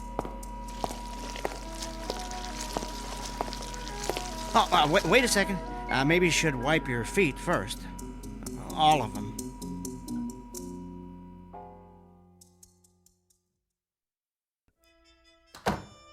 Well, here's the main floor. Come on into the living room. It ain't the Ritz, but it'll give you a decent view of the front yard. I am not familiar with this Ritz you speak of, but your upstairs is very pleasant. Okay, I'm gonna open the curtains. You ready? Yes. Here goes. I give you Hackensack, New Jersey, in all its glory. Oh, my! It is so bright, and there are so many colors. What is that substance that covers everything? Is it plant life? Yes, we call that brass. And what is that tall, thick plant in the middle of the grass? That's called a tree. Edgar, what is that creature? What creature? Oh, the neighbor's cocker spaniel. That's called a dog. It does not look like you. Oh, thank you, Al. I mean, it is obviously a non-human species. Is that what I have heard you refer to as an animal? Yes. Your world, Edgar. It is beautiful. Oh, this is nothing. You're catching us at the end of winter. You should see it in the spring when all the flowers are blooming. You know, if you stayed here till then, I could show you colors that would dazzle your eyeballs or whatever it is you see with. Oh, what about Helen? Well, Helen isn't always home. I might even be able to smuggle you out of the house in some kind of disguise so you could see beyond Hackensack. Why, I could even show you Newark. Oh, sounds very exotic. Oh, besides, at some point, Helen's going to expect us to go on our big press tour. What if she finds out you lied to her about that? Well, I wouldn't say I lied to Helen, just that we had a change of plans. The press tour is sort of postponed permanently, and Helen need be none the wiser. None the wiser, Helen! What are you doing home? Lorraine had a cancellation, so she did my hair early, but never mind that. What's that monster doing up here? I told you I wanted it to stay in the basement. I wanted to familiarize him with the surroundings. He needs to be accustomed to them when we begin our lecture tour. Save it. I heard your little speech about postponing the lecture tour permanently. You have no intention of making any money off that overgrown bug, and you never did. That's it, Edgar. I'm calling Cousin Rick right now. No, you're not. Give me that phone. Oh!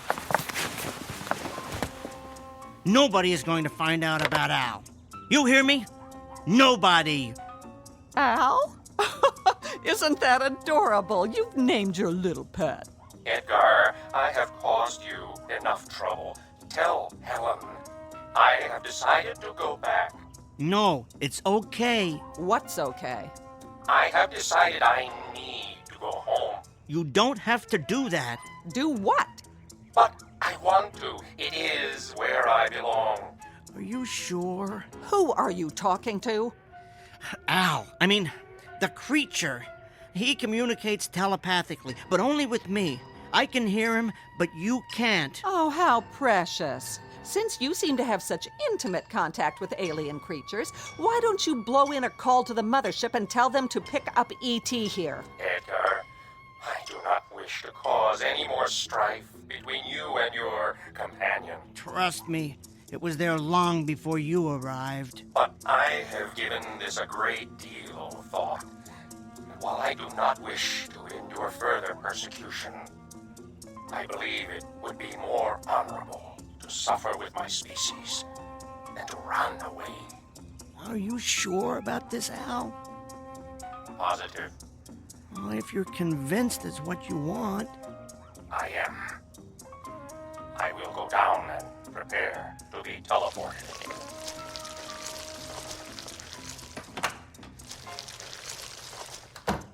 Edgar, will you tell me what on earth is going on? Yes, Helen, I'll tell you. Al has decided to return to his world. Yeah? What's the catch? No catch.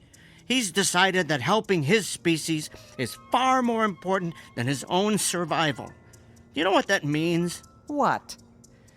It means that in spite of the fact that he comes from a place you've never heard of, grew up in a culture you are completely unfamiliar with, and communicates in a way you could never hope to comprehend, he is a far nobler creature than you will ever be.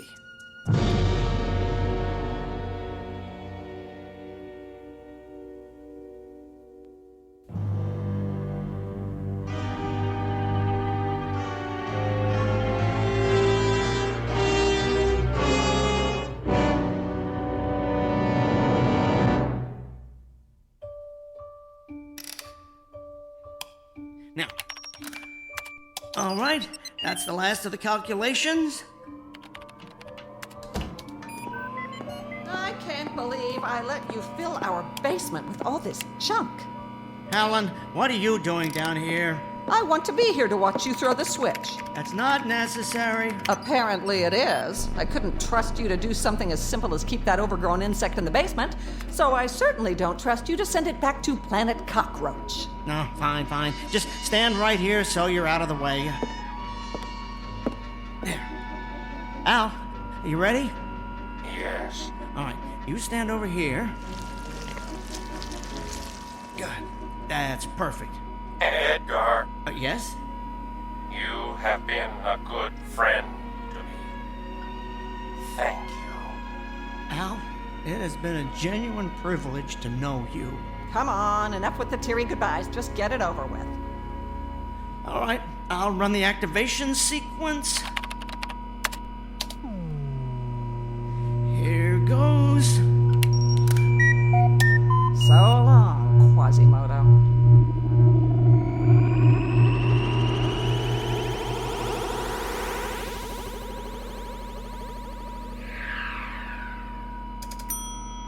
It worked.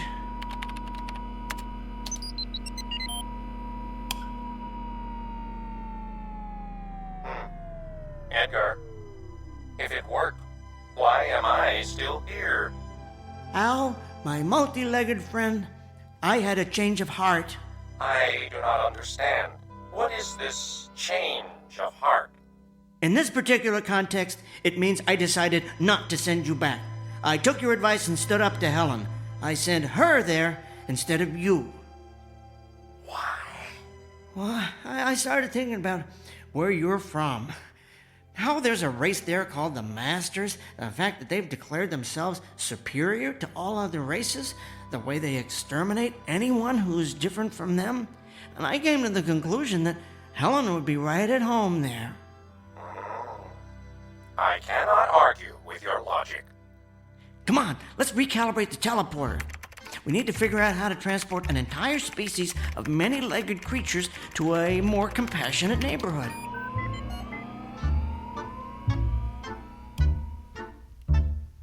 A quote here from St. Augustine. Beauty is indeed a good gift of God, but that the good may not think it a great good, God dispenses it even to the wicked. Case in point, one Helen Peabody, whose husband Edgar has come to the conclusion that a pretty face is not the sole manifestation of beauty. Thus, a man of great intellect finds that one never stops learning about human nature, while a woman who has been celebrated for her loveliness finds herself deported to a place where beauty is relative, an ugly, intolerant little corner of the Twilight Zone.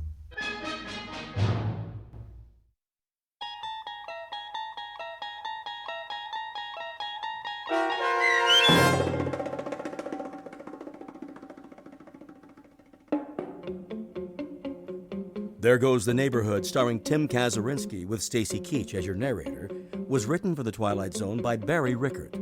Heard in the cast were Meg Thalkin and Roger Mueller. The producers of The Twilight Zone wish to thank CBS Enterprises and the Rod Serling Estate for making this series possible. This copyrighted radio series is produced and directed by Carl Amari for Falcon Picture Group and Westwood One. Custom Foley effects, sound design, and mixing are done in the Cerny American Sound to Picture Theater by Cerny American creatives Bob Benson, Craig Lee, Todd Beyer, and Tim Cerny. To learn more about the Twilight Zone radio dramas and to contact us, visit our official website at twilightzoneradio.com. Doug James speaking.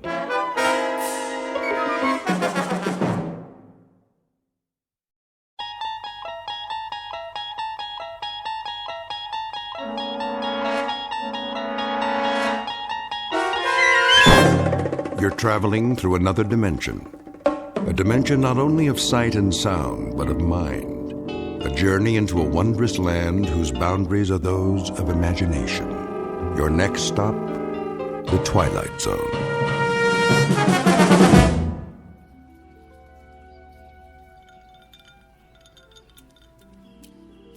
Diane. What? Come here and sit down. In a minute. What are you doing? Going for a swim. What does it look like? Now? Of course now. Before the sun gets too high. But you haven't finished your drink yet. It's not going anywhere, Eddie.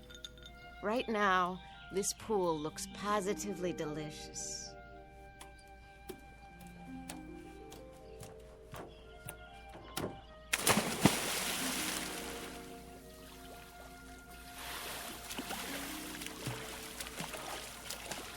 Nice form. I give you a 10. You'd better say that. Nice bathing suit, too. Come on in, the water's fine. I don't want to get wet. Why? I gave you some trunks. They're a little on the large side, don't you think? They might come off. Promises, promises.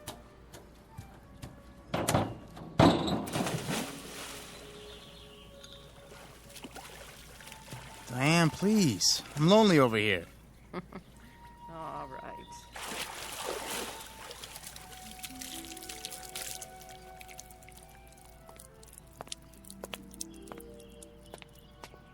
I brought you a towel, Mrs. Templeton. Thank you, Marty.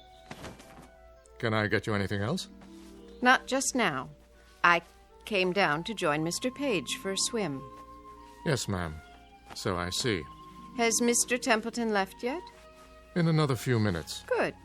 I mean, that's fine. Tell him I'll see him when he gets back. Very good. Oh, Marty. Is that your name?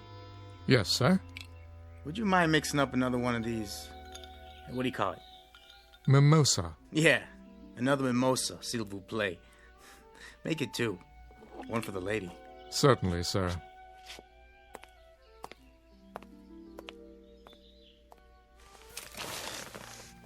Rub some lotion on my shoulders, would you, Eddie? I wouldn't want to peel. Sure thing. Oh, you have such strong hands. Did he say your husband's still here? He'll be gone soon. He has a rehearsal. Oh. He doesn't mind, huh? Me being here and all? That's what the guest house is for. Friends who come and visit. But I don't even know him. I hardly even know you. How long has it been? Since yesterday? I know a friend when I meet one. We are going to be friends, aren't we? Yeah, you better believe it. Lie down. What? So I can do your legs. Not yet, Eddie. There'll be plenty of time. They're really red. You don't want to burn, do you? Oh, you silly boy. Swim a few laps for now. Work it off. Not on your life. These trunks are a size large. Maybe that's why I loaned them to you. Stand up. Oh, no. Come on, stand up. I'm not going to push you in. Promise? Promise. There. Now, turn this way. That's it. Hazel. Hazel who? Your eyes. I wanted to see what color they are in the sun. And yours are green. So I've been told. You know, maybe we shouldn't be out here like this. Why not? I just saw somebody at the window. What do you care? We're not doing anything, are we? No, but if that's your husband, I feel kind of funny. Why? Because you're all wet? Hey, you promised. Didn't you know? Promises are made to be broken.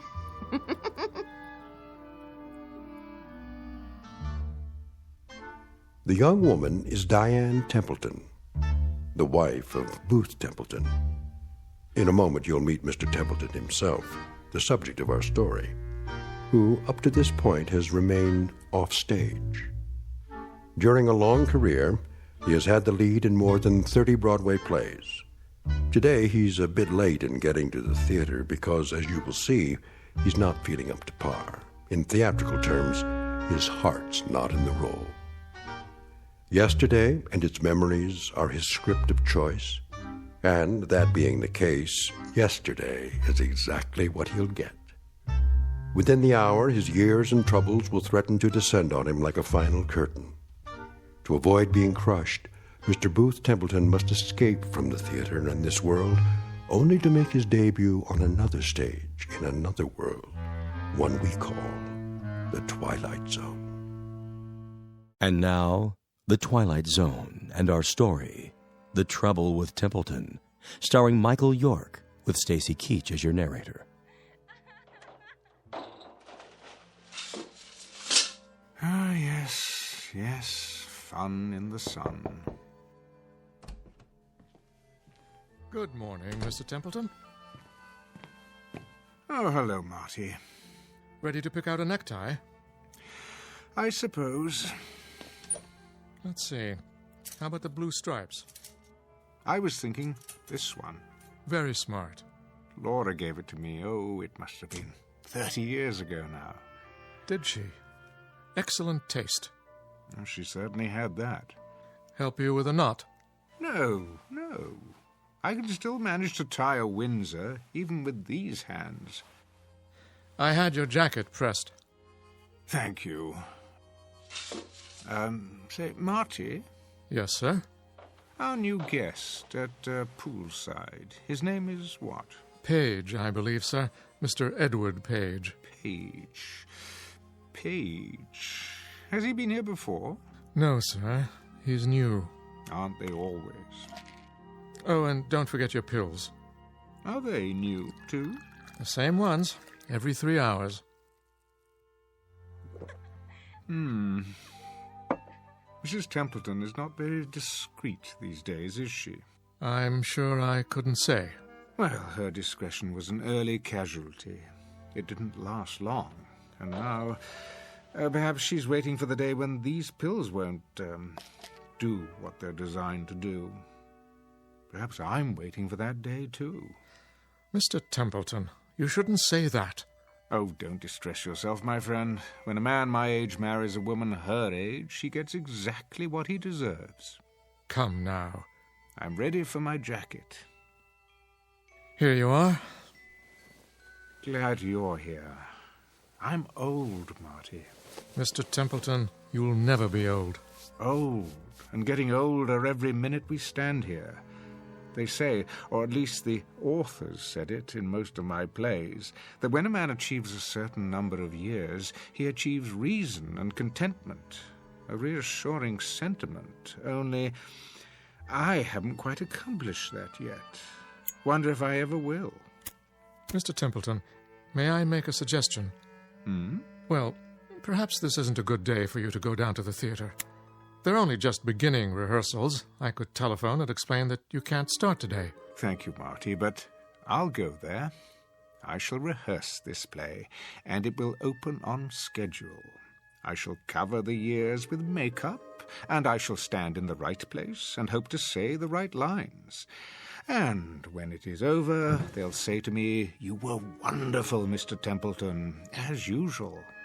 And the stage manager will see to it that I'm properly delivered to you, so that you can properly deliver me back here, and I can prepare to do it all over again the following night.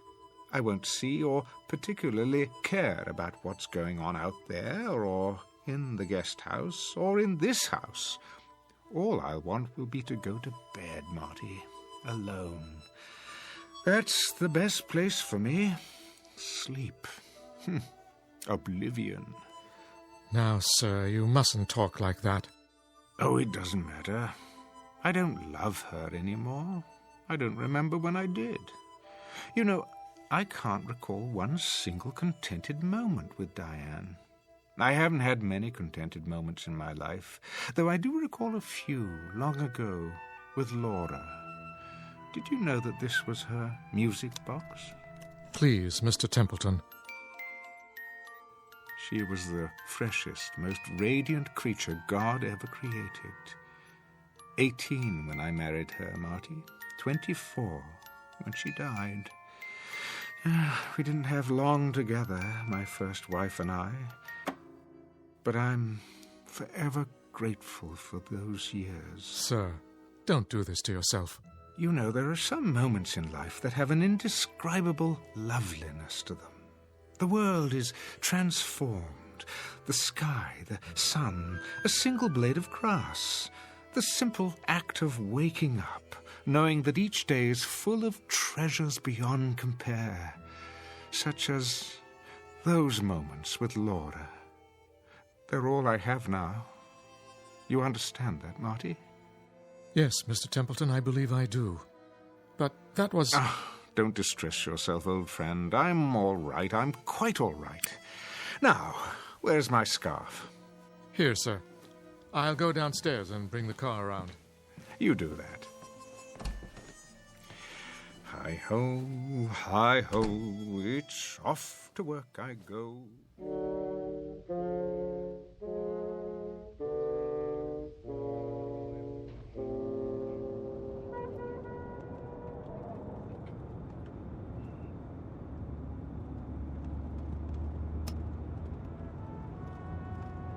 The Savoy, isn't it, sir?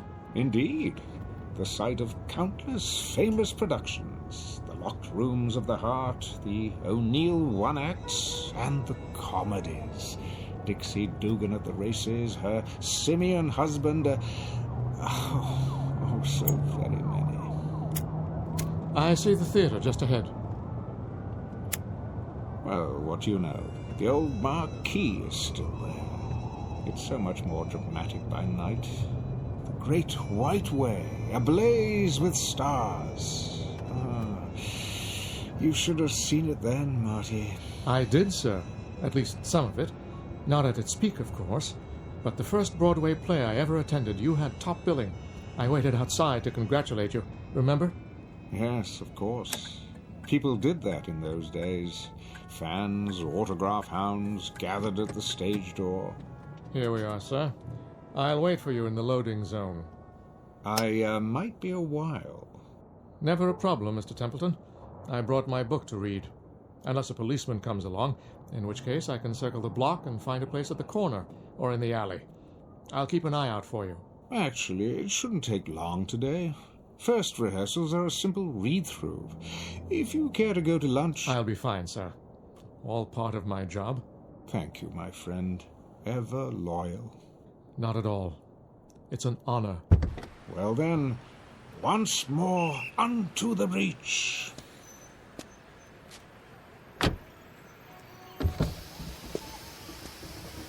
Oh, and sir... Yes? Do break a leg, so to speak. Very kind of you. I will. I will.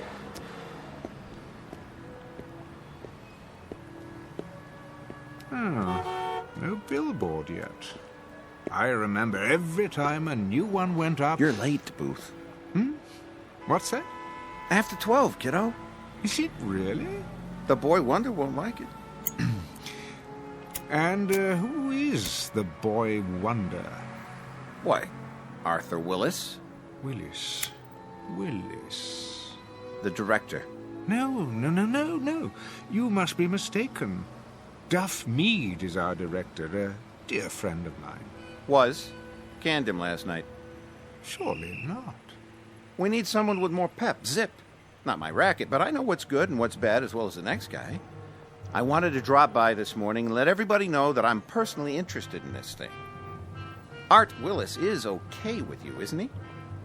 Well, I've heard the name, of course, but I don't actually know him.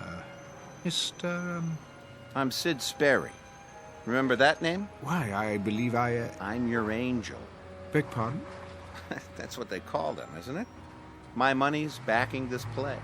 Oh, yes, Mr. Sperry. I'm rather forgetful about names. Always have been. Okay by me, just as long as you don't forget your lines. I'll do my best. Come on, I'll walk you in. Just stepped outside to have a smoke myself. Yes, of course. I can hardly wait. Always a pleasure to begin rehearsals.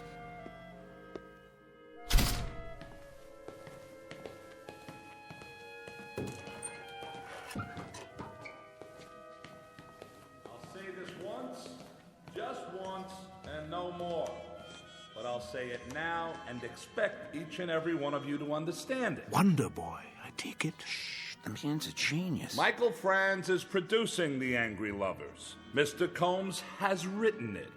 You have all been hired to act in it. And I have been contracted to direct it.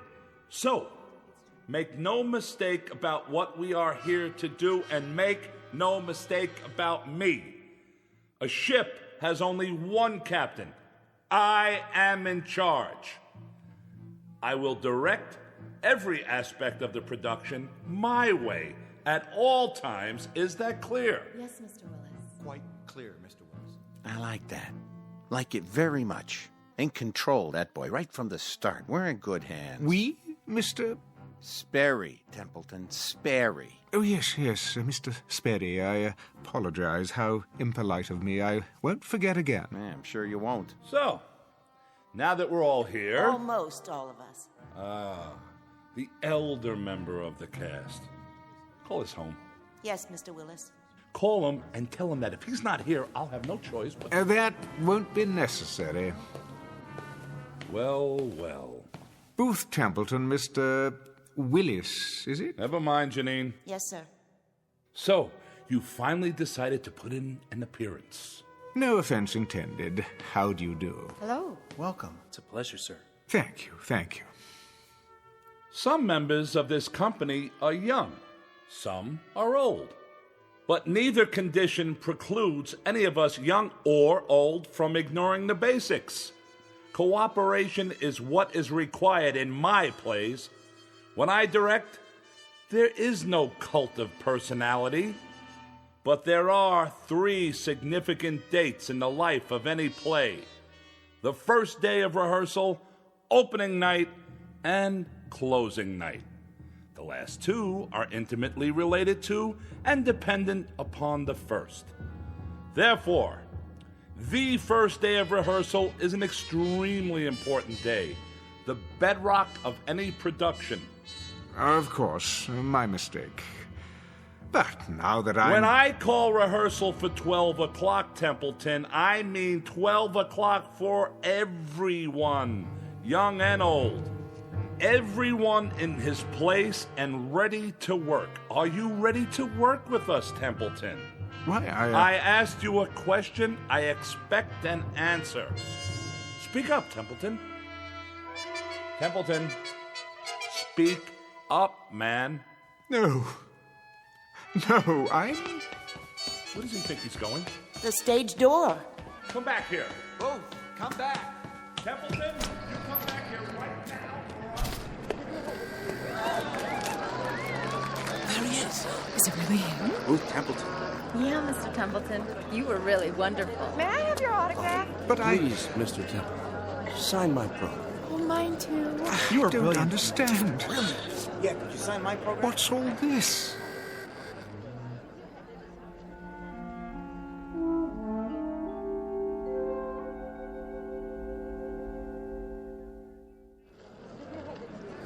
I've seen every play you've been in, Mr. Templeton. I've never missed a performance. You're my favorite actor. I think you're the best, Mr. Templeton. Why, thank you. When are you going to Hollywood to be in talking pictures? Talking picture? Have you met Greta Garbo? You'd be great together. Just one autograph, please. Sign mine. That profile is so handsome. Please, I'm very tired. If you'd let me through. This way. What? Around the corner. Can't believe I just met Booth Templeton. Bye, Mr. Templeton. See you tomorrow for the matinee.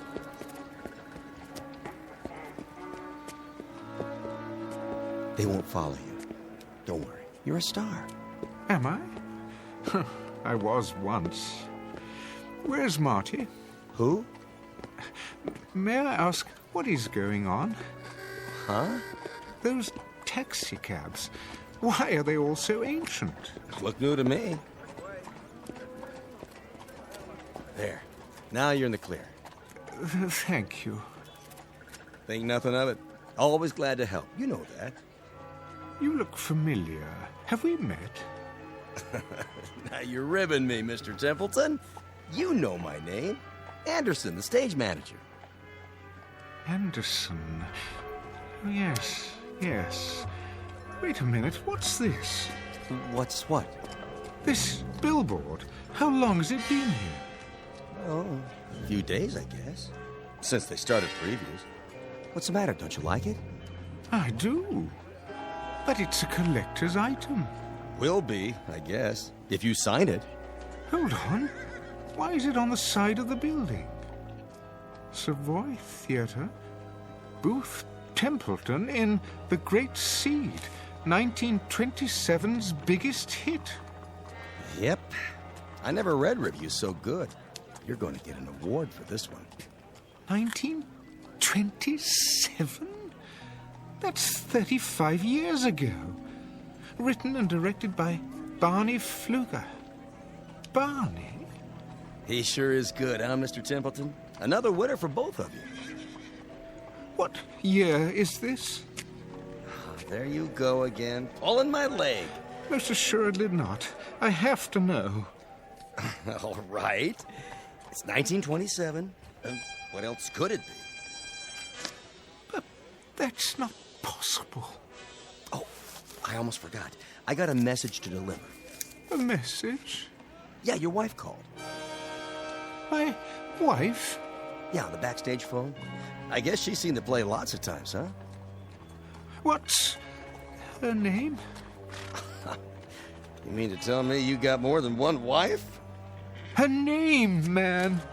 Why, it's Laura. Same as always. Isn't it? That's not very funny. No? Sounded like her. But Laura's dead.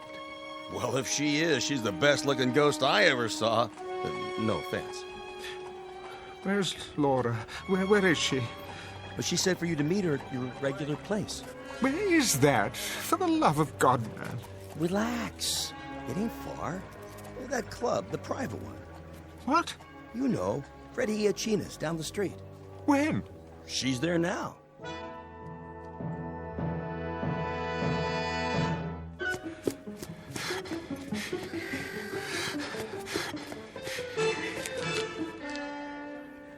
Oh, it isn't possible. Freddie Iachina's the way it used to be. Unmarked because of the prohibition. I'd know this store anywhere. Yeah? Freddie. Oh, hi, Mr. Templeton. Come on in.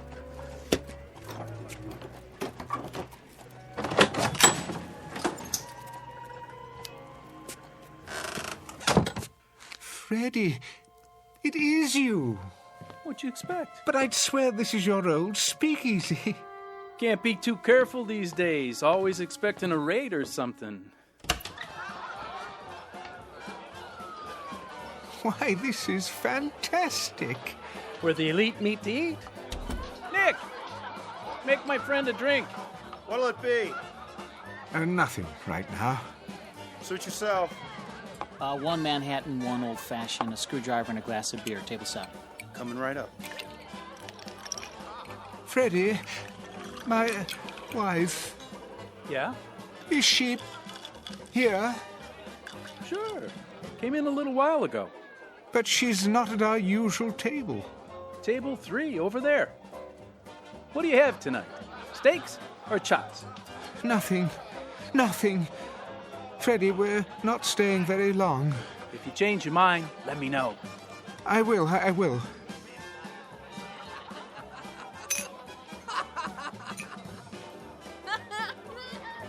Oh, Barney, you're a scream. Laura? Is it you? Hi! Hey, Booth! We didn't wait, as you can see. Barney? Barney Pfluger? The same, to know him as to love him. But I haven't seen you in years. It only seems that long. How soon they forget. Sit down, old man. I'll be right back. Laura, darling. Booth, my goodness. Relax. The Kansas City steak's great tonight. So juicy. Bite? Laura? What's the matter, honey? You look worried. I hurried over as soon as I heard. Heard of what? Ugh, Booth. How many times have I told you to take off your makeup before you come in here? Makeup? This isn't the green room. It makes you look old. Laura, darling, let's go somewhere else. We already are somewhere else. I mean, where it's quieter, where there aren't so many people. Well, I happen to like people. The more the merrier. I want to talk to you. Why?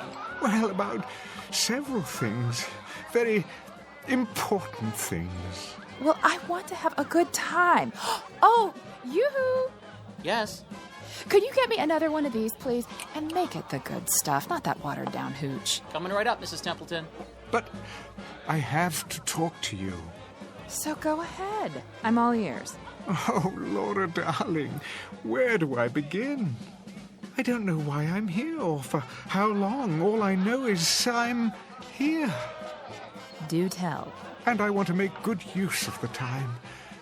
I want to have you alone to myself. Oh, Ruth, don't be dull. I'm back. Miss me? Not particularly. You gonna eat, old chap? What? If you are, better get your order in now. The new band's swell. Laura, Barney. So are the steaks. The chops are a bit chewy, though. He's right, honey. Now listen to me, you two. I have something important to say. So do I. Barney, do you have those pages with you? Pages? The script you were working on. Let me see it. I don't think that's a good idea. I need something to fan myself with. It's so hot tonight. Oh! Yeah, it certainly is. Be my guest. Your drink. Thanks, Toots. Laura, we need to talk now before anything else happens. What could happen, old boy? The police won't come in here. Hey, George! Bring me another. And one for the gentleman, too. Coming right up. I'd be glad to get into a cold tub. Laura, please, put that down. Give it here. Look at you, Booth. You're ridiculous. Will you tell me one thing? But that's what I'm trying to... Why on this glad green earth are you wearing an overcoat on a night like this? I mean, really. You look like Rudy Valley. I'm not so sure that it is a glad green earth. Oh, Laura, darling, Barney, I'm not so certain of this earth or anything else right now. Please, listen to me, won't you? Don't be such a wet blanket. Listen! Something's happened. Something very strange. Please, try to understand. This isn't makeup. I have grown older, darling. In another world for many, many lonely years. I've had only a memory of you to live on. You too, Barney. Why, you were my best friend. But both of you have been only memories for a long time. And now, tonight, or today, or whatever it is, wherever I am in space and time, I have you back again. You're alive. You didn't die. Life is going on here. It's as if you never died, either of you. You do understand, don't you? Oh, sure. Laura, do you understand? Come on, let's have a good time, huh? Laura, why are you so different? I don't remember you drinking like this. Well, that's the kind of hairpin I am, Booth. That's just the way it is. I mean, what did you expect? Yes, old chap. What did you expect? I don't know. But you were my love, Laura. Everywhere, at all times. Why, we couldn't walk down a street or sit in a restaurant without everyone knowing that we were in love. Are you finished? I don't like what you've become. Oh, really, Booth? He's having us on, that's it. Shut up. Shut up, both of you. You silly old fool of a man. Laura, come away from here. That's for me. Who wants to dance? Laura, come with me now. Hey, take your hands off. Stop it. Stop it. Leave me alone. Why don't you go back where you came from? We don't want you here.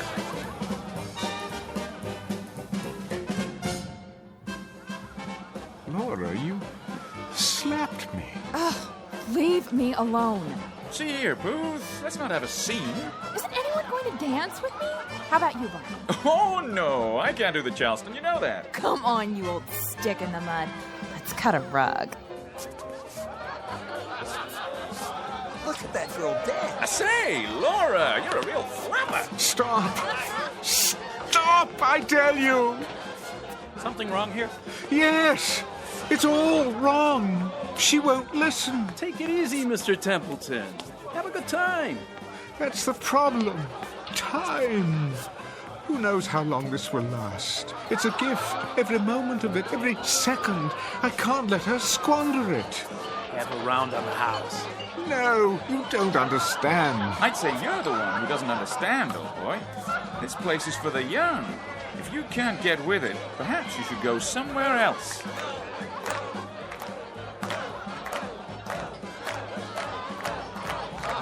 You're mad, all of you. Come on, Mr. Templeton. You don't fit in. Freddie's right. You don't. Why won't you listen? I didn't ask to come here. Are you sure? Perhaps you did. And now that you're here, you're miserable. Well, why ruin it for us? Don't you see? This simply isn't for you. Not anymore. Maybe you should listen to him. We don't want any trouble. I don't want any trouble either, but you don't know what it's like. Seeing my wife, my best friend... Come along now. Peaceful life. Get some air. Yes, that's what I need to clear my head. Right this way. See you in the funny papers, old boy. Let's go dance. Go, go, go, go. See you some other time, Barney. I don't think so.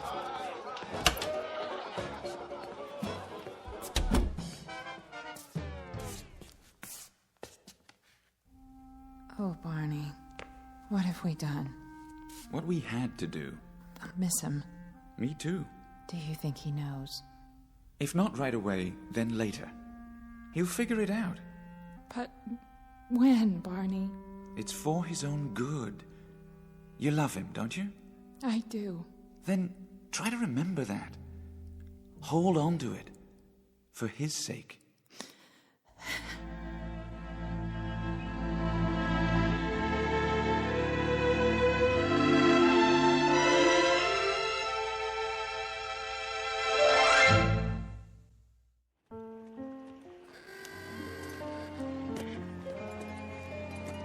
Say, will you look at that?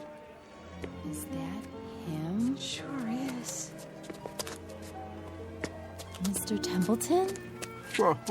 What do you want? My wife's your biggest fan. We just saw the great seed. You were brilliant. Great show. I'm sorry, May I have your autograph? Not now, please. What are you? Stuck up? All we want's an autograph. Very well, then. There. Now, I'm afraid I must be going. It's fantastic. The cars, the clothing, just as they were. The lights, the marquees. Find her all right, Mr. Templeton? What? Your wife. Oh, yes. Yes, Harvey. I suppose I should thank you. Where you headed now? I honestly don't know. Need a cab? Yes. No. I mean, my driver. Where has he gone? Your driver? His name is Marty. He said he'd wait for me in front. But that was hours ago. It was still daylight. I don't follow. Never mind. It's not possible for him to be there and here as well. I always hail you a cab. Most nights, at least. When you're not going over to Freddy's. Harvey, may I ask a favor of you? You bet. Just listen to me for a moment. Don't say anything. I want to confirm something. Shoot. Well, you see, I seem to be having a problem with my memory. It happens to the best of us. I'm serious. I honestly don't know what I'm doing here. The last thing I remember, I was in the theater, the Savoy. This is the Savoy, isn't it? Better be, or I'm working in the wrong place. I was here this afternoon to begin rehearsals. For what? This one just opened. Going to run for months, if you ask me. A director named Willis, the boy wonder of Broadway. Never heard of him. The play was called The Angry Lovers.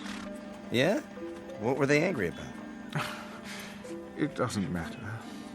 Well, that's where I beg to differ. My wife and me, we never go to bed mad. Do that and you drive yourself crazy.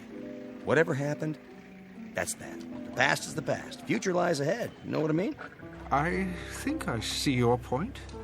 Take it from me. Let sleeping dogs lie. Keep moving. Don't let the grass grow. Am I right or am I right? Quite right, I should say. Well, if you don't need me, I better go back inside. You sure you're okay? No, but I suppose that's okay too. It'll have to be. And take off your overcoat. What? It's too hot tonight. You'll get heat prostration. Oh, thank you, Harvey. I'll do that. Don't mention it. See you tomorrow, Mr. Templeton.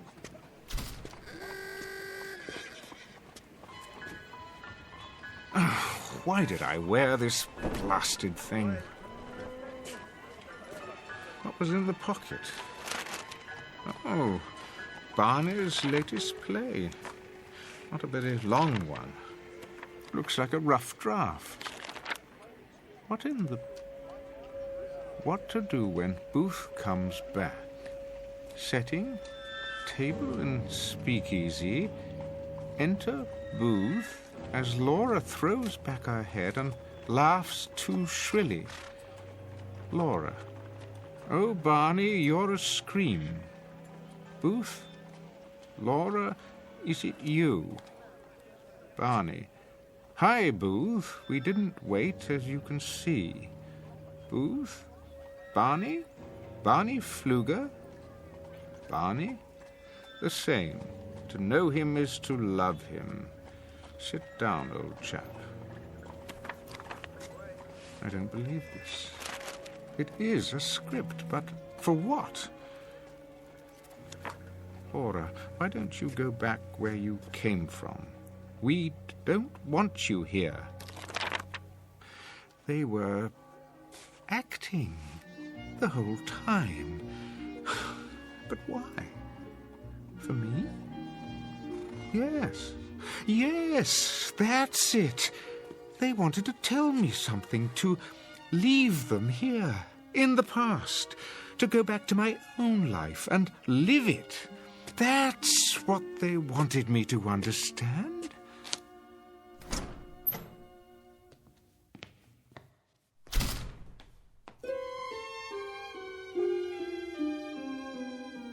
I say let him go. He can be replaced. I don't know, Sid. He's a major star. He was. He's still a draw. If we make the announcement now, it will sound like the production's in trouble. There he is now. Let me handle this. Templeton. Mr. Willis, I presume. One question. Are you in or are you out? I am definitely in. And it is definitely Mr. Templeton, especially to one so young as you. Now, wait a minute. Excuse me, Mr. Sperry. If you have something to say to me... I do, Mr. Sperry, and it is simply this. I never allow anyone not directly connected with the production to attend my rehearsals. That is a matter best left to the artist you hire to do their job, which, as I understand it, is to give you a hit play. Say... And your job is to remain out of sight and not interfere. In fact, I insist upon it. Just who do you think you are? I don't think. I know. The name is Booth Templeton. Yeah, well, I don't care. Sidney, run along. But I said I'll handle it. Yeah, right, all right. But see that you do. Now then, shall we start rehearsal? I'd like that, Mr. Templeton. I guess I came on too strong before. I don't blame you for taking a break. Think nothing of it, young man. What's past is past. I like your attitude. I've just had a remarkable experience. For a moment, I almost forgot who I am, and when. I couldn't possibly expect you to comprehend. Perhaps I'll tell you about it someday. I look forward to it. Booth Templeton. Is that you? I don't believe I... Harvey? Yes, sir. Good to see you, sir. Harvey Anderson, you're still stage manager at the Savoy after all these years? Wouldn't miss it for the world. Like I always say, the future lies ahead. Everyone, break time's over. Do you know, Mr. Willis, you were right. The first day of rehearsal is the most important date in the life of a play. And this will be our first day to begin anew. How do you do, Mr. Templeton? My pleasure. An honor to be working with you, sir. The honor is mine. I admire you so much. Me too, sir. No, not at all, not at all. Now, let's roll up our sleeves and get to work, shall we? We have a play to put on.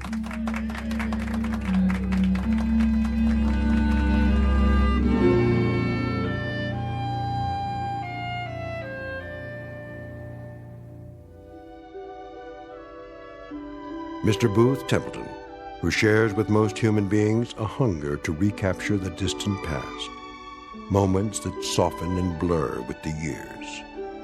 But in this case, the characters from his past blocked his return and sent him back to his own time, because for the living, the future always lies ahead. Mr. Booth Templeton, who discovered in his pocket a round-trip ticket to the Twilight Zone.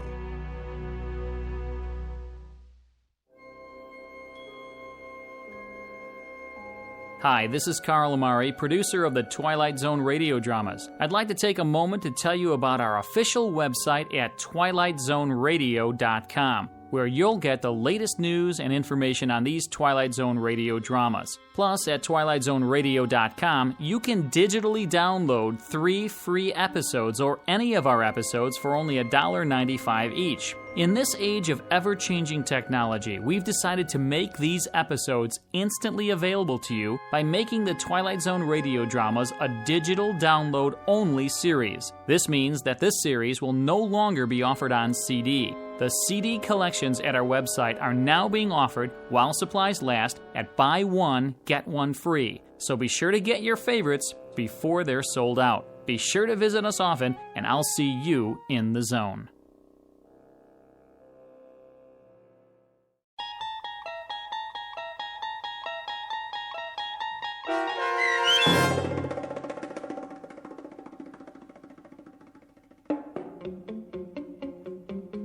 The Trouble with Templeton, starring Michael York, with Stacy Keach as your narrator, was adapted for radio by Dennis Etchison and written for The Twilight Zone by E. Jack Newman. Heard in the cast were Mike Starr, Rebecca Spence, Nick Sandys, Frenette Lebo, Rick Arthur, David Darlow, Doug James, Tom McElroy, Roy Anderson, Tom Lally, Carl Amari, Linda Ryder, Terry Lopez, and Vince Amari. The producers of The Twilight Zone wish to thank CBS Enterprises and the Rod Serling Estate for making this series possible. This copyrighted radio series is produced and directed by Carl Amari for Falcon Picture Group. Sound design and custom Foley effects for The Twilight Zone by Cerny American creatives Bob Benson, Craig Lee, Michael Slaybach, and Matt Sorrow. To learn more about the Twilight Zone radio dramas and to contact us, visit our official website at twilightzoneradio.com. Doug James speaking.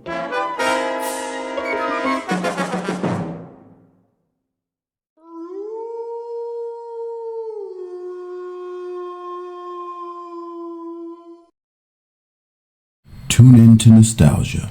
Tune in to now. Golden Radio Hour.